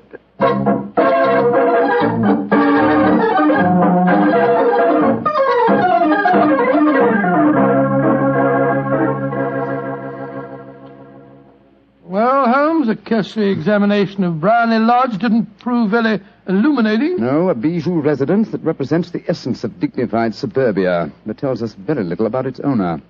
I think a visit to the local public house might prove more instructive. Come on, old chap. I see the door to the Coach and Horses inviting us from across the road. Well, our disguises shouldn't cause any suspicion, Holmes. That's why I suggested them. In the character of a couple of stable hands, I felt that we might inspire confidence. This is a horsey neighborhood. There's a wonderful sympathy and Freemasonry among the fraternity. There we are. Better let me do most of the talking. Yes, I will indeed. I'm sure that your accent will be more convincing than mine. Let's go in, shall we?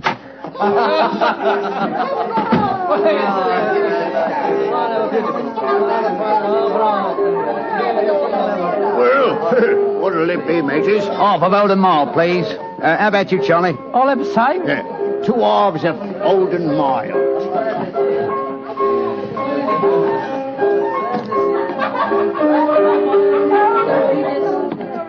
Well, here you are, mateys. That'll be a tenner. Have a drink with us, Governor. Well, don't mind if I do. I'll have a Guinness. You blokes new round here? Yes, that's right. Came over from Clapham. Clapham, eh? Well, here's looking at you. Hunting for jobs? That's right. We was told that Miss Adler, across at Blarney Lodge, needed a new coachman and a groom. Well, it's the first I've heard of it. It might be true. Have you been over there to ask? No, not yet. We thought we'd find out something about the old girl first. She ain't no old girl, matey. She's the prettiest young thing you ever saw under a bonnet, and that's a fact. You know her, Governor? Why, of course I know her. Used to drive her carriage, I did. Before I came to work here. Oh, what's she like? Oh, nice little lady as you'll find, chum. Work hard? No. She lives quiet like. Goes out singing at concerts once in a while. The rest of the time it's money for jam. She goes out for a drive in the park every day at 5 and comes back to dinner at 6:30. The rest of the time's your own. She ain't married, you say? No. But she's got a bloke what comes to see her all the time. He's a barrister. Nice gentleman. Mr. Geoffrey Norton is his name. Good-looking fella. Wouldn't be surprised to see him get spliced. Sounds like a cushy job to me. Come on, Charlie. Let's get over to the house and see what's what. Much obliged to you, chum. Well, good luck, mateys, and thanks for the dinners.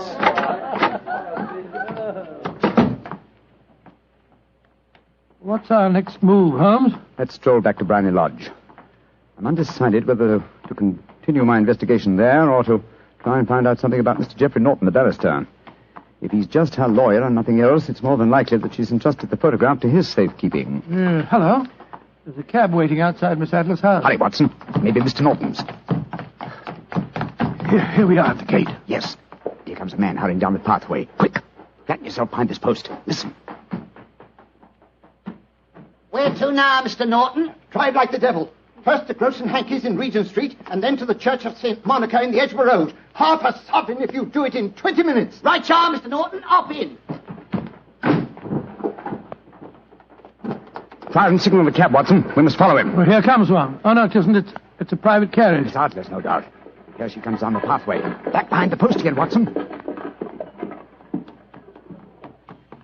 Where to, Miss Adler? The Church of St. Monica's, John. And half a sovereign if you reach it in 20 minutes. The game's afoot, Watson. Quick. We must get a cab and follow them. Here comes a hansom. Hi, cabby! Here! You blokes got enough money to take a cab? Here's a half sovereign for you, my man. Right you are. Where to, Governor? The Church of St. Monica, in the Edgware Road, and another half sovereign for you if you get us there in 20 minutes.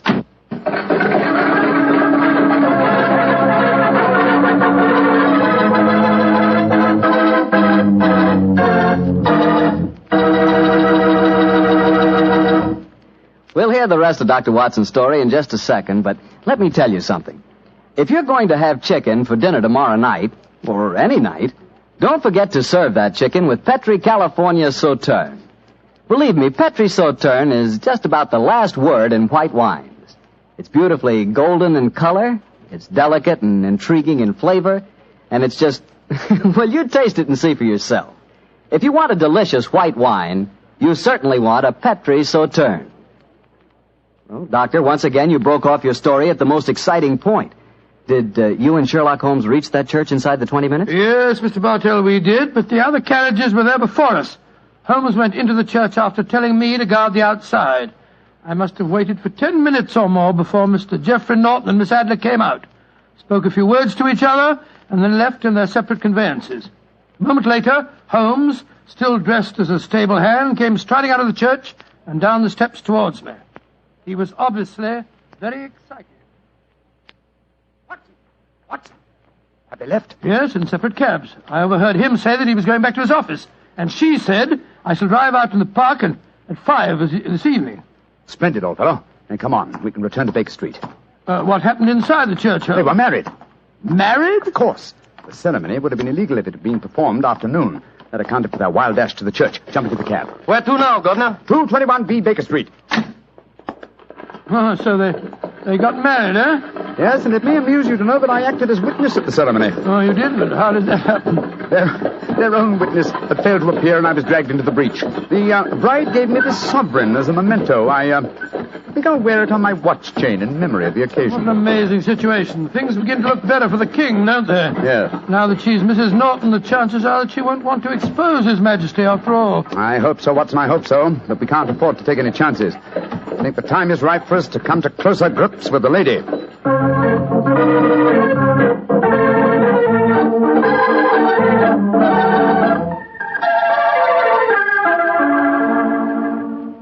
Well, Holmes, now that we've eaten, perhaps you'll tell me your plan. With pleasure, my dear fellow. And while I'm so doing, I'll proceed with applying the makeup for my new disguise. Another disguise? What's it to be this time? I think the character and appearance of an amiable and simple-minded nonconformist clergyman would be most suited to my plan for entering Miss Adler's house. Are you going to try and enter, then? I must, dear fellow. Yes, I'm sure the photograph is there. Miss Adler, or rather Mrs. Norton, will return from her drive in the park at 6:30. We must be at Blarney Lodge to meet her. And what then? You must leave that to me. I've already made my arrangements. There is only one point on which I must insist. You must not interfere, come what may. You understand? I'm to remain neutral. Yes, there will be some small unpleasantness. Don't join in it. It will end in my being conveyed into the house. As soon as I'm able to, I shall open one of the windows. You're to watch from the outside. When I raise my hand, you will throw an object which I shall give you through the window and at the same time cry, fire. Follow me? Entirely, but what am I to throw? Oh, it's nothing very formidable. Here it is. Looks like a great big cigar. What is it? Just an ordinary plumber's smoke rocket, fitted with a cap at each end to make it self-lighting. Your task is confined to throwing it through the window. When you raise the cry, fire, it will be taken up by quite a number of people. You will then walk to the end of the street, and I'll rejoin you in 10 minutes. I hope I've made myself clear. Perfectly. Good. And now, old fellow, as soon as I've donned my clerical attire, let's be on our way. There's no time to be lost.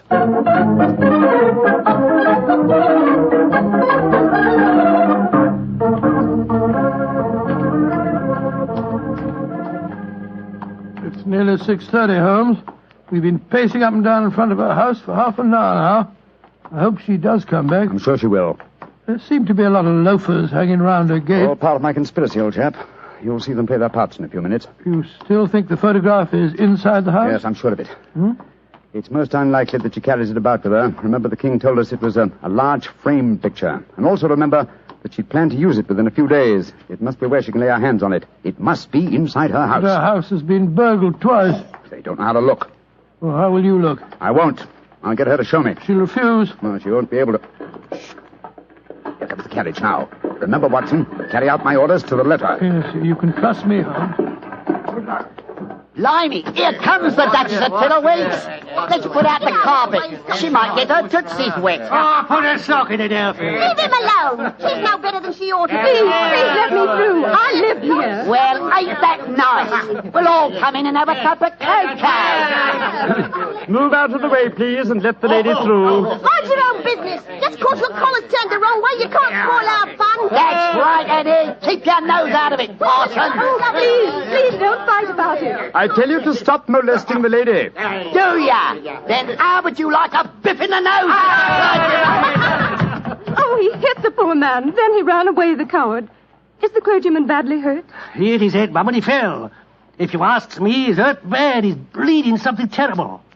Can we bring him in, Mum? He can't lie here in the street. Why, of course. Bring him in. Right you are, Mum. Here, Bert. Right out. Give us a hand. Anyway.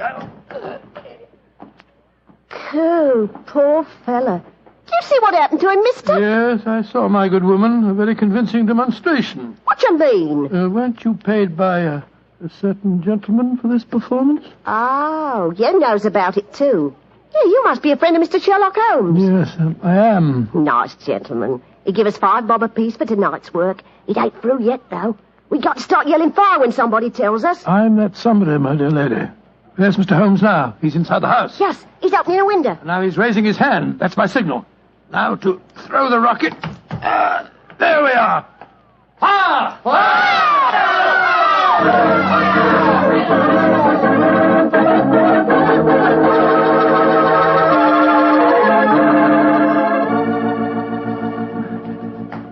Holmes, there you are. You have the photograph? No. But I know where it is. She showed me, as I told you she would. I'm still in the dark. There's no mystery, old chap. When my accomplices started around the street, I had a little moist red paint in my hand. As my good friend Alfie pretended to strike me, I clapped my hand to my head and fell down. It's an old trick. Yes, I understand that, but how did my throwing the rocket help you? It was all important, my dear fellow. When a woman thinks her home is on fire, her instinct is at once to rush to the thing she values most. A married woman grabs her baby. An unmarried reaches for her jewel box. In this case, of course, it was the photograph. Well, where was it? In a recess in the living room, just above the right-hand bell pull. I caught a glimpse of it as she half drew it out. When I made it known that the fire was a false alarm, she replaced the photograph. As soon as I was able, I assured her that I was feeling well enough to leave. You didn't take the photograph, then? No, I felt that over-precipitance at this stage might ruin everything. And what do we do now? Drive to the Langham Hotel and inform His Majesty of what has happened. Then return with him here. After that, my dear chap, the case will be ended.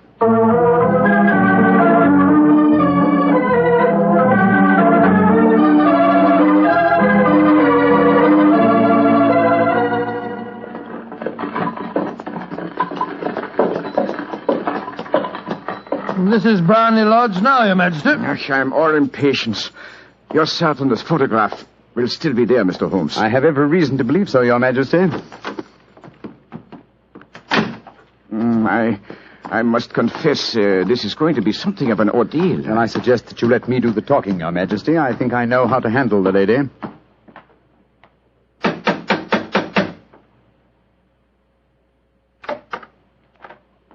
Mr. Sherlock Holmes, I believe. Yes. I am Mr. Holmes. How did you know? My mistress told me that you would be likely to call. She has left for the continent with her husband. You mean she's left England? Never to return. Then the papers, the photograph. All is lost, Mr. Holmes. We'll soon see. Follow me.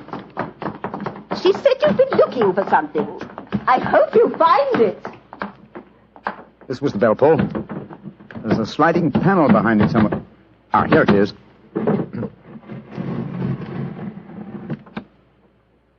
Is the photograph there, Mr. Holmes? There is a photograph, but it's a photograph of the lady alone. Here's a letter, and it's addressed to me. Well, what's it say, Holmes? My dear Mr. Sherlock Holmes, you really did it very well. Until after the fire alarm, I had no suspicion. But then, when I realized how I had betrayed myself, I began to think. I'd been warned that if the king employed an agent, it would certainly be you. May I congratulate you on your disguise as the dear old clergyman? Great Scott, you was far more clever than you thought, Holmes. Yeah, go on. What else does it say? Let me see. My husband and I both thought that the best recourse was flight. So you will find the nest empty. As to the photograph of the king and yourself, His Majesty may rest in peace. Thank goodness for that. I love and am loved by a better man than he. I leave another photograph, however, that he might care to possess. And I remain, dear Mr. Sherlock Holmes, very truly yours, Irene Norton, née Adler. What a woman, Watson. What a woman. What a magnificent woman. She fooled me completely. But, I'm sorry, Your Majesty. I've been unable to bring your business to a more successful conclusion. On the contrary, my dear sir, nothing could be more successful. I know that Irene's word is inviolate. The incriminating photograph is now as safe as if it were in the fire. I'm glad to hear Your Majesty say so. I am immensely indebted to you. Now, pray tell me in what way I can reward you. This beryl ring that I wear, I should be proud Your Majesty has something that I should value even more highly. You have but to name it. This photograph. Irene's photograph? But certainly. However, you must let me give you something more substantial. Oh, no, Your Majesty. This is something I shall treasure all my life. This and a golden sovereign I received from the lady's hand. They will remind me that I was once tricked by a woman. A woman that I shall never forget.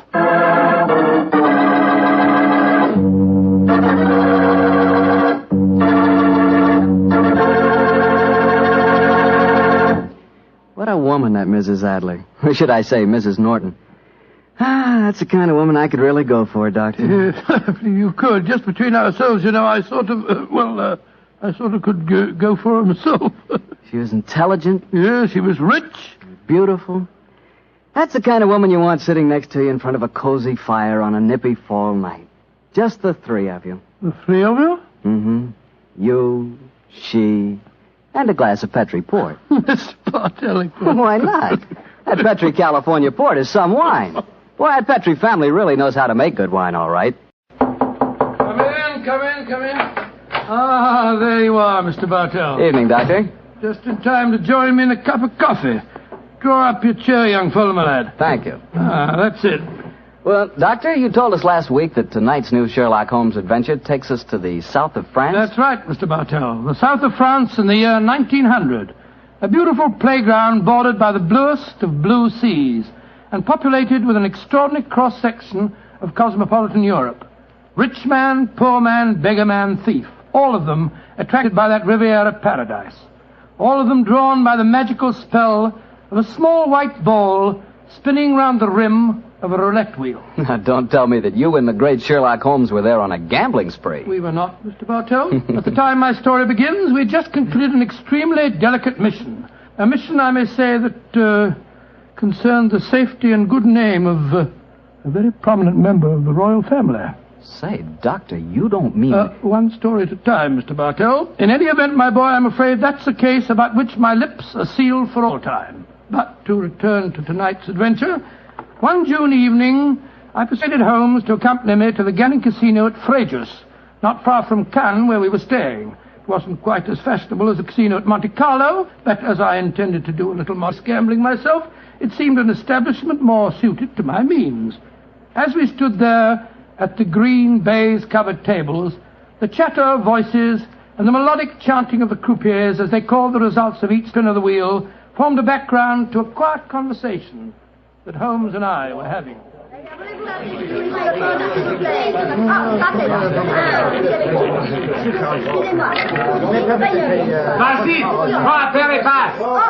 Lost again, Watson? Oh, confound it. That number 10 must come up soon. Oh, why not cut your losses, old fellow, and come for a stroll with me on the waterfront? Well, just a bit wait. A couple more bets, Holmes. I have a feeling that 10 is bound to come up in a minute. Watson, I believe the blood of a gambler courses through your veins. Oh, there's no harm in taking a little flutter once in a while. Why don't you risk a few francs, Holmes? Oh, thanks you, my dear chap. The law of averages convinces me that my money is safer in my pocket. In any case, I'm a little dubious as to the integrity of this particular casino. Well, what makes you say that? Well, you will observe that this roulette wheel has a double zero. Most continental wheels have only a single one. It would indicate that this house is extremely concerned with its percentage. Mesdames et messieurs, faites vos jeux. Oh, just two more turns of the wheel, Holmes. I'll take that walk with you. Oh, you must here spielen. Why do you not from the other side of the table? Why must you always stand next to me? Hello. What's the trouble up there? I've placed my bet, so let's go and see. I ask you, so why do you play here beside me? I'm afraid I don't see any reason why I can't play wherever I wish. You've broken my luck. Ever since you come to the table, I've done nothing but lose. Please to move away. I'll move away yourself if you don't like my company. Heinrich, why do you not stop now? You've already lost more than we can afford. One more throw, Elsa. I can win it all back if only this young man will move away. Why should my husband move? He's had a bad run of luck, too. Rien ne va plus. Neuf. Rouge, impériment. Ah, you've lost again, Watson. Heinrich, you must stop now. I must stop, Elsa, because I've lost everything. I hope you're satisfied, Mr. American. You've broken my luck and ruined me. I hope that you and your friend will be ruined too. Heinrich, wait for me. I never heard such rubbish in my life. Were you listening to him, sir? I heard his last few remarks, Mr. Gilbert. Roger Gilbert. And this is my wife, Helen. How do you do? My name is Holmes, and this is my friend, Dr. Watson. How do you do? How do you do? Didn't think his remarks were a little out of place, Doctor? I certainly did, Mrs. Gilbert. I don't see how I can possibly blame your husband for his run of bad luck. I didn't like the look on his face as he left the table, though. Have you any idea who he is? His name is Schneemann. He's staying at the same hotel as we are. I've never spoken to him, but I've heard of being paged there. Well, you shouldn't gamble unless you can afford to lose. Well, I'm losing, darling, and I can't afford it. Oh, if I can let you have more money, you know that. No, Helen, I may have married an heiress, but I'm not going to use her fortune to gamble with. Oh. I'll lose my own money, and then I'll quit. Mesdames et messieurs, faites vos jeux. Your last bet, Watson? Yes, Holmes. This time I know that number 10 is going to come up. It's got to.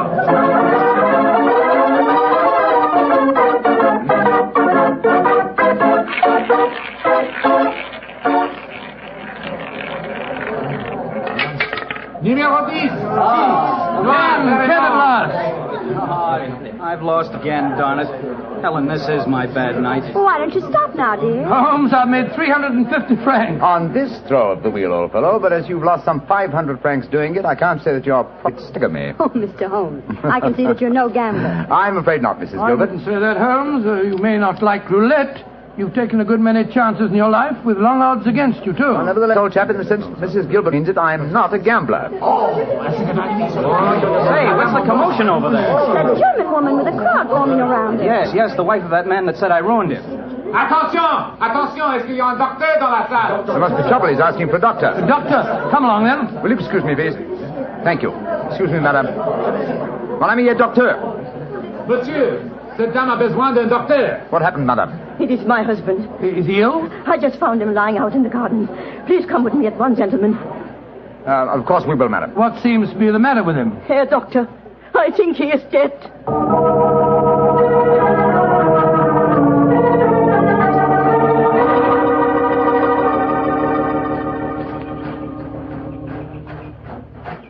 He's lying by that tree, Doctor.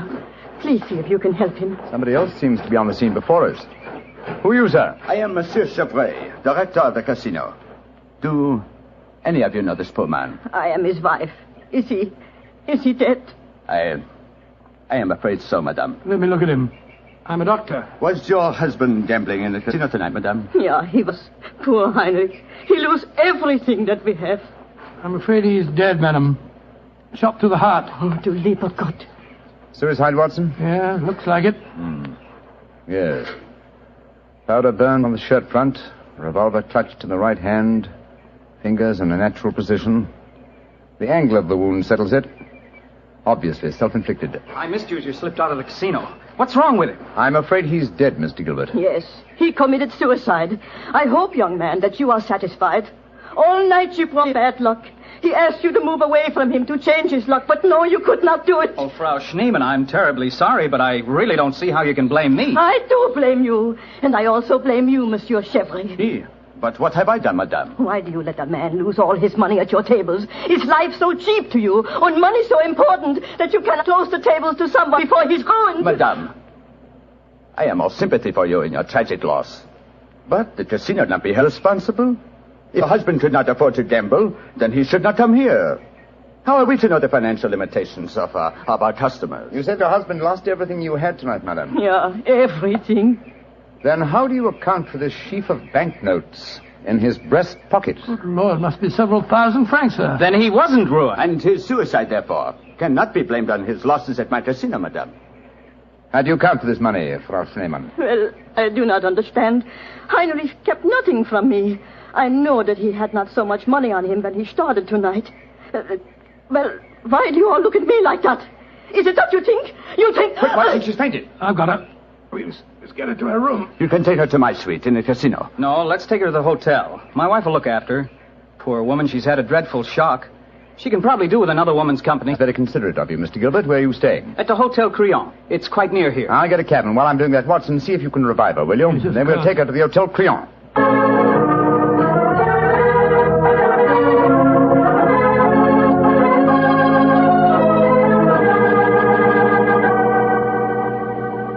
Very kind of you, Mrs. Gilbert, to let us bring the poor lady into your suite. Well, it's the least I can do, in spite of what she said about Roger bringing her husband bad luck. Oh, I'm sure she'll need your help when she wakes up, Helen. Yes, I think you'll find that she'll sleep for some hours. I gave her a strong sedative. Well, we were just about to have a drink, gentlemen. Do you care to join us?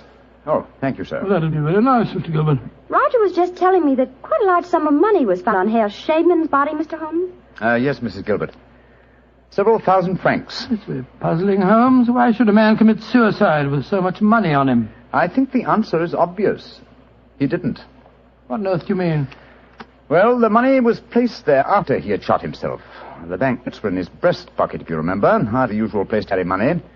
Though it is the easiest pocket for someone to insert it without disturbing the body. But why on earth should someone place money on him after his suicide? To prevent the casino from getting a bad name. I've heard of it being done on several similar occasions.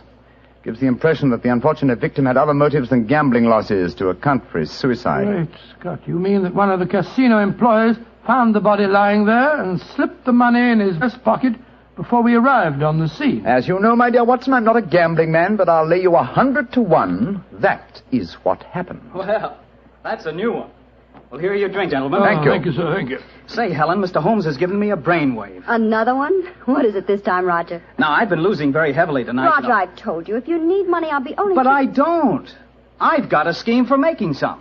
I'm going to gamble again tonight after dinner. If I lose, here's what I'll do. I'll stain my shirt front with red ink, walk out in the grounds, fire a shot, and lie down as though I'm dead. I'll wait for someone to come along and stuff my pockets full of banknotes. Not a bad idea, Mr. Gilbert. I think it's a darn good one. What do you say, Mr. Holmes? It's a whimsical one at any rate. Who knows?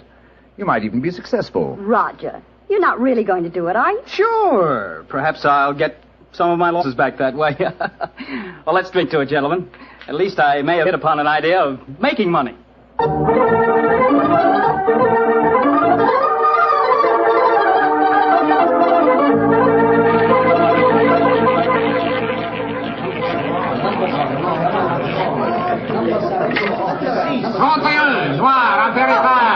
My dear Watson, you'll have to work hard at your practice when you get back to England.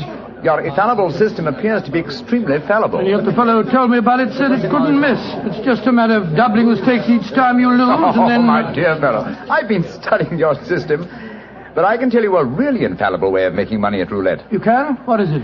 Well, own the gambling house and operate the tables yourself. The odds would be all in your favor. Oh, what a brilliant suggestion. Own the gambling house and operate Not gambling for tonight, Watson? It's nearly 11 o'clock. Yeah, I think so. Let's take a stroll round the other table, shall we? By the way, old fellow, the young American, Mr. Gilbert, was losing heavily again tonight. He was? I wonder if he'll try that trick that he threatened. The one with the red ink and the shot in the night. I shouldn't be at all surprised. As a matter of interest, I saw him leave the tables about half an hour ago. Here comes his wife, on the arm of Monsieur Chevry, the director of the casino. Good evening, Mrs. Gilbert. Monsieur? Bonsoir, monsieur. Hello, Mr. Holmes, Dr. Watson. Monsieur Chevry is giving me a personally conducted tour of the casino. It's quite fascinating. And it is quite fascinating for me to have so beautiful a woman on my arm, mademoiselle. I know that I am the envy of all the men in the room. Oh, stop flattering me so much. I'm not used to it. Mrs. Gilbert, how is, Frau Schneemann? She seems much better. She wakened an hour ago and insisted on going back to her own room. I wanted her to spend the night with us in our suite, but she wouldn't hear of it. I think I should drop in and see her before I go to bed. Oh, you have finished the gambling for tonight, perhaps, Doctor? No, perhaps about it, Monsieur Chevry. I've had a bad run at the tables. Oh, I am so sorry. Has anyone seen Roger? He left the tables about half an hour ago, Mrs. Gilbert. After doing as I did and losing quite heavily. So he lost again, did he? I wonder if he'll try that new system he was talking about. We were just discussing that possibility ourselves, Mrs. Gilbert. Mrs. Gilbert! Mrs. Gilbert! Frau Schneemann, you shouldn't have left your hotel. It is too late to worry for me, Herr Doctor. It is for Mrs. Gilbert now that you should worry. What do you mean, madame? Well, I went back just now to where poor Harry died. And there, lying in the grass, I saw another body. I was too shocked to go too close. But I am quite sure that I recognize your husband, Mrs. Gilbert. Oh, Dr. Watson, she's ruined Roger's trick. And he'll have taken fright and bolted by the time we get there. Watson, maybe let's go at once and find out, shall we?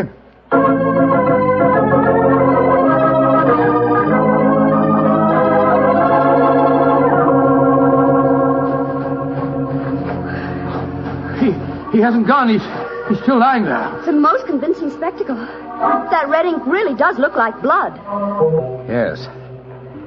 And blood sometimes looks like red ink. Mr. Gilbert.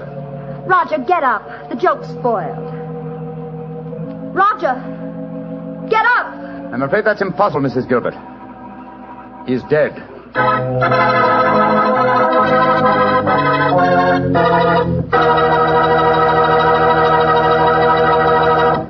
Dr. Watson's story will be continued in just a second, which is all the time I need to tell you that the easiest way I know to transform a simple meal into a feast is to serve that meal together with Petri California Sauterne. Petri Sauterne is a delicate white wine that's the perfect companion for chicken or turkey. Turkey. Ah, yes. Turkey and Petri Sauterne. That's the heart of any Thanksgiving dinner. Look, why not make this Thanksgiving dinner the best one you ever had? Give it the air of a banquet. Serve it with Petri Sauterne. And when you buy that Sauterne or any wine for your Thanksgiving dinner, whatever you do, look for the letters P-E-T-R-I, because a Petri wine is always a good wine. Well, Doctor, so the young American's joke turned out to be another tragedy. Yes, Mr. Bartell. The poor fellow was lying there dead, with a bullet wound in the heart, and a great splash of blood staining the whiteness of his shirt front. What happened next? Monsieur Chevre, director of the casino, took the distraught widow away from the scene, while Holmes and I examined the body closely. Within a few minutes, we were joined by Inspector Ganivet of the French police. As we stood there in the moonlight, the sounds of music we heard from the casino. It was hard to believe that 2 men had died in that lovely garden since the moon had risen.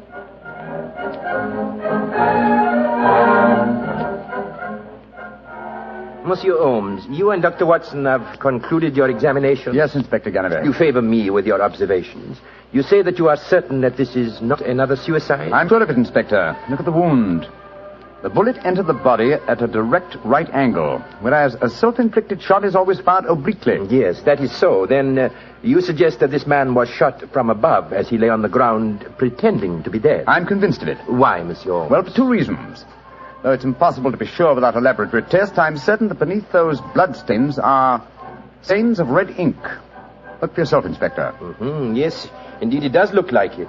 What is your other reason for being certain that this man was shot as he lay here pretending dead? Show him the banknotes, Watson. Here you are, Inspector. We found them stuffed in his breast pocket. So, banknotes with a bullet hole through the middle of them. Very illuminating. Tell me, gentlemen, how many people knew of this little plot you have told me about, this plan of the dead man's to pretend to be shot? Just 3 people, Inspector. Dr. Watson, myself, and Mrs. Gilbert. Alors, then the answer is obvious. You and your friend are innocent. It must be the wife who killed him. No one else knew of the plot. I'm not so sure of that. Frau Schneemann, the dead Germ's widow, was in the next room when Gilbert told us about his plan. She might have heard, though I could swear that she was asleep. I gave her a very strong sleeping draught. From what you have told me of her husband's suicide, she might easily have had a motive for murdering this man. Come, gentlemen. Surely it's obvious who murdered Mr. Gilbert? Who, Monsieur Holmes? Well, it's certainly one of the 2 widows. Since there seems to be some doubt in your minds, I suggest we return to the casino. I can promise you the answer to your question within a very few minutes.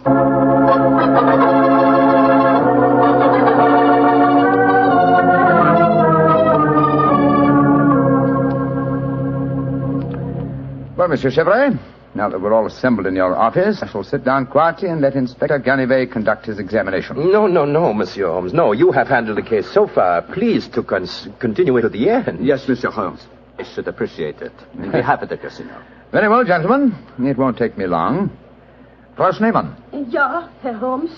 What time did you leave your hotel tonight? Well, I do not know what time it was. Well, what made you leave it? I could not sleep. I knew that they had taken poor Heinrich's body away, but I felt that I must walk back there. It was the last place I saw him alive. How close did you come to Mr. Gilbert's body when you saw it lying there? Oh, close enough to see who it was. Then I ran into the casino to tell his wife. I knew what had happened. How did you know? You say you didn't come close to the body. I could tell by every line of the body as it lay there. I could tell because I knew that poor Heinrich's death would not be avenged. Thank you, Frau Schneemann. That will be all. You may go. Monsieur Holmes, she has no alibi. Surely you should stop her. If I'm to conduct this investigation, I must do it in my own way. Pardon, Monsieur Holmes. Please continue. You may go, Frau Schneemann. Mrs. Gilbert? Yes, Mr. Holmes. Where were you prior to our meeting in the casino tonight, just before we discovered your husband's body? After I left the hotel, I walked over here along the seafront. Can anyone verify that statement? I suppose not. I didn't meet anyone that I knew. And what did you do when you arrived at the casino? I played a little chemin de fer. A few months later, Monsieur Chevre came over to the table and asked if he might escort me over the club. 10 minutes after that, we walked into you and Dr. Watson. That is quite true, Monsieur Holmes. I can swear to it. Thank you, Mrs. Gilbert. I'm sorry to distress you with these questions. You may go. I'll wait outside, Mr. Holmes. I must know what happened. Wait for me there, madame. I shall join you in a few minutes and escort you home. Well, another suspect with a poor alibi, eh, Gulliver? I must say, Monsieur Holmes, your methods puzzle me. It seems to me that both those women should be watched. Yes, I agree with the Inspector, Holmes. Please don't worry, Inspector. I've asked 2 of your plainclothes men to keep an eye on the ladies.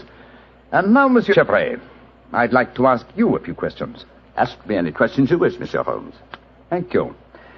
You will agree that it is the custom of the casino to put money on the bodies of suicides after their death, to give the impression that gambling losses were not responsible for the tragedy. Well, I do not think... Oh, come now, Chevre. I know that is a fact as well as you do. Exactly. Now, on those rather gruesome occasions, whose responsibility is it to secrete the money? Yours?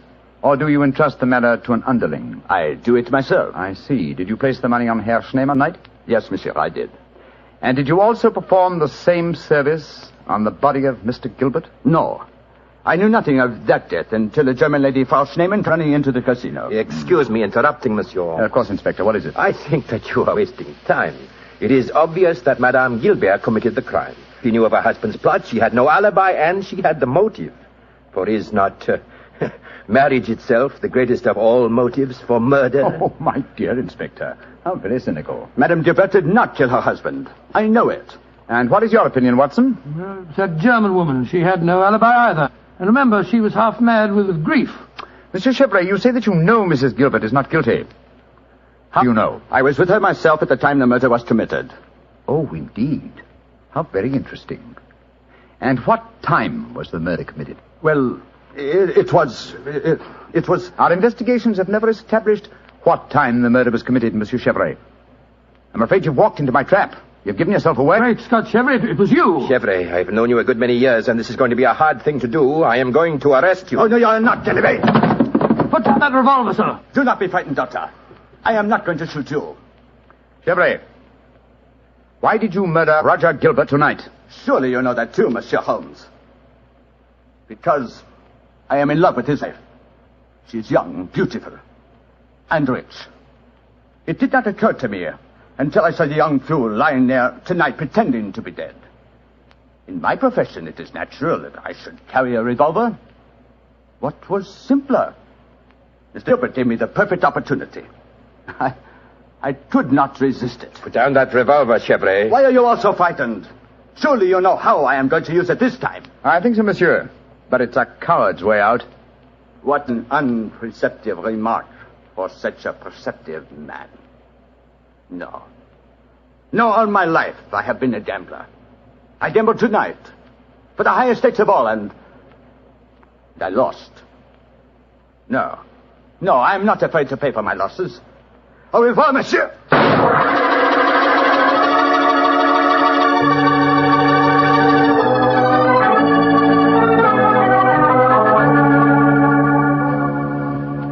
An extraordinary case, Holmes. I never suspected Chevre. And I, old chap, suspected him from the beginning. Well, I wasn't the only one who was stupid anyway. Inspector Ganivay thought it was the wife. True. Very puzzling conclusion for a detective inspector to arrive at. Well, it seemed logical enough to me at the time. No, my dear Watson. Cold logic should have told you otherwise. Roger Gilbert had been losing heavily and had planned the hoax. He obviously had no money on him. Therefore, the money was planted in his pocket by Chevre. After he shot him? No, my dear fellow. Before. Before? The bullet hole through the banknotes provided that. Now, had the money been put there innocently, Gilbert would have, come back to life as soon as the person placing it there had left. He would not have remained lying on the ground for a murderer to find him. And Chevre must have bent over him as he lay there, placed the money in his breast pocket, and then fired. Precisely, Watson. Well, Holmes, I must say you solved it very neatly. You've told Inspector Ganivet that you wanted no credit in the case. Naturally, publicity would be unfavorable. If you remember, no one is supposed to know that we're in the south of France. I'm certain that the inspector learned a few tips about detection tonight. Possibly, old fellow. And I hope that you have learned a few things about gambling. How do you mean, huh? Well, you're backing the wrong color. A gambler is usually superstitious, and superstition... Well, I should have told you what color to follow tonight. I still don't understand you, Holmes. I was playing number 10. Exactly. Number 10 is black. You should have followed a red color tonight, old fellow. The color of red ink. Red ink. And blood.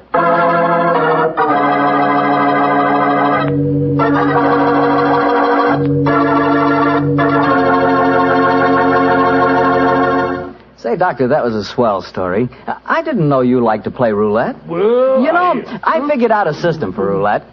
It's like yours. Every time you lose, you double your money and keep doubling until you win. Oh, it's a great system, Mr. Bartle. There's only one thing wrong with it. What's that? You lose, you go broke before you win. Look, take my advice. Don't gamble. You can't beat the laws of chance. But suppose I bet on a sure thing. Like what, for instance? Oh, like the fact that Petri wine is always good wine. It is, you know. Because the Petri family has been making wine for generations. Good evening, Doctor. Good evening, Mr. Bartell. Punctual to the minute, as usual. Never keep a doctor waiting, I always say. Particularly Dr. Watson. Draw up a chair, my boy. Thank you. That's it. All ready to tell us the Sherlock Holmes adventure of the Speckled Band, Doctor? Yes, I'm all ready, Mr. Bartell. Say, Doctor, just what does a Speckled Band mean? You wait until I've told you the story, young fellow, my lad. You'll find out for yourself. Sorry. The floor is all yours, Doctor. The adventure of the Speckled Band began on a rainy April morning in 1883.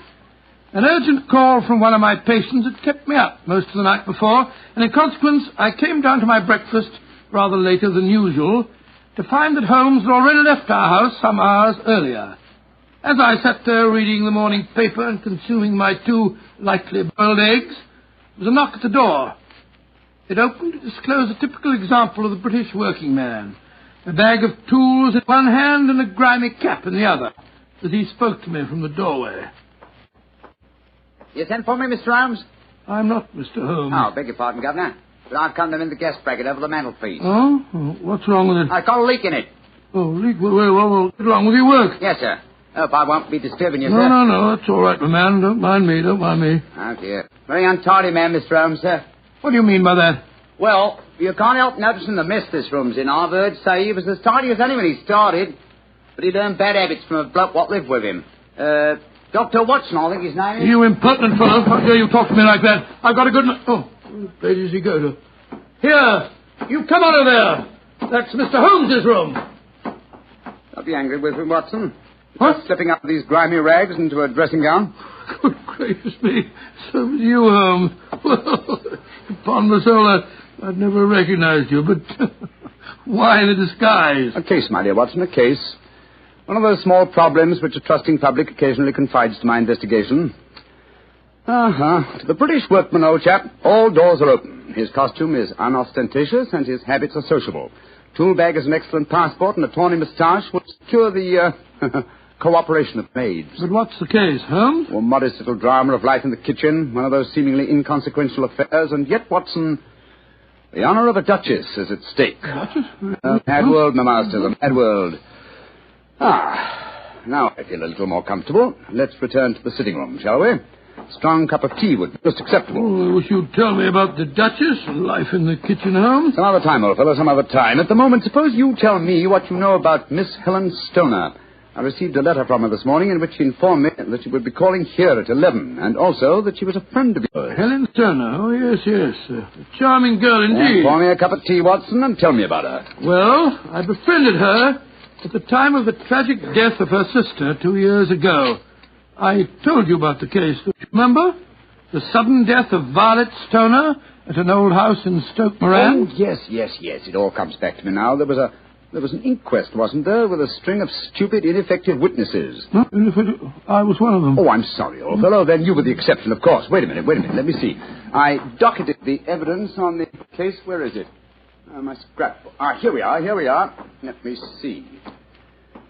Yes, S. Salisbury, Hatchet, Murder, Lordson, Simon. Here we are. Stoke Moran. Yes, I remember the affair well now. The villain of the piece was Dr. Grimsby Roylott, wasn't he? Yes, a dreadful fellow. He's the stepfather of the two girls. Violet, the one that died so mysteriously. Helen, the one who's coming here to see you. Dr. Roylott has a pretty record. 55 years of age, killed his kit McGar in India, once in an insane asylum, married money, wife died, distinguished surgeon. Well, Watson, I wonder what the distinguished surgeon has been up to now. Oh, some deviltry affair. Why do you say that? You remember that Miss Violet Stoner's death followed close upon the announcement of her engagement? Yes. Well, I met Miss Helen Stoner on the streets a few weeks ago. She told me that she'd just become engaged to a young fellow in the army who was leaving for the Far East. She was very upset at the thought of being alone with her stepfather at Stoke Moran. Oh, naturally it was. Dr. Roylott stands to lose a considerable sum of money in the event of his stepdaughter's marriage. Yes, they both had a trust fund which he administered only as long as the girls were unmarried. That fact was brought out at the coroner's inquest 2 years ago. But if Roylott did poison the other stepdaughter, and I'm pretty convinced that he did, it seems unlikely that he'd try it again. 2 sudden deaths in the same household could hardly pass the coroner. Oh, no, my dear Watson. You're making the mistake of putting your normal brain into Rollitt's abnormal being. Oh, that must be Miss Stoner now. Yes, let me see. It's precisely 11 o'clock. Well, let's see what we can do for her. Well, I hope you can help her, Holmes. She's an extremely nice girl. Come in. Yes, Mrs. Hudson? There's a Miss Helen Stoner to see you, sir. She says she has an appointment. Show her in, please, Mrs. Hudson. Aye, sir. Come in, my dear. Thank you. Miss Stoner, I'm so glad to see you again. How do you do, Dr. Watson? And this must be your friend. Yes, Miss Stoner, I'm Sherlock Holmes. Sit down by the fire, won't you? Yes, please do, my dear. Hello, you're trembling with cold. It's not cold that makes me shiver. Tell me, Mr. Holmes, has my stepfather, Dr. Grimsby Roylott, been here? No, he hasn't. He saw me in the street. I dashed by him in a hansom cab, but he saw me. Our eyes met and he waved me to stop, but I came here as fast as I could. Very sensible move. Dr. Watson has already given me several hints as to your present problem, as well as having refreshed my memory as to the circumstances of your sister's death. My problem is a simple enough one, Mr. Holmes. I'm waiting to be murdered. No, my dear please girl. be a trifle more explicit, Miss Stoner. Very well, Mr. Holmes. My fiancé is leaving for the Far East today. When he leaves, I shall be alone with my stepfather at Stoke Moran. He plans to murder me just as he murdered my sister. What makes you say that, Miss Stoner? Many strange things have happened recently.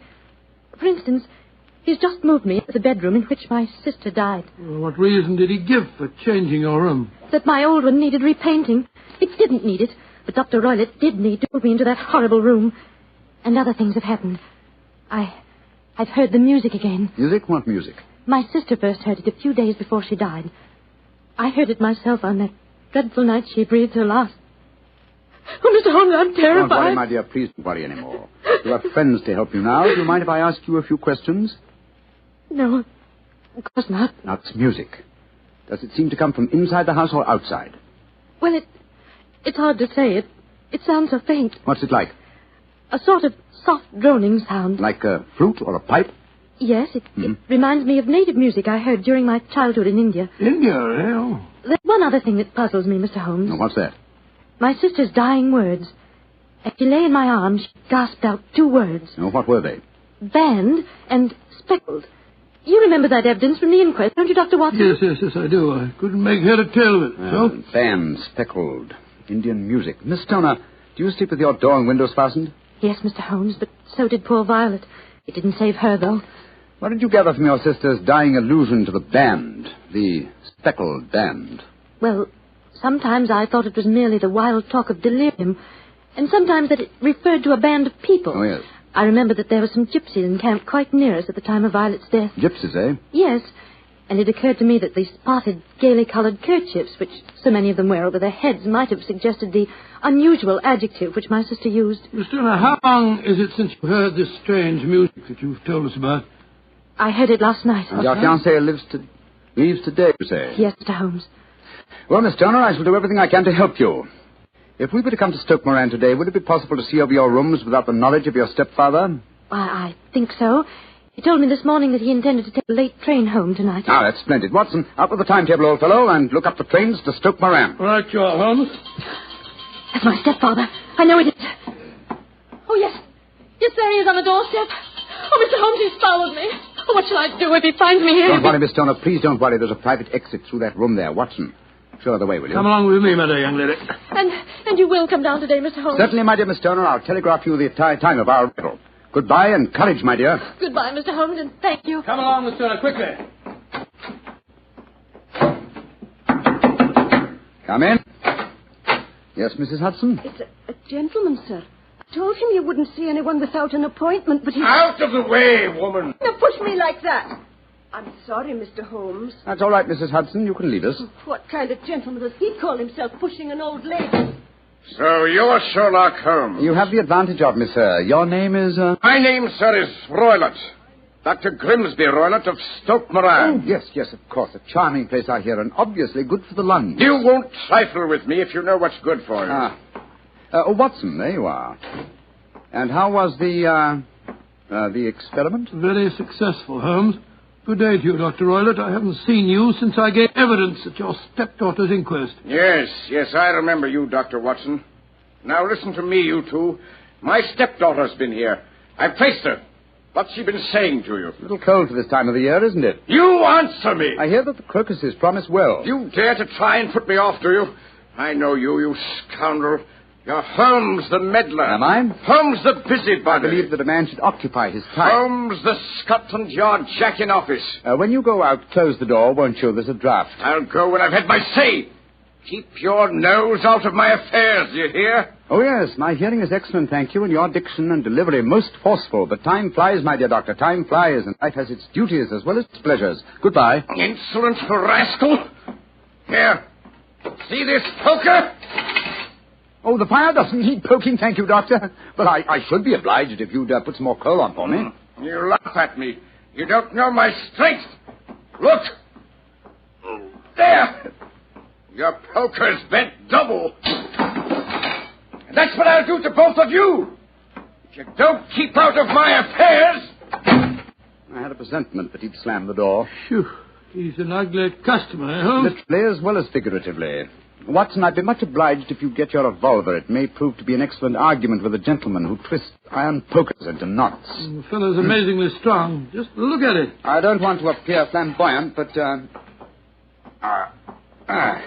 we are. Great Scott, Holmes. You straightened the poker out again. Yes, it was utterly useless in its former shape. And now Watson, the timetable will catch the next fast train to Stoke Moran.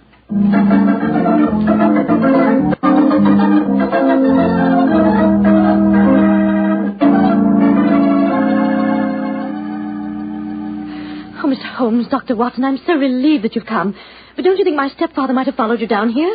Let's take that chance, Miss Stoner. A few hours' delay might mean the difference between our life and death.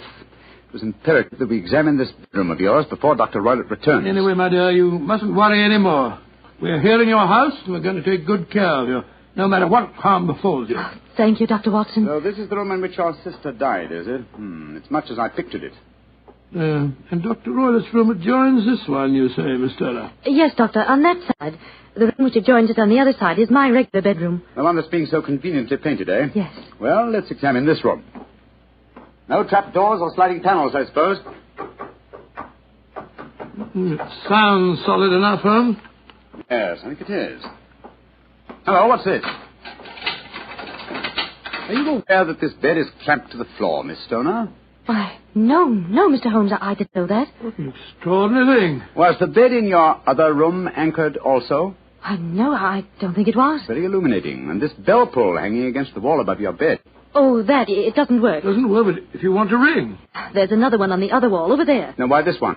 Well, I don't know. My stepfather made a number of changes after we came here. Yes, quite a burst of activity, apparently. And it took some strange shapes. Why are you standing on the bed, Holmes? I'm curious, my dear fellow. Aha. It may interest you to know that this bell rope is fastened to a brass hook. There's no wire attachment. It's a dummy. A dummy? But why? There's a small screen above it. It's a ventilator, I suppose. Yes, Mr. Holmes. Yes. A ventilator leading into your stepfather's room. Curious. I notice there's no means of opening the ventilator on this side. It can only be operated from your stepfather's room next door. I wonder if you'd mind taking us in there. Of course, Mr. Holmes. Follow me. What do you make of it, Holmes? There's devil's work afoot, old chap. Here we are, Mr. Holmes. It's much the same as the other room. A bit bigger, perhaps. That large safe against the wall seems to be an unusual piece of bedroom furniture. What is it, Miss Stoner?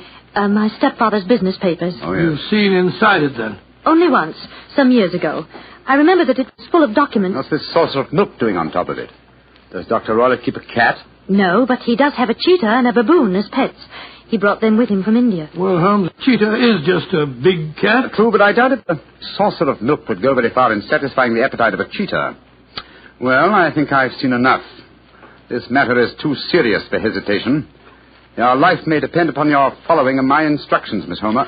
I'll do anything you say, Mr. Holmes, anything. Is that village inn I see through the trees from this window? Yes, the Queen's Arms. Your bedroom windows would be visible from there. Yes, Mr. Holmes. Very well, then. Watson and I will go there now and obtain accommodations. When your stepfather returns, you must confine yourself to your room on the pretense of a headache. You follow me? Perfectly. When Dr. Roylott returns for the night, you must open your bedroom window and put your lamp on the sill as a signal to us at the inn. Then withdraw quietly to your usual bedroom, the one that's being painted. I'm sure that you could manage there for one night. Of course. But what will you do? When we get your signal, Dr. Watson and I will come here and spend the night in your dead sister's room. We are going to solve this mystery of the dummy bell rope and the unusual ventilator and the strange music in the night.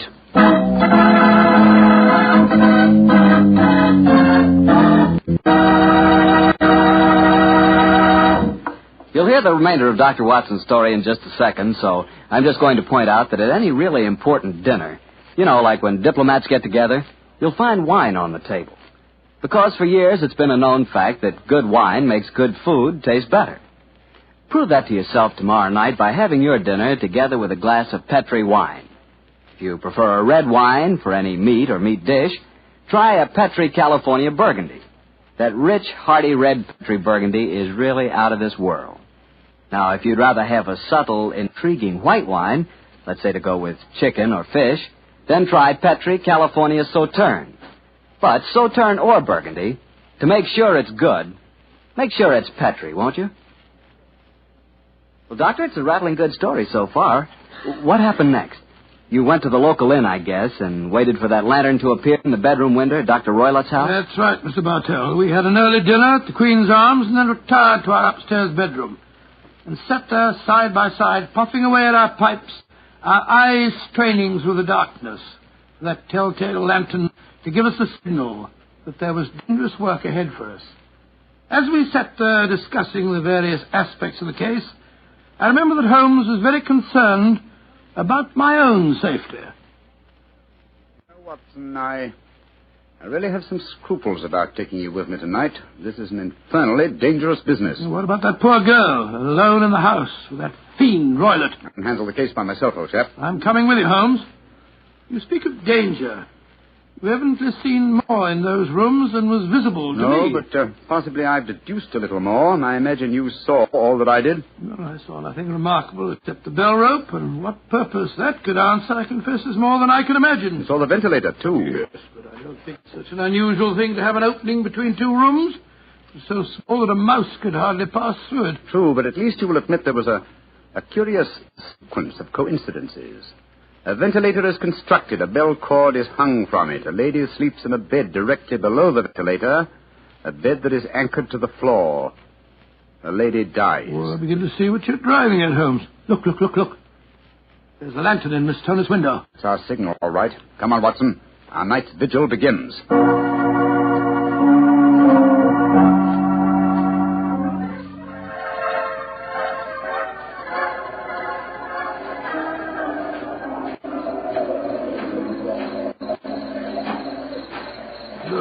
What a foul night. Foul night for foul business, Watson. Come on, through these laurel bushes. It's only another 50 yards to the house. Yes, the lantern's still burning away in the bedroom window. Yes, all the other lights are out. Including the one in Dr. Roylott's room. He must have gone to sleep. To bed, possibly, Watson, but not, I think, to sleep. Great heavens, Holmes. Look at that frightful creature leaping about in the moonlight. It looks like some hideous child. That's Dr. Roylott's pet baboon. But it looks positively human. Yes, probably a great deal more so than its master. They're directly below the window now. This ivy provides a most convenient ladder. I'll go up first. Careful, Holmes, careful. Wait a minute. the thing's strong enough to hold us both. We look pretty stupid on our backs in the mud. Get your hand with you, Holmes. I can't quite get my leg up over this window ledge. Oh, thanks, old boy. Oh, say, phew. Now to close the window shutters. This room looks exactly like the same as it did this afternoon. The sound would be fatal to our plans. Keep the lamp covered, so that if the ventilator is open from Dr. Roylett's room, no light will show from in there. That's it. Why are you carrying that stick, Holmes? Prepared for a visitor that I expect before the night is over. A visitor who will herald his entrance with faint music from an Indian pipe. You mean the music is a signal? Exactly, old fellow. The signal to an accomplice who can enter a room with locked doors, an accomplice who kills and leaves no trace. You mean that... Shh, no more talking, Watson. I'll sit on the edge of the bed here. You sit on that chair. Have your revolver ready in case you should need it. Right you are. Have the lantern ready, too. When I shout now, turn the light full on the top of the bell rope. You understand? Yes, perfectly. Good. Now we must wait. Perhaps for some time. But don't go to sleep, Watson. Don't go to sleep. Your very life may depend on it.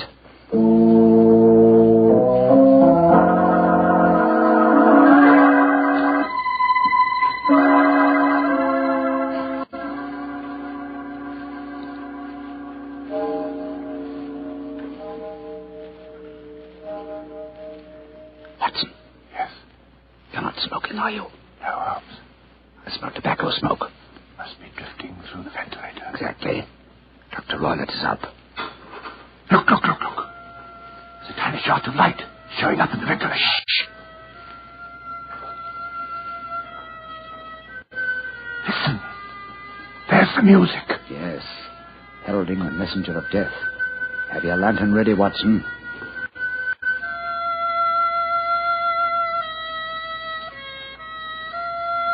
Now, Watson, now! Great heavens, it's a snake slithing down the bell rope. You can't hit it with that stick, Holmes. Out of the way. Let me get a shot at it. I'm going to drive it back the way it came. Get out. There it goes. Back through the ventilator. Oh. What a fiendish plan.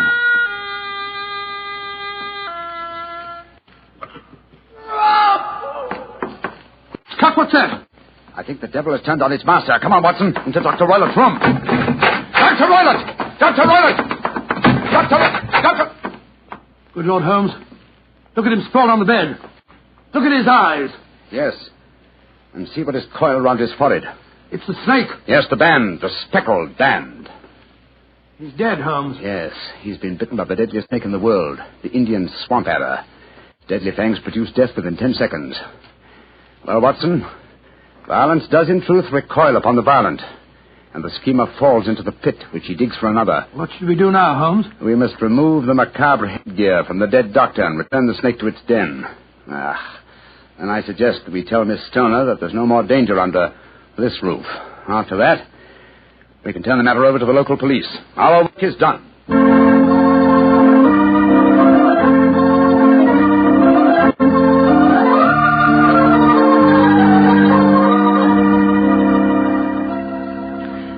Holmes, Dr. Watson, I can't tell you how grateful I am that you brought me back into Baker Street. Stoner, it would have been inhuman to leave you in that house of horror and death. We have a spare bedroom, and Mrs. Hudson is a motherly and understanding woman, and I can assure you that Dr. Watson and I will be delighted to have you stay with us here until you've decided on your future plans. Yes, of course we will, my dear. As a matter of fact, it would be rather refreshing to have a touch of youth about the place. You're both so kind. Mr. Holmes, I think it's wonderful how you foiled my stepfather's devilish plans. Yes, wasn't it a remarkable example of logical deduction? No, it wasn't, old fellow. At first, your mention of the gypsies, Miss Stoner, and the use of the word band put me on an entirely wrong scent. However, when we examined the fatal room, I drew the obvious conclusion. You mean the dummy bell rope, the ventilator, and the immovable bed? Yes, old fellow. It instantly gave rise to the suspicion that the rope was there as a bridge for something coming through the ventilator and traveling to the bed. I at once thought of a snake. When I saw the saucer of milk on top of the safe, my suspicions crystallized into certainty. Oh, it was a fiendish plot. Yes, and an extremely clever one, too. Exactly. My stepfather must have trained the snake to return to him when he played the music. Yes, he put it through the ventilator with the certainty that it would crawl down the rope and land on the bed. It might or might not bite the occupant. Perhaps she might escape every night for a week, but sooner or later she must fall a victim. Thank heaven I came to you, Mr. Holmes. Amen to that, Miss You know, Summer. Holmes, if you hadn't lashed at the snake with your stick, I bet it wouldn't have turned back on its master. True, old chap. In that way, I am no doubt indirectly responsible for Dr. Grimsby Rowlett's death. But I can't say it's a fact that's likely to be too heavily on my conscience.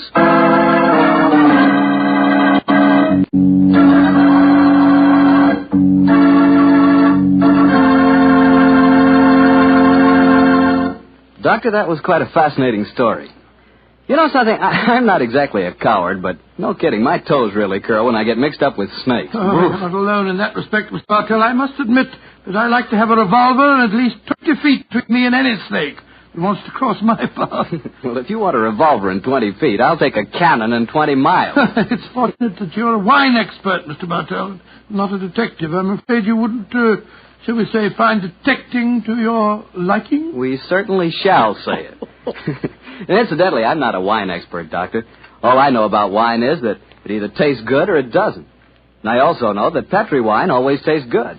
The Petri family sees to that. And now let's keep our weekly appointment. Good evening, Dr. Watson. Good evening, Mr. Bartell. Draw up a chair. Thank you. That's it. By the way, do you know what date it is? November 5th, isn't it? That's right. In England, it's known as Guy Fawkes Day. Have you ever heard of it? It's something to do with a gunpowder plot, isn't it? Yes, Mr. Bartell, it is. And as Sherlock Holmes and I had a very unusual adventure on the 5th of November many years ago, it seems appropriate that I should tell you about it tonight.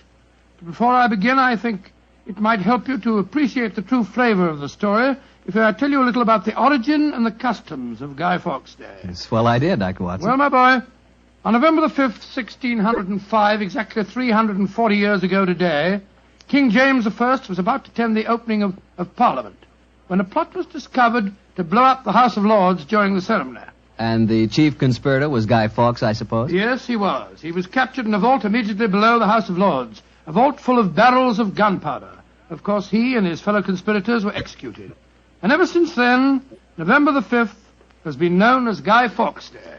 Well, how's it celebrated, Doctor? Well, it's a great time for the youngsters, Mr. Bartell. They black their faces, throng the streets, begging for pennies, and build bonfires in which to burn effigies of Guy Fawkes. These effigies are life-size dummies, stuffed with straw and dressed in old clothes. The children parade them in the streets chanting rhymes. Well, now, let me see. Pleased to remember the 5th of November. Guy Fawkes Guy, hit him in the eye. The kids must have quite a time. Sort of like Halloween, huh, Doctor? Yes, not unlike it, my boy. Well, now that I've told you something about the customs of Guy Fawkes Day, I'll get on with my story. It began just before lunch, I remember, on November the 5th, 1899.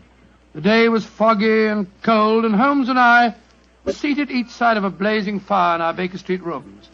From outside, we could hear the sound of voices laughing and singing. Suddenly, Holmes rose and crossed to the window, opened it, and looked out.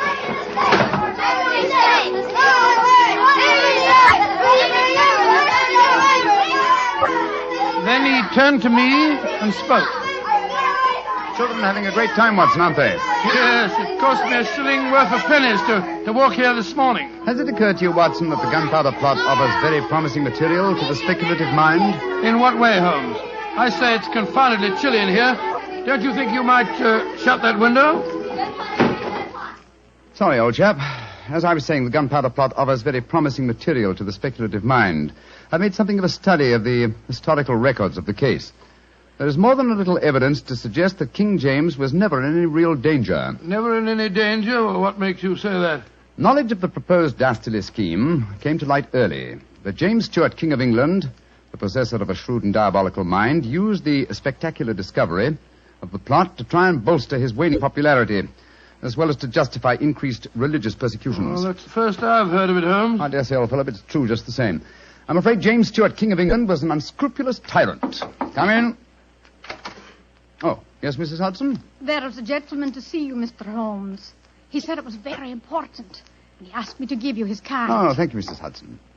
Oh, ask him to come up, please, will you? Aye, sir. Who is it, Holmes? A gentleman with a remarkably fine sense of timing. Read his card for yourself. Let's have a look. Mr. James Stewart. Great Scott, that's It's an extraordinary coincidence that he should arrive just as we're talking about James Stewart, King of England. Come in.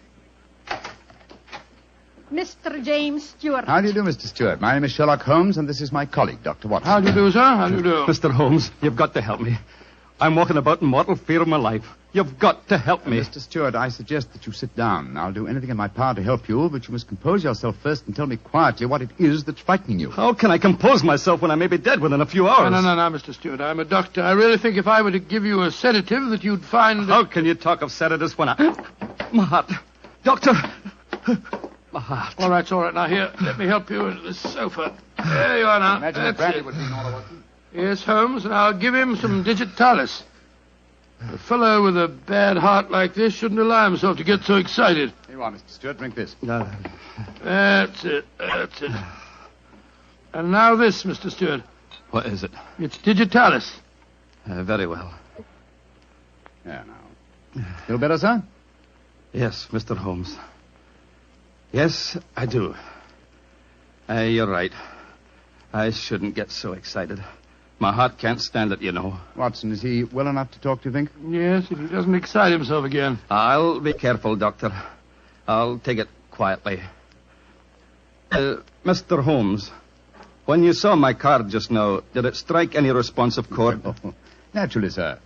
Who could fail to be intrigued when a James Stewart calls to see one on Guy Fawkes Day? It isn't just coincidence that my name is James Stewart. I've got royal blood in my veins. People know of it. And that's another reason they're out to kill me. They're jealous of my heritage. Every instinct I have is a royal one. Now, you gentlemen know that falconry is a king's sport. And my greatest hobby is the breeding and the training of falcons. Mr. Stewart, please, Mr. Stewart. Owing to the state of your health, I suggest that you be as economical as possible in your explanation. In fact, I think it might be better if I were to question you. Very well, Mr. Holmes. Now, you say that your life is in danger. What evidence do you have to substantiate that claim? My cousin, Guy Falconby, has threatened it. You see, Mr. Holmes, he and I are the only heirs to a wealthy uncle. His fortune will go to the surviving heir. If I were dead, Guy would inherit everything. Seems to me, Mr. Stewart, that you should have applied to Scotland Yard for protection. I did, Dr. Watson. Only a few days ago I saw a certain Inspector Lestrade, I think his name was, and he laughed at my fears. Oh, Lestrade. And he laughed, did he? Well, then in that case, there may be something in your story, sir. You say that your cousin has threatened to kill you. Has he indicated the method he intends to employ? He has. And it's a devilish plot. Guy has a bitter, twisted sense of humor, gentlemen, even when he's planning as dastardly a thing as a murder. I am James Stewart. He is Guy Falconby, which is near enough to Guy Fawkes. Today is the 5th of November, and he's planning to blow me up. Oh, come, sir. You can't expect us to believe that. But it's true. He warned me. And the celebrations that are going on in the streets of London today would make a rare cloak for his activities. I must confess, Mr. Stewart, that I find your story most unconvincing. All your evidence appears to depend on conversations held between you and this cousin of yours. You have no facts, sir, to substantiate your claims. But I have. Then please let us hear them. I live at 23 Cavendish Square. A week ago, the house next door to me was let to a new tenant. Almost immediately, workmen became very active there. They were digging in the cellars, Mr. Holmes. I could hear the sounds of picks and shovels through the walls. Digging in the cellars? That does sound significant, doesn't it, Holmes? Extremely. Did you observe any other activities of the workmen, Mr. Stewart? Mr. Holmes, vans have been delivering large packing cases to the basement during the last 2 days. Mm-hmm. I know what's in them, too. It's gunpowder. I tell you, they're planning to blow me up today. No. Steady. You mustn't excite yourself again. What shall I do, Mr. Holmes? I think, sir, it would be better for you to rest here for a while and then go to a nearby hotel. I would suggest the Shaftesbury. And wait there until you hear from us. And where are you gentlemen going? Watson and I, after donning suitable disguises, will visit the house adjoining yours in Cavendish Square. I think an examination of the cellar there might prove most illuminating.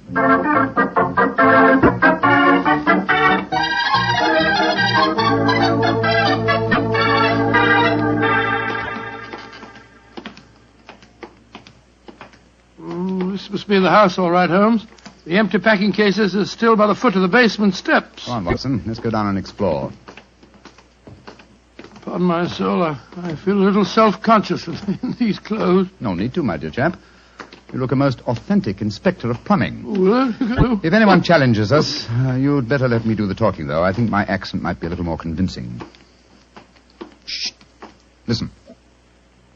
I can't hear anything. Exactly. Then we may reasonably assume that either the workmen are observing the Guy Fawkes holiday or that their work is done. Come on, let's try this door.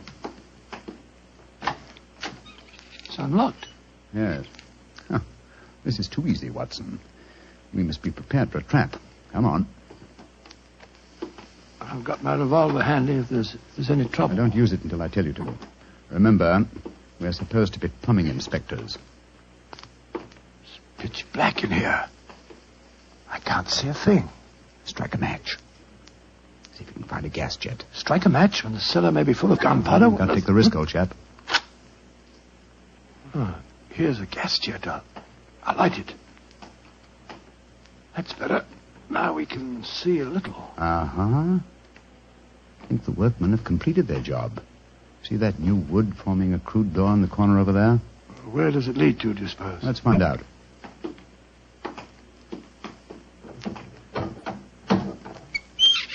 Oh, also unlocked. And here's a miner's lantern, waiting conveniently for us on this ledge. Oh, this is ridiculously easy. Now I'm sure it's a trap. I like the lantern. Great Scott, it's a tunnel. Yes, it's a tunnel leading into Mr. Stewart's house next door. Let's explore it.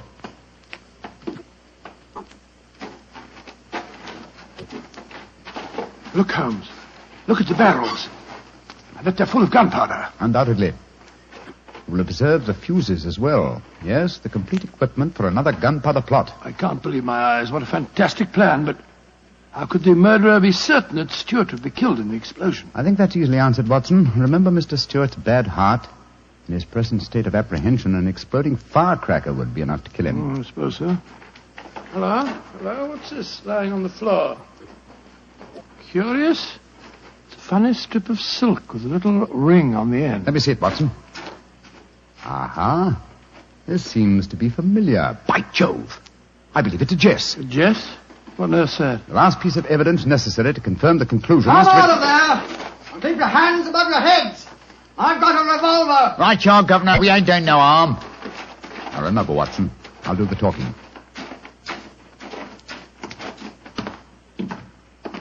Come on! Out you come! Well, well. You're a comical-looking pair. What are you doing in there? Me and my mate got a message to come over here and see to the plumbing, mister. Plumbers, eh? Do you have any identification? Yes, sir. Here's my badge.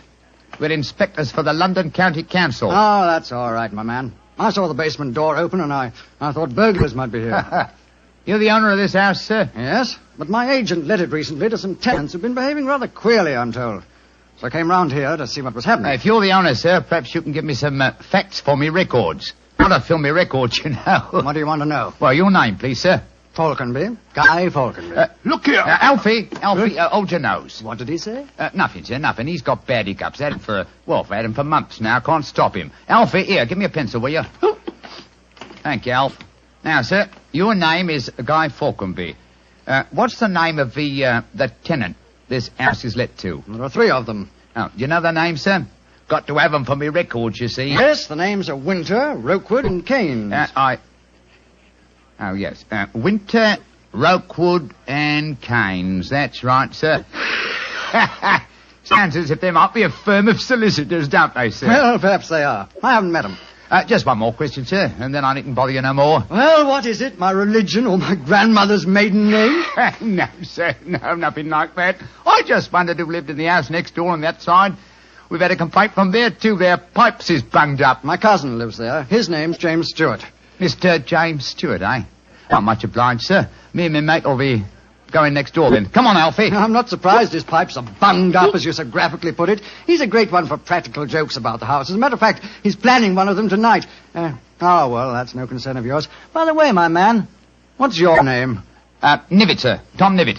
Come on, Alfie. We got work to do.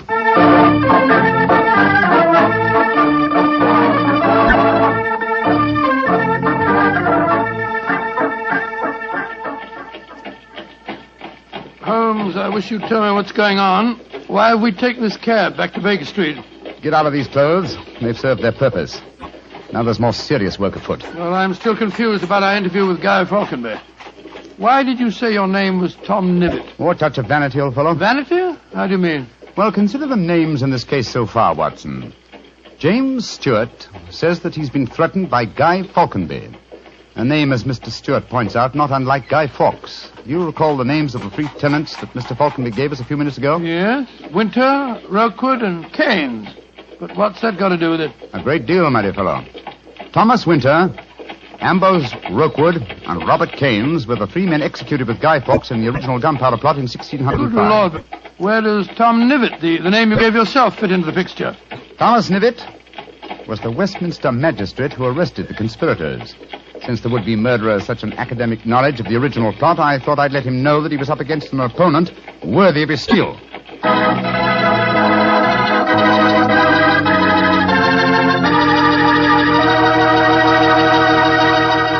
We'll hear the rest of Dr. Watson's story in just a few seconds. Just about time for me to remind you that if you want a wine that's sure to please the ladies, you can't miss with Petri California Muscatel.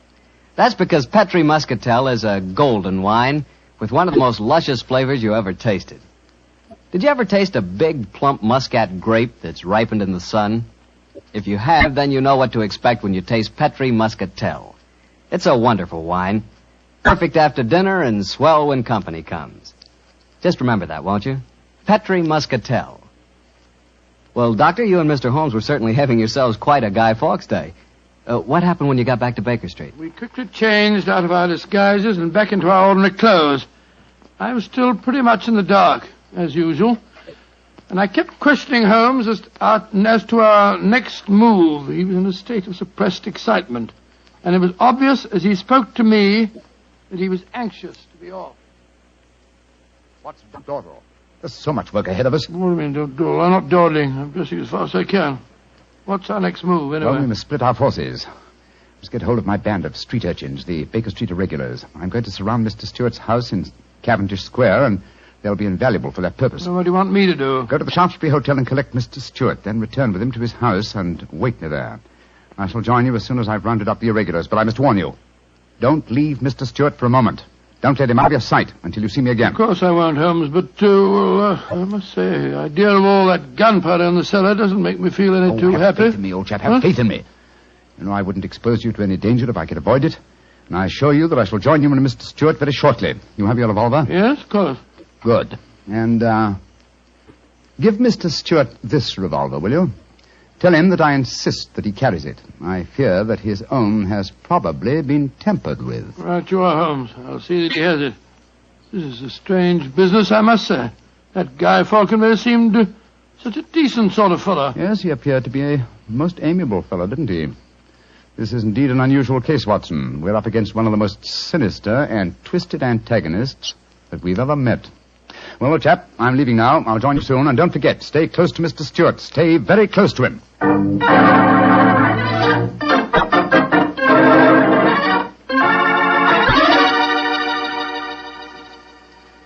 Dr. Watson, I wish your friend were here. No, don't get so excited, Mr. Stewart.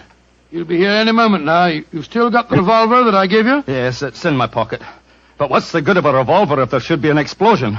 Answer me that if you can. No, you must have faith in Mr. Holmes, sir. He's arranging now to have this house of yours surrounded by his band of street urchins. They'll see that no one gets to the cellar next door to light the fuses. A bunch of children.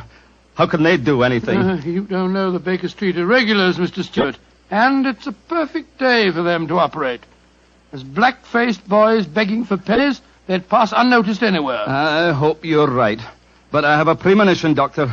There's going to be a tragedy. I know it. Now, take it easy, sir. Remember your heart. You're in splendid hands when Sherlock Holmes is on the case.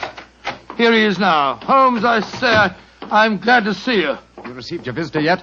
Visitor? We've seen no one. Then be on the alert. I've just been questioning the boys surrounding this house. A few moments ago, some children pulled a small cart up to the back door. A cart containing a life-size dummy. My irregulars thought that it was an effigy on its way to a bonfire. Oh, why shouldn't it be, Holmes? I have reason to believe that it's someone visiting you in disguise, Mr. Stewart. A visitor who is mounting the back stairs at this very moment. You've got to stand by me, Holmes. You've got to protect me. Don't worry, sir. Come in. Look at that apparition. Great Scott, Guy Fawkes' dummy. A dark lantern in his hand and And it's walking. And also talking, I trust. Keep away from me. I got a revolver. Take for her sake, for Victoria's sake. If you won't give me one, I'll take two. The better for me and the worse for you. It's Guy Falkenberg. Keep away from me, do you hear? The better for me and the worse for you. All right, then. I'm going to fire. Dear me, Mr. Stewart, the revolver I've provided for you seems to be unloaded. How very odd. Well, what in fun is all this about? You've just witnessed an attempted murder, Watson. Murder? What are you talking about? This is a game. James and I had it arranged, the whole thing. You may have thought it was a game, Mr. Falconby, but I assure you that your cousin... Grab Mr. Stewart, Watson. He seems to be leaving us. Leave me alone. Take your hands off me. My heart. Help me put him on the sofa. That's it. I'll get him some digitalis. Look, I don't want to appear unnecessarily stupid, but will someone tell me what this is all about? With pleasure, Mr. Falconby. Your cousin had planned one of the most fantastic murder plots that I've ever encountered. He came to us with the story that you had threatened his life. But that's ridiculous. I'm very fond of him. Of course it's ridiculous. The whole plot was ridiculous. He leased the house next door, had a tunnel dug, and gunpowder and fuses planted there.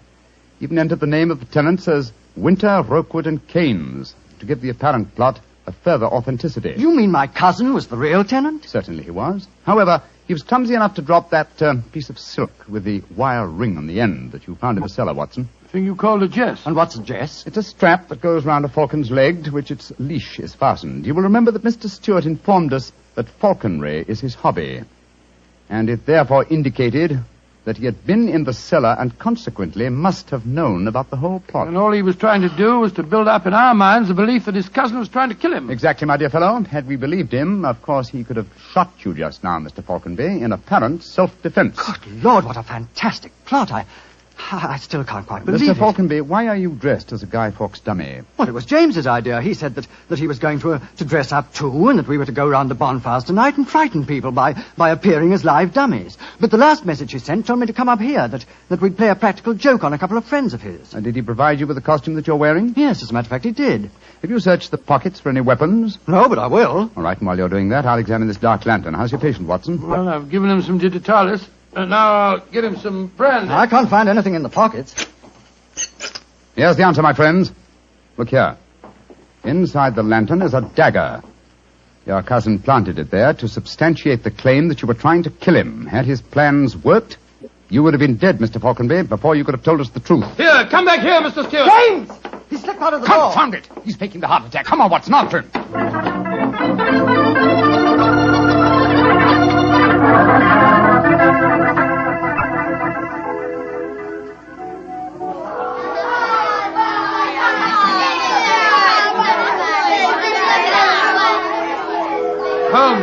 Holmes, where are you?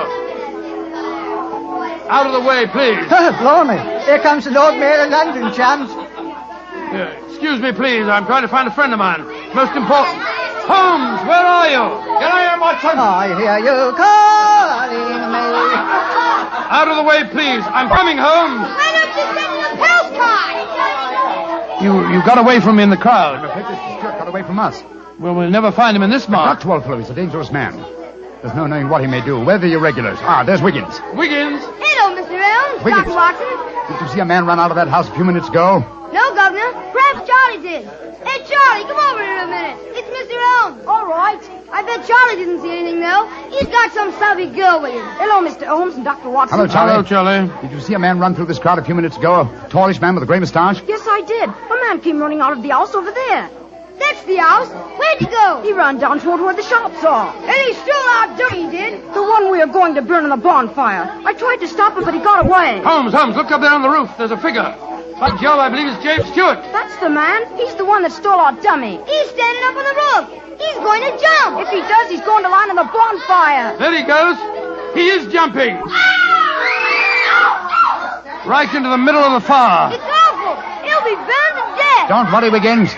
There wasn't a man who fell into the bonfire. What do you mean? From the gyrations that the figure performed as it fell, my dear Watson, I'm convinced that Mr. Stewart threw the stolen dummy to try and put us off the track. Then Stewart's still up there. He is, Watson. Come along, old boy. It's up on the rooftops for us. Up on the rooftops.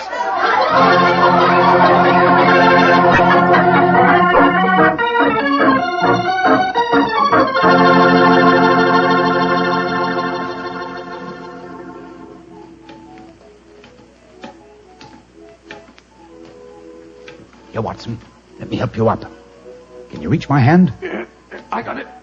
All right, then. Up you come. Come on. That's it. Phew. Seems to me that fire escapes must be designed for giants. Keep your eyes skinned, old fellow.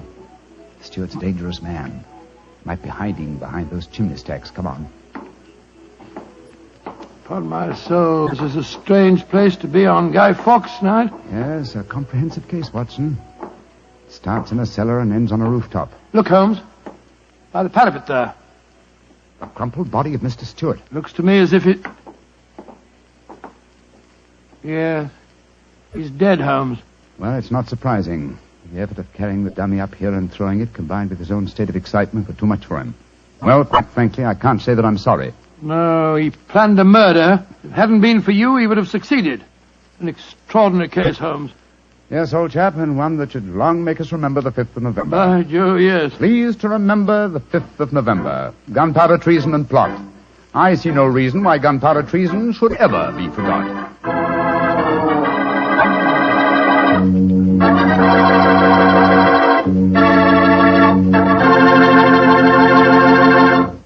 Well, Doctor, as you boys would say, that story was a bit of exciting, what? Yes, and even now I sort of lose my breath when I remember climbing that fire escape. You know, Doctor, those two fellas certainly went out of their way to celebrate Guy Fawkes Day.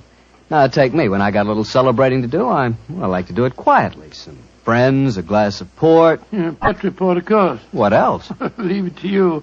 No matter what the occasion is, you can somehow make it a perfect occasion for Petri wine. Come in. Good evening, Doctor. Good evening, Mr. Bartell.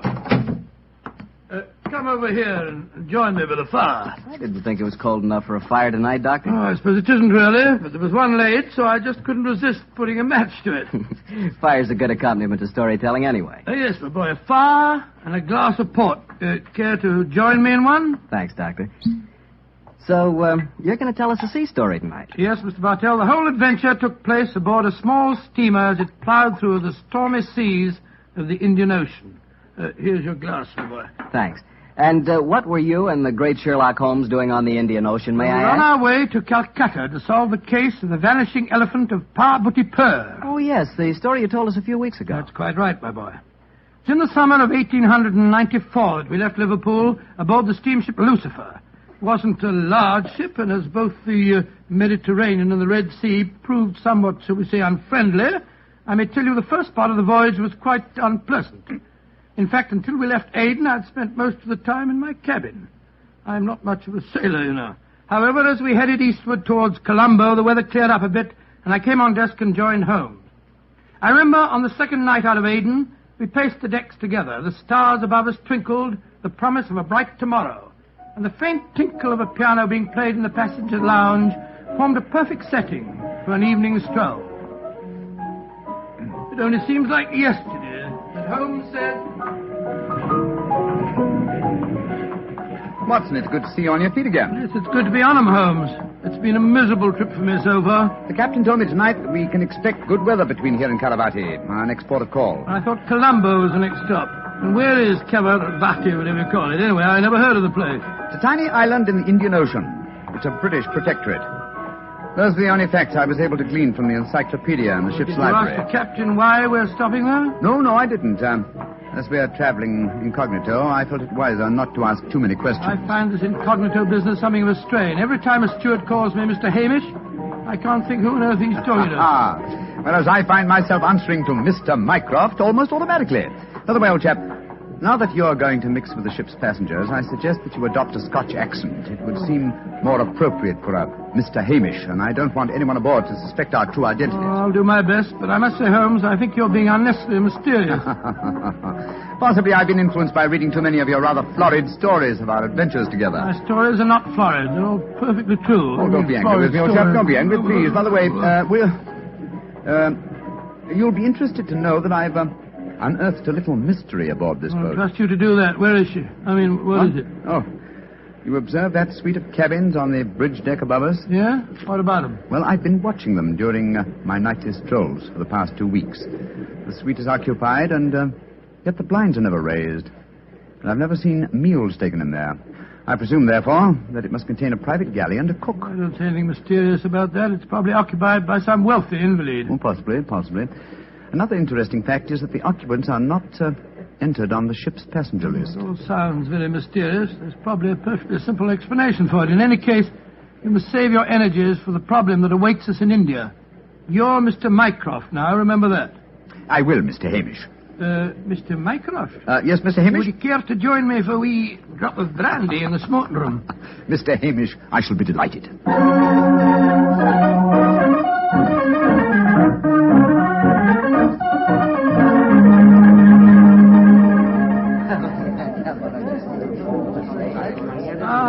This is excellent brandy. Excellent. Watson, you notice that rather garrulous gentleman over there in the corner? You mean the one at the table with the oriental-looking fellow? Yes, the talkative man is the ship's doctor, but I haven't seen the other gentleman before on this voyage. I wonder if he's an occupant of the mysterious suite on the bridge deck. Let's go over and talk to him, shall we? And remember the accent, Mr. Hamish. And so, Verda, when we landed at Colombo, I decided to take Mrs. Abbott for a moonlight rickshaw drive through the cinnamon gardens. Did you gentlemen want to see me? If you'll excuse us, Dr. Harris, my friend Mr. Hamish and I were having a little argument, and we thought that perhaps you might be able to settle it for us. An argument? Oh, I love a good argument.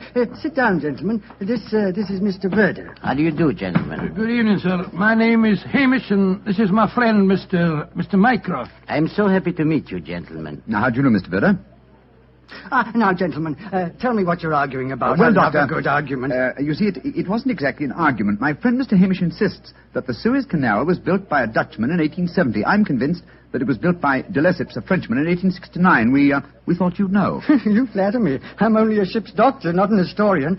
Ask Verdi. He probably knows. Can you settle the question for us, sir? I can, my Mr. Mycroft. You are almost correct. The canal was opened in 1869. Though its construction began 10 years previously. De Lesseps, a French engineer, was in charge of the operation. There is a statue of him in Port Said Harbor, built to commemorate his skill and enterprise. Oh, much obliged to you, Mr. Vera. Hamish, I think that I win my bet. Aye, Mycroft, I'm afraid you do, if you're sure of your facts, Mr. Vera. I'm sufficiently sure of them, Mr. Hamish, to venture a small wager myself. No. I think I'll not make any more bets on the subject, thank you.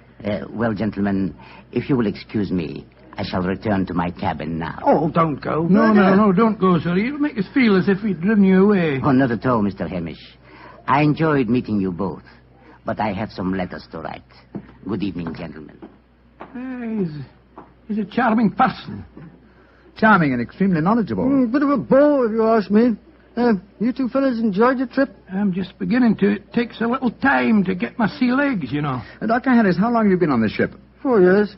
This is my 23rd trip east on the Lucifer. Why? Well, there's something that puzzles me on board this ship. I'm assured that you would explain it to me. And what is it? Well, the suite of cabins on the bridge deck, who occupies them? Wouldn't you like to know? I don't know we would, and that's why my friend asked you. Well, I'll tell you. Though it's supposed to be a secret. But there'll be no harm in telling you now, for we're dropping anchor off the island of Cavarati in the morning. In that suite of rooms is the Rani of Cavarati herself. She has her own staff of servants and everything. What do you think of that? Oh, how very interesting. And is the Oriental gentleman who left the table when we arrived part of our entourage? He is, sir. He's the sort of Prime Minister of Cavarati. This whole trip of theirs is very hush-hush. Rani returning to her country, afraid someone might make an attack on her life. Have to keep it all hush-hush. Cavarati is an island that's had a lot of trouble. You seem to be remarkably well informed about the place, sir. Yeah, should be. I used to practice there in my younger days. Oh, really? How very interesting. Yes, I could tell you strange tales about the island. I remember... Oh, hello. See that fella coming into the lounge? You mean the big man with the grey hair? Yes. That's Sir Christopher Wyatt. Owns all the tea plantations on Cavarati. He's a dull fella, but I'll call him over. Wyatt, come over and join us.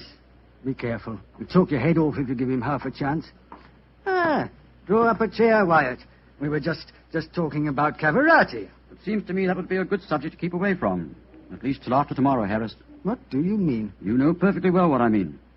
I should have thought that after your own experience on Cavarati, you'd have learned a little discretion. You're talking like a schoolmaster, Wyatt. Why don't you just sit down, have a drink, and be friendly? Thank you. I prefer my own company. Pompous ass. You and Sir Christopher don't seem on the best of terms, Doctor. I know too much about him. He's afraid of me. That's what he is. Look at this girl coming into the room. Great Scott, she's good looking. Judging by our oriental costume, she must be a member of the Rani's retinue. She's coming to our table. Yes, my dear. What is it? Which of you gentlemen is Mr. Mycroft, please? I am. My mistress sends her compliments and asks that you will call on her in her suite. And who is your mistress, may I ask? Her Highness, the Rani of Cavarati. Oh, I shall be delighted. Please tell the Rani that I shall pay my respects without delay. We will join her in a few minutes. Very well, Mr. Mycroft.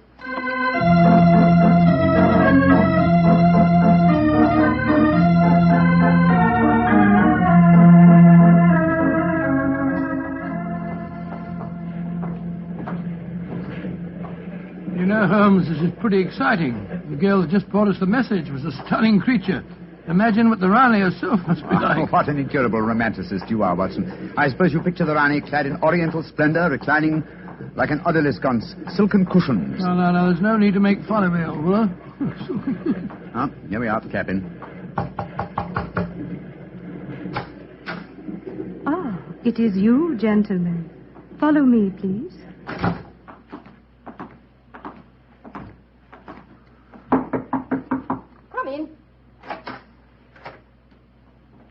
Her Highness, the Rani of Cavarati. All right, Regina, you can off it. Yes, Your Highness. Well, me lads, don't look so startled. Come in and sit down. Your Highness, What's the matter? What's the matter? Don't I fit into your picture of a Rani? What did you expect? A slant-eyed beauty with a veil and big hips? Well, I've got the big hips, all right. Your Highness... never mind, Your Highness. Sit yourselves down and talk free and easy like. I may as well begin by telling you that I know who you both are. Mr. Sherlock Holmes and Dr. Watson. Dear me. I've seen you in the good old days in London, you know. May I ask if our visit is purely a social one, or are you in need of professional advice? Oh, a little of both, Mr. Holmes, a little of both. And we'll start off with being social. Roma. Mem Sahib. Champagne. Botachi, Mem Sahib. If you'll pardon my asking you, madam, but I've never seen you before, have I? Oh, that's a question I'm always having to answer. Yes, you probably have, Dr. Watson. You see, I was in the chorus at Daly's Theatre in London for quite a few years, until the Raja of Cavarati decided I'd look better on his island than I did in front of the footlights. Your husband, the Raja, is dead, isn't he? Yes, he was killed playing polo. Champagne, Mem Sahib. Colo. Champagne Pinisecta. Acha. He doesn't speak English, so I'll get along with telling you my troubles. Mr. Holmes, somebody's trying to kill me. Kill you? It's good. May I ask what reason you have for saying that, madam? You may, Mr. Holmes. Before I left England, I had threatening letters warning me that if I ever went back to Cavarati, I'd never get to the island alive. I got another letter in Port Said that said the same thing. You kept these letters, I trust? No, I didn't. I tore them up. I never did pay attention to letters that weren't signed. Oh, that's a great pity, madam. Those letters might have been invaluable. Well, it's too late to think about that now, Dr. Watson. Here's what's on my mind. I land at Cavarati in the morning, and if anyone's up to a bit of no good, tonight's their last chance. You destroyed the threatening letters, madam, thereby indicating that you did not believe in the threats, and yet you now appear to feel that you are in danger. I wonder what made you change your mind. The Ace of Spades. Yes? I don't understand you, madam. In the last 2 days, every time I tell my fortune, I get the Ace of Spades. Now, you know what that means. Death. Oh, come now, madam. If you'll pardon my saying so, that's a very childish superstition. Well, the cards have never lied to me yet. Oh, you can laugh at it if you like, but I know. Well, do you mind if I ask you a few questions? Anything you like, Mr. Holmes. Fire away. How long is it since you were in Cavarati? About 18 months. We were in England when my husband died, and I couldn't face the idea of going back to that island alone. 3 months ago, Verder... Oh, he's the chief minister of Cavarati. Yes, madam. We met him for a moment in the lounge. Oh, well, Verder came over to England to persuade me it was my duty as the Rani to go back. I see. As far as you know, have you any enemies among the passengers on board the ship? Oh, that's an odd one to answer, Mr. Holmes. But I can tell you right here in my suite there's someone who doesn't like me. The girl Raduna, the one that brought you my message. She was in love with the Raja herself. I know she hates me, even though she did stay with me in England after my husband died. How about Ferder, your minister? Oh, he's all right. My husband thought the world of him, and he's been wonderful to me. He came from Cavarati recently, you say, to persuade you to return there. That's right, Mr. Holmes. Well, Bruma seems to be all right after drinking that champagne, so it'll be safe for us to have some now. Champagne homme Loquedo? Botace même side. Oh, I've been burning with curiosity to know why you gave him a glass of champagne a few minutes ago, and yet we didn't have any. Well, surely that's obvious, Watson. Fulmer is the official poison taster, isn't he, madam? That's right, Mr. Holmes. He tastes everything I eat or drink before I do. And if it doesn't affect him, then I know it's safe. Berta brought him over to England when he came to fetch me. On the island of Cavarati, poisoning's quite an hobby, you know. There were 2 people in the smoking room tonight who seemed to know quite a lot about your island. The ship's doctor, a rather garrulous gentleman by the name of Harris, and Sir Christopher Wyatt, who owns tea plantations on the island. Do you know either of them, madam? I should say I do, both of them. Dr. Harris isn't any good. He was on the island for a bit, but he got into some kind of trouble, and my husband had him thrown out. And how about Sir Christopher Wyatt? Oh, Chris is all right. I saw quite a bit of him in London after my husband's death. As a matter of fact, well, if I weren't going back to Cavarati, I don't think he'd be on the boat at all. He hasn't been there for over 5 years, ever since he had a row with my husband over the wages he paid the native labor. It seemed to me that several people aboard this boat have a personal interest in the island of Cavarati. Interests that might be influenced by your death. Yes, just what I was going to say, madam. I think we should keep an eye on you. Oh, that's just what I was hoping you'd say, Doctor. You see, I'm giving a bit of a supper party tonight. All the people we've been talking about have been invited. And I thought if you two were to be here, perhaps you'd be on the lookout for any funny business. How about it? Well, of course we'll come, won't we, Holmes? I think it might be a good idea, though I would suggest that we retain our incognitos as Mr. Hamish and Mr. Mycroft. Well, whatever you say, Mr. Holmes. And now, let's have that champagne.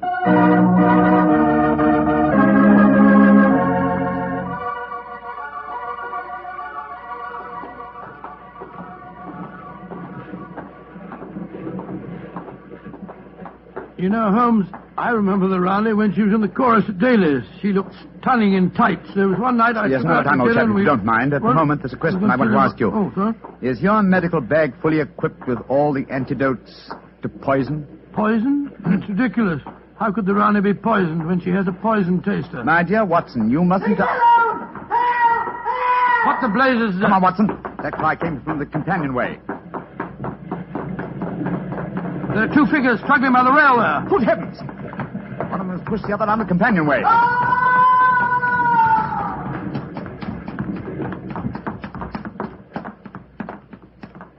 Good Lord. His skull smashed in. I'm afraid that he... What's happened? Sir Christopher Wyatt. What are you doing here? I was taking a stroll. I heard a yell from this direction and came here as fast as I could. Great Scott, this fellow's bleeding badly. We must get the ship's doctor at once. That's hardly necessary, I fear, Sir Christopher. What do you mean? In the first place, this man is dead. In the second place, he is the ship's doctor.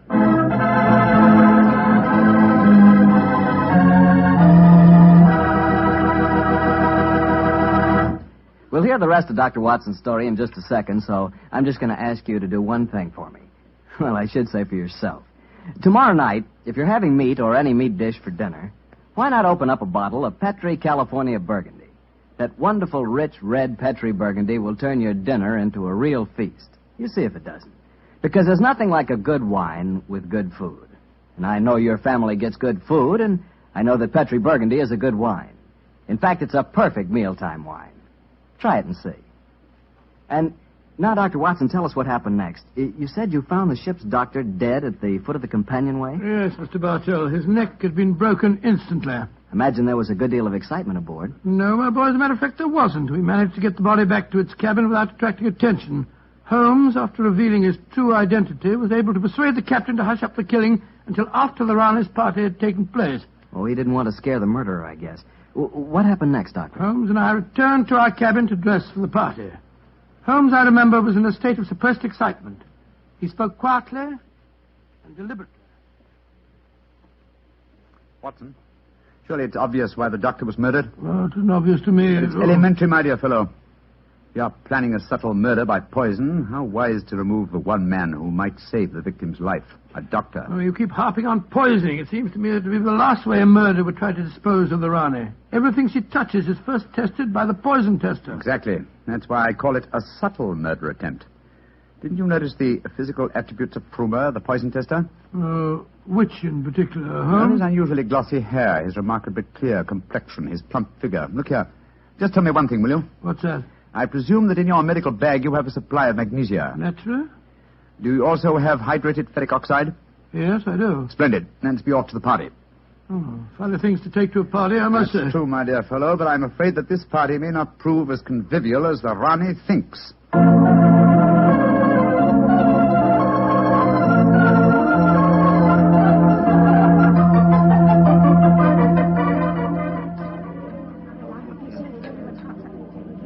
Holmes, it's nearly 1 in the morning.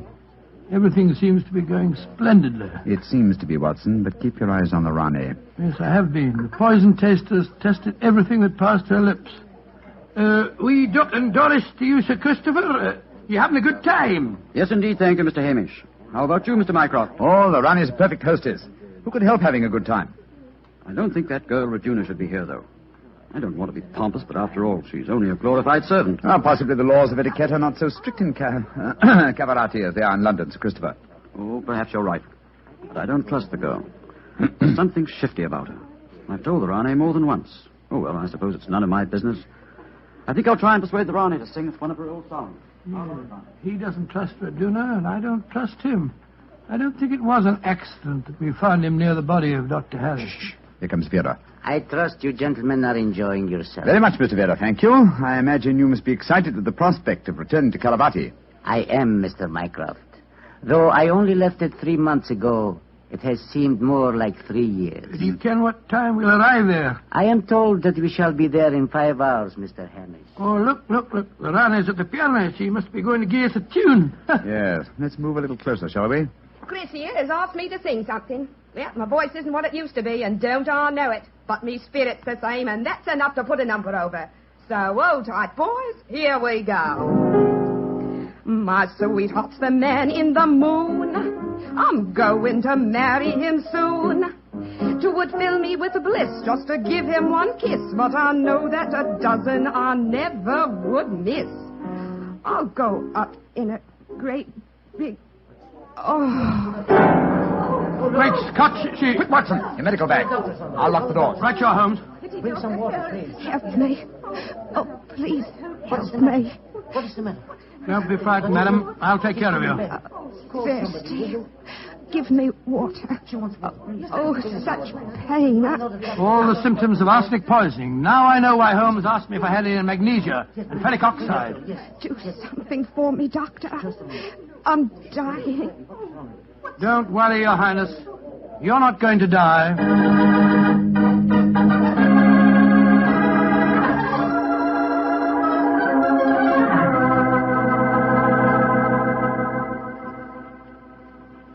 She's going to live, Holmes. Ah, gracious me, I'm tired. It's touch and go there for a while, though. Well done, Watson, old chap. Well done. Now that she's out of danger, why can't we all go back to our cabins? It's nearly dawn, and we've been locked in here since 1 o'clock. We've no right to do this, you know. Possibly not, Sir Christopher, but there's a murderer in this cabin, and I don't intend to let him escape. Mr. Holmes, what happened? How could I have been poisoned when Frumer tasted everything first? Why wasn't he poisoned? For a very simple reason, Your Highness. The murderer has been conditioning Frumer for over a year. What do you mean? He's been feeding him gradually increasing doses of arsenic until he has finally become immune to the poison. Great Scott, I never thought of that. Frumer's glossy hair, his complexion, and stout figure are all typical of a person who consumes arsenic regularly. But who could have done it? Only one person had the opportunity. Well, tell us who that person is. No, not you, Sir Christopher, not you. For you haven't been on the island for years, whereas Frumer returned from Caravati but 3 months ago. Raduna has also been in London with her mistress for the past 18 months, remember? The answer is obvious. You did it, Verda. You brought the taster over when you came to fetch me. You'd prepared him for the year beforehand. Of course I did. No white runner will ever rule over Cavarati. And you murdered Dr. Harris. Equally true. Mr. Holmes, give me the key to the door, please. Oh, no. What? Do not come near me. Please throw it on the floor. Do not hesitate. You see this revolver? I should have no compunction in using it, I assure you. How do you expect to escape, Vera? The key, please. Thank you. You'll never get away with this, Verda, you devil. But I shall. We are now in the harbor of Cavarati. I shall swim ashore and arrange your welcome, my dear Ronnie. Turn your backs, please. Turn them. Thank you. Goodbye. He's gone. Come on, Watson. After him. You have your revolver, Watson? Yes, but I didn't get a chance to draw it. He had me covered. Well, draw it now, old fellow. Aim for a leg or an arm, and don't hesitate to shoot. There he is, up on the lifeboat. He's climbing up on the rail. Where is he? Where did he go? Out there on the rail above us, madam. He's going to dive. Give me that revolver, Dr. Watson, quick. That's it. Come down off there, Verder. Wolves, Medlars, keep out of my affairs. There he goes. He's dived. Madam, you shot to kill. Of course I did, Mr. Holmes. Remember that we're now in Cavarati waters, and that though I may not look like it at the moment, I am still the Ronnie of Cavarati.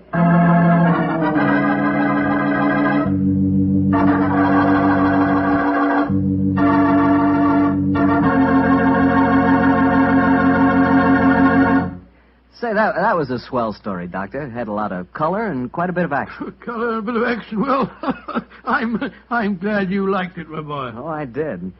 Say, that's not a bad idea. I mean, having someone taste everything before you eat it. Oh, it's a very old idea, very old. Very common, too, years ago.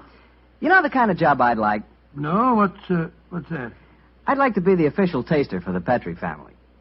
Boy, just think of all the Petrie wine I'd get to taste. Petrie to the right of me, Petrie to the left of me. What a life. What wine? Yeah, I wouldn't mind having that job myself. You said it. The Petrie family, really knows how to make good wine. Good evening, Doctor. Good evening, Mr. Bartell. You're a bit late. I've been keeping some dinner hot for you. Here, pull up your chair and join me. That's very nice of you. Thanks, Doctor. Are you all set with tonight's story? Yes, my boy. I'm all set, as you call it. As a matter of fact, I was going over my notes on the case just before you arrived. Last week, you hinted that a beautiful girl figured prominently in your adventure. That's quite right, Mr. Bartell. An extremely beautiful girl. In fact, I often used to say to Sherlock Holmes that if I'd been a little younger at the time, I might... Oh, well, you haven't come here to listen to my personal reminiscences. You want to hear the story that I called The Problem of Tor Bridge. That's what you promised us, Doctor. How did it begin? On a windy morning in October... In the 1890s it was. As I was dressing, I observed how the last remaining leaves were being whirled away from the solitary plane tree which graced the yard behind our Baker Street house. I descended to breakfast, prepared to find my companion in depressed spirits, for, like all great artists, he was easily impressed by his surroundings. But, to my surprise, he was in an unusually gay mood. As I entered the room, he looked up at me and, with a smile, My dear fellow, hope you slept well. Splendidly, thank you, sir. I'm so glad. Well, you're very solicitous this morning. I think you must have got a new case. Am I right? The faculty of deduction is certainly contagious. Yes, I have a new case. After a month of trivialities and stagnation, the wheels revolve once more. Good. Tell me all about it. Well, as yet, there isn't much to tell. Have you ever heard of Neil Gibson? Neil Gibson? Oh, yes, it has something to do with gold mining, isn't he? A great deal to do with it, my dear fellow. In fact, he's considered the greatest mining magnate in the world. About 5 years ago, he bought a large estate in Hampshire. Perhaps you've read of the tragic death of his wife. Oh, yes, of course, I remember the case now. She was murdered by a jealous governess who was in her employ, wasn't she? That point will be decided when the lady in question, Grace Dunbar, I believe her name is, comes up for trial at the forthcoming Winchester Assizes. In any case, it's hard for me to see what I can do for my client at this late date. Your client? Oh, yes, I forgot I hadn't told you. I'm getting into your involved habit of telling a story backwards. Better read this letter. Came this morning. Oh, let's have a look. Dear Mr. Sherlock Holmes, Miss Dunbar is innocent. I can't see the finest woman in the world go to her death without doing everything possible to save her. I shall call on you at 10:30 tomorrow morning to discuss the matter. Yours faithfully, Neil Gibson. Good gracious me. There you have it, Watson. That is the gentleman I await. Do you know anything about his dead wife? Only what I've been reading in the papers. Apparently she was past her prime, which was the more unfortunate as this Miss Dunbar, who superintended the education of the two young children, is reputed to be a very attractive young lady. The eternal triangle, eh? Well, where did the murder take place? On Gibson's estate in Hampshire. His wife was found in the grounds nearly half a mile from the manor house, late at night, clad in her dinner dress, with a shawl over her shoulders, and a revolver bullet through her brain. Any weapon found near her? No, there were no clues found at the scene of the crime. What made them suspect the governess? Well, in the first place, there was some very incriminating evidence. A revolver with one discharged chamber, the caliber corresponding with the bullet in the dead woman's head, was found on the floor in Miss Dunbar's wardrobe. Oh, was it? Pretty damaging evidence, Holmes. So the coroner thought. And to make the case even blacker against Miss Dunbar, the dead woman had a note on her making an appointment at that very spot. And the note was signed by the governess. It seems obvious that the girl's guilty, and the motive's clear. Mr. Gibson would be a great catch for a young girl. Love, fortune, power, all dependent on one life. Possibly, Watson, but circumstantial evidence can be very misleading at times. As the gentleman in question, unless I'm very much mistaken, considerably before his time. I can see him from the window here. Formidable-looking fellow. Must be well over 6 foot tall. Judging by the way he's wrenching at that doorbell, he's a man with a violent temper. Mrs. Hudson's opening the door to him now. Meet him on the stairs, will you, old chap? It'll save Mrs. Hudson a journey. Sure. Up here, sir. Thank you, Mr. Hudson. All right. Are you Mr. Sherlock Holmes? No, indeed. I'm his colleague, Dr. Watson. Come along in, won't you? Mr. Neil Gibson, I presume? That's right. So you're the great Sherlock Holmes, huh? The adjective is your own, Mr. Gibson. Sit down, won't you? By the way, you may speak quite freely in front of Dr. Watson. Well, I may as well begin by telling you that money means nothing to me in this case. You can burn it if it's any use to you in lighting the truth. Miss Dunbar is innocent, and it's up to you to prove it. Just name your fee. Mr. Gibson, my professional charges are on a fixed scale. I don't vary them except when I omit them altogether. Very well. I imagine that you read the newspaper reports of the coroner's inquest? Yes, very thoroughly. I don't see that I can add anything that'll help you. But if there are any questions you'd like to ask, I'll answer them. Well, thank you. First, what were the exact relations between you and Miss Dunbar? I suppose you're within your rights in asking such a question, Mr. Holmes? We will agree to suppose so, shall we? Then I can assure you that my relations with Miss Dunbar were always those of an employer towards a young lady with whom he never conversed or even saw, except in the company of his children. Oh. Rather a busy man, Mr. Gibson, and I've no time or taste for aimless conversation. I wish you good morning. What the devil do you mean by this, Mr. Holmes? My dear sir, the case is difficult enough without your giving me false information. Meaning that I lie, sir? I was trying to express it as delicately as possible, but if you insist on the word, I won't contradict you. Why, you confounded... Don't be noisy, Mr. Gibson. Please don't be noisy. I find that after breakfast, even the smallest argument is unsettling. I suggest that a stroll in the morning air and a little quiet thought will be greatly to your advantage. I suppose I can't make you take the case, but you've done yourself no good this morning, Mr. Holmes. I've broken stronger men than you. No man ever crossed me and was the better for it. Good morning, Mr. Gibson. You've a great deal yet to learn. On my soul, Holmes, you were unusually severe with him.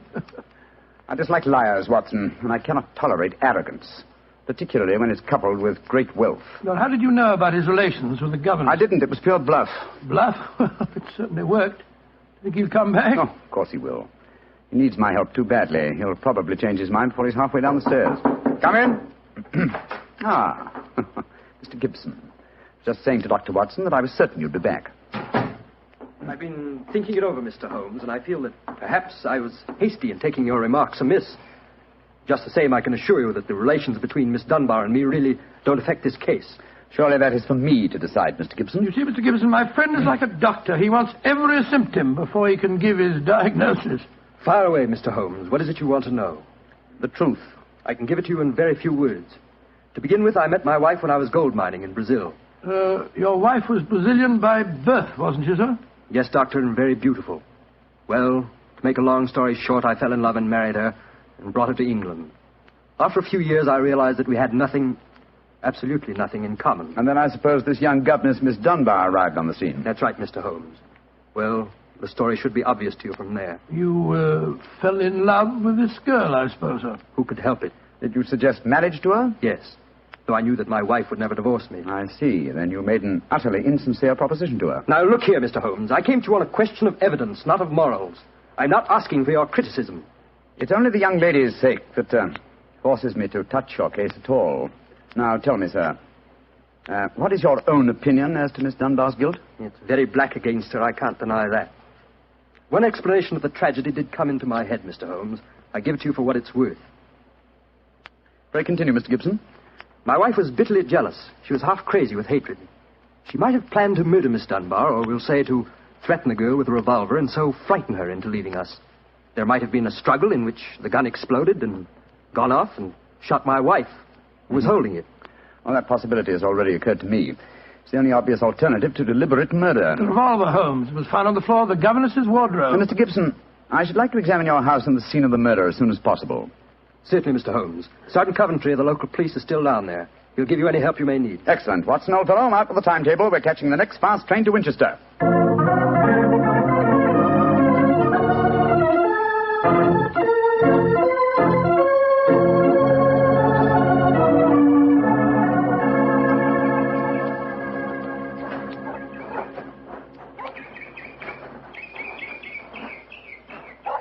So if I have to have someone else on the case, I'd rather have you, Mr. Holmes. The yard gets called in, then we local police loses all credit for success. Generally gets blamed for the failures. Now I've heard that you play straight. I don't appear in the matter at all, Sergeant Coventry. If I can clear it up, I don't ask to even have my name mentioned. Well, that's handsome of you, I'm sure, and I know your friend Dr. Watson can be trusted, too. Oh, don't worry, my dear fellow. We won't steal any of your thunder. Oh, that's nice and friendly of you, Doctor. Well, come on, gentlemen. I'll walk you down to the bridge. That's where we found Mrs. Gibson's body. It's not far from the house here. Well, I must say, Mr. Gibson has a beautiful estate. It must be 60 or 70 acres. Oh, nearly twice that, Doctor. The woods back of the house there belongs to him, too. Mr. Holmes. Yes, Sergeant? There's a question I'd like to ask you. A question I wouldn't ask anyone else. Then please ask it. Don't you think there might be a case against Mr. Gibson himself, sir?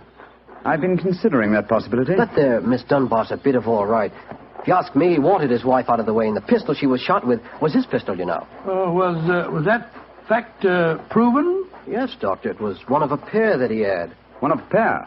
Where's the other? Well, Mr. Gibson has a lot of firearms. We never quite matched that particular pistol. But the box was made for two. Well, if it was one of a pair, surely you'd be able to match it. Well, we have them all laid out at the house if you want to look them over. And we'll do that later. Ah, this, I presume, is Thor Bridge. That's right, sir. Found Mrs. Gibson's body lying right here at the approach to the bridge. I see. I gathered from the newspaper reports that the shot was fired at very close quarters. Yes, sir, very close. Near the right temple, wasn't it? Just behind it, sir. How did the body lie, Sergeant? Oh, on spec, Doctor. No trace of a struggle, no marks, no weapon. The note from Miss Dunbar was clutched in her left hand. Clutched, you say? Yes, sir. We could hardly open the fingers to get at it. Ah, that's of greatest importance. It excludes the idea that anyone could have placed the note there after death in order to furnish a false clue. What did the note say, Sergeant? Little enough, Doctor. It just said, I will be at Tor Bridge at 9 o'clock, and it was signed Grace Dunbar. Miss Dunbar admit writing it? Oh, yes, sir. What was her explanation? She wouldn't say nothing. Said she was saving her defense for the trial. Yes, it seems odd that Mrs. Gibson was still clutching that note. Seems perfectly natural to me. Oh, come now, old fellow. Argue the thing out logically. If the letter is genuine, it was certainly received sometime before the tragedy, say an hour or two. Why, then, was the dead woman still clasping it in her left hand? Why should she carry it so carefully?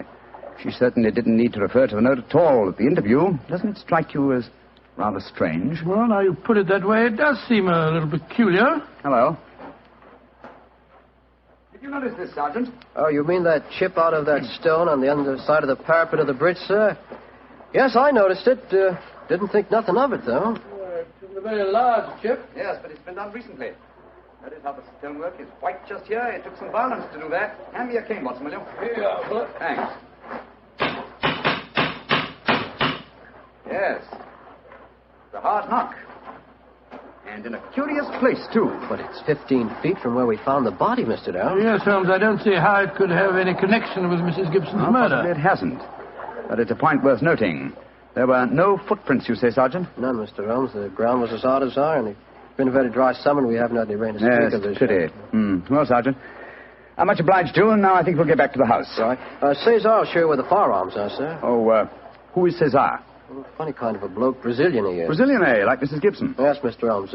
Comes from the same town that she does, as a matter of fact. Something very fishy about him, if you ask me. Now, if you'll excuse me, gentlemen, I'm going to take a little stroll around the grounds. You started me on a new train of thought in this case, Mr. Holmes. Oh, I'm delighted, Sergeant. I'll get back to the house.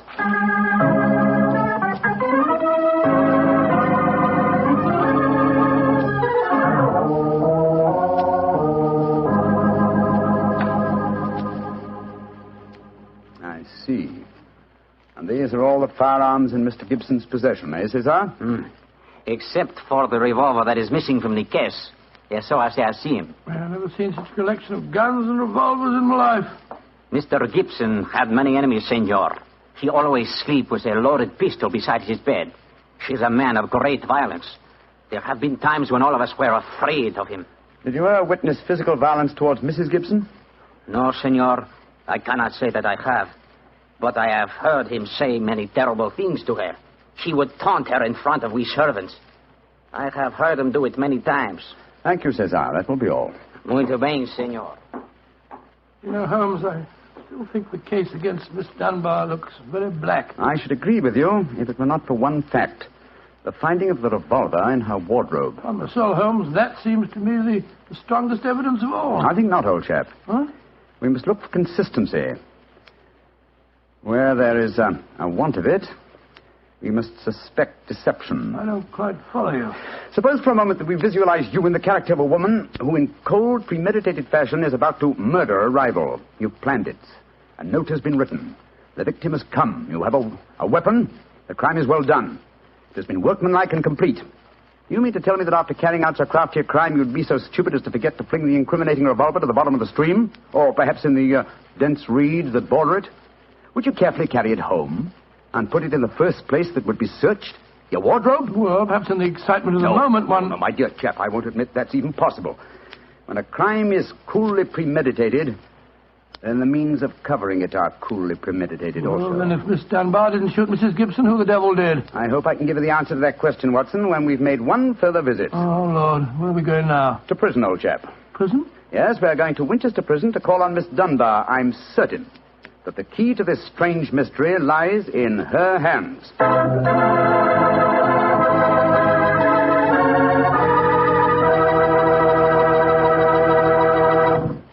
You'll hear the rest of Dr. Watson's story in just a few seconds. Just time enough for me to remind you that the easiest way to make good food taste better is to serve that good food with a good Petri wine. If you like a red wine, well, you want a Petri California Burgundy. If you'd rather have a white wine, then you want a Petri California Sauterne. But red or white, Petri Burgundy or Petri Sauterne, you're choosing a dinner wine that's sure to turn a simple meal into a feast. Your whole family and all your friends will love Petri, the wine that makes good food taste better.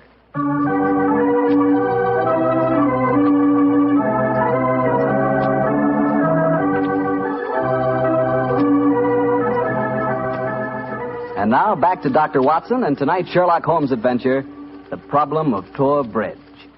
Well, Doctor, did you go to Winchester Prison and see Miss Dunbar? We did, Mr. Bartell. An hour later, I found the two of us sitting in a dank and gloomy cell, talking to one of the most beautiful girls that I've ever seen.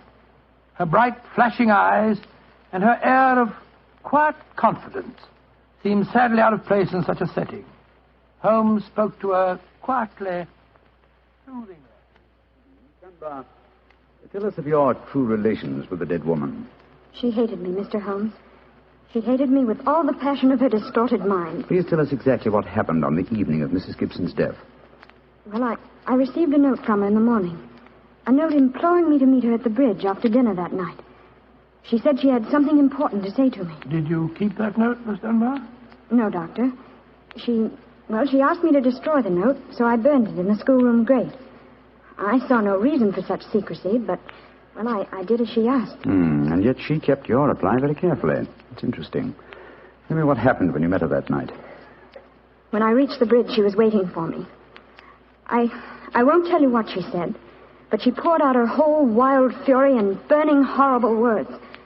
I didn't answer. I couldn't. It was dreadful even to look at her. She was like an insane woman, standing there screaming disgusting insults at me. I put my hands to my ears and rushed away. Where was she standing when you left her? Within a few yards of the spot where her body was found later. And yet, presuming she met her death shortly after you left her, you heard no shot. No, I heard nothing. But I was so upset, Mr. Holmes, that I rushed straight back to my room. Did you leave it again that night? Yes. When the alarm came that Mrs. Gibson was dead, I ran out with the others. Did you see Mr. Gibson? Yes, Doctor. He had just returned from the bridge when I saw him. He had sent for the doctor and the police. This pistol that you found in your room, have you ever seen it before? Never, Mr. Holmes, I swear it. When was it found, Miss Dunbar? Next morning, when the police made their search. It was on the floor of my wardrobe where I keep my shoes. You've no idea how long it had been there? Well, it hadn't been there the morning before, How do you know? because I had tidied up the wardrobe that day. I see. Then someone must have come into your room and placed the pistol there in order to incriminate you. I'm certain of it. When could they have done that? Well, it could have been at mealtimes, or when I was in the schoolroom with the children. Yes. Miss Dunbar, on examining the scene of Mrs. Gibson's death, I noticed that a piece of stonework on the underside of the parapet of the bridge had been broken away. Can you suggest any possible explanation for that? Oh, surely it must have been a mere coincidence, Mr. Holmes. Possibly. But why should it appear at the very time of the tragedy and at the very place? Could it possibly be that... Why, yes, of course. Idiot. Why didn't I think of it before? Come along, Watson. Where are we going, Holmes? Back to Thor Bridge, old fellow. As fast as we can get there. What have you found out, Mr. Holmes? The answer to this mystery, I hope, my dear young lady. You will get news before the day is out. And meanwhile, take my assurance that the clouds are lifting and that the light of truth is breaking through.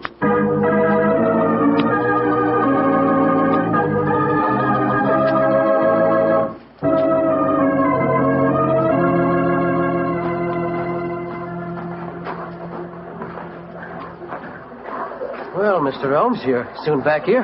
What have you found out? Sit down a few moments. You got my message? Oh, yes, sir. Here you are. Ball of twine. What you wanted for, I can't imagine. You'll soon see, Sergeant. Watson, I have some recollection that you usually go armed on these excursions of ours. Yes, I'm carrying my revolver. Why? Give it to me, old chap, will you? Thanks. I believe your revolver may have a very intimate connection with the mystery we're investigating. You're joking. Now, Watson, I'm very serious. We have a test to make. If the test is successful, Miss Dunbar will be free before nightfall, and the test will depend on the conduct of this revolver of yours. Yes, I'll take the precaution of unloading it. There we are. Now, Sergeant, ball of twine, please. Wish I knew what you was up to, sir. I tie one end of the twine like this to the handle of the revolver. So.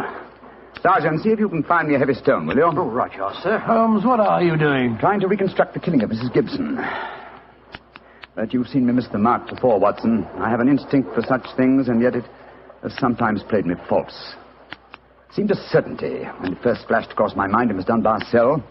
But one drawback of an active mind is that one can always conceive alternative explanations which would make our scent a false one. And yet, oh well, we can but try. Here's a nice stone, Mr. Holmes. Thank you, Sergeant. Yes, now, sir. I tie the other end of the twine to the stone. Wait a minute. Like that. Splendid. Sergeant, will you please take the stone and stretch the twine across the parapet of the bridge there, so that the stone will swing just clear of the water on the other side of the bridge? Right, sir. I'll stand on the spot where Mrs. Gibson's body was found. That's it, Sergeant. Over the parapet. How's that, Mr. Holmes? The stone swinging about 8 feet above the water. Splendid. Now, Watson, watch closely. I raise the revolver to my head. Careful, Holmes, careful. Don't worry, old chap's not loaded. Now, let us imagine I am the late Mrs. Gibson. I raise the revolver to my head and fire it. Instantly, my fingers release their grip and... There's your answer, Watson. Great Scott, the revolver flashed back out of your hand, struck the parapet of the bridge, and then the weight of the stone flipped it over into the water. Was there ever a more exact demonstration? Come on, old fellow. You're a blooming magician, Mr. Holmes. That's what you are. A blooming magician. Look at that. Observe the second chip on the stonework of the parapet here. Same size as the first. And the murder of Mrs. Gibson... Wasn't murder at all. It was suicide. What? We can follow the various steps quite clearly. A note was extracted very cleverly from Miss Dunbar, a note which made it appear that she had chosen the scene of the crime. Mrs. Gibson, in her anxiety that the note should be discovered, somewhat overdid it by holding it in her hand to the last. That alone should have excited my suspicions earlier than it did. So she stole one of her husband's revolvers and planted the other one in Miss Dunbar's wardrobe. Exactly. After discharging one of the cartridges, which you could easily do in the woods without attracting suspicion, she then went down to the bridge, where she contrived this exceedingly ingenious method of getting rid of her weapon. When Miss Dunbar appeared, she used her last breath in pouring out her hatred, and then, when the girl had left, carried out her terrible purpose. Then the missing revolver... You'll find it with the aid of a grappling hook at the bottom of the stream, and also the stone in the string, with which this vindictive woman attempted to disguise her own crime and fasten a charge of murder on an innocent victim. Yes, Sergeant, and don't forget while you're at it that my revolver's down there, too. No, don't worry, Doctor. I'll get some grappling hooks right away. I must say, Holmes, you've solved this case brilliantly. Quite brilliantly. I disagree, old chap. And I fear that you will not improve my reputation by adding the case of the Tor Bridge mystery to your annals. Oh, nonsense, but that's ridiculous. Oh, no, it isn't, old boy. I've been sluggish in my mind and wanting in that mixture of imagination and reality which is the very basis of my art. I confess that the chip in the stonework was a sufficient clue to suggest the true solution, and I blame myself for not having attained it sooner. Well, Holmes, personally, I agree with the sergeant's opinion of you. Oh? What was that, old fellow? You're a blooming magician, Mr. Holmes. That's what you are, a blooming magician.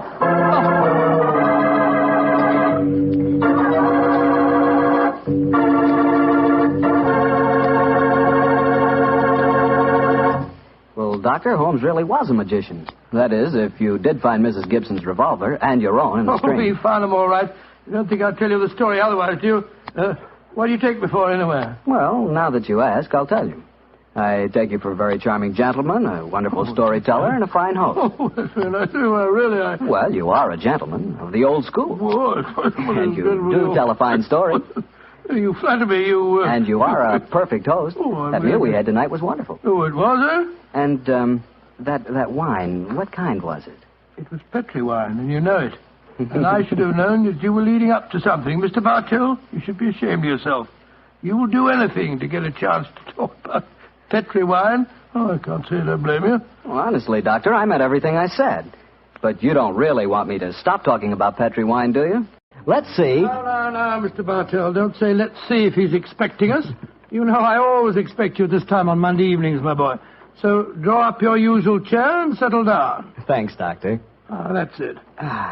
All alone this evening, Doctor? Where are the puppies? Out on the patio. They had a most unfortunate encounter with a dead seal on the beach this afternoon. In consequence, they're a little malodorous, shall we say. In that case, Doctor, perhaps we'd better change the subject. So, suppose I ask you about tonight's new Sherlock Holmes adventure. Well, my boy, as I told you last week, the story took place in the foul alleyways of Limehouse. It was there on a foggy December evening in 1890 that my story began. An old friend and patient of mine, Isa Whitney, had disappeared, and his distraught wife had come to me for help. Knowing the man to be the victim of the shocking habit of taking opium, I suspected that I might find him in one of the vile dens inhabited by the dregs of the waterfront. And so, Mr. Bartell, about 5 o'clock on that December evening, I began my search. After an hour of fruitless wanderings, I found myself in a vile alley called Upper Swandam Lane. I could hear the distant moans of the riverboats as I walked, eyes alert, and hand on the revolver in my coat pocket.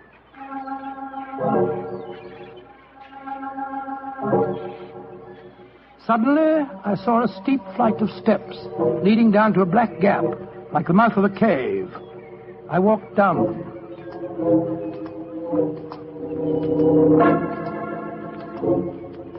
The steps were worn hollow in the center by the ceaseless tread of stumbling feet. I reached the bottom.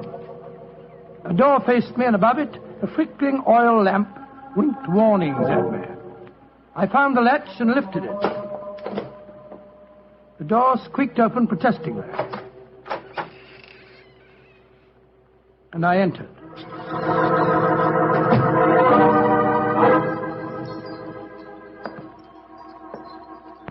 There was a tinkle of Chinese wind bells as I walked towards a long, low room. A strange sight met my eyes. Through the gloom, thick and heavy with the brown opium smoke, I saw that the room was terraced with wooden berths, like the forecastle of an emigrant ship. Out of the shadows, there glimmered little red circles of light, now bright, now faint, as the burning poison waxed or waned in the metal pipes. Bodies lay in strange, fantastic poses. Bowed shoulders, bent knees, heads thrown back. The attendant came up to me with a pipe and beckoned me to an empty berth. I haven't come here to smoke your filthy drug. I'm looking for a friend, Mr. Isa Whitney. No, Mr. Whitney here. Well, I'm going to search the place. You must not disturb the priest. I'm carrying a revolver, so you'd better not argue with me, my good man. Out of the way. I searched that filthy den, but found no trace of my missing friend. As I was leaving in despair, a long shaking hand reached out and plucked at my sleeve. I turned, and there sprawled in a berth was the wreckage of a man, his gaunt face yellow and twitching, his clothes filthy and ragged, and the pupil of his eyes like pinpoints. He spoke to me in a thin, quavering voice. For heaven's sake, get me out of here. Now, look here, my man. Don't say you won't help me, Governor. Ain't you got naught? Please help me, Governor. Take me out of here. Strike me, think I'm going balmy, I tell you. Oh, what must you expect if you indulge in this filthy habit? Take me out of here, Governor. I'll go straight this time. Cross me out, I will. Oh, very well. Come along with me. I suppose it's my duty to help you. Ah, bless you, Governor. Here, now, give me your arm. You cannot take him away. He owe me money. That's a bleeding lie. I paid him when I come in, I did. He cannot go with you, mister. You remember what I said about my revolver, you blackguard? If I have any more trouble with you, I'll fetch the police. Come along. He owe me money. He owe me money. Infernal scoundrel, owe me money. Tell him more proper, Governor. I'd hope you didn't.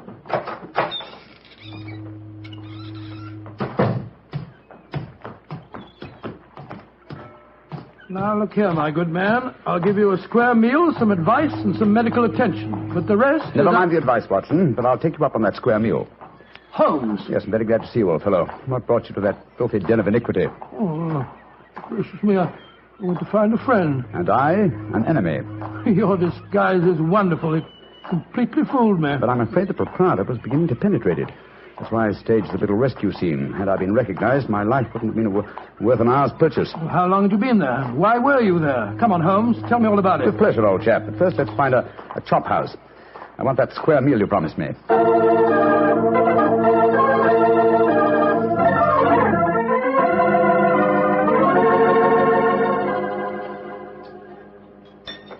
An excellent meal, Watson. Yes, you're surprisingly good for such a shoddy-looking place. Well, Holmes, now perhaps you'll tell me what you were doing in that opium den.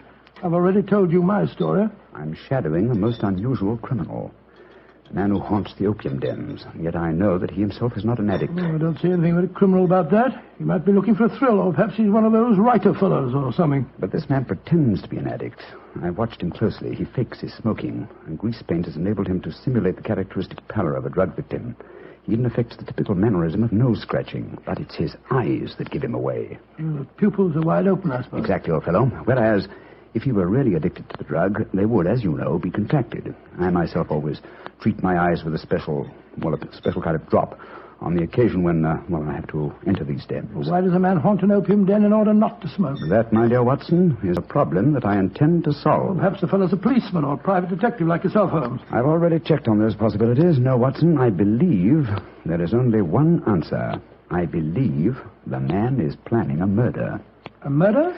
It's a tempting setting for a murder. Your victim is an addict, drugged and helpless. Your witnesses are in an equal state of befuddlement. The proprietor is anxious to cover up the crime because of the police. That you? Yes, Holmes. Now, the question is, who is the intended victim? That, my dear Watson, is why I've been shadowing this man. Unfortunately, he was not present in the den we just left, but I intend to continue my search. Holmes, can I help you? My wife's away, you know.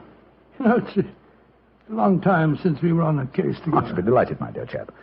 I've missed you sadly during the past few months. And are you, Holmes? What's the next move? Back to Baker Street, old fellow. My disguise is wearing thin, and I must contrive a new one.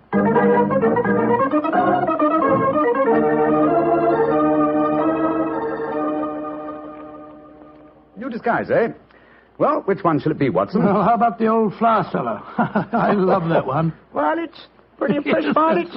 Oh, no, my dear fellow, no. Hardly appropriate for an opium den. In any case, the clothes are so wretchedly uncomfortable. Well, how about the music hall singer? Oh, that chap, yes. Oh, I don't want to be beside the seaside. Oh, I don't want to be beside the sea. I don't want to stroll along the prom, where the brass band plays tiddly-um. Oh, confound it. Who can that be? You weren't expecting anyone, were you? No. Well, this is just like the old days. The doorbell ringing, Mrs. Hudson toddling off and bringing up some poor devil in trouble and... You say that rather wistfully, old fellow. Don't tell me that you repent of marriage. No, of course not, Holmes. Mary's a perfect darling, and I couldn't be happier. Just the same. It's rather fun to be back here again. Come in. Yes, Mrs. Hudson? It's a gentleman, sir. He gave me this card. Says he's very anxious to see you.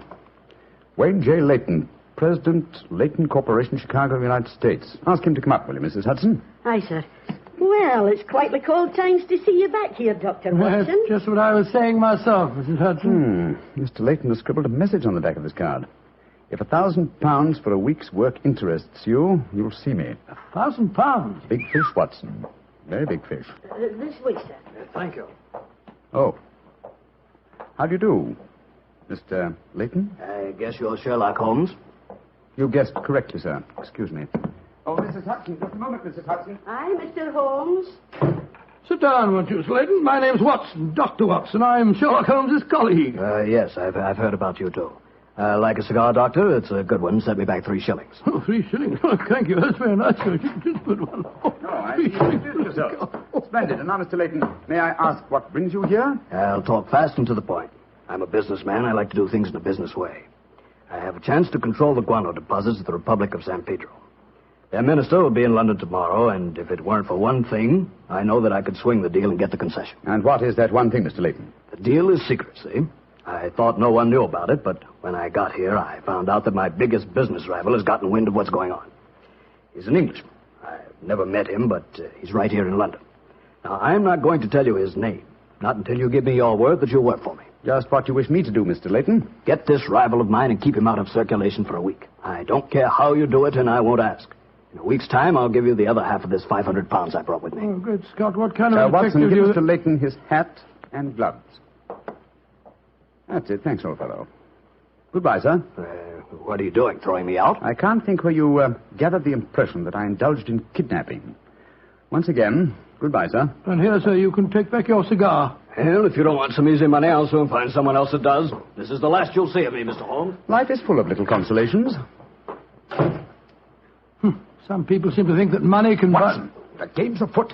Mr. Leyton is the man I've been seeking. The man who pretends to be an opium smoker. Why in blazes did you let him get away? Here, I'll go after him. No.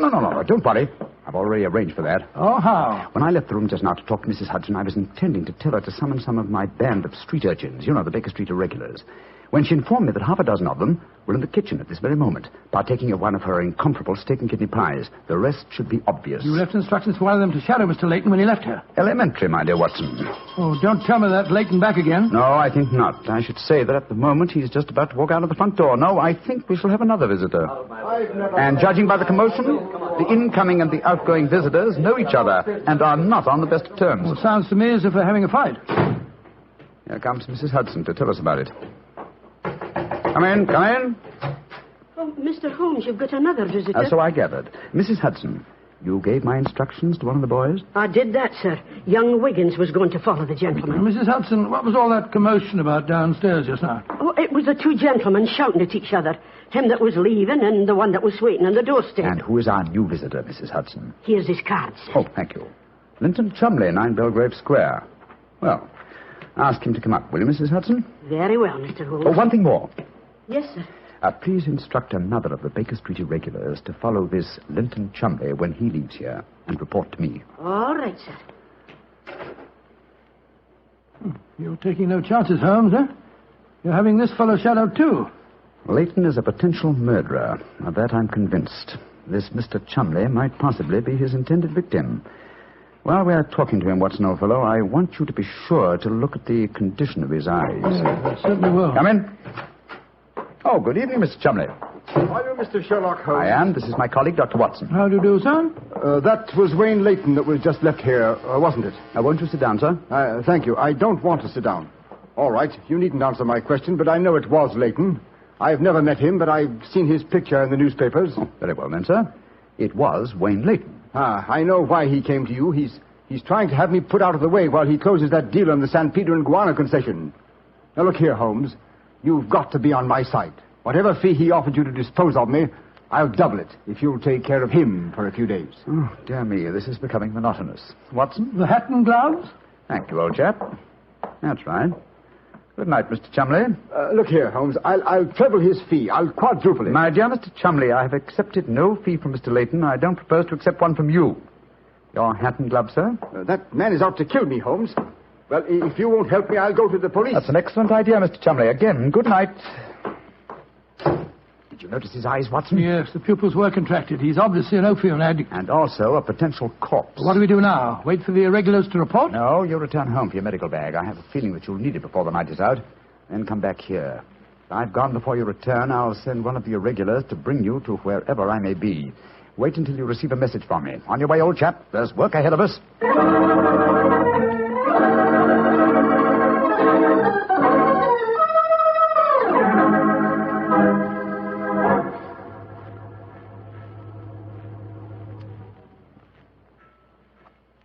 Wiggins, you're certain that this is the place that Mr. Holmes told you to bring me to? Oh, yes, Dr. Watson. The corner of Swanham Line and Brixton Street, Mr. Holmes said. Yeah, well, this is the spot, all right. I don't see any sign of him. Hello? This old woman coming towards us. So that's the disguise he chose. Oh, spare me a few coppers, will you, mister? My feet hurt something awful, and I ain't had a bite of food all day. No, you don't, Holmes. You can't fool me this time. As a matter of fact, your makeup isn't very convincing. You hardly look like a woman, and nobody's nose could be quite as red as that. Don't look like a woman, don't I? Your nose is too red, is it? I'll take that. No, steady, look there. Making fun of a poor old woman who's poison me. I'm sorry, madam. I didn't mean to insult you. Well, Mary, she gave you a bit of what for, all right, didn't she? Boxed your ears. No mistake about it. You mind your own business. And anyhow, why aren't you aboard your ship at this time of night? Because I'm not a sailor, Watson. It's Mr. Holmes. Great heavens, Holmes. I wish you wouldn't confuse me like this. I'd never recognized you. My dear Watson, when you're able to recognize me, it will indeed be the beginning of the end. When your eagle eye penetrates my disguise, I shall realize that my retirement is imminent. But enough of this. See that house opposite? You mean the ramshackle place with the broken tiled roof? Yes, I gave the irregulars instructions to let me know at once if our two quarries ever enter the same house at the one time. They're inside there now, and I'm going in after them. Be careful, Holmes. I'd better come along with you. Can't I come too, Mr. Holmes? No, certainly not. We'll keep watch outside. If I need any help, I'll smash one of the windows, and then you can come in after me. Wait here for me. I don't expect I'll be very long. I'll be here, Holmes. Don't worry about me. Just take good care of yourself.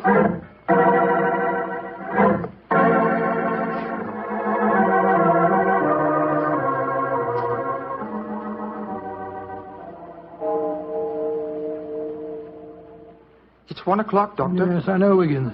He's been in there half an hour. I'm beginning to get worried. Start going off, No, Wiggins. You know Mr. Holmes. When he gives orders, he likes them. There's the signal for help. Keep watching the house, Wiggins. I'll be out in 5 minutes. Go for the police. Right, you are, sir. All right, Holmes, all right. I'm coming.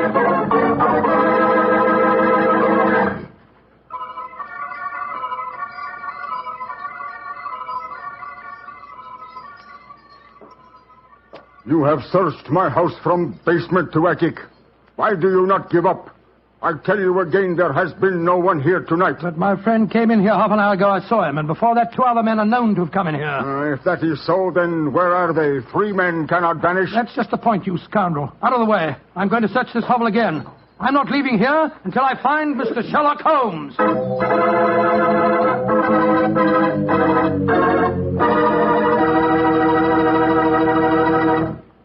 You'll hear the rest of Dr. Watson's story in just a second.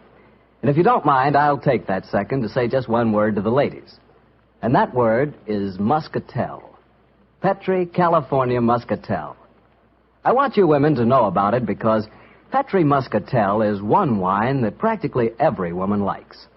Maybe because it's such a beautiful color, like pale gold. But I guess really because Petri Muscatel brings you the wonderful flavor of luscious, sun-ripened muscat grapes. And that's a flavor. Try Petri Muscatel after dinner, or any time as a change from Petri Port. Remember, if it's a Petri wine, you know it's a good wine.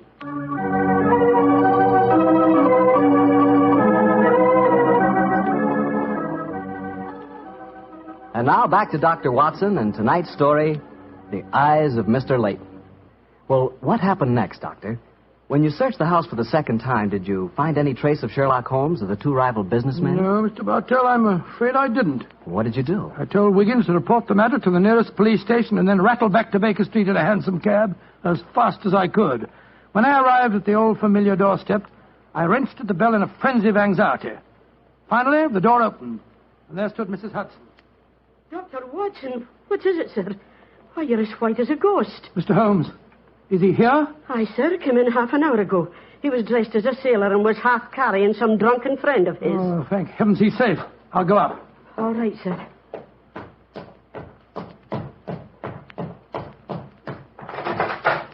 Now, what's no, chap? There you are. Holmes, I can't tell you how glad I am to see you. Who's that lying on the sofa? Well, up with your bag, Watson. Oh, I'm afraid the poor devil's done for. Great Scott, it's Wayne Leyton, the American fella. With a knife wound between his ribs. See what you can do for him, will you? Right. This is extraordinary, Holmes. You said that Leyton was a potential murderer. And now he's a victim himself. The biter bit, eh, old chap? Yes, he's still breathing, but he hasn't a chance. I'll try him with an injection of strychnine. Holmes, how did you get his body out of the house? I searched the place from top to bottom. I found no trace of any of you. When I went in, I found the stabbing had already taken place. The proprietor then bribed me, or rather the broken-down cellar he took me for, to smuggle the body out through the secret stairway leading to the wards at the back of the house. Oh, there's no trace of Chumley there? No, he must have left before me by the same exit. Well, then you smashed the window and bolted. Yes, I knew that I could count on you to hold the fort while I was getting the body away. Mm-hmm. Try to say something, Watson. Yes, the injection's beginning to take effect. Yes, Mr. Leyton? What are you trying to say? Tell us, who stabbed you, sir? Shh. Lips are moving.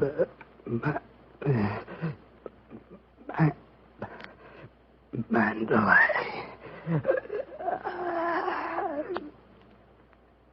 He's dead, Holmes. Yes, but he gave us the clue to the murderer's identity. How? And the word he mumbled just before he died. Sounded to me as if he said Mandalay. Precisely, old fellow. Never did a corpse give us a clearer instruction as to our next and final move. And that is? Back to Limehouse, Watson. Back to Limehouse.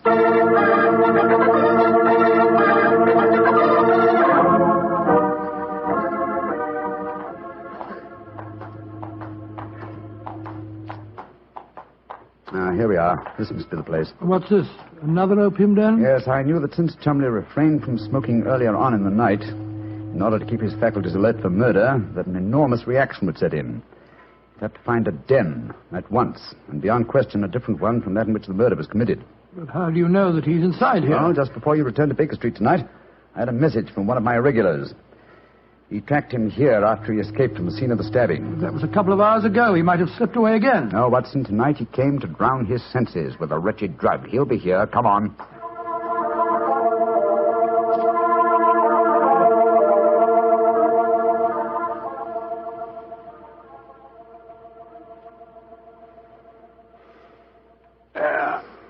That second injection of caffeine should bring him round.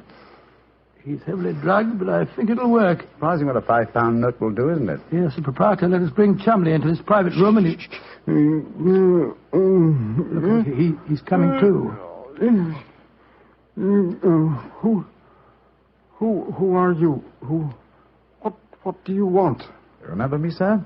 I'm Sherlock Holmes. Oh, yes, I remember you. You're in serious trouble, Mr. Chumley. Very serious trouble. Trouble? What trouble? Wayne Leyton didn't die. Oh. He's badly wounded, but he's going to live. He's at Baker Street now. He wants to go to the police and give evidence. You've got to get me out of this, Holmes. I'll pay you anything. 10,000, 20,000. Why did you stab Leyton? He was in my way. I wanted the San Pedro concession. I meant to kill him. But we can fix it up now, can't we, Holmes? We can fix it up now. Yes, we can fix it beautifully, sir. As neat a murder confession as ever I listened to, Holmes. Exactly. Come along, Mr. Chumley. I think some night air will be good for you. We'll take you for a nice drive to Scotland Yard.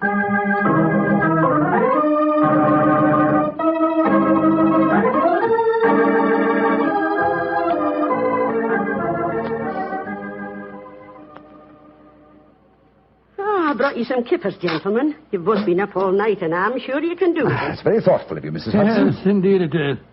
What is Mrs. Watson going to say when she finds you've been out all night? Oh, don't you worry about that, Mrs. Hudson. She's very understanding. It's lucky for you that she is. Well, I'll go and leave you to your breakfast. Holmes. Yes, dear fellow? There's only one thing that puzzles me about this case. Oh, what's that? When Leyton was dying, he muttered the word Mandalay. How did that give you the key to the murderer's identity? Oh, the dead American had never met Mr. Chumley, you remember, except when they bumped into each other in our hallway. Yes, he told us that he recognized him from the newspaper photographs. Being an American, he had no reason to know that the name Chumley is in no way pronounced the way it is spelt. Oh, Joe, I never thought of that. Chumley. That name's spelt C-H-O-L, Chol, M-O-N, Mon, D-E-D-L-E-Y. Cholmondeley. Mondeley. Precisely, old fellow. What you thought to be Mandalay was really Cholmondeley, the name of the murderer. What an amazing case. You did a remarkable job, Holmes. I'm beginning to be confoundedly sleepy. Why not sleep, old chap? Your old room's all ready for you.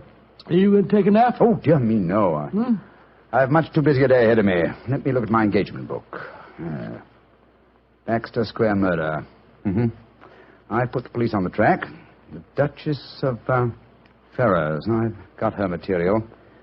The princess who was about to run away from home. Good gracious me, let her run. The Pope's cameos. Ah, yes. His Holiness must not be kept waiting. Can I help you again, Holmes? Mary doesn't return until tomorrow. Well, I thought you were sleepy, old fellow. Sleepy rubbish. I never felt more wide awake in my life.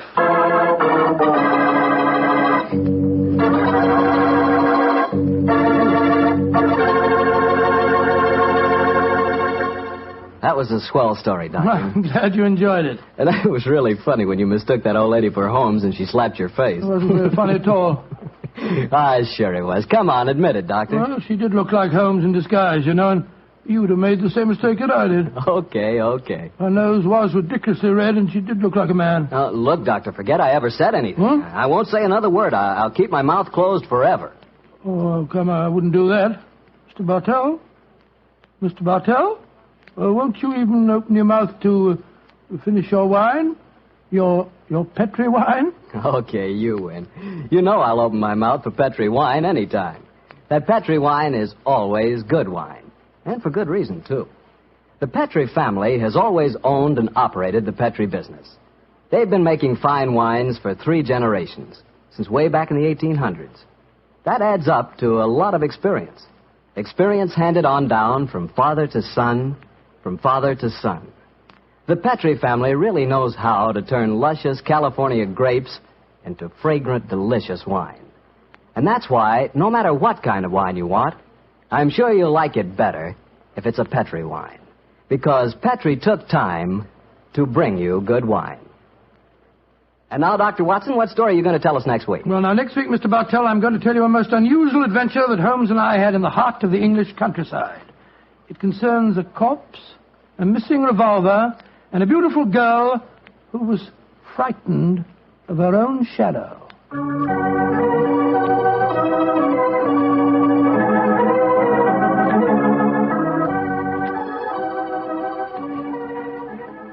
And now let's look in on our old friend, Dr. Watson.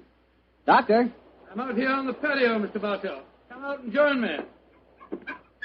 Quiet, Winnie. Quiet. Down, Monty. I see the welcoming committee's here. Yes, little scoundrels. They begin to think they own this patio. Scoop them off the chair, Mr. Bartell, and settle yourself down. All right, off you go, boy. Off you go. Go on, off you go. That's it, my boy. As a matter of fact, it's rather appropriate that the puppies should be here tonight. As in the story that I'm going to tell you, a dog played a most prominent part. A dog? What kind of a dog, Doctor? No, my boy, don't get me anticipating my story. For once, I'm going to start at the beginning. Which was?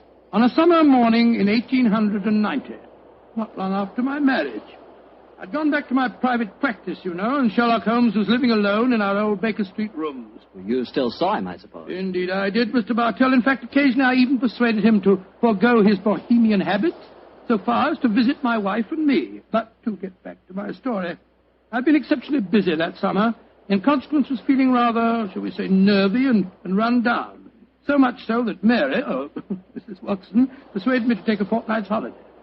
We went down to the charming little village of Taplow on the lower reaches of the River Thames. But, as so often happens, the best-laid schemes of mice and men gang after glade. I guess the holiday backfired on you, Doctor, and you found yourself involved in a mystery? Maybe a mystery calling for the aid of your old friend Sherlock Holmes? Quite correct, Mr. Bartell. We'd only been down there a couple of days when the trouble began. In fact, the whole thing became so involved that I thought the best thing to do was to put the whole strange story in a letter to Sherlock Holmes. This I did. And I can imagine how he chuckled when he read mine. Dear old Watson. Seems to be a little out of his depth. My dear Holmes, I need your help. Or at least your advice. 2 days down here, and I've become involved in a most unusual problem. It began this morning when Mary and I were out for an after-breakfast stroll. The sun was shining, the birds were singing, and there seemed every indication of it being a happy and carefree. Mary, I've always thought up to now that balmy was rather a silly word. I still do, John, dear. Nevertheless, it's the only possible word that describes a day like this adequately. Very well, dear, it's balmy. Personally, I'm so happy to see you relaxing that I don't care what the weather's like. You've been working much too hard. Yes, it's been a busy year. Yes, and last year Sherlock Holmes monopolized most of your time. At least I've got you to myself for once. You dear little thing, you've always been rather jealous of my association with Holmes, haven't you? Not jealous, dear, but I must confess his influence on you wasn't entirely for the good. He had a habit of keeping you out all night. Well, you should be used to that, dear. After all, it happens often enough in my practice. True, John, but on those occasions I know where you are and don't worry about you. And again, you've copied so many of Mr. Holmes' eccentricities. Keeping your tobacco in a Persian slipper, for instance. And, oh, John, look down.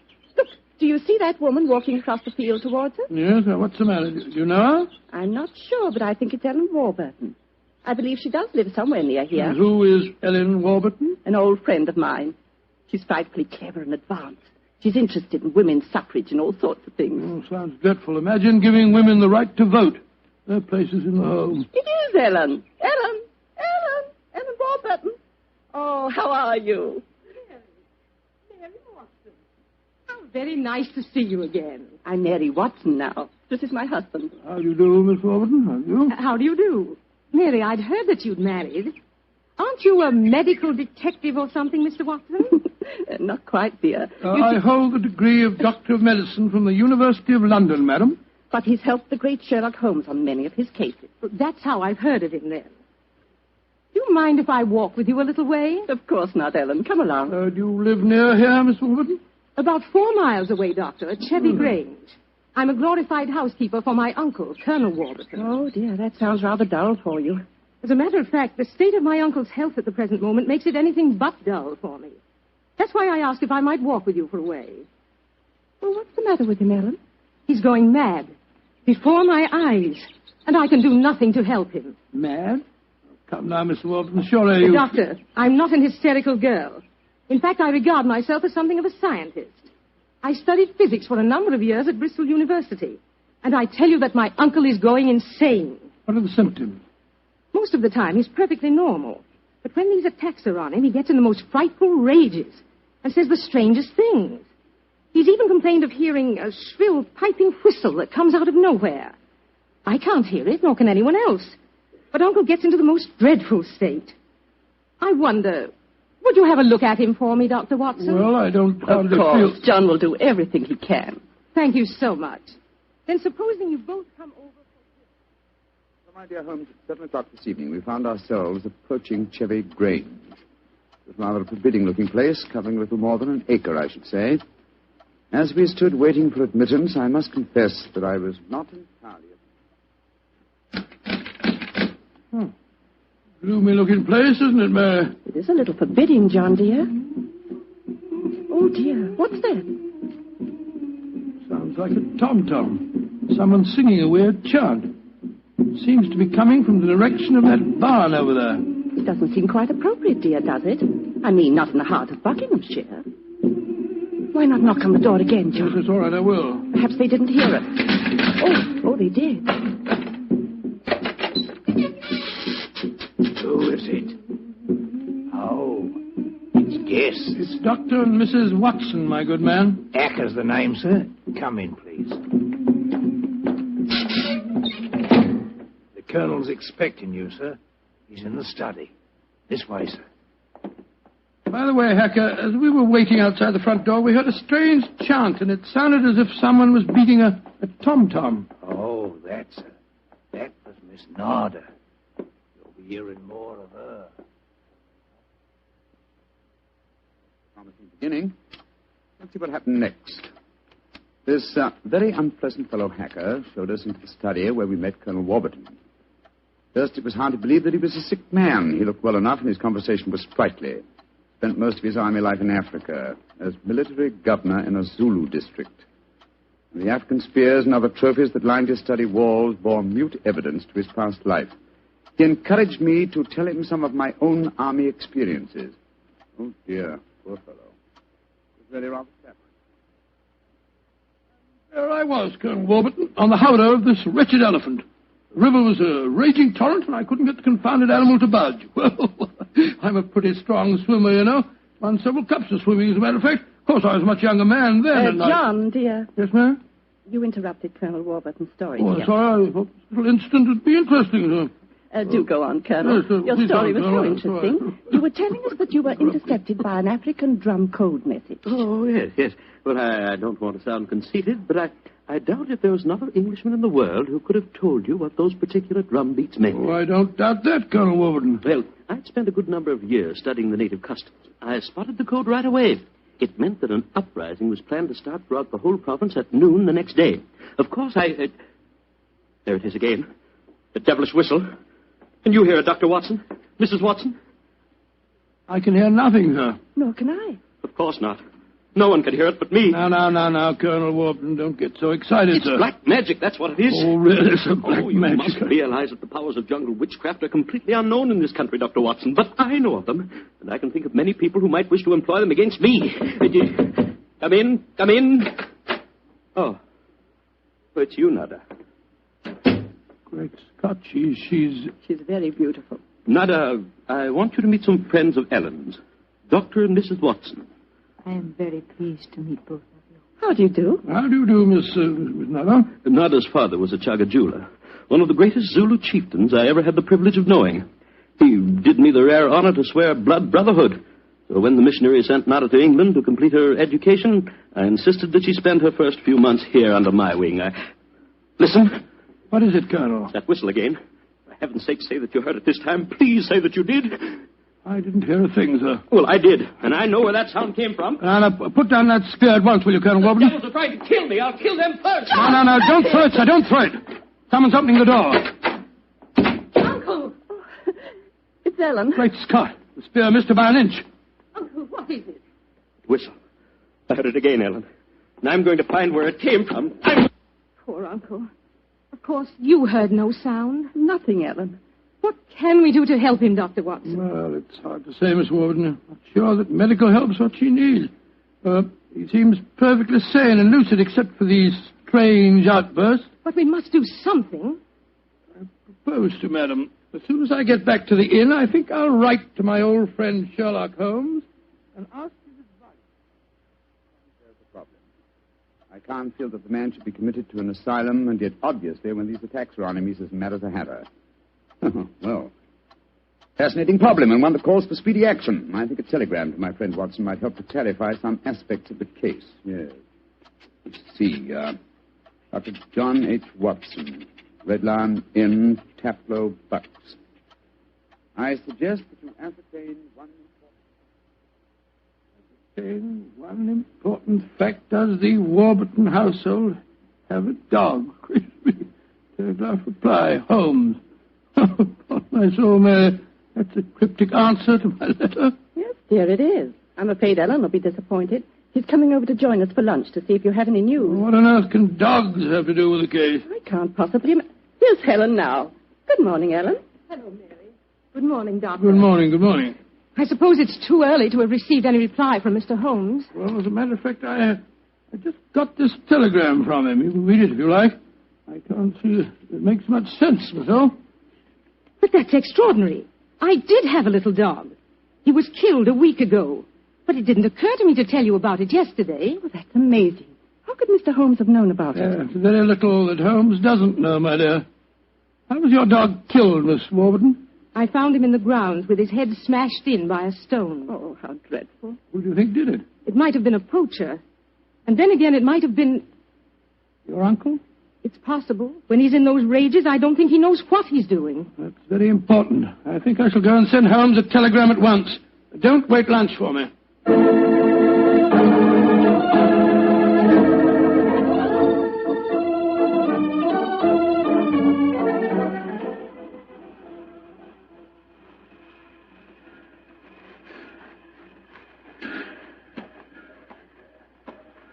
Why did we have to walk over to the station, John, dear? To see if there was an answer at the station telegraph office to the wire that I sent Holmes. Oh, it's only 4:30, dear. It's hardly possible for him to have answered as quickly as that. In any case, they delivered the telegram to the hotel, you know. Well, it was a nice walk, my dear. Hello, there's a train in the station now. I wonder where it's from. Why don't you ask that porter, dear? It's not a bad idea. Porter, what train is this? Oh, it's the London train, sir. Right on time. Next stop, ready? Not many people getting off, where are there? Great Scott! Look who's here. Oh, dear, it's Mr. Holmes. And he's got a dog on a leash. Holmes! What? My dear fellow, how are you? Mrs. Watson, how nice to see you again. Thank you, Mr. I'm Holmes. delighted you're here, old fellow. We walked over to the station to see if you'd answered my telegram, and here you are in person. It occurred to me that I could be down here in the same time that it would take a telegram to reach you.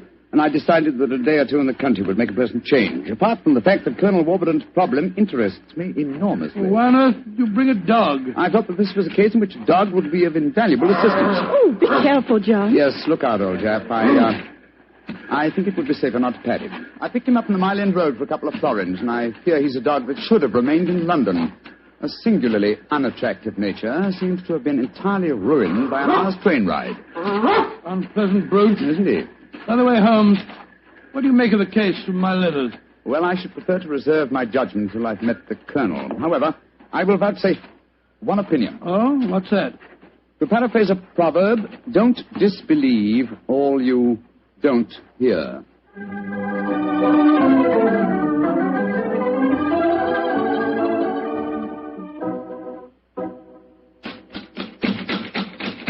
I can't think why someone doesn't answer. They can't all be out. Well, while we're waiting, I think I'll tie the dog up to this tree here. I don't want my arrival to cause too much commotion. Quiet! Quiet! Don't you think perhaps we could try the door, John? Yes, certainly. Good idea. Hello. It's unlocked. Then let's go in, old fellow. Let's go in. Colonel Warburton? Colonel Warburton? Ellen? Ellen? What was the name of that butler fella? Hacker. Yes, of course, that's it, Hacker. Hacker! We appear to be in an empty house. The dog! Oh, fool that I am, I shouldn't have left him here. Come on!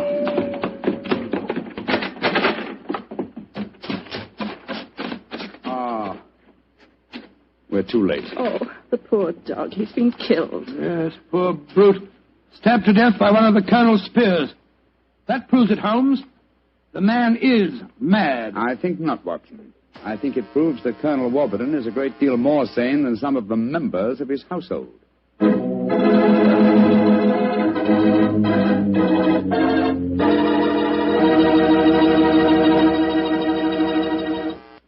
You'll hear the rest of Dr. Watson's story in just a few seconds. Time for me to remind you that there's one secret every smart woman knows. Simply, good wine makes good food taste better. And by good wine, naturally, I mean Petri wine. Try a Petri wine with your dinner. If you want a wonderful red wine, try Petri California Burgundy. If you want a perfect white wine, try Petri California Sauterne. In fact, try them both. You'll agree, I'm sure, that next to your good cooking, nothing can do more for a meal than a glass of good wine. A glass of Petri wine.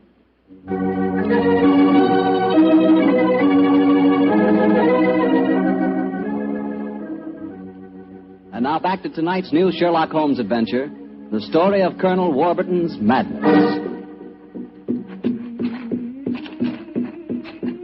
Holmes, why are we heading for this barn? Seems to me we should be back in the house. Why, old chap? Found the house empty. Besides, I thought I heard. Shh. What is it? Listen. It's the same sound that Mary and I heard yesterday. Oh, once more, it's coming from the barn. Come on, Watson, but quietly.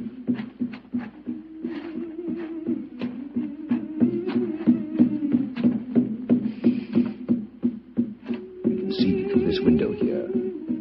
It's that Zulu girl, Nada. She's beating a drum and chanting. Who's the man with her? It's Colonel Warburton. No, it isn't. It's that servant fellow, Hacker. What in thunder is he doing here? Apparently assisting Miss Nada in some of her African mysticism. It's black magic they're dabbling with, just as the Colonel said. Let's go in and catch them red-handed. No. Stay quiet. We'll talk to them soon enough. At the moment, I feel it's much more urgent that we find Colonel Warburton. Come on.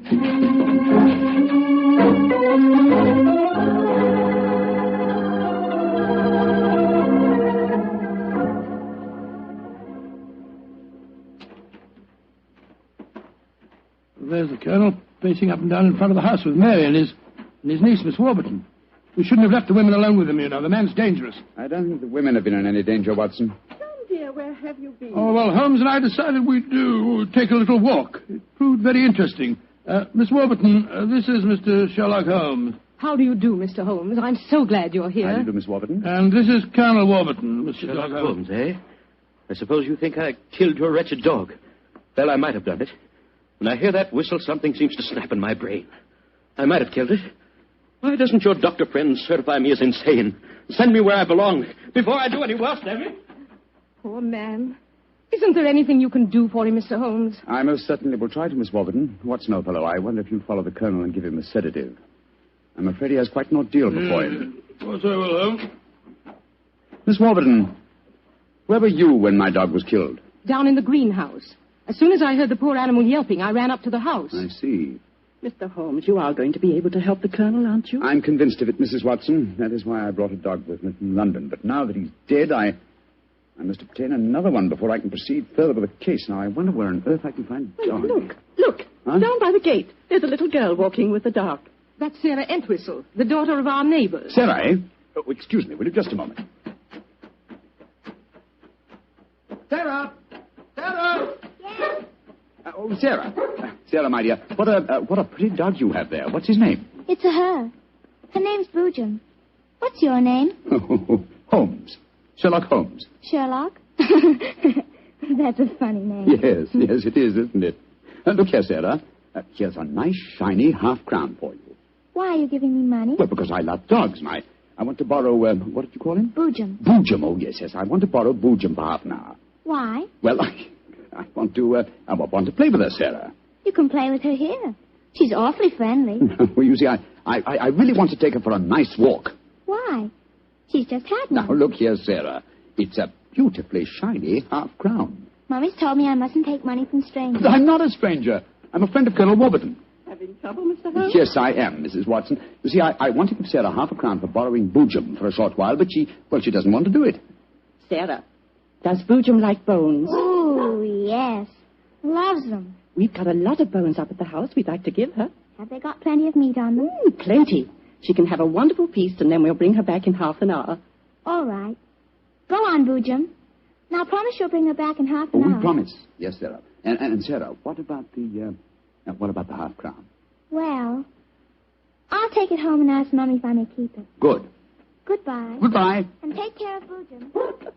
Oh, she's a sweet little girl.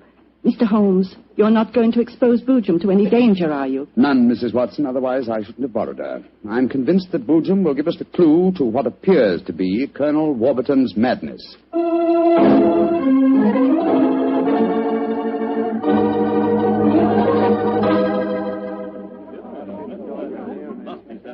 Now, let me see. We're all here. Miss Warburton, the Colonel, Miss Nada, Hacker, and the dog Boojum. Yes. Now, ladies and gentlemen, I propose to conduct an experiment. Before I conduct it, I should like to point out the chronology of the events in this case. First, Miss Nada arrived here. Mr. Holmes, you're not suggesting Please let me finish, Miss Nada. First, Miss Nada arrived here. Second, the Colonel first heard the mysterious whistle. Third, your dog was killed, Miss Warburton. Fourth, the whistling set in dead earnest.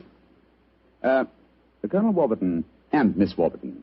Doesn't that pattern suggest anything to you? No, I can't say that it does, Mr. Holmes. I don't see what you're driving at. Well, nor do I, Holmes. We should be more explicit. Very well, then I will. I shall now conduct my experiment. I want you all to watch Colonel Warburton and the dog Boojum. Excuse me while I turn my back. Now. There it is again. That whistle. The dog heard it, too. Great Scott, Holmes. What does it mean? It means that this wooden whistle in my hand is the answer to the mystery. The sound made by this cunningly designed instrument is above the normal range of pitch. You see, the Colonel has hypersensitive ears. So the dog heard it. Perhaps I should have said the normal human range of pitch. Then do you suppose someone has deliberately been trying to drive the Colonel mad? Of course, Mary. That's why the dogs were murdered. Whoever it was knew that a dog would give the game away. And it's not hard to guess who that someone is. Nada, this started when you came here. Is this your gratitude for the Colonel's kindness to you? Endangering his sanity with your evil black magic? That is not true. One moment, please, Miss Warburton. Miss Nada. Yes, Mr. Holmes. Dr. Watson and I watched you in the barn some 3/4 of an hour ago with Hacker. Were you engaged in practicing any form of black magic? No. I was praying to my old gods to save the Colonel's sanity. What were you doing there, Hacker? Don't tell me you were praying to old gods, too. Well, I used to be a chapel-going man, sir, but I don't know. No harm in trying something new, I always say. In any case, why should Miss Nada wish to persecute the colonel? It might be for some tribal revenge. Oh, but that's ridiculous, Ellen. Her father and I were sworn blood brothers. Exactly, sir. No, it should be obvious. Who had a motive for making the colonel appear mad? His niece and heiress. What do you mean? She has studied physics, you will remember, and so could know about supersonic research. Possibly she was afraid the colonel might leave his estate to Miss Nada, and so wished him to appear insane and thereby invalidate a new will. What? In any case, I found this whistle in a drawer in your room, Miss Warburton. Ellen, how could you? I did it for your sake, to save you from Nada. She's just an adventuress, only you won't see it. Colonel Warburton, what action do you wish me to take regarding your niece, Miss Warburton? My niece? I have no niece, Mr. Holmes. Come, Nada, my dear.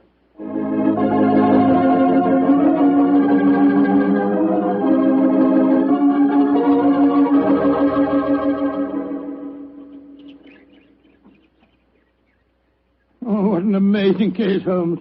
Mary, wasn't it clever the way Holmes solved it? It was very interesting, dear. I was quite enthralled. Oh, now I think I shall return to London and let you two finish your holiday in peace. Before you do that, Mr. Holmes, there's one thing we should do. What, Mary? Boojum. We promised, you know. Oh, yes, of course. I think the three of us might walk her home. But before we do that, I suggest we rummage through the kitchen. The kitchen? What on earth for? Bones, dear. Exactly. And bones with plenty of meat on them.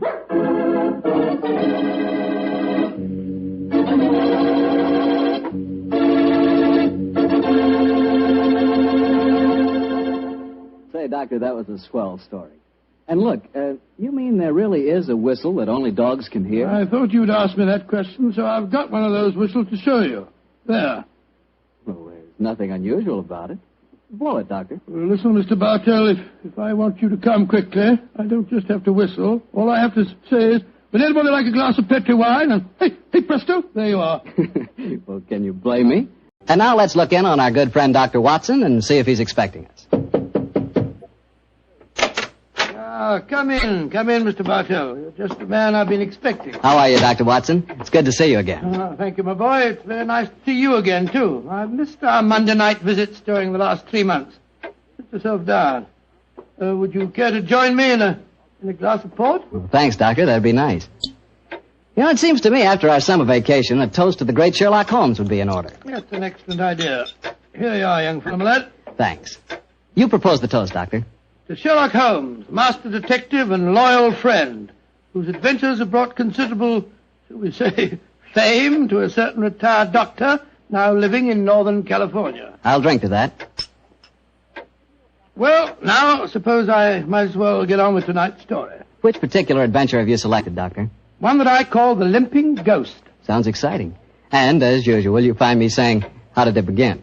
In Baker Street on a windy December evening at the turn of the century. A young, white-faced boy sat in front of our blazing fire. And as he told us his strange story, the flickering firelight danced weird patterns on the walls. The young man was Alexander McMorris, the 7th Earl of Lochnair. The Earl of Lochnair?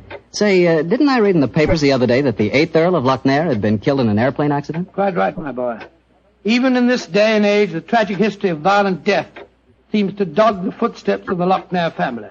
But to return to my story. On that December night in 1900, we heard the whole history of the Limping Ghost of Lochnair. The first Earl had lost a foot at the Battle of Flodden Field in 1513. In spite of this terrible handicap, he fought on valiantly until he died on the battlefield from loss of blood. From then on, right until the time this story begins, the Limping Ghost, clad in a suit of armor, always appeared at Lochnair Castle before and after the death of the current Earl. Yes, Mr. Bartell, it was a strange story that Sherlock Holmes and I listened to that night. A story of death and horror over the centuries, punctuated by the limping clank of ghostly armor.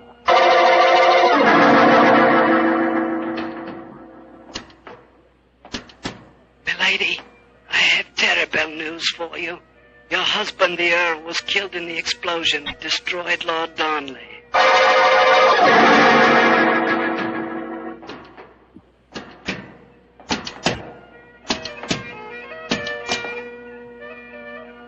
Milady, the Guy Fawkes plan to blow up the Houses of Parliament has failed.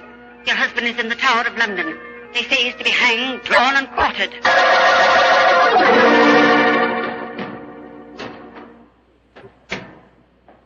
Watson, I regret to inform you that your husband, on my instructions, has been arrested for murder. I have no doubt that he will hang. And that's the story of the Loch Ness, Mr. Holmes. You were instrumental in sending my great uncle to the gallows, a fate which he richly deserved, I'm told. So it seemed only natural to come here to Baker Street and consult you now that I'm in trouble. I shall be most happy to do anything I can to help you, sir. I don't remember anything about your sending the Earl of Loch Ness to the scaffold, Holmes. Well, he did, Dr. Watson. Mm-hmm. And the servants have always sworn the ghost really did walk at midnight on the day that he was hanged. Indeed. Now, sir, I suggest that you tell us what problem brought you here. The ghost is walking again, Mr. Holmes. You know what that means. According to the legend, that the present Earl will die. Exactly. And as I'm the present Earl, you can see why I'm rather worried. Am I to understand that you've actually seen this ghost yourself? Yes, Mr. Holmes. The night before last, Betty, well, that is, Miss Nolan and I were sitting in the dining hall in front of the fire when we heard a strange sound up in the musicians' gallery. We looked up and in the moonlight saw a ghostly figure in armor limping towards the staircase. Oh, gracious me. My dear sir, you're certain that you really saw it? Moonlight can play strange tricks, you know. There wasn't any doubt about it, Doctor. We both saw and heard it. What did you do? I started to go towards the stairs, but as I did so, Betty screamed and then tumbled to the floor in a heap. Fainted, I suppose. Yes. While I was reviving her, the ghost disappeared. Who's staying with you at Loch Ness Castle at the moment? Well, there's Betty Nolan. She's the sister of James Nolan. He looks after my estate. Betty and I are engaged to be married. Oh, congratulations. Thank you. Yes, indeed. Anyone else staying with you? Yes, a distant cousin of mine, Jeremy K. McMorris, an American. He turned up in England a couple of months ago with his son Walter. They're both with me at the present. A distant cousin? That's right, Mr. Holmes. Actually, they're descendants of a more than usually black sheep branch of the family. I don't know how long the old man's going to be with us, though. If you ask me, he's a dying man. Why do you say that, sir? As far as I can gather, he's been wasting away for years. It's only a question of time before his strength fails him entirely. I was hoping perhaps you could take a look at him, Dr. Watson. That is, if I could persuade you and Mr. Holmes to come and stay at the castle for a few days. Well, what about it, Holmes? It's an intriguing problem, Watson. The current Earl of Loch Ness would seem to be in danger. A cousin of his is dying of an obscure disease, and the ghost of Loch Ness Castle is walking again. Yes, it's an irresistible invitation. I see no reason why we can't leave on the Scotch Express tonight.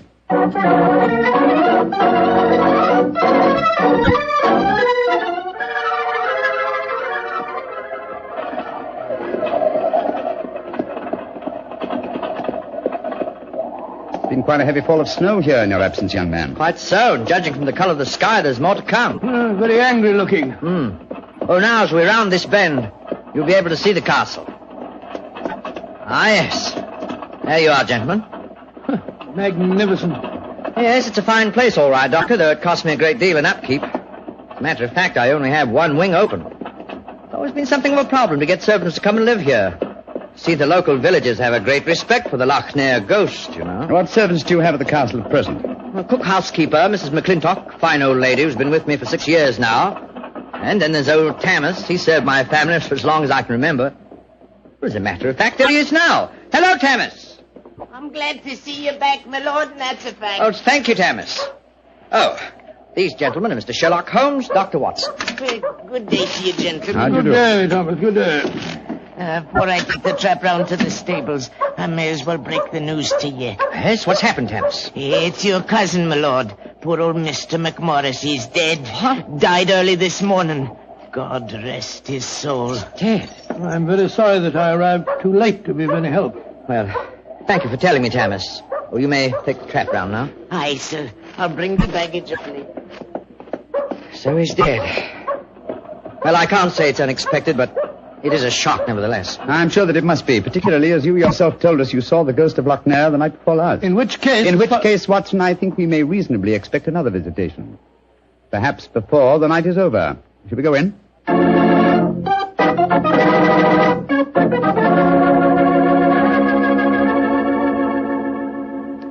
This is Miss Nolan, my fiancée, Mr. Sherlock Holmes, and Dr. Watson. I'm very glad to meet you. How are you, Miss Nolan? And this is her brother, James Nolan, the manager of my estate. How do you do, sir?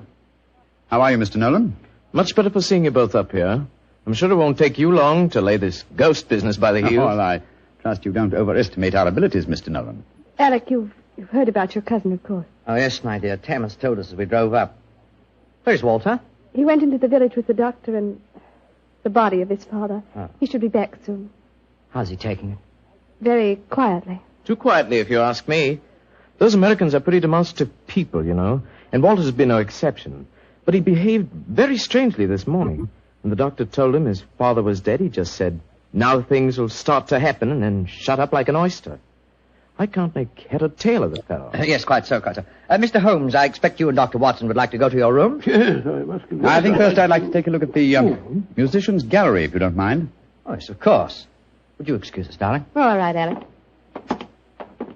It's in the dining hall here. They must have been very hospitable people in those days. 50 or 60 people could eat at that table. Yes, Doctor. Needless to remark, we hardly ever use the room nowadays. There's the musicians' gallery, Mr. Holmes. Oh, yes, I see. How do we get up there? I'll show you. See, there's a stone staircase behind this tapestry here. Follow me. Watch your step. It's quite narrow, rather dark. Watch your head, Watson, old chap. Oh, don't worry about me, Holmes. I'm perfect. Oh, I say. Must have built these stairs for pygmies. Oh, yes. Here we are, gentlemen. This is the musicians' gallery. By Jove.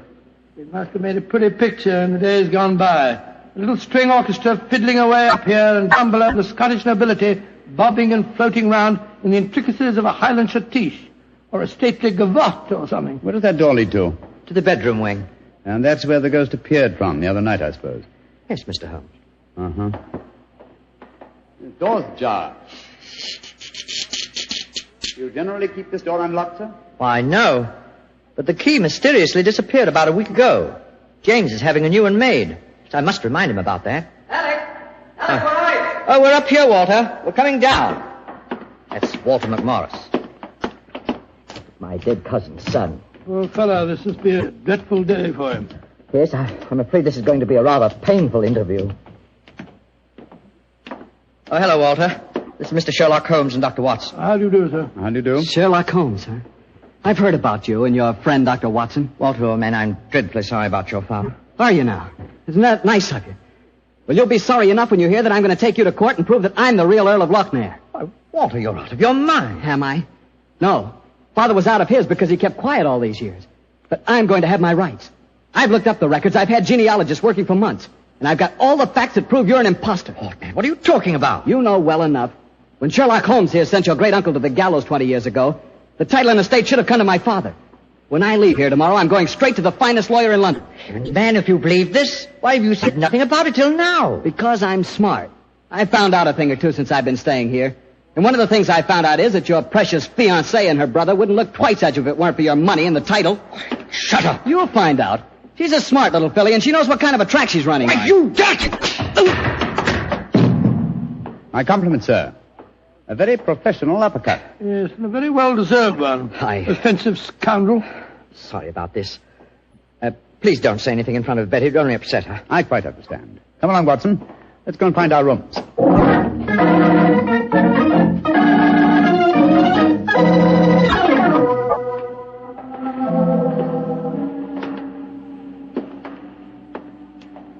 Holmes, it's nearly dinner time. Why are we wandering about here in the dark instead of having a glass of sherry with the others in the library? I'm a conscientious practitioner, Watson. I like to earn my fees. It occurred to me that a further examination of this dining hall might prove profitable. Well, personally, Holmes, I think you're wasting your time on this case. What makes you think that, old chap? It's perfectly obvious that young American fellow was impersonating the ghost a few nights ago. He knew his father was going to die, and he wanted to build up the legend so as to make his own claim seem more believable. Well, that's very sound reasoning, Watson. Though to be logical in his deception, he should repeat the performance now that his father is dead. Well, ghosts only walk at midnight, so why don't we go and have a glass of sherry? Shh. What is it, Holmes? Someone's coming in from the library. The lighted candle. Yes? Who is it? It's me, Mrs. McClintock, the whiskey. Oh, gracious me, you gave me quite a start. I heard voices and I knew the candles were not alight in here, so I came in to see who it was. You're watching for the ghost, I suppose. Well, you'll no be disappointed, gentlemen, though you may see more than you bargained for. Those that meddle with ghostly things they dinna comprehend are playing with something much more dangerous than fire. Fire burns. But the shades on dead people... Holmes! Look up there, the gallery. The door's opening. It's the ghost. Aye, here he comes, the poor body. See the armor on him, and the way he's dragging one leg behind him. Yes, it's really quite an effective impersonation. And the twilight provides most appropriate lighting for his play acting, too. You mean it's the young American? Of course, obviously. Look behind him. There's another figure. Yes. Dressed in the same kind of armor and carrying a sword. Game's afoot, Watson. The ghost has seen him. He's turning. The second figure's raising his sword. Look out!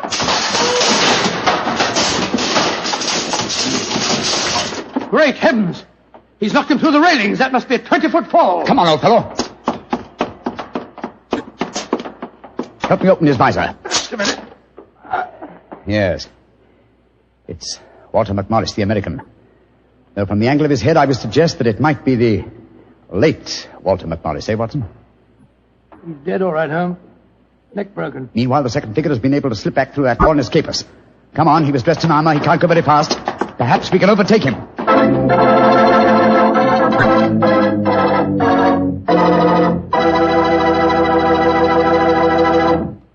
Dr. Watson's story will continue in just a few seconds, which is all the time I need to tell you about Petri California Muscatel. Ever try Petri Muscatel? It's a wine that looks like sheer gold, and it's made from big, plump, juicy muscat grapes. Boy, pop one of those muscat grapes into your mouth, and you know you've got something delicious. You know that. And you get the same flavor in Petri Muscatel. It's a perfect wine to serve a lady. Women love it. And that best time to serve it is after dinner or on a Sunday afternoon, you know, times like that. But just make sure it's Petri Muscatel, because that's the way to make sure it's going to be good. Remember, Petri.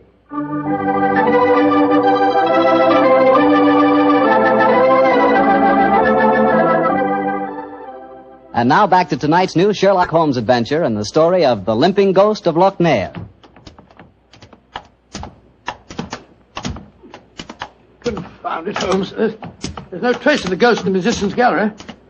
We gave him too much of a start, I'm afraid. Of course you didn't find him. You'll never find him because he's not mortal. Mrs. McClintock, is the original suit of armor the one worn by the first Earl of Lochnair still in the castle? Aye, sir. It's in the library through that door there. I'll take you to it. Don't bother, thank you. We'll find it. Come on, Watson. Bring that candle with you. Right, you Holmes. If you know what's good for you, you'll stop dabbling in matters you dinner really can.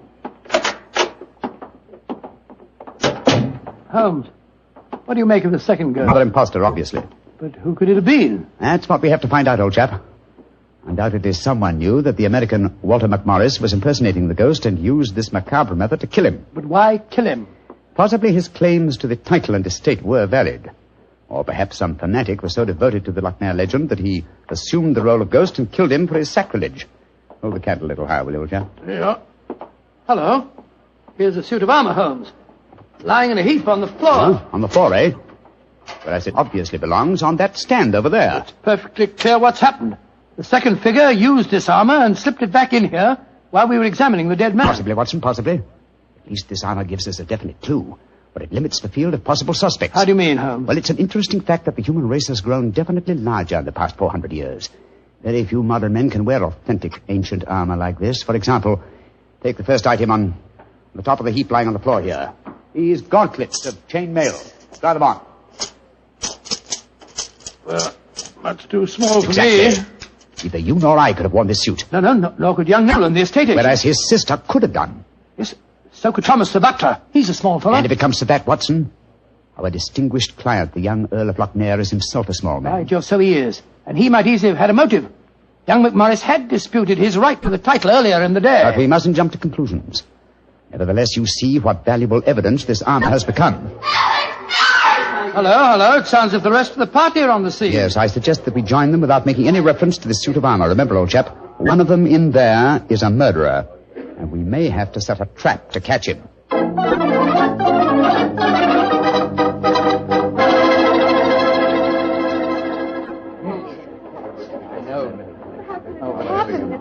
Are you sure he's dead, Dr. Watson? There's no doubt about it. His neck was broken instantly by the fall. It's dreadful. Father and son both dying on the same day. And you said the real ghost came up behind him, Mr. Holmes, and struck him so they crashed through the railing up there. I said another figure dressed in armor killed him, Mr. Nolan. 'Twas a real ghost. I saw him with my own 2 eyes. He killed that man for trying to bring shame on the name of Lochnair. Shouldn't we get into touch with the police? How can I get a message to them tonight? Have you looked outside? We're almost completely snowed in. Snowed in? Oh, Alec, I'm frightened. Hush, darling. There's nothing to be afraid of anymore. No, at least we have the assurance that the ghost will not limp again. Why? Well, the murderer has no further motive for impersonating the ghost. To walk now would be to support the dead American's claims. No. We shall spend a quiet night, and tomorrow I shall communicate with the proper authorities as to my quite definite notions regarding the murderer's identity. But if the ghost should walk again, Mr. Holmes? Well, then, sir, I shall know that at last I've encountered a truly supernatural crime and shall retire from the practice of detection.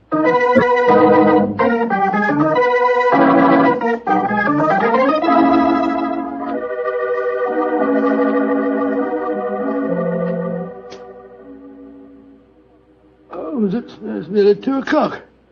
You still over there by the window, puffing away that pipe of yours? You know, I can't help feeling that young McMorris knows a great deal more than he told us. A great deal more. There's a shifty look about him I don't like. Never did trust a fellow who couldn't look you squarely in the eye. Don't you feel the same way, Holmes? Holmes? Holmes, where are you? Holmes! Shh, Clark Watson. Where have you been? I thought you were over there by the window. Been talking to myself. Never mind that, old chap. Get your slippers on in a dressing gown. We're on the last lap of this strange, eventful tragedy. Oh, thank the Lord for that. Perhaps I can get some sleep. Holmes, where have you been? I went to the musicians' gallery and baited the trap. Now it's ready to spring. Don't dawdle, Watson. Come on. I'm not dawdling. What do you mean you baited a trap? You'll see for yourself in a few moments. As a matter of fact, I really baited it when I said downstairs that if the real ghost should walk again, I would retire from the practice of detection. I didn't understand your saying that myself. Well, I was tempting the murderer to show his hand once more. Come on, please. Where are we going? To wait behind the curtain at the foot of the stairs leading to the musicians' gallery. And I hope we don't have to wait very long.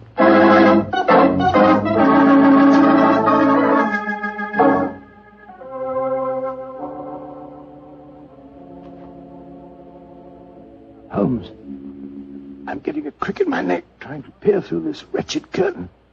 How much longer do we have to wait? Until our murderer arrives.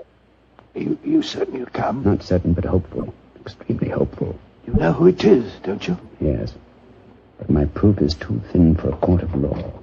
I must catch him in the act. Here he comes. Splendid. Let's go up and grab him. No. They walk into my trap. He's coming towards the head of the stairs. Oh! Great Scott! Exactly. A simple piece of wire stretched across the gallery is remarkably effective, even with ghosts. Come on, Watson. Help me off with this visor. There we are. Good Lord, it's James Nolan. Exactly. What happened? You walked into a simple trap, my friend. I'm afraid the next trap will be more lethal, for it will undoubtedly prove to be the one beneath the gallows.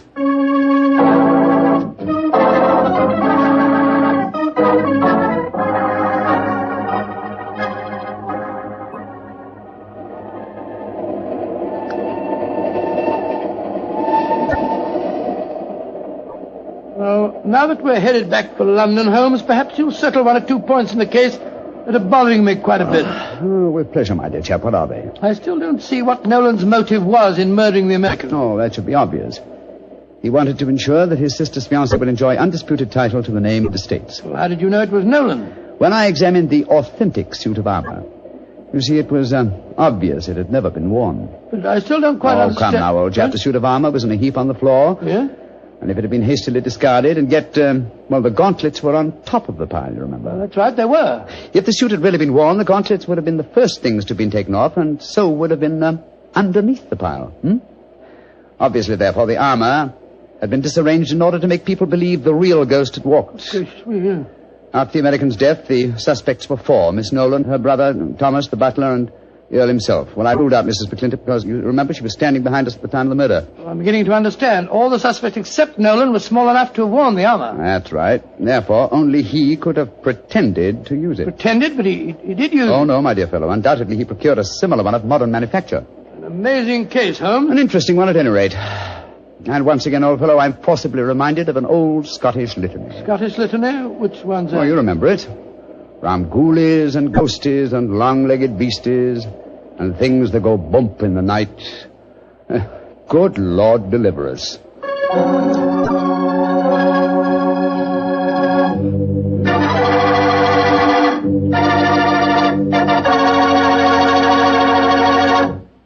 Well, Doctor, that was really a swell story. You know, for a while there, I was beginning to believe in ghosts. Well, I'm ashamed to admit it, but at the time, so was I. You know, this sounds silly, but I bet it would be fun to be one of those legendary English ghosts. You know, go around sticking your nose into everybody's business and playing practical jokes like mad and nobody able to figure out who did it. That would really be fun in a way. Well, you can go around scaring people all you want to, but not for me. I think a ghost leads a terrible life herself. For instance, a ghost can't have the pleasure of eating a nice, juicy steak. Yeah, or drinking a glass of really good wine. Ah, now you're talking, young fellow, my lad. Petri wine. Yeah, still talking, young You see, when I say good wine, I always mean Petri wine because you can depend on Petri. I know. Why, the Petri family has been making wine for generations. And now for our weekly visit with the good Dr. Watson. Let's see if he's expecting us. Come in. Ah, good evening, Doctor. Good evening, Mr. Campbell. It's about time you got here. Draw up a chair and make yourself comfortable. Oh, thanks. Well, you have the old black dispatch box out again, I see. I suppose you've been going over your notes on tonight's adventure. That's right, my boy. And this may interest you. Mrs. Watson figured prominently in the story. She did? Yes, in fact, if it hadn't been for some remarkably quick thinking on her part, Holmes and I might have... well, there I go again, telling you the end of the story before I've begun it. Well, how did it begin, Doctor? On a winter evening in 1887. I'd been married some months, and in consequence I hadn't seen much of my old friend Sherlock Holmes. Oh, you're still living at Baker Street, I suppose? Yes, my boy, but we couldn't persuade him to come round and see us. From time to time I'd heard some vague accounts of his doings, of his summons to Odessa, in the case of the Trepoff murder, and of his clearing up the singular tragedy of the Atkinson brothers. But to get back to tonight's story, my wife and I had just finished an excellent dinner. I remember had settled ourselves down for an evening of pleasant domesticity. She was stitching away on a piece of extra petit pois, and I was at my desk balancing figures in the family account book. After a few moments, my wife looked up to me and said, John, dear, don't look so troubled. Oh, was I looking troubled? Well, you've been scowling at that account book for 10 minutes now. What's the matter, dear? Don't the figures add up correctly? Oh, yes, they add up correctly. In fact, they tell a very pretty story. After buying my practice and setting up all my outstanding accounts, I find that we have nearly £150 left of the diary that Mr. Sholto settled upon you. 160, isn't it, dear? I was doing the same sum this morning. Oh, well, but still 160. In any case, Mary, dear, the point I was going to make is that we don't need the money just now. My practice is picking up splendidly, and I was thinking that we might invest it in something really sound, of course. Who's been talking to you, John? Dr. Wilson again. Well, as it happens, I did bump into him at the hospital today. He can put us onto something very good in Peruvian silver. What do you think of the idea? Well, John, the fact is, I'd almost decided to make a business investment with it myself. I thought I'd surprise you. Well, now let me tell you about it, John. Oh. Yesterday, when you were out on your rounds, yes, a most charming man called here, a Mr. Ted Barber. He introduced himself as a friend of Mrs. Cecil Forrester's. He said he was certain we'd be interested in his new company. And he talked so convincingly that, well, I'm afraid I almost promised him I'd buy some stock in the company. Did you really? What sort of company is it? Well, I didn't quite understand that part of it. But it sounded wonderful. He left a prospectus. It's in the right-hand drawer of the desk. It's something to do with a wonderful new metal that's been discovered by an American chemist called Paradol or Paradis or something. Oh, let's have a look and see what it says. A company formed to exploit the amazing new metal discovered by Dr. Paradis. Paradol preferred stock. The potentialities of this new alloy are immeasurable. The fourth dimension has been conquered. What? Vital dislocation is an accomplished fact. Oh, gracious me, my dear child. This prospectus is absolute poppycock. Now, John, you mustn't be stubborn. I think at least we should investigate it. The man said that if we went to the laboratories, Dr. Paradis would give us a demonstration himself. But Mary dear, the fourth dimension. I mean to say, it's obviously fraud. That's what everyone says when a new invention comes out. This might be an opportunity for us to make a lot of money, John. Mary, I do wish to please me, dear. I can't argue with you for very long, Mary. All right. I'll take you to the laboratory in the morning, but I warn you, I'll show this Dr. Paradise up for the charlatan that he is.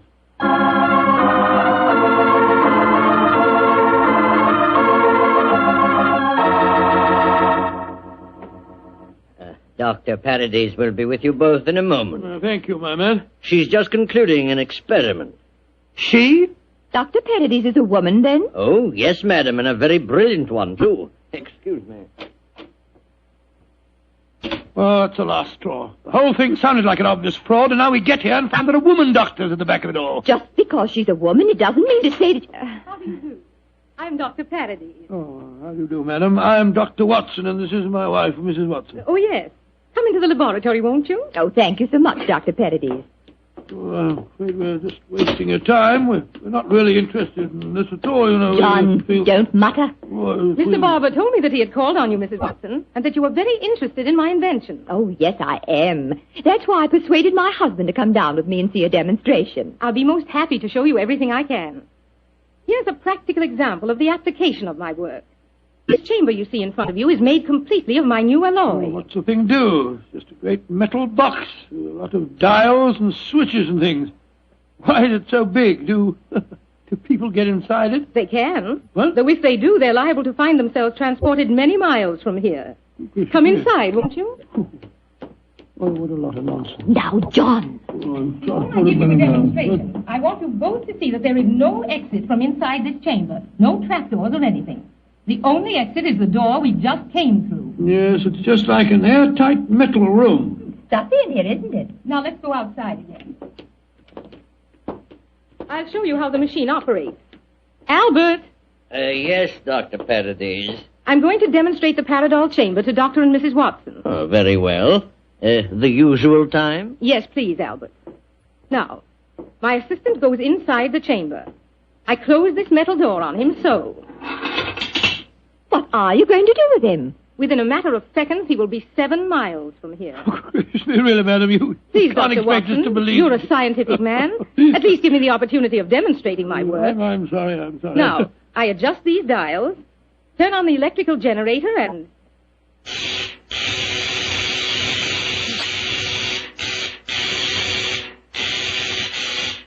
Good Lord, what an amazing business. Now open the door, Dr. Watson, and look inside, please.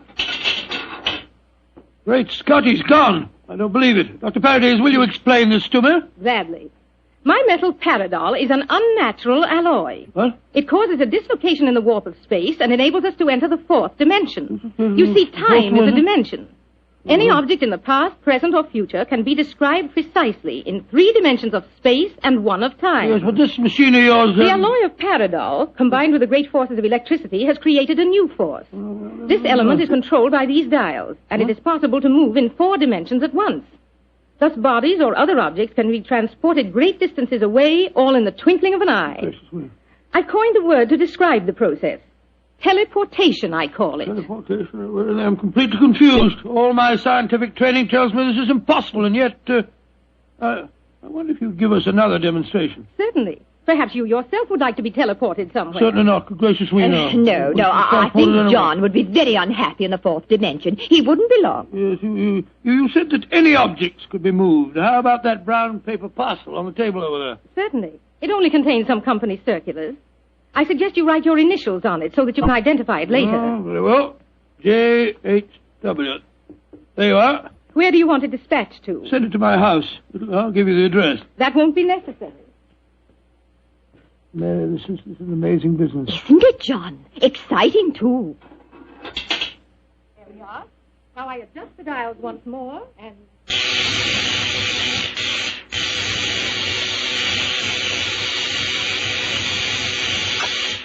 The parcel is already at your house. Oh, it's impossible. Come along, Mary. Let's get a cab and race back there as fast as we can. Well, Yes, goodbye, dear. Doctor. Goodbye, Doctor. Bye.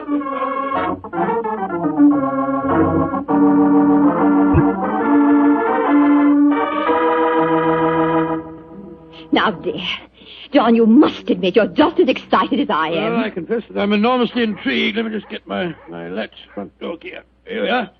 Dr. Paradis is a devilishly clever woman. Even so, my intelligence tells me it's impossible for the package to have reached here before us. Ah, here we are.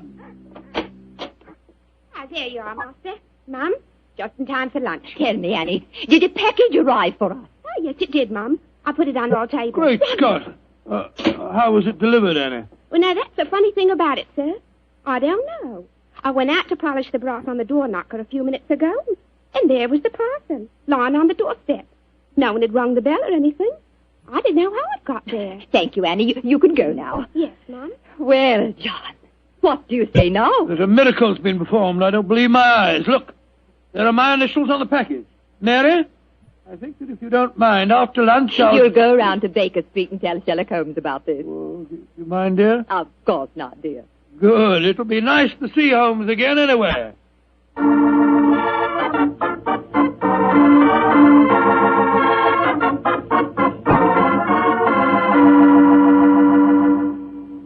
Dr. Watson, how nice to see you again. Hello, Mrs. Hudson. How are you, my dear? Oh, I'm just fine. Oh, you're looking grand, sir. Marriage agrees with you, if you don't mind my saying so. Oh, thank you, Mrs. Hudson. Is Mr. Holmes in? Aye, sir. And I'm very glad you're seeing him. He's no been acting like himself lately. Oh, really? Locking his door, and only unlocking it for me when I give him a password. And he's hardly touched his food for the last 3 days. To tell you the truth, Dr. Watson, I'm awful worried about him. Really? Well, I'll go up to him. He'll be glad to see you, I'm sure.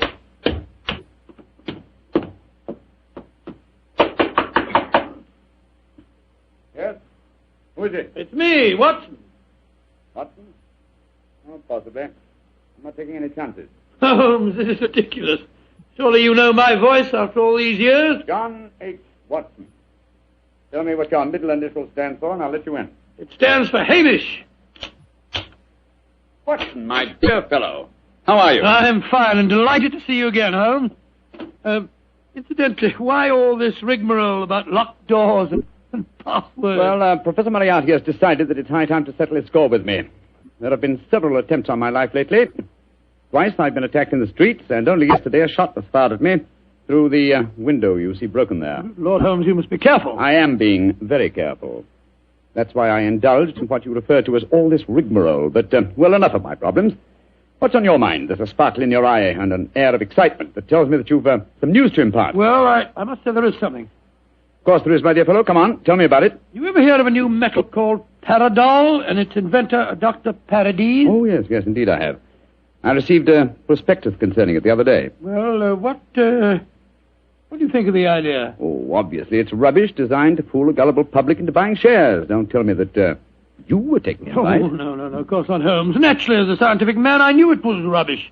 My wife, however, had become a little involved in the concern, and so today, to prove to her that the whole thing was a fraud, we went down to the laboratory and met this Dr. Paradis. Oh, did you indeed? In the first place, let me tell you, this Dr. Paradis is a woman. Oh, a woman? As you can imagine, I didn't have any difficulty in discrediting her theories. In fact, I'm afraid I made her seem rather stupid. However, we did stay there long enough for her to give us a demonstration.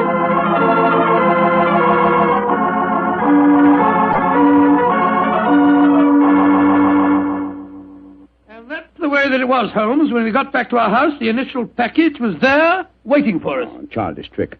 Obviously, the Paradol chamber contains an ingeniously hidden trap door, through which the assistant disappeared and later the package. A fast cab then took it to your home before you could get there. Oh, yes, oh, really? Well, yes, of course, that's exactly how I explained the thing to Mary. Was she impressed with the feat? Yes, she was. But you know how women are. I tried to tell her the whole thing was a fraud. She's very obstinate. I was hoping perhaps that you will help me expose the concern. Oh, hardly seemed necessary, old fellow.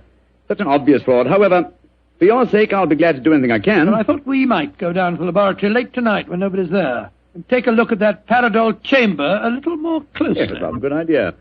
After being cooped up here for 3 days, it'll be a pleasure to get some night air and indulge in a little simple burglarizing. Well, shall I call for you here? No, wait a minute, dear fellow. It's much too dangerous. I'll be in a hansom cab outside your house about 11:30 tonight. How's that? Splendid. Quite like old times, isn't it, Holmes? Yes, 'tis, old chap, though I think that this time, for Mrs. Watson's sake, I must try and keep you out of trouble.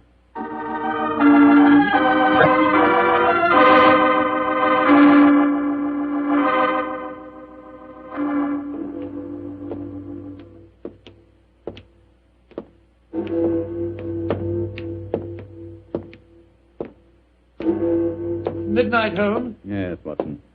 Find it only confirmed old bachelors like myself should be wandering the streets of London. Oh, rubbish, Holmes. You talk as if Mary was a tyrant. Now, don't get angry with me, old chap. I was only being facetious. Is this, Dr. Paradol's laboratory? Yes. I'd like to be seen. I don't imagine it'll be very hard to break in, though. Strike a match, will you? I took the precaution of bringing this lantern. There you are. Thanks, old fellow. Is the door locked? Yes, but I think the skeleton key will do the trick. Hold this lantern for a second, will you? Yeah. Oh, this is child's play so far. Come on. There's the Paradol chamber over there. Uh-huh. Give me the lantern again, old chap, will you? Thanks. Mm-hmm. Quite an elaborate construction. The door's been left open. Let's go in and take a look at the inside of it. Ah, not both of us, Watson. If this is the only entrance, and the two of us walked in, it'd be too easy to slam the door shut on us. I suppose so. You go in and I'll keep watch out here. All right. Oh, I trust that in a few minutes I won't find myself lying on your doorstep. Holmes, there are times when your sense of humor is a little strained.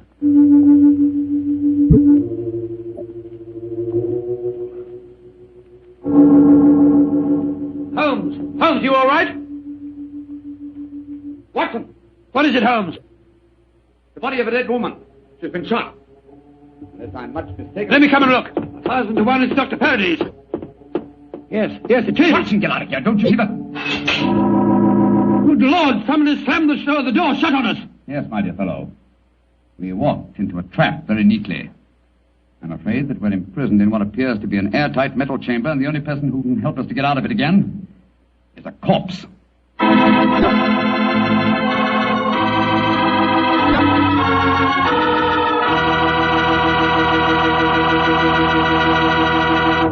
Dr. Watson's story will continue in just a few seconds. It's time for me to remind you that good food always tastes better when served together with good wine. Did you know that Petri makes 2 wonderful mealtime wines? Wines especially made to go with food? Well, they do. Petri California Burgundy and Petri California Sauterne. You want a rich, hearty red wine, a wine that's great with any meat or meat dish, you just try Petri Burgundy. And if you want a wine that's perfect with chicken or fish, try a delicate golden-colored Petri Sauterne. Petri Burgundy if you want a red wine, Petri Sauterne if you want white. But always a Petri wine if you want a good wine.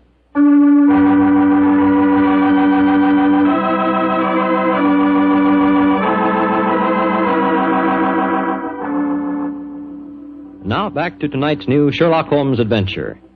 It is in the early hours of a winter's morning in 1887.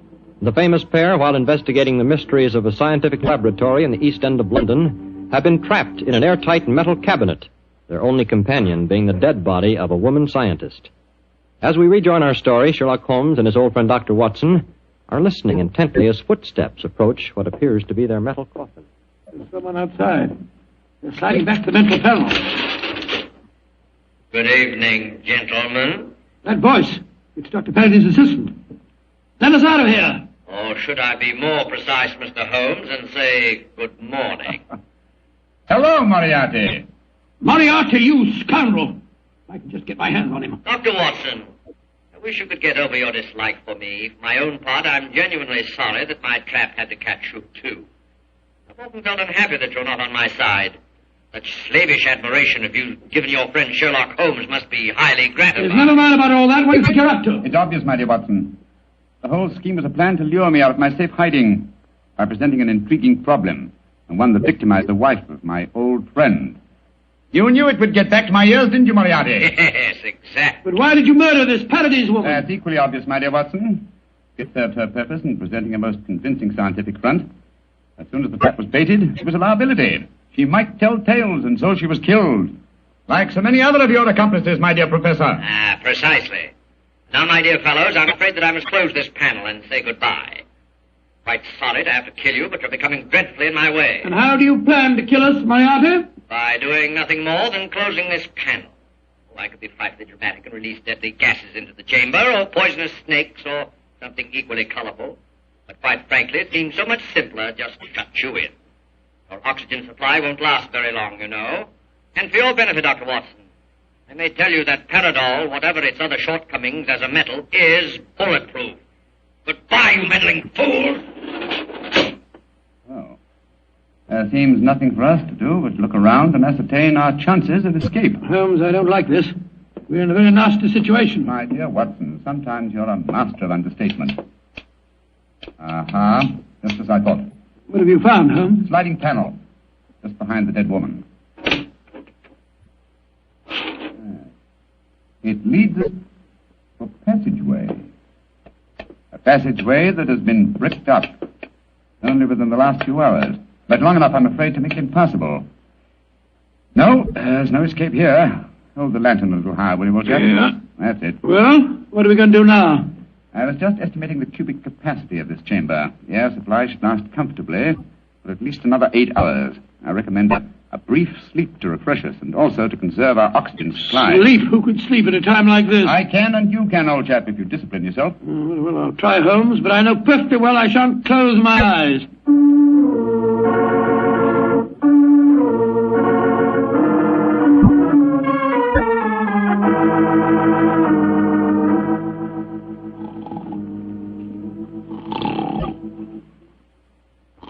Wake up, Watson, wake up. Yes, Mary dear. It's you. We're still in this infernal trap. I'm afraid so, old chap. What time is it? Just after 7 in the morning. How long did you estimate our oxygen supply would last? Probably about another hour. Well, it's just possible that some worker will come to the laboratory early and let us out. I shouldn't count too much on that if I were you. I suppose not. I say, Holmes, I'm famished. Yes, I thought you would be, my dear chap, so I saved you this half of a bar of chocolate. I ate my own share just before you awakened. Oh, thanks, my dear fellow. Did you sleep too, Holmes? No, I didn't, Watson. I employed my time in conducting a minute examination of this chamber. I was trying to find some possible way of getting out. And you failed, eh? I'm afraid so. Holmes, this looks like the end, doesn't it? Well, if it is my time to die, I'm glad that we're together again. Although I blame myself entirely for letting you into the trap. Come now, my dear fellow. Don't take it as badly as that. But you admitted you're defeated and that there's no possible way out of this destiny. I meant that there's no way out from the inside. So my plan worked. Good gracious me, what on earth? The star, there you are. Mary! Mary, you dear little thing, you must have been frightened to death. Hello, Donald. Poor dear, you must have spent a miserable night. Well. Mr. Sherlock Holmes and Dr. Watson have been getting themselves in trouble again, eh? Sir, this is no time for your heavy-handed badinage. There's the body of a murdered woman inside that chamber. She was killed by Professor Moriarty. Professor Moriarty? It's too bad you didn't get my message sooner. Your message? Oh, bless myself, Holmes. I wish you'd tell me how you got your message to Scotland Yard. Well, ever since these recent attacks on my life, I've had my delightful band of ragamuffins, the Baker Street Irregulars, watching my house in fixed watches, 2 at a time. I gave the boys instructions to follow me whenever I went out. And if ever I did not reappear within 3 hours, they were to report to our friend Lestrade at Scotland Yard. Holmes, you're amazing. You think of everything. Just a minute, gentlemen, just a minute. I didn't get no message from any of your Baker Street irregulars. Oh, you didn't? No, sir. Though I did find a couple of the boys tied up when we came in here just now. But if you didn't get a message from them, how did you come here so opportunely? That's an easy one. Because Mrs. Watson here came and fetched me. You did, Mary? But how on earth? Go on, Mom. Tell him. Well, it's really very simple. When John came back from seeing you yesterday, Mr. Holmes, he was over elaborately casual in his references to the Paradol chamber. So, of course, I knew at once the two of you were going to investigate the matter. I also caught him oiling his revolver after dinner. I didn't know that you slipped out last night, John. But as soon as I woke up this morning, I realized what had happened. So I went straight to Scotland Yard for Inspector Lestrade and brought him here with me. Why, Mary, you clever little thing. Isn't she a clever darling, Holmes? Mrs. Watson, this has been a salutary experience. Will you allow me to congratulate you on your deductive ability? Well, that's very nice of you, Mr. Holmes, but I really don't deserve any compliments, if you don't mind my saying so. It was elementary, my dear Mr. Holmes. Elementary.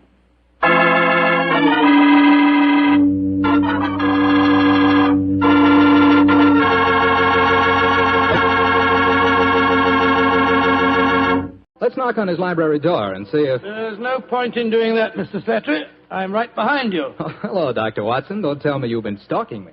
No, my boy. I was on the patio and I heard your footsteps, so I thought that I'd come in and fetch you. Let's go back and sit out there, shall we? It's a beautiful evening. That's fine with me, Doctor.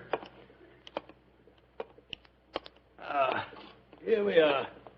Now, settle yourself down in a chair and light a cigarette, if you have one. I'll get on with my story. Well, last week you told us it concerned an adventure that you and Sherlock Holmes had in Flanders during the First World War. That's right, Mr. Sattler, I did. I thought that you and the great man had retired at that period. We had, my boy, but it was only natural that as soon as the war broke out, we both offered our services in any capacity that might help our country. Of course. And how did tonight's story begin, Doctor? It was in the winter of that first year. Things weren't going very well for the Allies. The Germans were advancing on Paris, and the picture was looking very black. It was just 24 hours before the famous Battle of the Marne began, the battle that changed the early course of the war, when Holmes told me that we had to go up to the front lines on a secret mission. We'd been in Paris for several weeks, where Holmes had just solved the case of the missing aide-de-camp. I was anxious to get back to England and my work in the war hospitals, but of course this new summons was in the nature of a command. And so, late on a rainy September afternoon, Holmes and I, with the boom of gunfire in our ears, found ourselves in the front seat of a staff car, sloshing and jolting its way towards the battlefield. Am I driving too fast for you, gentlemen? No, Sergeant, not at all. No, you're doing a splendid job. Oh, my man, look out, considering the state of the road. Thank you, sir. Hello? The gunfire's getting nearer, Holmes. Yes, old fellow. I imagine we haven't much further to go, have we, Sergeant? No, sir, we're nearly there. Did you notice the two civilians in the back seat, Holmes? Yes. Handsome woman and a distinguished-looking man several years her senior. I wonder who they are. I'll tell you. He's a Shakespearean actor of some note, though he never achieved the fame to which he thinks he's entitled. I shouldn't be at all surprised if he feels that he's been slighted in not receiving a knighthood. But, Holmes, that's amazing. How can you possibly deduce all that from just looking at the man as we got into the car? Elementary, my dear fellow, I didn't deduce it. We saw him twice last year in the London Theatre, if you remember. What? His name is Maitland Morris. As for his biography, he's a friend of my brother, Mycroft's. He told me about him. Well, what do you suppose he's doing up here near the front line? His brother is General Sir Stanley Morris, who was in command of this particular front, and it would seem reasonable to presume that his brother has come up here to give a performance for the front-line troops. I suppose this hut is as far as we can drive, Sergeant. I'm afraid so, sir. We're 4 miles from the front line now. You'll have to clear your papers here. See that ruined farmhouse there, sir? Yes, Sergeant. Is that the General's headquarters? Yes, sir. Come on, Watson. Good Lord, it's pelting with rain. Yeah, let's make a dash for it.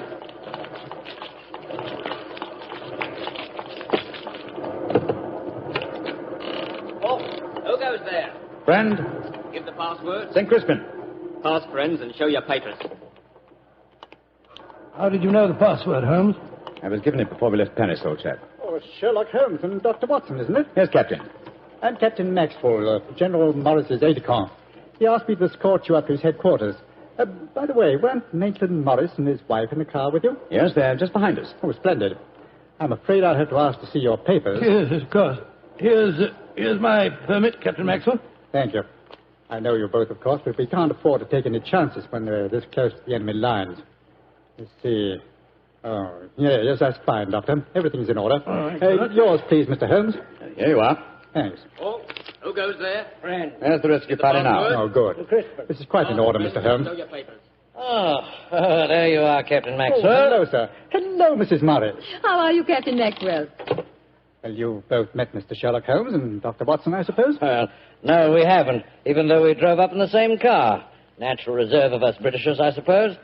How are you, Mr. Holmes? How do you do, sir? I know your brother Mycroft very well.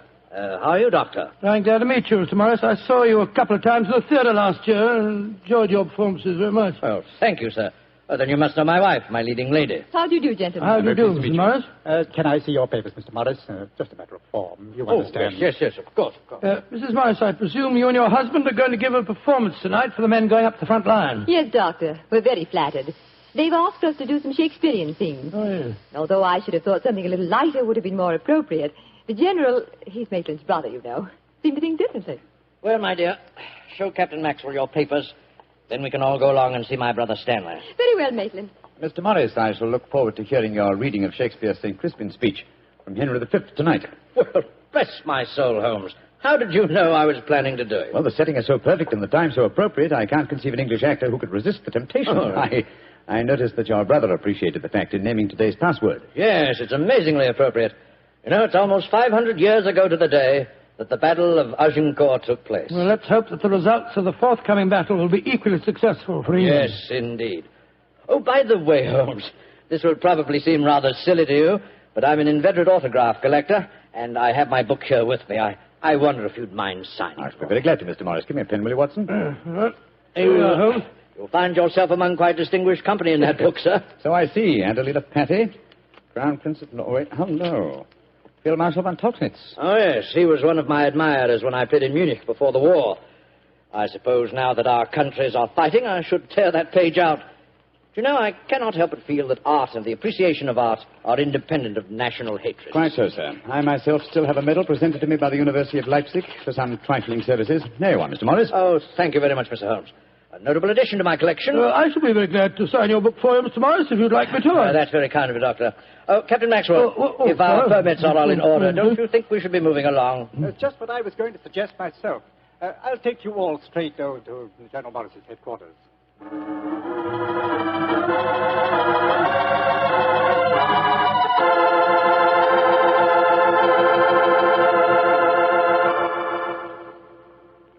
General Morris, may I introduce Mr. Sherlock Holmes and Dr. Watson? How do you do, sir? How are you, General? How do you do? Know a lot about you. Long way from Baker Street, isn't it? Yes, indeed, sir. Where's that brother of mine? Ah, there you are, Maitland. Cynthia, how nice to see you both. Oh, it's good to see you again, Stanley. Hello there, Stanley. The men will be glad you arrived. They're looking forward to your show tonight. We're very flattered that they want to hear us do some Shakespeare. Oh, rubbish, old boy.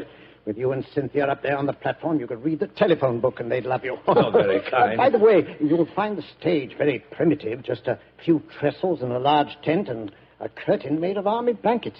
And your dressing room will be even worse. Oh, don't worry about our comfort, Stanley. As long as we cheer the boys up, that's the important thing. Yes, of course. By the way, what program do you have mapped out for us? Well, I thought we'd have two shows. The tent's not large enough to hold everybody at once. Anyway, we have to keep up an alert all the time. Mm-hmm. Think you can manage two separate shows? Oh, of course I can, Stanley. I may look old, but I don't feel it. You don't even look it, you scoundrel. Thank you. Perhaps we could take a look at the stage and equipment, eh? Oh, certainly. Captain Maxwell, take them over to the tent and show them what the facilities are, will you? Right, will you follow me? Oh, yes, of course. See you later, Stanley. Come along, my dear. All right. I'm glad you're here, Holmes. I'm sure I can speak quite freely in front of Dr. Watson. Oh, yes, with perfect freedom, sir. He's my colleague, and he's an old army man himself. Really? What regiment, Doctor? 5th Northumberland Fusiliers, sir. Later attached to the Berkshires in Afghanistan and wounded in the Battle of Mainwan. Really? Then I'm sure I can speak freely in front of you. Holmes, you know why you're up here so near the front line, don't you? I have a very shrewd suspicion, sir. Yeah, I thought you had. That's why I asked for you to be sent here. You asked for me to be sent here, General. Yes, I think I understand. Well, I wish I did. You will, Doctor, in due time. In the meanwhile, gentlemen, I'll have an orderly show you to your quarters. Thank you, sir. And, Holmes, take a look around, will you, and keep your ears open. We're comparatively a little distance from the German front lines, and yet there's a very puzzling silence just now. Yes, I noticed that, sir. And half an hour ago, on our way up, there was quite a lot of shelling. Exactly. It's unnatural and rather frightening at a time like this. You see, we're attacking at dawn. The enemy might be trying to infiltrate spies, and the whole success of this battle depends on a surprise attack. I quite understand, sir. Come on, Watson.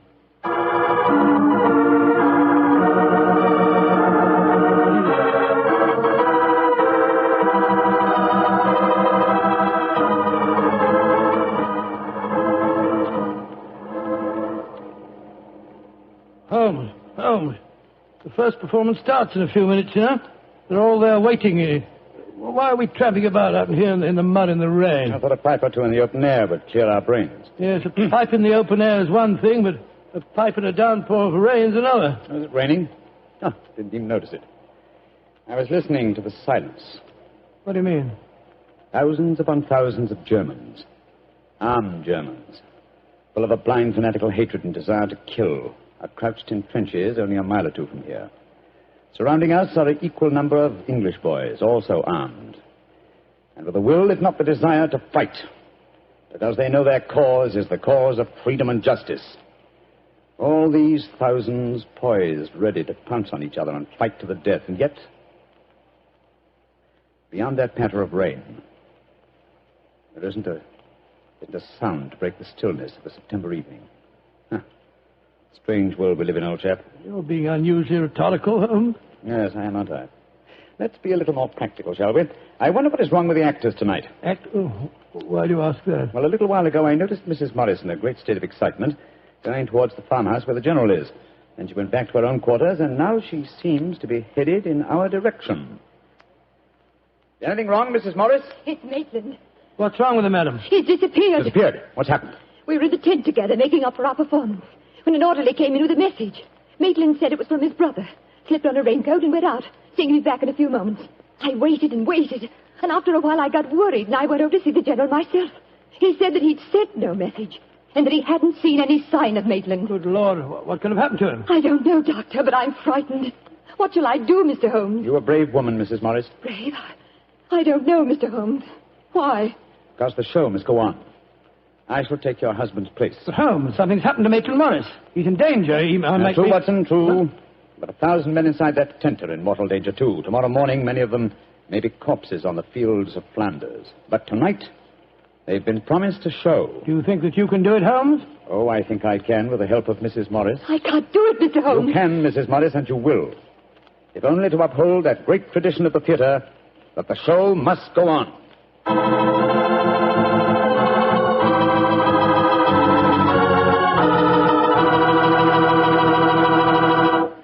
We'll hear the rest of Dr. Watson's story in just a few seconds. Time I'd like to take to tell you that if you've got a butcher who has meat and you've got the points to get that meat, don't forget to bring home a bottle of Petri California Burgundy. Tell you why. That Petri Burgundy is a rich red mealtime wine that's wonderful with any meat or meat dish. That's a fact. Petri Burgundy can make a banquet out of a hamburger. And boy, Petri Burgundy and old-fashioned Irish stew are bosom companions. Just get yourself some Petri Burgundy and share it with your family. Petri Burgundy is the best friend a good meal ever had.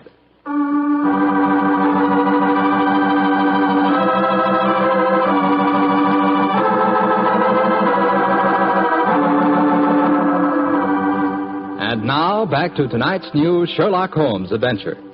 It is just before the Battle of the Marne in the First World War, and Sherlock Holmes and Dr. Watson are at headquarters a few miles behind the front-line trenches. A famous Shakespearean actor who was to give a performance for the troops has mysteriously disappeared, and the great detective has taken his place at the last minute. As we rejoin our story, Sherlock Holmes, alone on the improvised stage, is delivering a Shakespearean speech before a spellbound audience. Happy breed of men, this little world, this precious stone set in a silver sea, which serves it in the office of a wall or as a moat defensive to a house against the envy of less happier lands. This blessed plot, this earth, this realm, this England.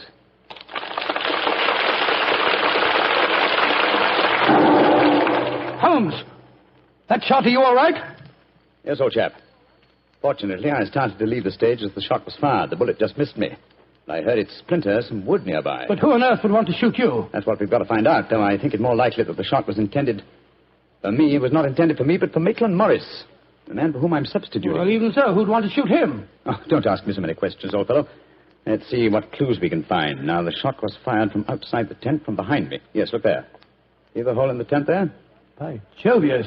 The footlights would outline your shadow on the back of the tent. Whoever it must have fired at your silhouette. The question is, where did the bullet embed itself? Aha. Look here, Watson. You got a penknife? Wait a minute. Here, Holmes. This shouldn't be hard to extract. Look at this splintered tent pole. Wait a minute. There we are. Excellent. Huh. Very interesting. Oh, what's so interesting about it? Just a revolver bullet, isn't it? No, it? it isn't, Watson. What? It's far from just a revolver bullet. This bullet was fired from a German Luger pistol. A German pistol? There must have been a spy here behind our lines. That's a reasonable enough assumption. Yes, we may be sure that no English soldier would carry such a weapon and face inspection. Come on, I want to talk to Mrs. Morris.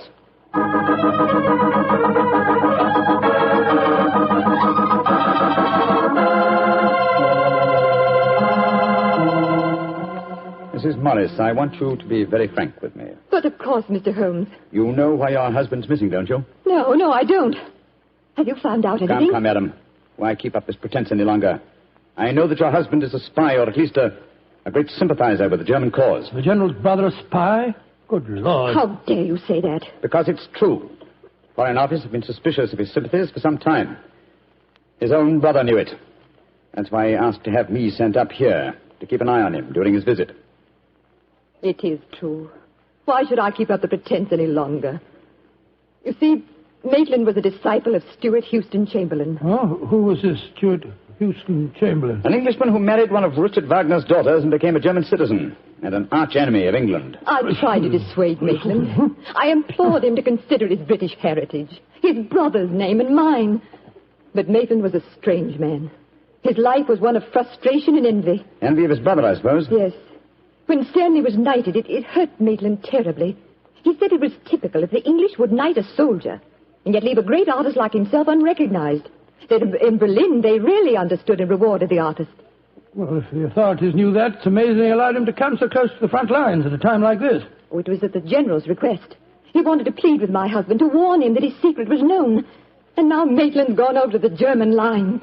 Oh, it's terrible. It's worse than that. It's disastrous. He can give them information as to the strength of our troops here. He knows the password. He might even know the hour the attack is timed to start. How did your husband expect to enter the German lines in safety, Mrs. Morris? He speaks fluent German, Mr. Holmes. I fancy the autograph book he was carrying, containing the signature of Field Marshal von Tauchnitz, was in reality his pass through the German line. You told the General that his brother was gone, of course. I haven't been able to. He moved up to the front line position immediately after the first performance, though I had warned him what I thought Maitland was planning to do. I think he intended to give his performance first, then cross the lines immediately afterwards. But something must have made him change his mind. Perhaps he suspected I'd warned the General. Anyhow, as you know, when I got back to our quarters, he'd gone. Did he leave any note, madam? Yes, he did. Here it is. Thank you. I have gone, my dear. Try and understand and forgive if you can. You wouldn't come with me, and so I'm taking what is left of my heart and my hopes where they belong, among the friends that understand and appreciate me. It is something stronger than love and blood and country that makes me do this. It is something dearer to me than life itself. Dearer to me than life itself. Oh, how could he? How could he? The shame of this will kill poor Stanley. Mr. Holmes, will you break the news to him? I know it's cowardly of me, but I just can't tell him myself. Don't worry, Mrs. Morris. I'll tell him. Dr. Watson and I will ask Captain Maxwell to escort us to the General's frontline headquarters. In the meantime, try and keep calm. We'll tell him.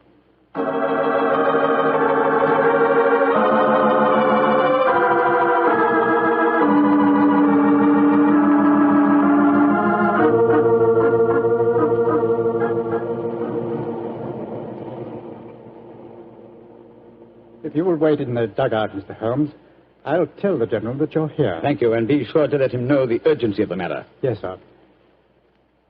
Holmes, this is a dreadful business. Yes, it is, Watson. Though if my plans work out correctly, I think the success of tomorrow's battle may not be imperiled. What plan? Listen. You know, Holmes, a strange silence from the German line since we came here might be accounted for by the fact that they knew Maitland was making his getaway. They wouldn't want to risk wounding such a valuable spy. Quite possibly. What I still don't understand is who shot at you with a German pistol and why. You're being very dense, old fellow. Surely it's obvious that... Here comes General Morris now. Poor devil. This is going to be a dreadful shock to him. Hello, Holmes. Dr. Watson? General Morris, I'm afraid that I've bad news for you. Your brother has gone over to the German lines. Maitland did go there. I should have put him under an armed guard as soon as he came here, but I thought I could reason with him, appeal to his sense of honor. Instead of which you tried to shoot him, sir, but fortunately for me, you missed. You see, I took his place at the first performance. But that shot was fired from a German pistol. True. That was when I first knew the General had fired the shot. But I still don't see how you could now. Only a high-ranking officer, not subject to inspection, could carry a non-regulation firearm. You're an old army man, you should know that. In any case, you'll observe that the General carries a Luger at his waist. Great heavens, Holmes, I thought I was firing at Maitland. I had no idea that it was you. You intended to kill your own brother, sir? Yes, and I'm sorry I failed. I'd rather see my brother dead than alive and a traitor to his country. But now he's safely in the German lines. Heaven knows what secrets he may be imparting. One thing we can be certain. Our chance of a surprise attack in the morning is gone. Possibly not, sir. Oh, what do you mean, Holmes? You see, I took the liberty of altering your brother's credentials quite extensively. How, Holmes? I knew of his German sympathies. Mycroft had given me a great deal of information about him, and so I took it on myself to decide that it was unsafe to allow him so near the enemy lines with his own identification on him. Well, what did you do, Holmes? I took the liberty, sir, of stealing his autograph book, the one containing the magical signature of Field Marshal von Tauchnitz. I have it in my pocket now. I think we shall find within its pages a code concealed in the various autographs, giving valuable information to the enemy. Good Lord. I also switched military permits on him. I felt that in the event that he did go over to the German lines, his welcome might be less cordial if they were under the impression that they'd captured Sherlock Holmes. To make that identification doubly sure, I also slipped in his pocket a slight souvenir of my own. By Joe, Holmes, you mean that medal that was presented to you by the University of Leipzig? Exactly, old fellow. I no longer wish to own a decoration given me by a country of barbarians, and it seemed a rather neat and effective way of returning it to them. So the Germans will think they've captured Sherlock Holmes? Yes, sir, and unless I'm much mistaken, he'll receive very short shrift at their hands. Yes, they hate you. There's your answer, sir. I'm sorry. Well, don't be sorry, Holmes. It's better that way. Now his secret can die with him. Excuse me, sir. Yes, Maxwell, what is it? Would it be in order for me to return to headquarters now, sir? It's very nearly time for the second performance, and I've still been unable to trace the whereabouts of your brother. Well, my brother will not be acting tonight, I'm afraid. Holmes, I wonder if I might ask you to take his place once again. If you want me to, General. I do.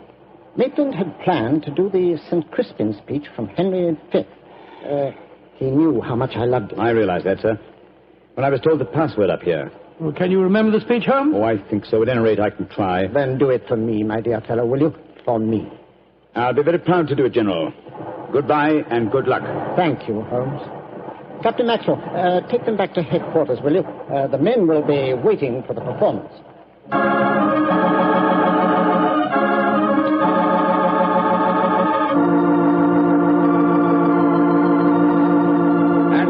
Crispian shall ne'er go by from this day to the ending of the world, but we in it shall be remembered. We few, we happy few, we band of brothers.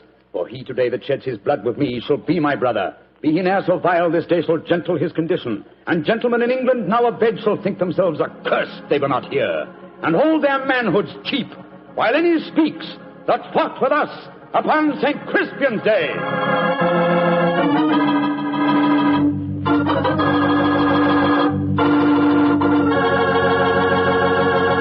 Well, Doctor, that was a bit of an exciting adventure you told. No, I can still remember that awful feeling I had when I heard the shot in the tent and realized someone had tried to kill Holmes. He did have a narrow escape, didn't he? Well, Holmes always said there was no such thing as a narrow escape.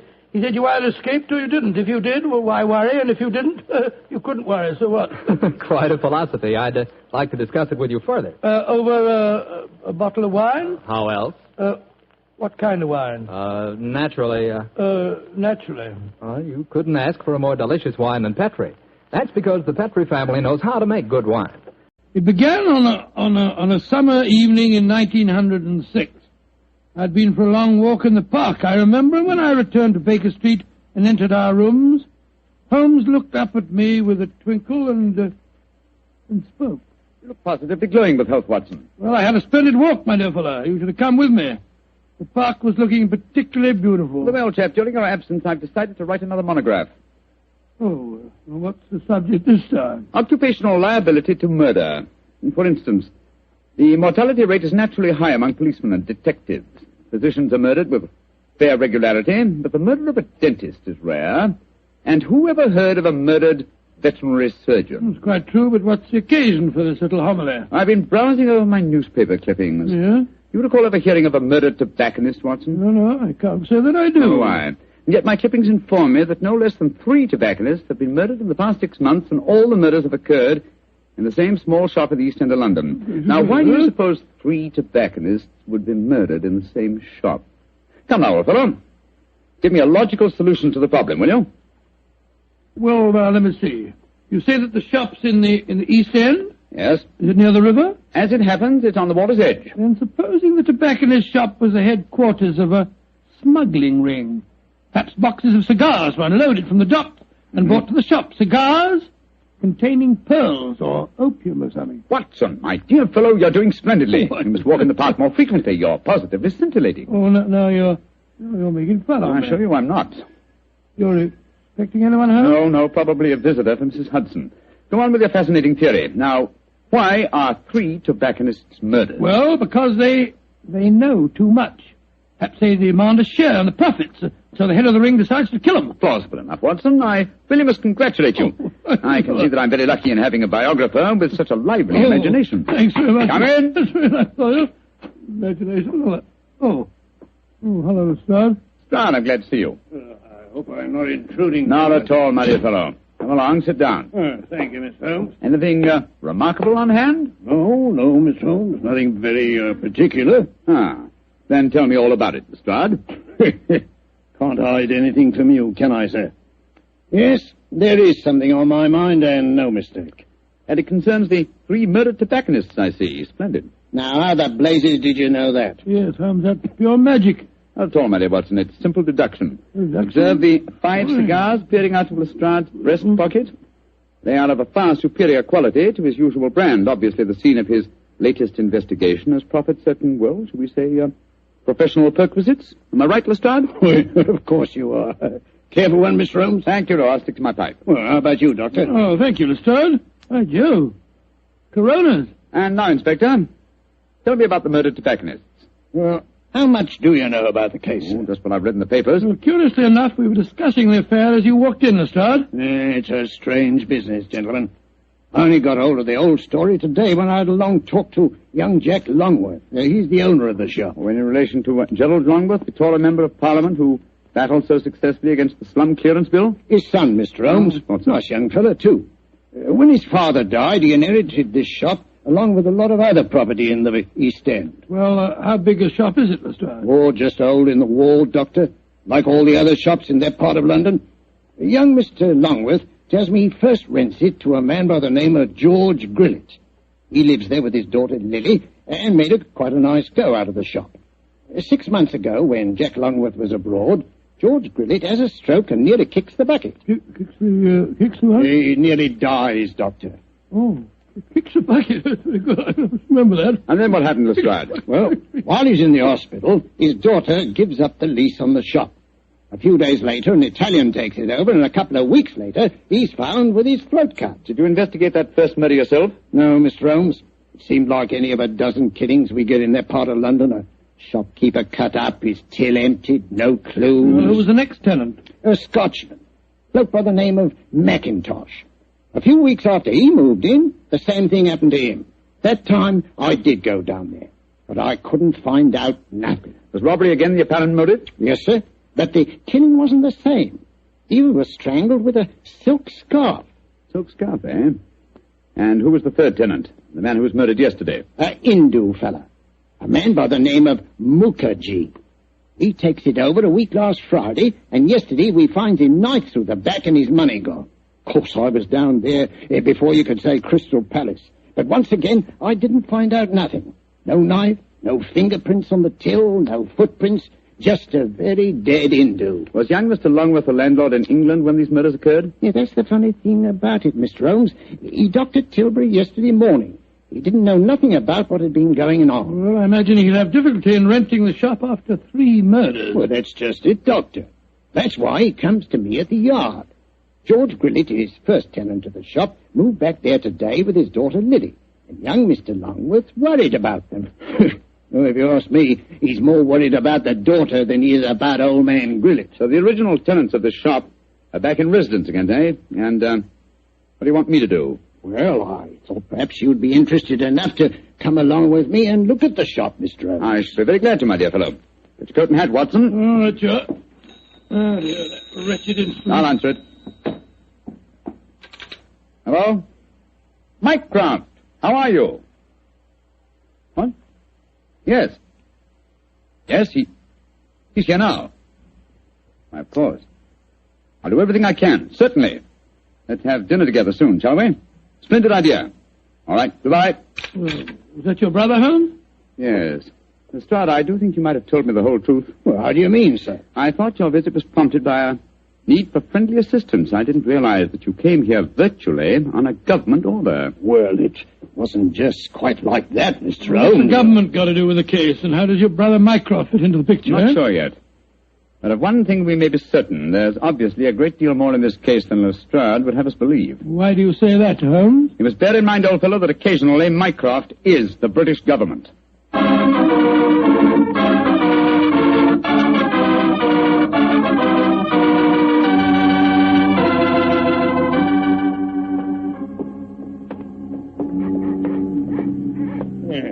Nice part of London to take a walk in on a foggy night, ain't it, gentlemen? All our policemen work down here in pairs, you know. Yes, I don't blame them. It's a vile neighborhood. There's the shop just ahead of us, with a sign hanging out. Hello, there he is again. Oh. See that bearded Hindu skulking off around the corner there? Oh, yes. He's been haunting the place ever since I came down here. So a bearded Hindu haunts the place, eh? Yes, and yesterday, Holmes, the Hindu proprietor of the shop was murdered. Exactly. Well, here we are. I'll go in first. Depressing-looking place, huh?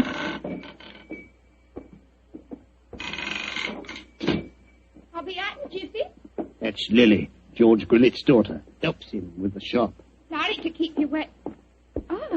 Oh, it's you, Inspector Lestrade. Yes, Miss Lee. I brought some gentlemen to see your father. This is Mr. Sherlock Holmes and Dr. Watson. Pleased to meet you, I'm sure. How do you do, Miss Grillet? How do you do, young lady? Is your dad home? No, Inspector, he won't be in till after dinner.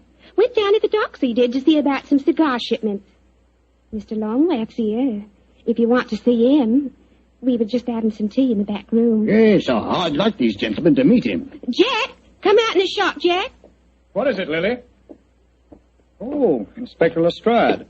And this must be Mr. Sherlock Holmes and Dr. Watson, I'm sure. How do you do, sir? How are you, Mr. Longworth? I'm very glad the inspector was able to persuade you to come down here, Mr. Holmes. I'm dreadfully worried about this business, particularly since Lily's father insisted on coming back here. I'm afraid they're in great danger, but I can't make Mr. Grillet see it.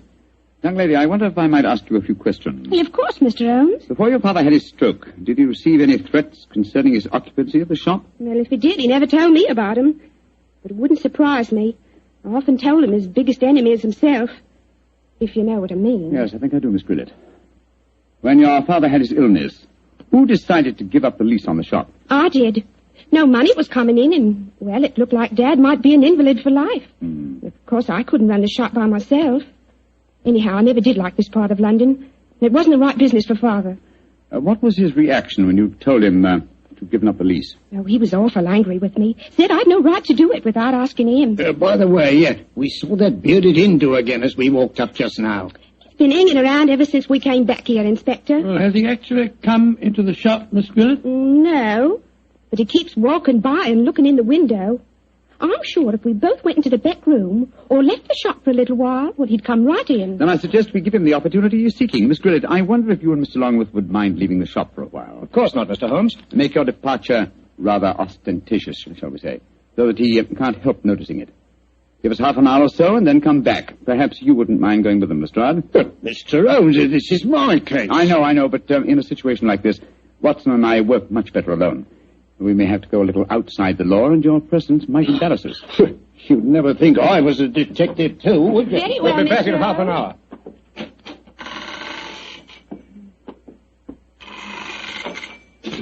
hour. Poor old Lestrade. He gets very touchy as the years roll by. See, I blame him. I'm leaving him completely in the dark. Come on, Watson. Behind the counter. No, my dear fellow. Not under it, old chap. We lift the flap. So. Now I suggest we crouch down behind here. Come on. That's it. Have you got your revolver, Watson? Yes, it's in my pocket. Good. In the meantime, make yourself as comfortable as these cramped quarters will permit. We may have quite a wait ahead of us.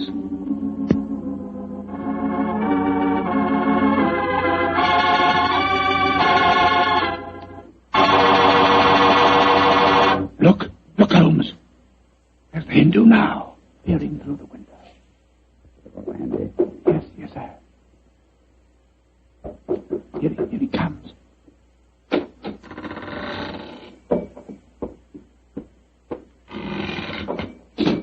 All right, Watson.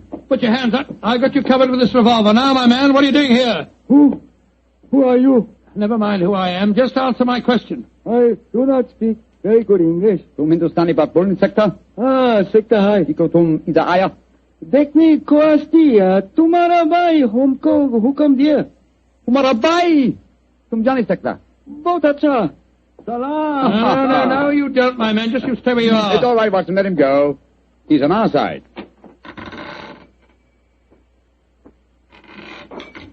I wish you'd tell me what in thunder's going on. Who that man was and why you let him go. He's an investigator from the Foreign Office, old chap. Given his instructions by my brother, Mycroft. Mycroft? Yes, old fellow. When my brother fails to tell me all the facts concerning this case, I begin to think these triple murders have far greater ramifications than we ever dreamed of.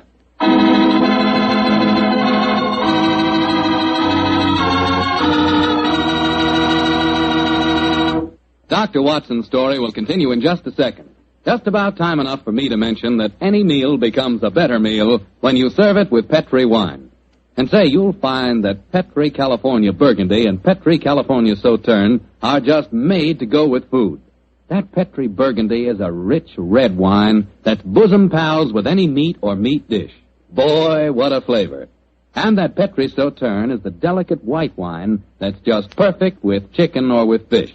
Yes, sir, with food, you just can't beat a good Petri wine.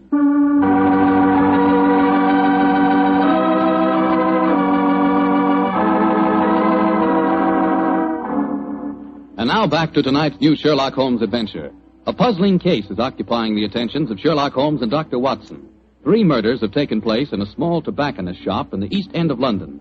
As we rejoin our story, it's late at night, and Sherlock Holmes and Dr. Watson, accompanied by Inspector Lestrade, are once again walking toward the ill-fated shop. Well, I don't see that you've accomplished much, Mr. Holmes, except that you've just bought me a nice dinner. Oh, we're making progress, Lestrade. If only by the elimination of obvious suspects.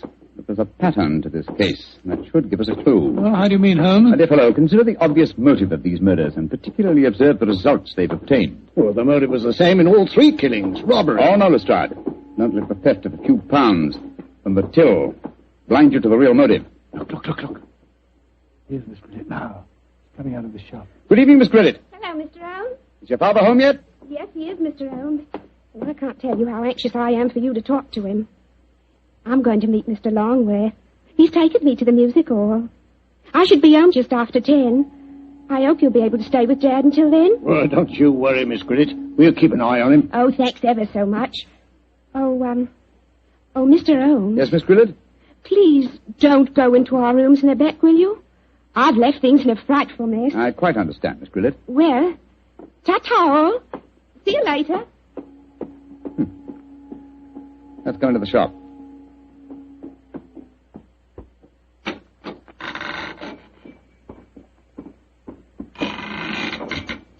Who is it?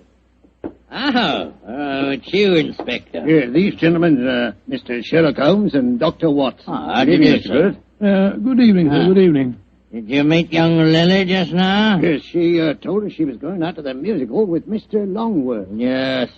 I'm afraid we had quite a set to about that.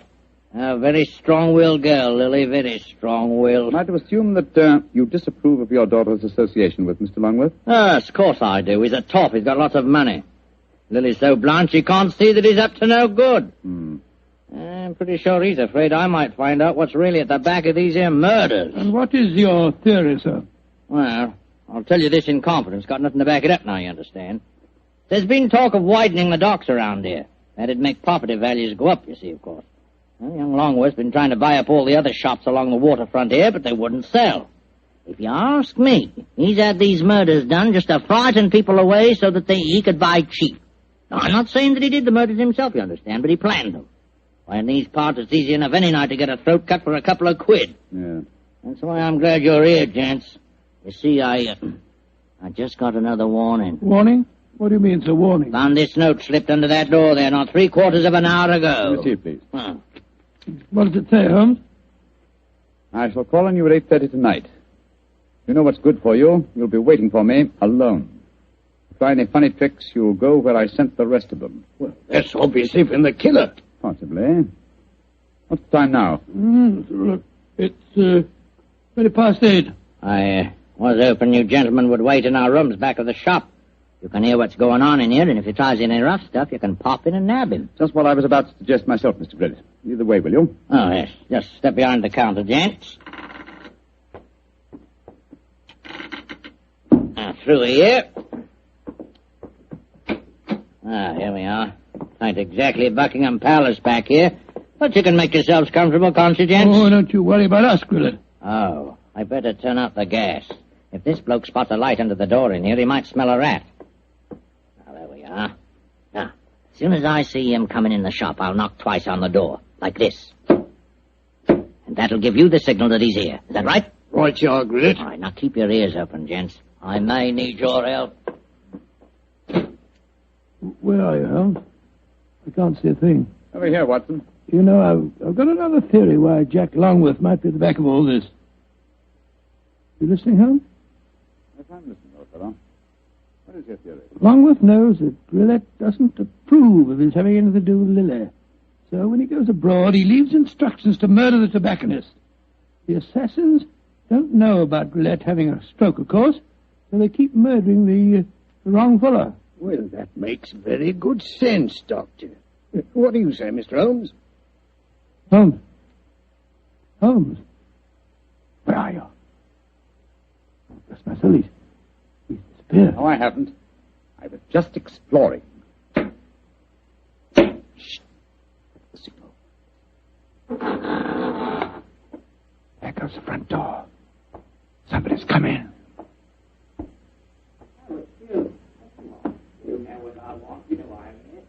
We'd better go in. Listen.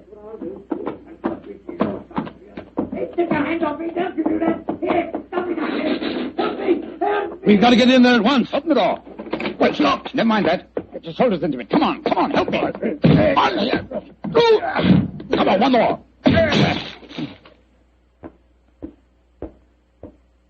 Poor devil. He's been slashed with a knife. Grillet! What, the killer got away? I'm going after him. Lestrade, conserve your energy. Your murderer lies there. But that's Grillet. Of course it is. Search his pockets, Watson. I think you'll find a blood-stained knife. Let's have a look. Good Lord. Here's a razor in his pocket. It's covered with blood. You mean to say that he slashed himself? Let's slip the handcuffs on him, Lestrade. While he's still play-acting, he may be more difficult to handle when he realizes the game's up. Take your hands off of me. Come on, quick. Come on, here. Hey. Come on. Very neat, Lestrade. Yeah. Well, now that I've knocked a wounded man out cold, perhaps you'll tell me what's going on, Mr. Holmes. Yes, I'm completely in the dark, too. Oh, it's very simple, really. Grillet has just staged a fake attack on himself. Fool us into believing that someone else is the murderer. Yeah, but the threatening note he received... Composed by himself for the occasion. Yes, but we heard voices. We heard the shop door open. We heard Grillet talking to himself. And as for the shop door, that's how he gave himself away. Well, how do you mean, Mr. Holmes? Whenever the shop door opens, there's a bell that jangles. You will notice... So. Yeah, that's right, there is. There's no bell jangle when we were in the back room. Grillet got us in there, locked the door on us unobtrusively, and staged his little drama. Yes, but we heard the door creak open and close, Mr. Holmes. The creak of this flap in the counter would sound exactly the same, my dear fellow. Now listen. Yes, but why, Holmes? How did you spot that Grillet was a man? It was obvious from the beginning that since nothing had changed about the shop except the ownership, that the attackers were directed against any tobacconist who was not Grillet himself. Of course, his daughter, Lily, obviously knew what was going on. Well, I don't see how you figure that one out, Mr. Holmes. Every remark that she made showed that although she loved her father, she knew his failings. In any case, she gave me the final clue. Well, what clue was that? In very pointedly asking me not to go into the back room of the shop. Of course, she meant the reverse of what she said. I followed her advice when you were explaining your theory to Lestrade. Well, what did you find, Mr. Holmes? Miss Grillet had obligingly left a secret door open, a door leading to a passageway that seemed to go down to the waterfront. We'll examine it more thoroughly in a minute. Yes, but I still don't understand Grillet's motive, Holmes. Neither do I, old chap. No, I suspect that from the interest of the Foreign Office in the case, this shop has been the headquarters of an espionage ring. I'm afraid the final answer to that question will have to be given by someone else. Oh, who, Holmes? By my elder brother, Mycroft. Humiliating, isn't it, Watson?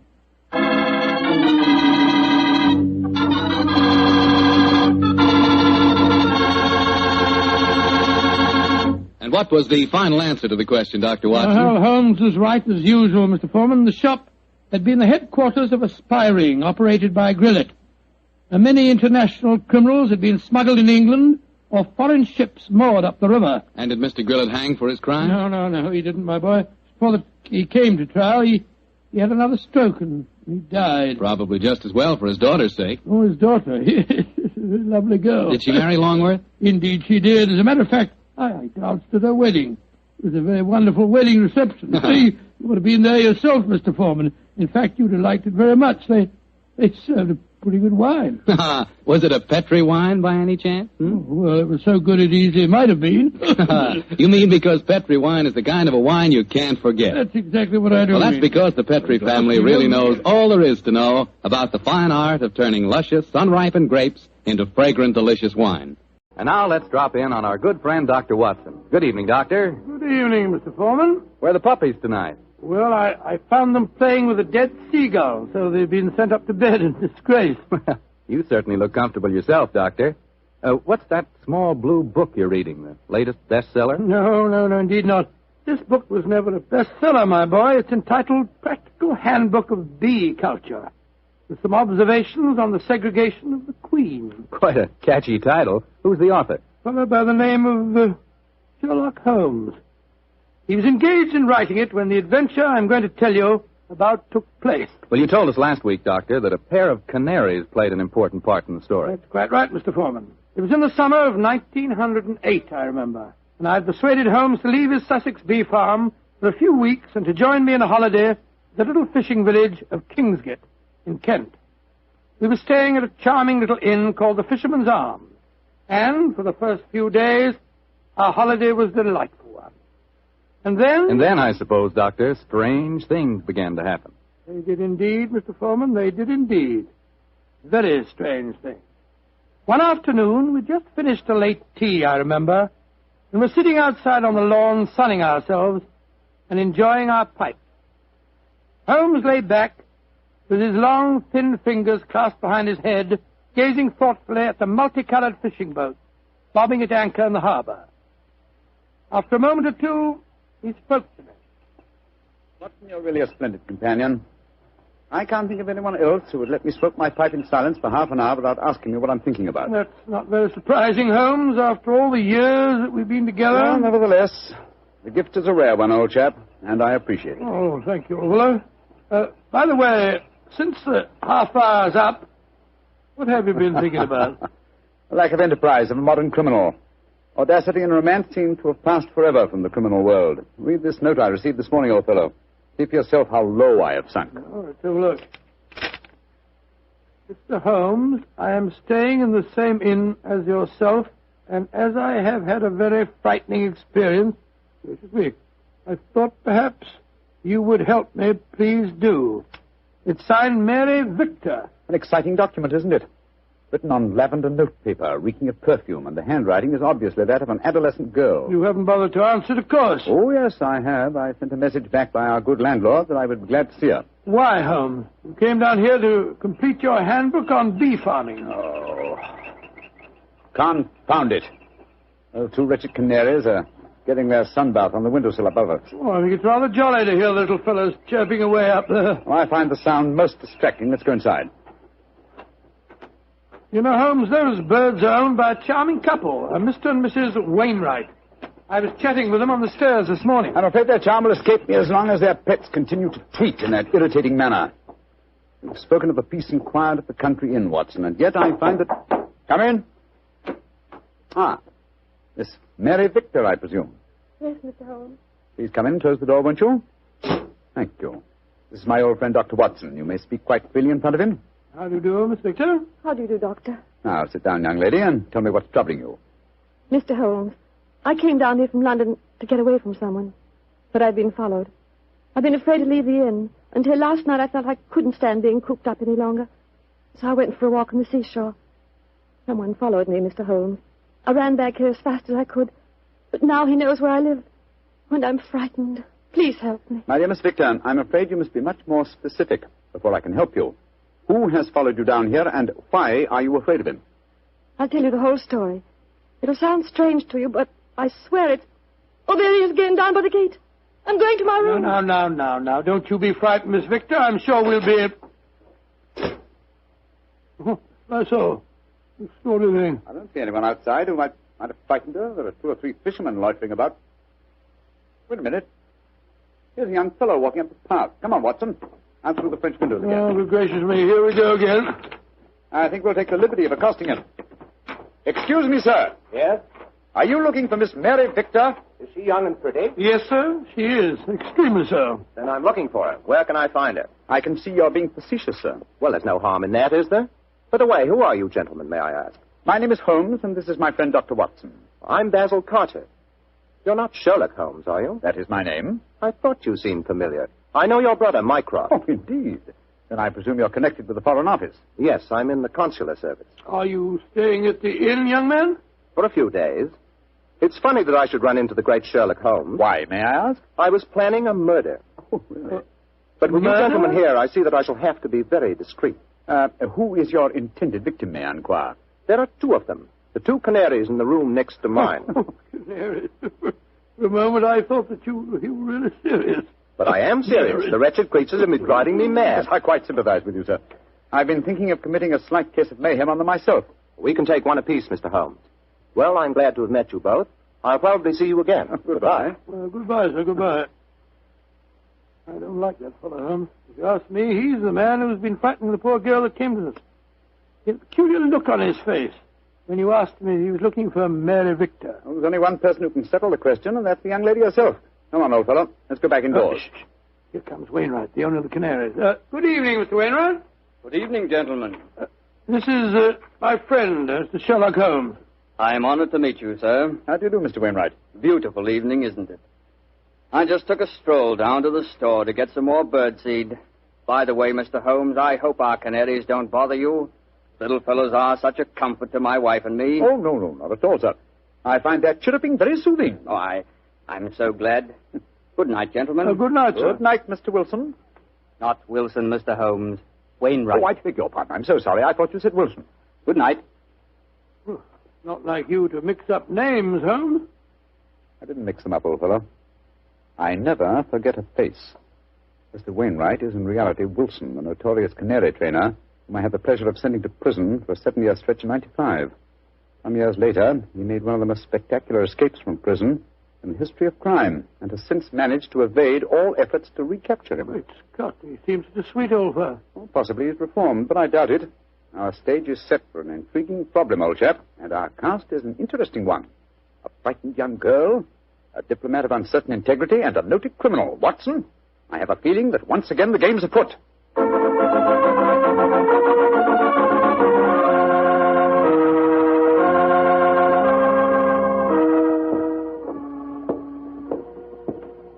Holmes, why are we strolling along the pier instead of staying at the inn?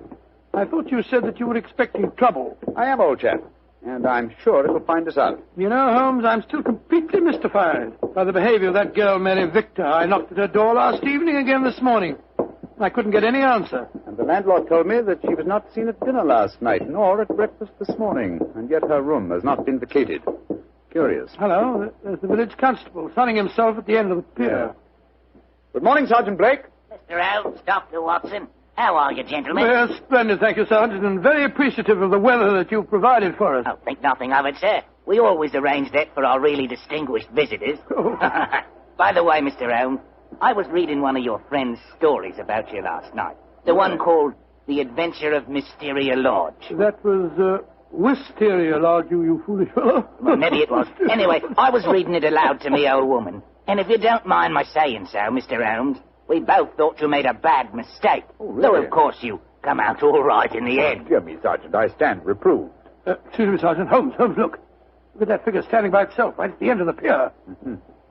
Our friend Wilson, the canary trainer. He's got a revolver. Here, we don't want any of these goings-on in Kingsgate. Come on. Here, you. What are you doing waving that revolver about? Keep back, the 3 of you. I'm the law here. Don't you tell me what to do. Keep back, I say. I'm not afraid to fire. Better do as he says, Sergeant. You don't want to trifle with.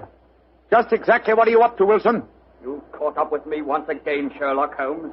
But this time you're not going to send me back to a prison again. And maybe the gallows. If I can't escape you, then I'll take my own way out with this revolver. Wilson, what in thunder are you talking about? The murder at the inn last night. I did it. Murder? I'm confessing in front of the three of you. So you leave my wife alone. She didn't know anything about it. Now, I hope you're satisfied, Mr. Sherlock Holmes. He's pointing the revolver as he heads. Wilson, you fool, stop it! Strike me pink. He done it. Over the pier and into the sea. Get help, Sergeant.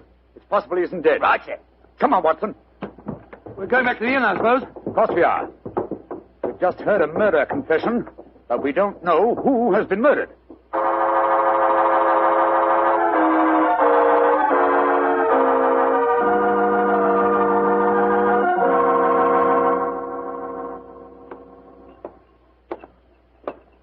Holmes, what was the telegram that you sent off just now? A message to my brother, Mycroft. The innkeeper informed me that Basil Carter, the young diplomat we met yesterday, left the inn rather hurriedly in the early hours of this morning. Come on, let's go upstairs. Well, we'll have to break the news to Mrs. Wainwright, I suppose. Before we do that, I think we'll see if Miss Victor's in her room. Which one is it? Here, top of the stairs. We'll take the liberty of looking in. Miss Victor hasn't been seen since last night. Uh-huh. Unlocked. Lord, what a mess. Clothes strewn all over the place, open suitcases. Yes, it Look looks at as if the young lady had been planning an immediate departure. Where can she be? No one's seen her since last night. Oh, I beg your pardon, gentlemen. I thought I heard Mary Victor come in. I'm Mrs. Wainwright. Mrs. Wainwright, I'm afraid we have some rather bad news for you. Your husband shot himself a quarter of an hour ago at the end of the pier, and his body fell into the sea. Is he dead? We must presume so, madam. I left the police sergeant there searching for him. Sergeant Blake should be back here in a moment now. So he did it. After all. You don't seem very surprised, madam. He threatened to do it.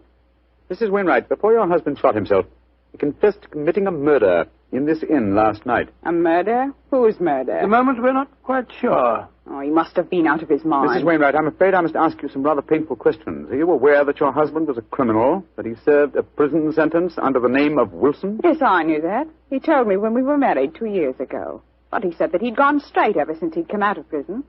That's why he changed his name. He was trying to make a fresh start. You know no reason for his planning to kill anyone at this inn? None. And unless you find someone murdered, I wouldn't give too much thought to it. Yes, if you'll forgive my saying so, madam, you seem remarkably unmoved by your husband's tragedy. Why should I pretend? We were very unhappy together.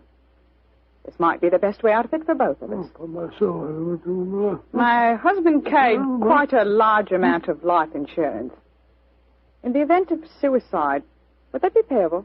And on the policy, madam, but I must say that from your attitude, I begin to doubt whether your husband is dead. What do you mean? I mean that if Mr. Wilson, or if you prefer it, Mr. Wainwright, wished to disappear in spectacular style, what could be simpler than to pretend to shoot himself, drop into the sea, and... Mr. Elm! I'm up here, Sergeant. Ah, did you find him? Yes, Mr. Elm. We fished him out right away. Dead as a doornail. Shot himself through the head, he did. Well, that disposes of your last theory, Holmes. Did you find the revolver, Sergeant? Yes, ma'am. Got it right here with me. One bullet missing. Have you found out if anyone here's been murdered, Mr. Holmes? I found out very little as yet. Wait a moment. Listen. I don't hear anything. Exactly, you hear nothing. Yet we're within a few feet of the Wainwright's room. What do you mean, Mr. Elm? I mean that there is one sound we should be hearing very clearly at the moment. Why didn't I think of it before? The sound of your canaries chirruping. You've heard little else for days. Come on, Watson. Where are you going? Your room, madam. I'm afraid I must dispense with asking your permission. You're already in my room. It seems a little late even to mention the subject. Here's the bird cage and the windowsill. Oh, the birds are gone. No, old chap. If you look more closely, you'll see them on the bottom of the cage. Let me open this door and get one of them out. By Jove, Holmes. They're dead. And yet when we entered the inn a few minutes ago, they were still chirruping. But who on earth would want to kill a couple of birds? That, my dear fellow, is one of the things we have to find out. So far, I must admit, I'm puzzled. We have a self-confessed murderer, and the nearest thing we can find to a corpse, the a pair of dead canaries.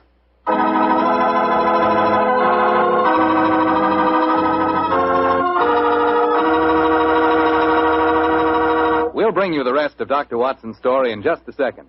A second I'll take, if you don't mind, to ask you if you've ever had a glass of Petri California sherry. Because if you haven't, boy, you want to remedy that situation pronto. Try that Petri sherry before dinner some evening. Look at its clear amber color. Smell the fragrance of those luscious grapes. And get a sample of that Petri flavor. That Petri sherry can turn the usual before-dinner lull into a main event. And say, if you like your sherry dry, as I do, wait till you taste Petri Pale Dry Sherry. Is that ever good? But after all, when it's a Petri wine, it's always a good wine.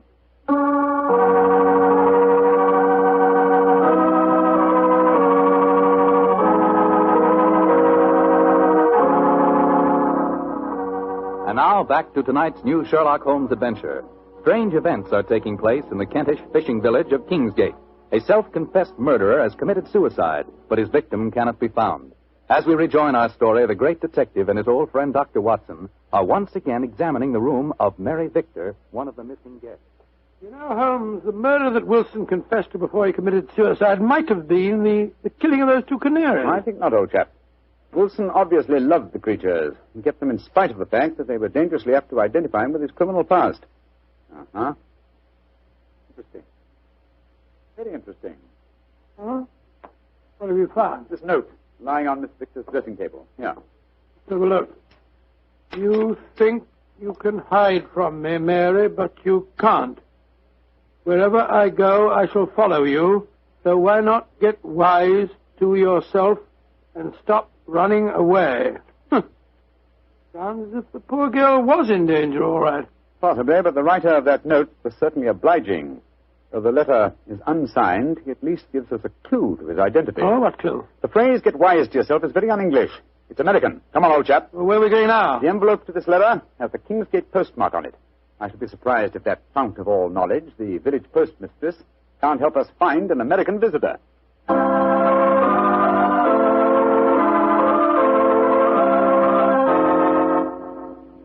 Yes, I know the young man you must be looking for, gentlemen. His name's Walter C. Bunker. He's been in here to send telegrams, and his accent's so strong you could cut it with a knife. Just like one of the Red Indian fellows you read about, you know. Can you tell me where he lives, madam? Well, that I can, sir. He's been rooming at Mrs. Bell's house, 15 Laburnum Grove, down behind the gas works. 15 Laburnum Grove, Mrs. Bell. Thank you. Thank you very much. I'm very much obliged to you.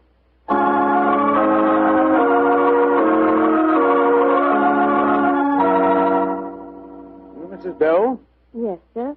What can I do for you, gentlemen? Well, we understand that Mr. Walter Bunker has been staying with you, madam. Yes, he has. A nice young American gentleman. Is he at home, may I ask? No, sir. And I'm worried about him. This morning, when he goes out, he asks me where the nearest cemetery is. Cemetery? Oh, gracious me. Huh? I tell him, and then he gives a queer kind of laugh. I'm not sure I'll see you anymore, he says. And then he walks off, and I haven't seen him since. I tell you, I'm worried about him, gentlemen. And where is the nearest cemetery, Mrs. Bell, the one you directed him to? About 3 miles from here. Mm-hmm. Just this side of Branson Woods. Thank you, madam. Come on, Watson.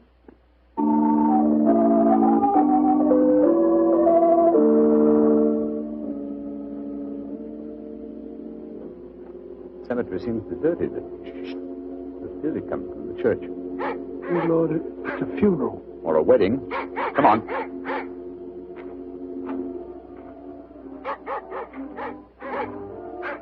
By Jove, it is a wedding, Holmes. I'm afraid we're on the false trail, but we'd better make sure.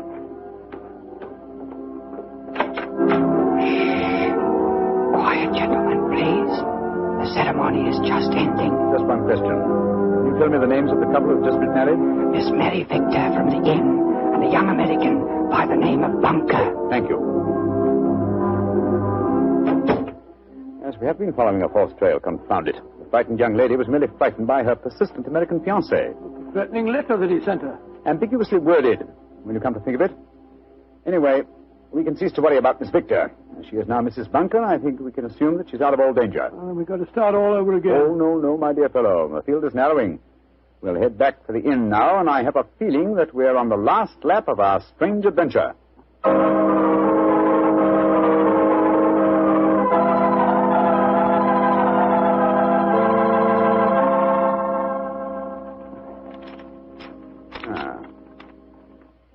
there's another suspect eliminated.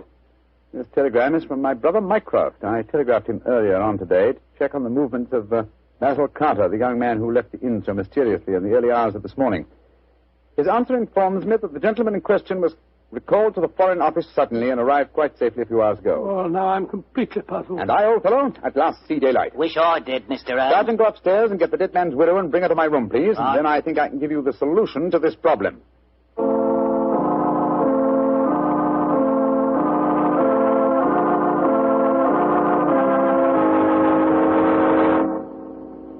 What do you want with me, Mr. Holmes? Sit down, madam.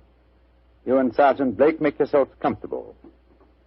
Now, in the first place, the murder occurred this morning and not last night. I know what you're hinting at. The canaries. I admit I killed them. But you can't do anything to me for that. Why did you kill those birds? I hated them. As much as my husband loved them. And when I knew he was dead, their singing drove me mad. And so I killed them. But they must have been already dead when we told you of your husband's suicide. True, Watson, but the lady was fully aware that her husband was dead when we informed her of the fact. You see, she murdered him. You're talking rubbish. Yes, Mr. Holmes. How could she have murdered him? We saw him shoot himself before our eyes. Because when Wilson raised that revolver to his head, he was convinced that it contained blank cartridges. Unfortunately for him, his wife had deliberately replaced the blanks with live cartridges. But great heavens, why? How? Let me reconstruct the case for you. Wilson, with the connivance of his wife here, had contrived a disappearance plot. He knew that I had spotted his real identity, and so he planned this rather dramatic exit. Confessed to a non-existent murder, and then, well, had his plan materialized, he was to shoot himself with a blank. Fall from the pier, and apparent suicide. What a fantastic scheme, but how did he plan to get away? Well, he would have swum under the water, safe distance, and so made his escape. Oh, his plan couldn't work possibly. No, probably not, not. But at least it was ingenious.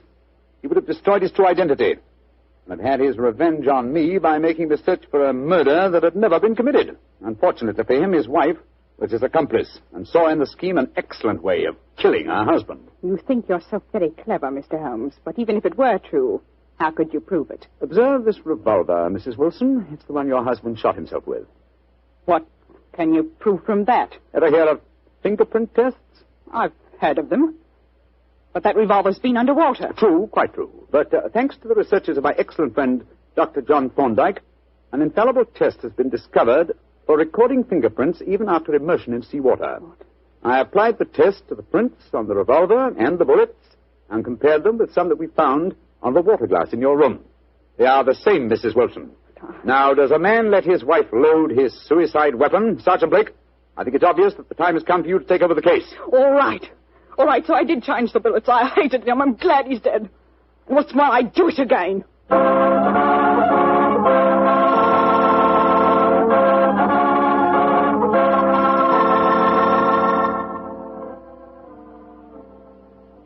Mr. Holmes. Yes, Sergeant Blake? Well, now that I've taken Mrs. Wilson to the station and booked her on a murder charge, I wonder if you'd mind answering a question. With pleasure.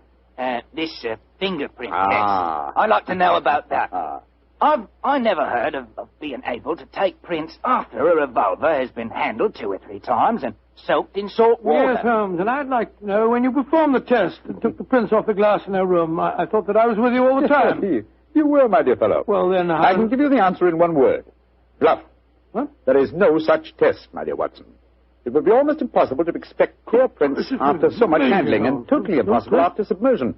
Fortunately for us, though, Mrs. Wilson was gullible enough to believe me and give me a confession. And there's no such person as Dr. John Thorndyke? Oh, yes, indeed there is. He had great success last year in the case of the red thumb mark. You didn't tell me about that case, Holmes? No, I didn't. It was deliberate, old chap. With your taste for writing sensational stories, I was afraid you might publish the affair. Oh? Would it have mattered if I heard? Oh, yes, it would. Hmm? You would have given away, what shall I say, professional secrets. You would have provided the public, and in particular the criminal public, with a complete education on fingerprints. And when that happens, my dear Watson, we shall have no tricks left. That will be a sad day for detectives.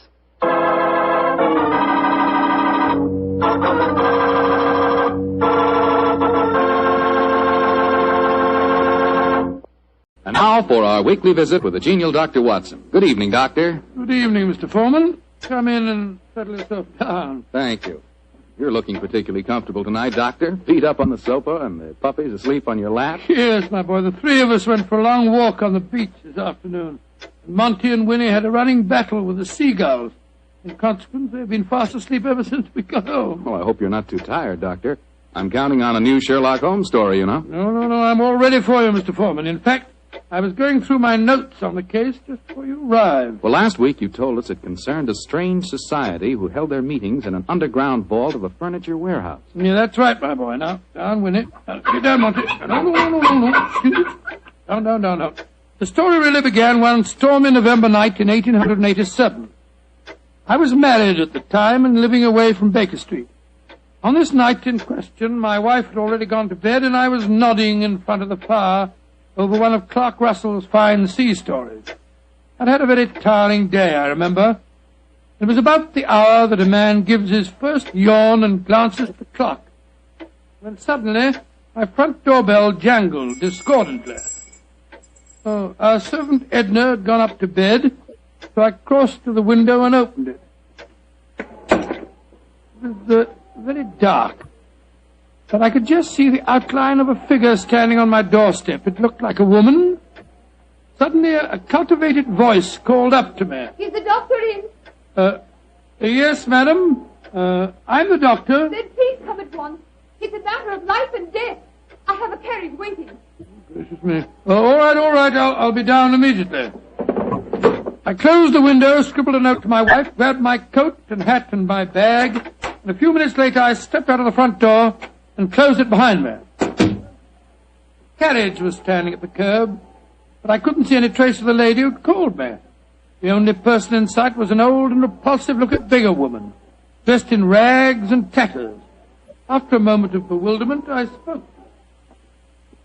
My good woman, did you see a lady leave here a moment ago? No, Doctor, she didn't leave. She's still waiting for you. Forgive me, madam, but clothes of yours, I thought you were a beggar woman. There isn't any time to discuss that now. Please get in this carriage. But where's the driver? I'm going to drive. Please get in. Very well. It's only business. Are you sure that you can handle those horses, madam? Of course I can. Well, I wish you'd tell me the way you're driving, ma'am. Please don't ask me any more questions, Doctor. You'll find out soon enough.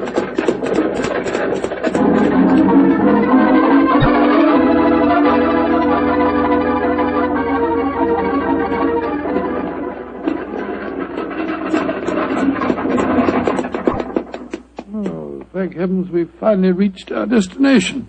Must have driven halfway across London. Oh, hello. Must be somewhere down near the river. No dwelling places here. Nothing but enormous warehouses. Why have we stopped here, madam? Oh, this is where we're going. Please follow me down these steps. I wish you'd tell me where you're taking me. We have a club here in the basement. You'll see for yourself in a moment. It's a very solid-looking door. How do you propose to get past it? I'll show you.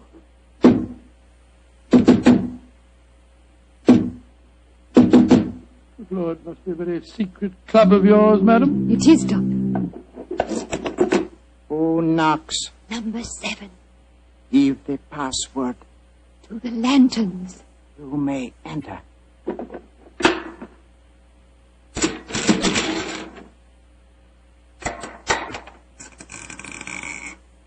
Follow me, Doctor.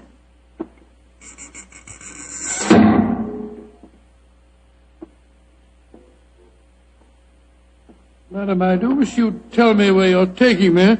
This looks like the entrance to an opium den or a thieves' kitchen. Don't worry, Doctor. You're in no danger.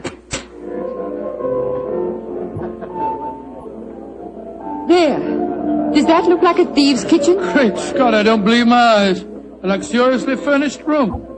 What a strange collection of people. Some look like beggars, others in full evening dress. Amazing. Number 7. Who is this man? He's a doctor. I went to fetch him. I thought I said there were to be no strangers inside. Now look here, my good man. I've been extremely patient, but my temper's beginning to wear a little thin. Either let me see your patient at once or show me out. My time's valuable and I don't propose to waste it. I'm sorry, Doctor. Where is Julian? He's in the back room. And if you know what's good for you, Doctor, whatever you call yourself, you'll forget everything you see in here. Stop threatening me, sir. I'm not in the least interested in your blasted club. Just take me to the patient.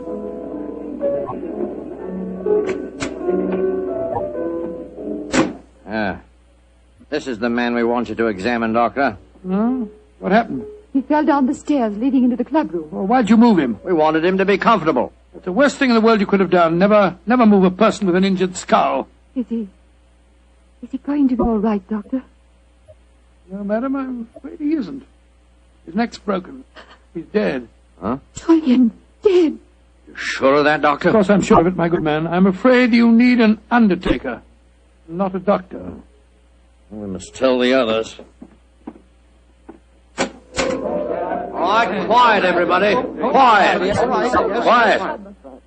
Julian is dead. Julian dead? Oh, this is terrible. Who is this man? He's a doctor. Well, better get him out of here at once. We don't want any strangers nosing about. That's right. Shouldn't have brought him here anyway. Now, just a minute. I assure you, ladies and gentlemen, I haven't the slightest desire to stay here one moment longer.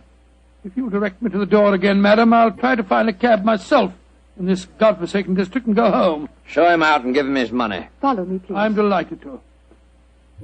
Do you mind if I don't drive you home, Doctor? Oh, well, no, I should prefer it. My nerves aren't in the best of shape. You mustn't be angry with me, Doctor, please. Leaving again, number 7. No, but this gentleman is. Will you see if you can find a cab for him? Right. To whom shall I send in my bill, madam? Oh, here's a £5 note. That should cover your time and trouble, shouldn't it? No. It's far too much, madam. No, Doctor, it's late at night and it hasn't been a very pleasant case for you. Please take it. Oh, it's very kind of you, very generous indeed. But by the way, how did you happen to come to me in the first place? Well, I was driving about looking for a doctor and a policeman directed me to your house. Oh, I see. I have found a cab for you. Thank you, my man, thank you. Oh, Doctor, may I come round in the morning for a death certificate? Of course. You remember my address? Yes, but I don't know your name. Watson. Dr. Watson. Dr. Watson? Not the Dr. Watson who's associated with Sherlock Holmes. Right, madam, I'm flattered that you know of me. Good night, Doctor. And please forget about everything you've seen here tonight.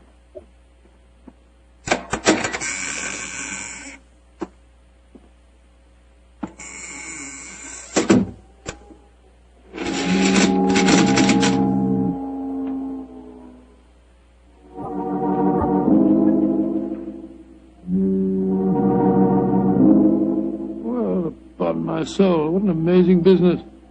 Holmes will be interested to hear about this.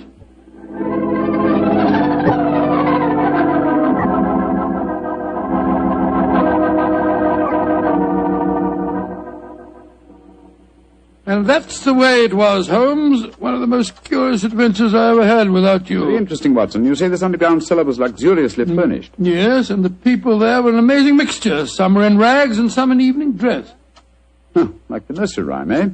Some in rags and some in tags and some in velvet gowns. Oh, exactly. Even the feeling that I was taking part in a story out of the Arabian Nights. I must say, though, I was pretty angry at the time. However, after a good night's rest, I feel quite differently this morning. I thought I'd just drop round and tell you all about it. I'm glad you did, my dear fellow. It would be interesting to see if any repercussions of your strange adventure reach us. Oh, I doubt it. The woman seemed frightened to death when I mentioned your name. We shall see. Meanwhile, I'm expecting a client. You're not too busy. Perhaps you can stay. No, I'd like to very much. Who is it, you know? This telegram will tell you much more than I can. Arrived an hour ago. Let's have a look. Be at your lodgings this morning to discuss our problem. Signed AMS. Pretty high-handed message. Be at your lodgings. Oh, please. What do you suppose AMS stands for? I was just toying with that problem when you arrived. Would it be the American Medical School? No, there's no such body. It's the American Medical Association. Oh, yes. The imperious tone of the message inclines me to believe that the A stands for amateur. Very possibly. Amateur Masker Society. Or the Amateur Murderers. That would be a nice thought, wouldn't it? That is their representative now, no doubt, to save us further guesswork. Holmes, it looks like the same carriage that I drove in last night. The girl standing on your doorstep, dressed in the height of fashion. Mrs. Hudson's letting her in. Splendid. It seems that we have not heard the end of your adventure. Go and meet the lady at the top of the stairs, will you, old chap, and save Mrs. Hudson's legs. Right, you are, Holmes. thank you, Mrs. Hudson, thank you. All right, come in, madam. Want to come in? Thank you, Dr. Watson. Mr. Sherlock Holmes. At your service, madam. Won't you sit down? I'm Lady Dorothy Brownlee. It's your voice. You're the lady who fetched me last night, dressed up as a beggar woman. Yes, I am, Dr. Watson. Forgive me for being so mysterious at the time.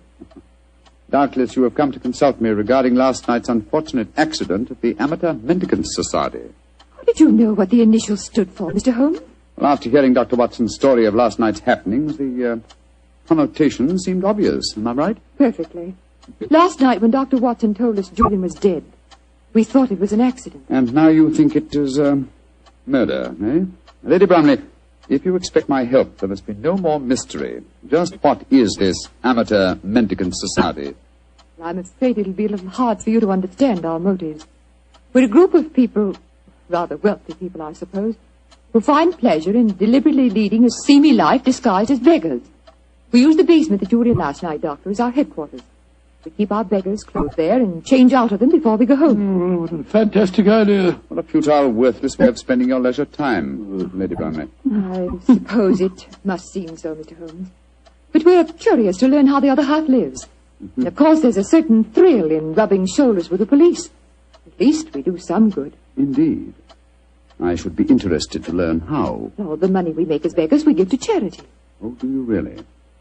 And you feel that this gesture on your part absolves you from any responsibility to the real beggars whose livelihood you're impairing?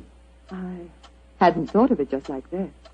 No. Then I suppose you won't want to help us. Oh, that's quite another matter, madam. As a professional detective, I cannot afford to be a moralist. Yes, I will investigate this case for you, though I warn you my fee will be an extremely high one. Money isn't important, Mr. Holmes, as long as we can solve Julian's death without bringing the police into the case. Lady Brownlee, who is the dead man? The man you refer to as Julian?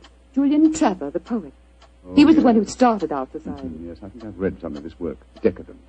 Distinctly decadent. Well, what makes you think that he was murdered, Lady Brownlee? Well, after you left last night, Dr. Watson, there was a terrible scene. You remember Sidney Holt? Oh, was he the big fellow who was so unpleasant to him? Yes, that's the one. Oh, do I remember him?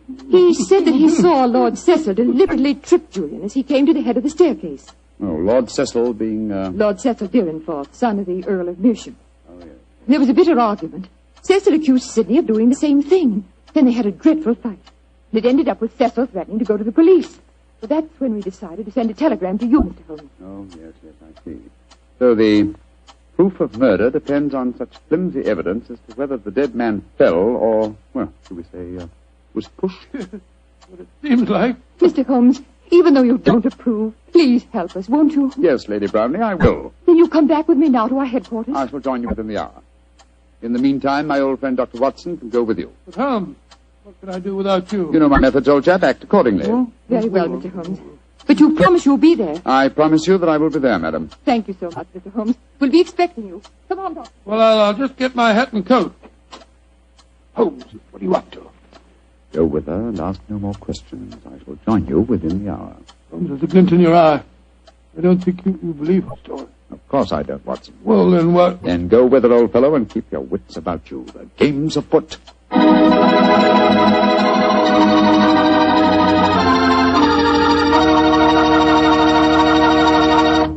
The story of the Amateur Mendicant Society will continue in just a few seconds. Time I'd like to use to remind you that you're really missing something until you try having wine with your dinner. And I mean a Petri wine. Let's say a Petri California Burgundy or a Petri California Sauterne.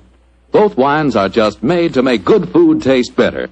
If you like a red wine, try Petri Burgundy. Try it with hamburger, with stew, with any meat or meat dish.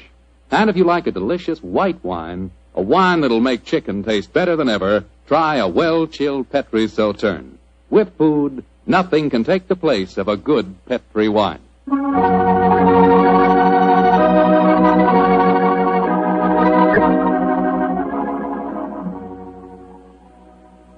And now back to tonight's new Sherlock Holmes adventure.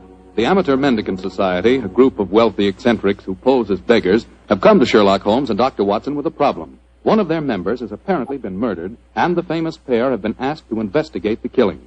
As we rejoin our story, Dr. Watson, still awaiting the arrival of the great detective, is cross-questioning three of the members at the headquarters of this unusual society.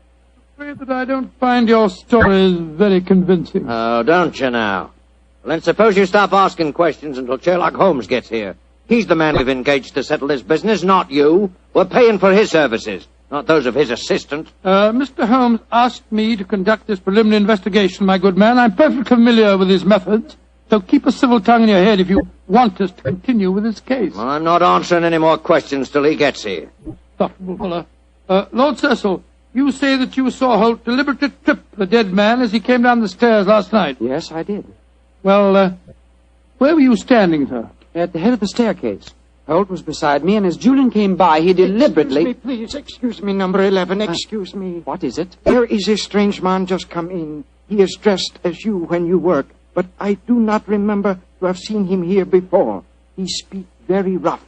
Did he give the correct signal? Yes, and the password. He must be a new member. I suppose we better see him. Bring him in. Oh, bad time for him to come here. Confound it. This way, please. Tommy, what a nice place you got here. Yeah, what a nice place. Certainly do yourselves proud, don't you? Who are you, and how did you get in here? I'll give you a signal and the password, just like Julian told me to. Are you a friend of Julian? Of course I am. You're coming to meet him here today. Who are you, really? Are we all friends here? Yes, you can talk freely. Then permit me to introduce myself. I am Don Luis Jose Fernando de las Torres at your service. Why? Why do you want to join us? When Julian tell me about it, it tickled my, my funny bone? It is a so charming idea to see another of mendicancy. I suppose he's all right. Of course I'm all right. Now, where is Julian, please? He will vouch for me. He's in the other room. He had an accident. An accident? Not a bad one, I hope? A very bad one. Dr. Watson, you better take him in there and break the news to him. Very well. Follow me, sir. This is terrible. Please, tell me what happened, Doctor. I'm afraid you must prepare yourself for a shock, sir. Your friend is dead.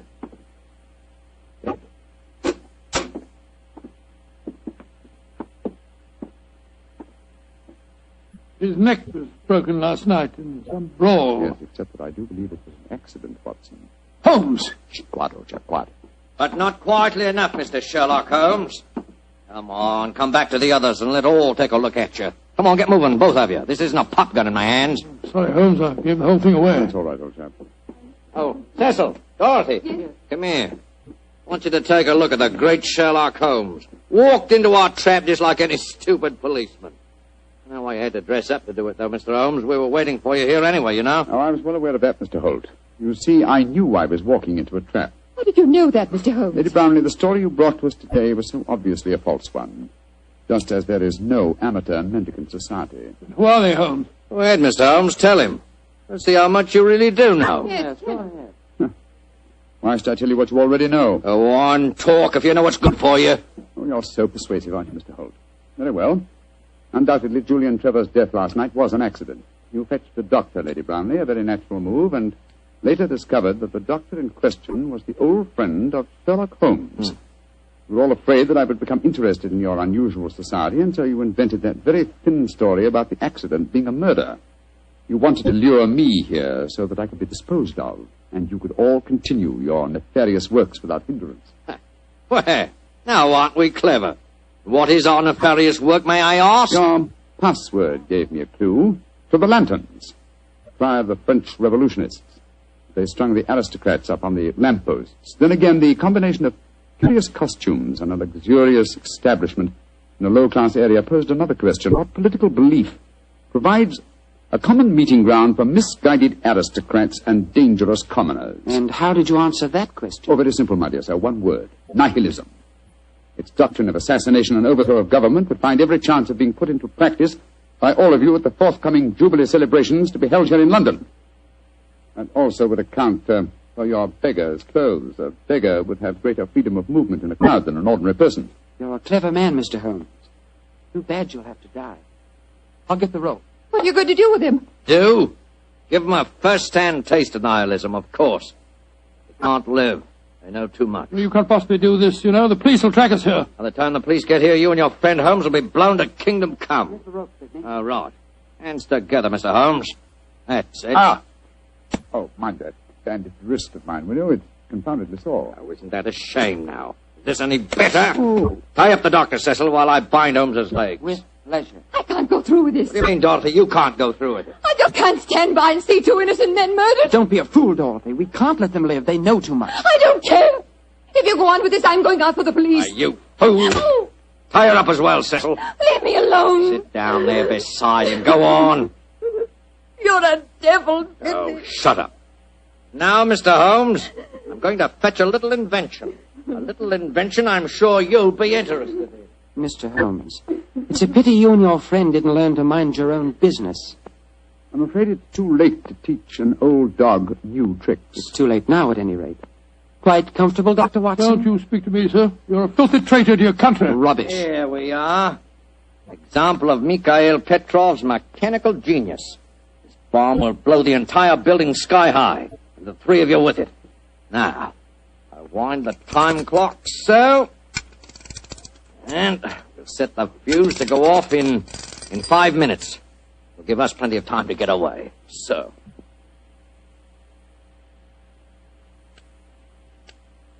Come on, Sidney, let's get out of here. Right. Charming picture. Three of you bound hand and foot sitting beside each other on the sofa. Well, ta-da, Dorothy.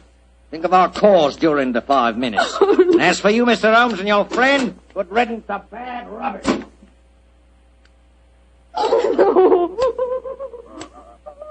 Well, Holmes, this looks like the end. Afraid so, old chap. I blame myself. If I hadn't been so infernally noisy when I recognized you, we wouldn't be in this mess. Wasn't your fault, old fellow.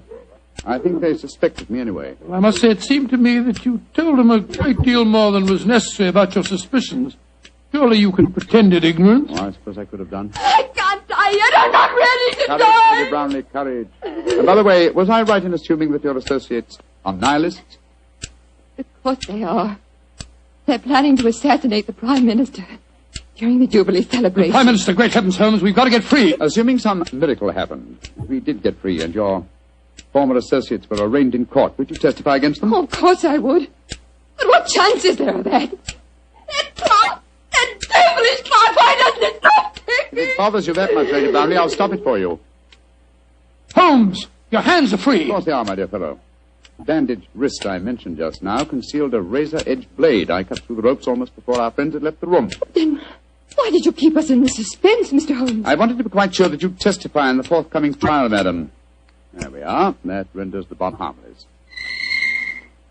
Aha! And that means that the police have sprung the trap that I set for your associates, Lady Brownlee. It's lucky for you that you had a change of heart and prevented you from leaving us. Oh, Mr. Holmes, how can I ever thank you? Holmes, you had the place surrounded with police when you came in here. Of course I did, my dear fellow. Here, let me undo your ropes. No wonder you were so calm. No wonder you told them so much. You wanted them to show their hands. Precisely, old fellow. And they obliged me most satisfactorily. They attempted our triple murder.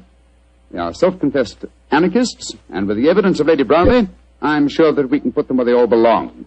Considering it barely noon, I think you'll agree, Watson, that is a very comprehensive morning's work.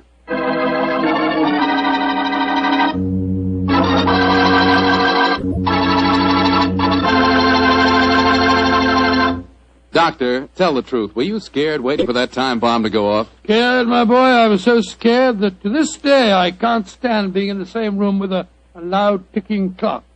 Each tick of the clock seems to speak to me. Seems to say, tick-tock, this is the end. Tick-tock, this is the end. The clock ever speak to you like that? Well, yes, Doctor. How did you know? Well, what's the clock say to you? Tick-tock. Petri took time to bring you good wine. Petri took time to bring you good wine. Gracious me, Mr. Foreman. You listen to your clock and I'll listen to mine. Gosh, Doctor, can I help it if I like to hear about Petri wine? After all, that Petri family really knows how to make good wine. And now I'm sure our good friend and host, Dr. Watson, is waiting, so let's go in and join him. Good evening, Doctor. Good evening, Mr. Bartell. Here, quiet. Down, Monty. Down there. Dogs seem very chipper tonight. Yes, tonight, yes, but they've been in disgrace most of the day, Mr. Bartell. Oh? What have they been up to? After the seals again, Doctor? No, my boy, this time it was chickens. They got into my neighbor's coop and had a delightful time. Fortunately, there were no casualties, but I'm afraid that my My good neighbor policy has suffered a slight diplomatic strain. But you come here to listen to Sherlock Holmes' adventures, not those of my dog, so draw up your usual chair and make yourself comfortable, and I'll get on with tonight's story. Last week, Doctor, you told us it was a case in which Sherlock Holmes found the solution without ever meeting any of the suspects. That's quite correct, Mr. Bartell. As remarkable an exhibition of long-distance detection as I ever recall. But